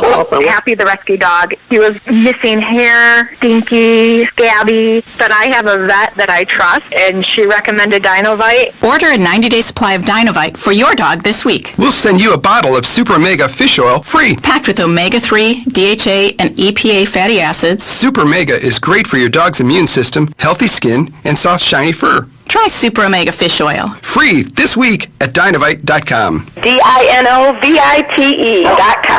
This is Don Jones, the old car guy himself. I'd like to invite you to come to my website, theoldcarguys.com. That's theoldcarguys.com. We probably have everything you need for your classic car. Parts, service, even insurance. So check us out at theoldcarguys.com or give me a call at 314-306-7507. That's 314-306-7507. Extendivite really works. Just listen to what Dr. Joe has to say. As you know, I'm one of the doctors that Don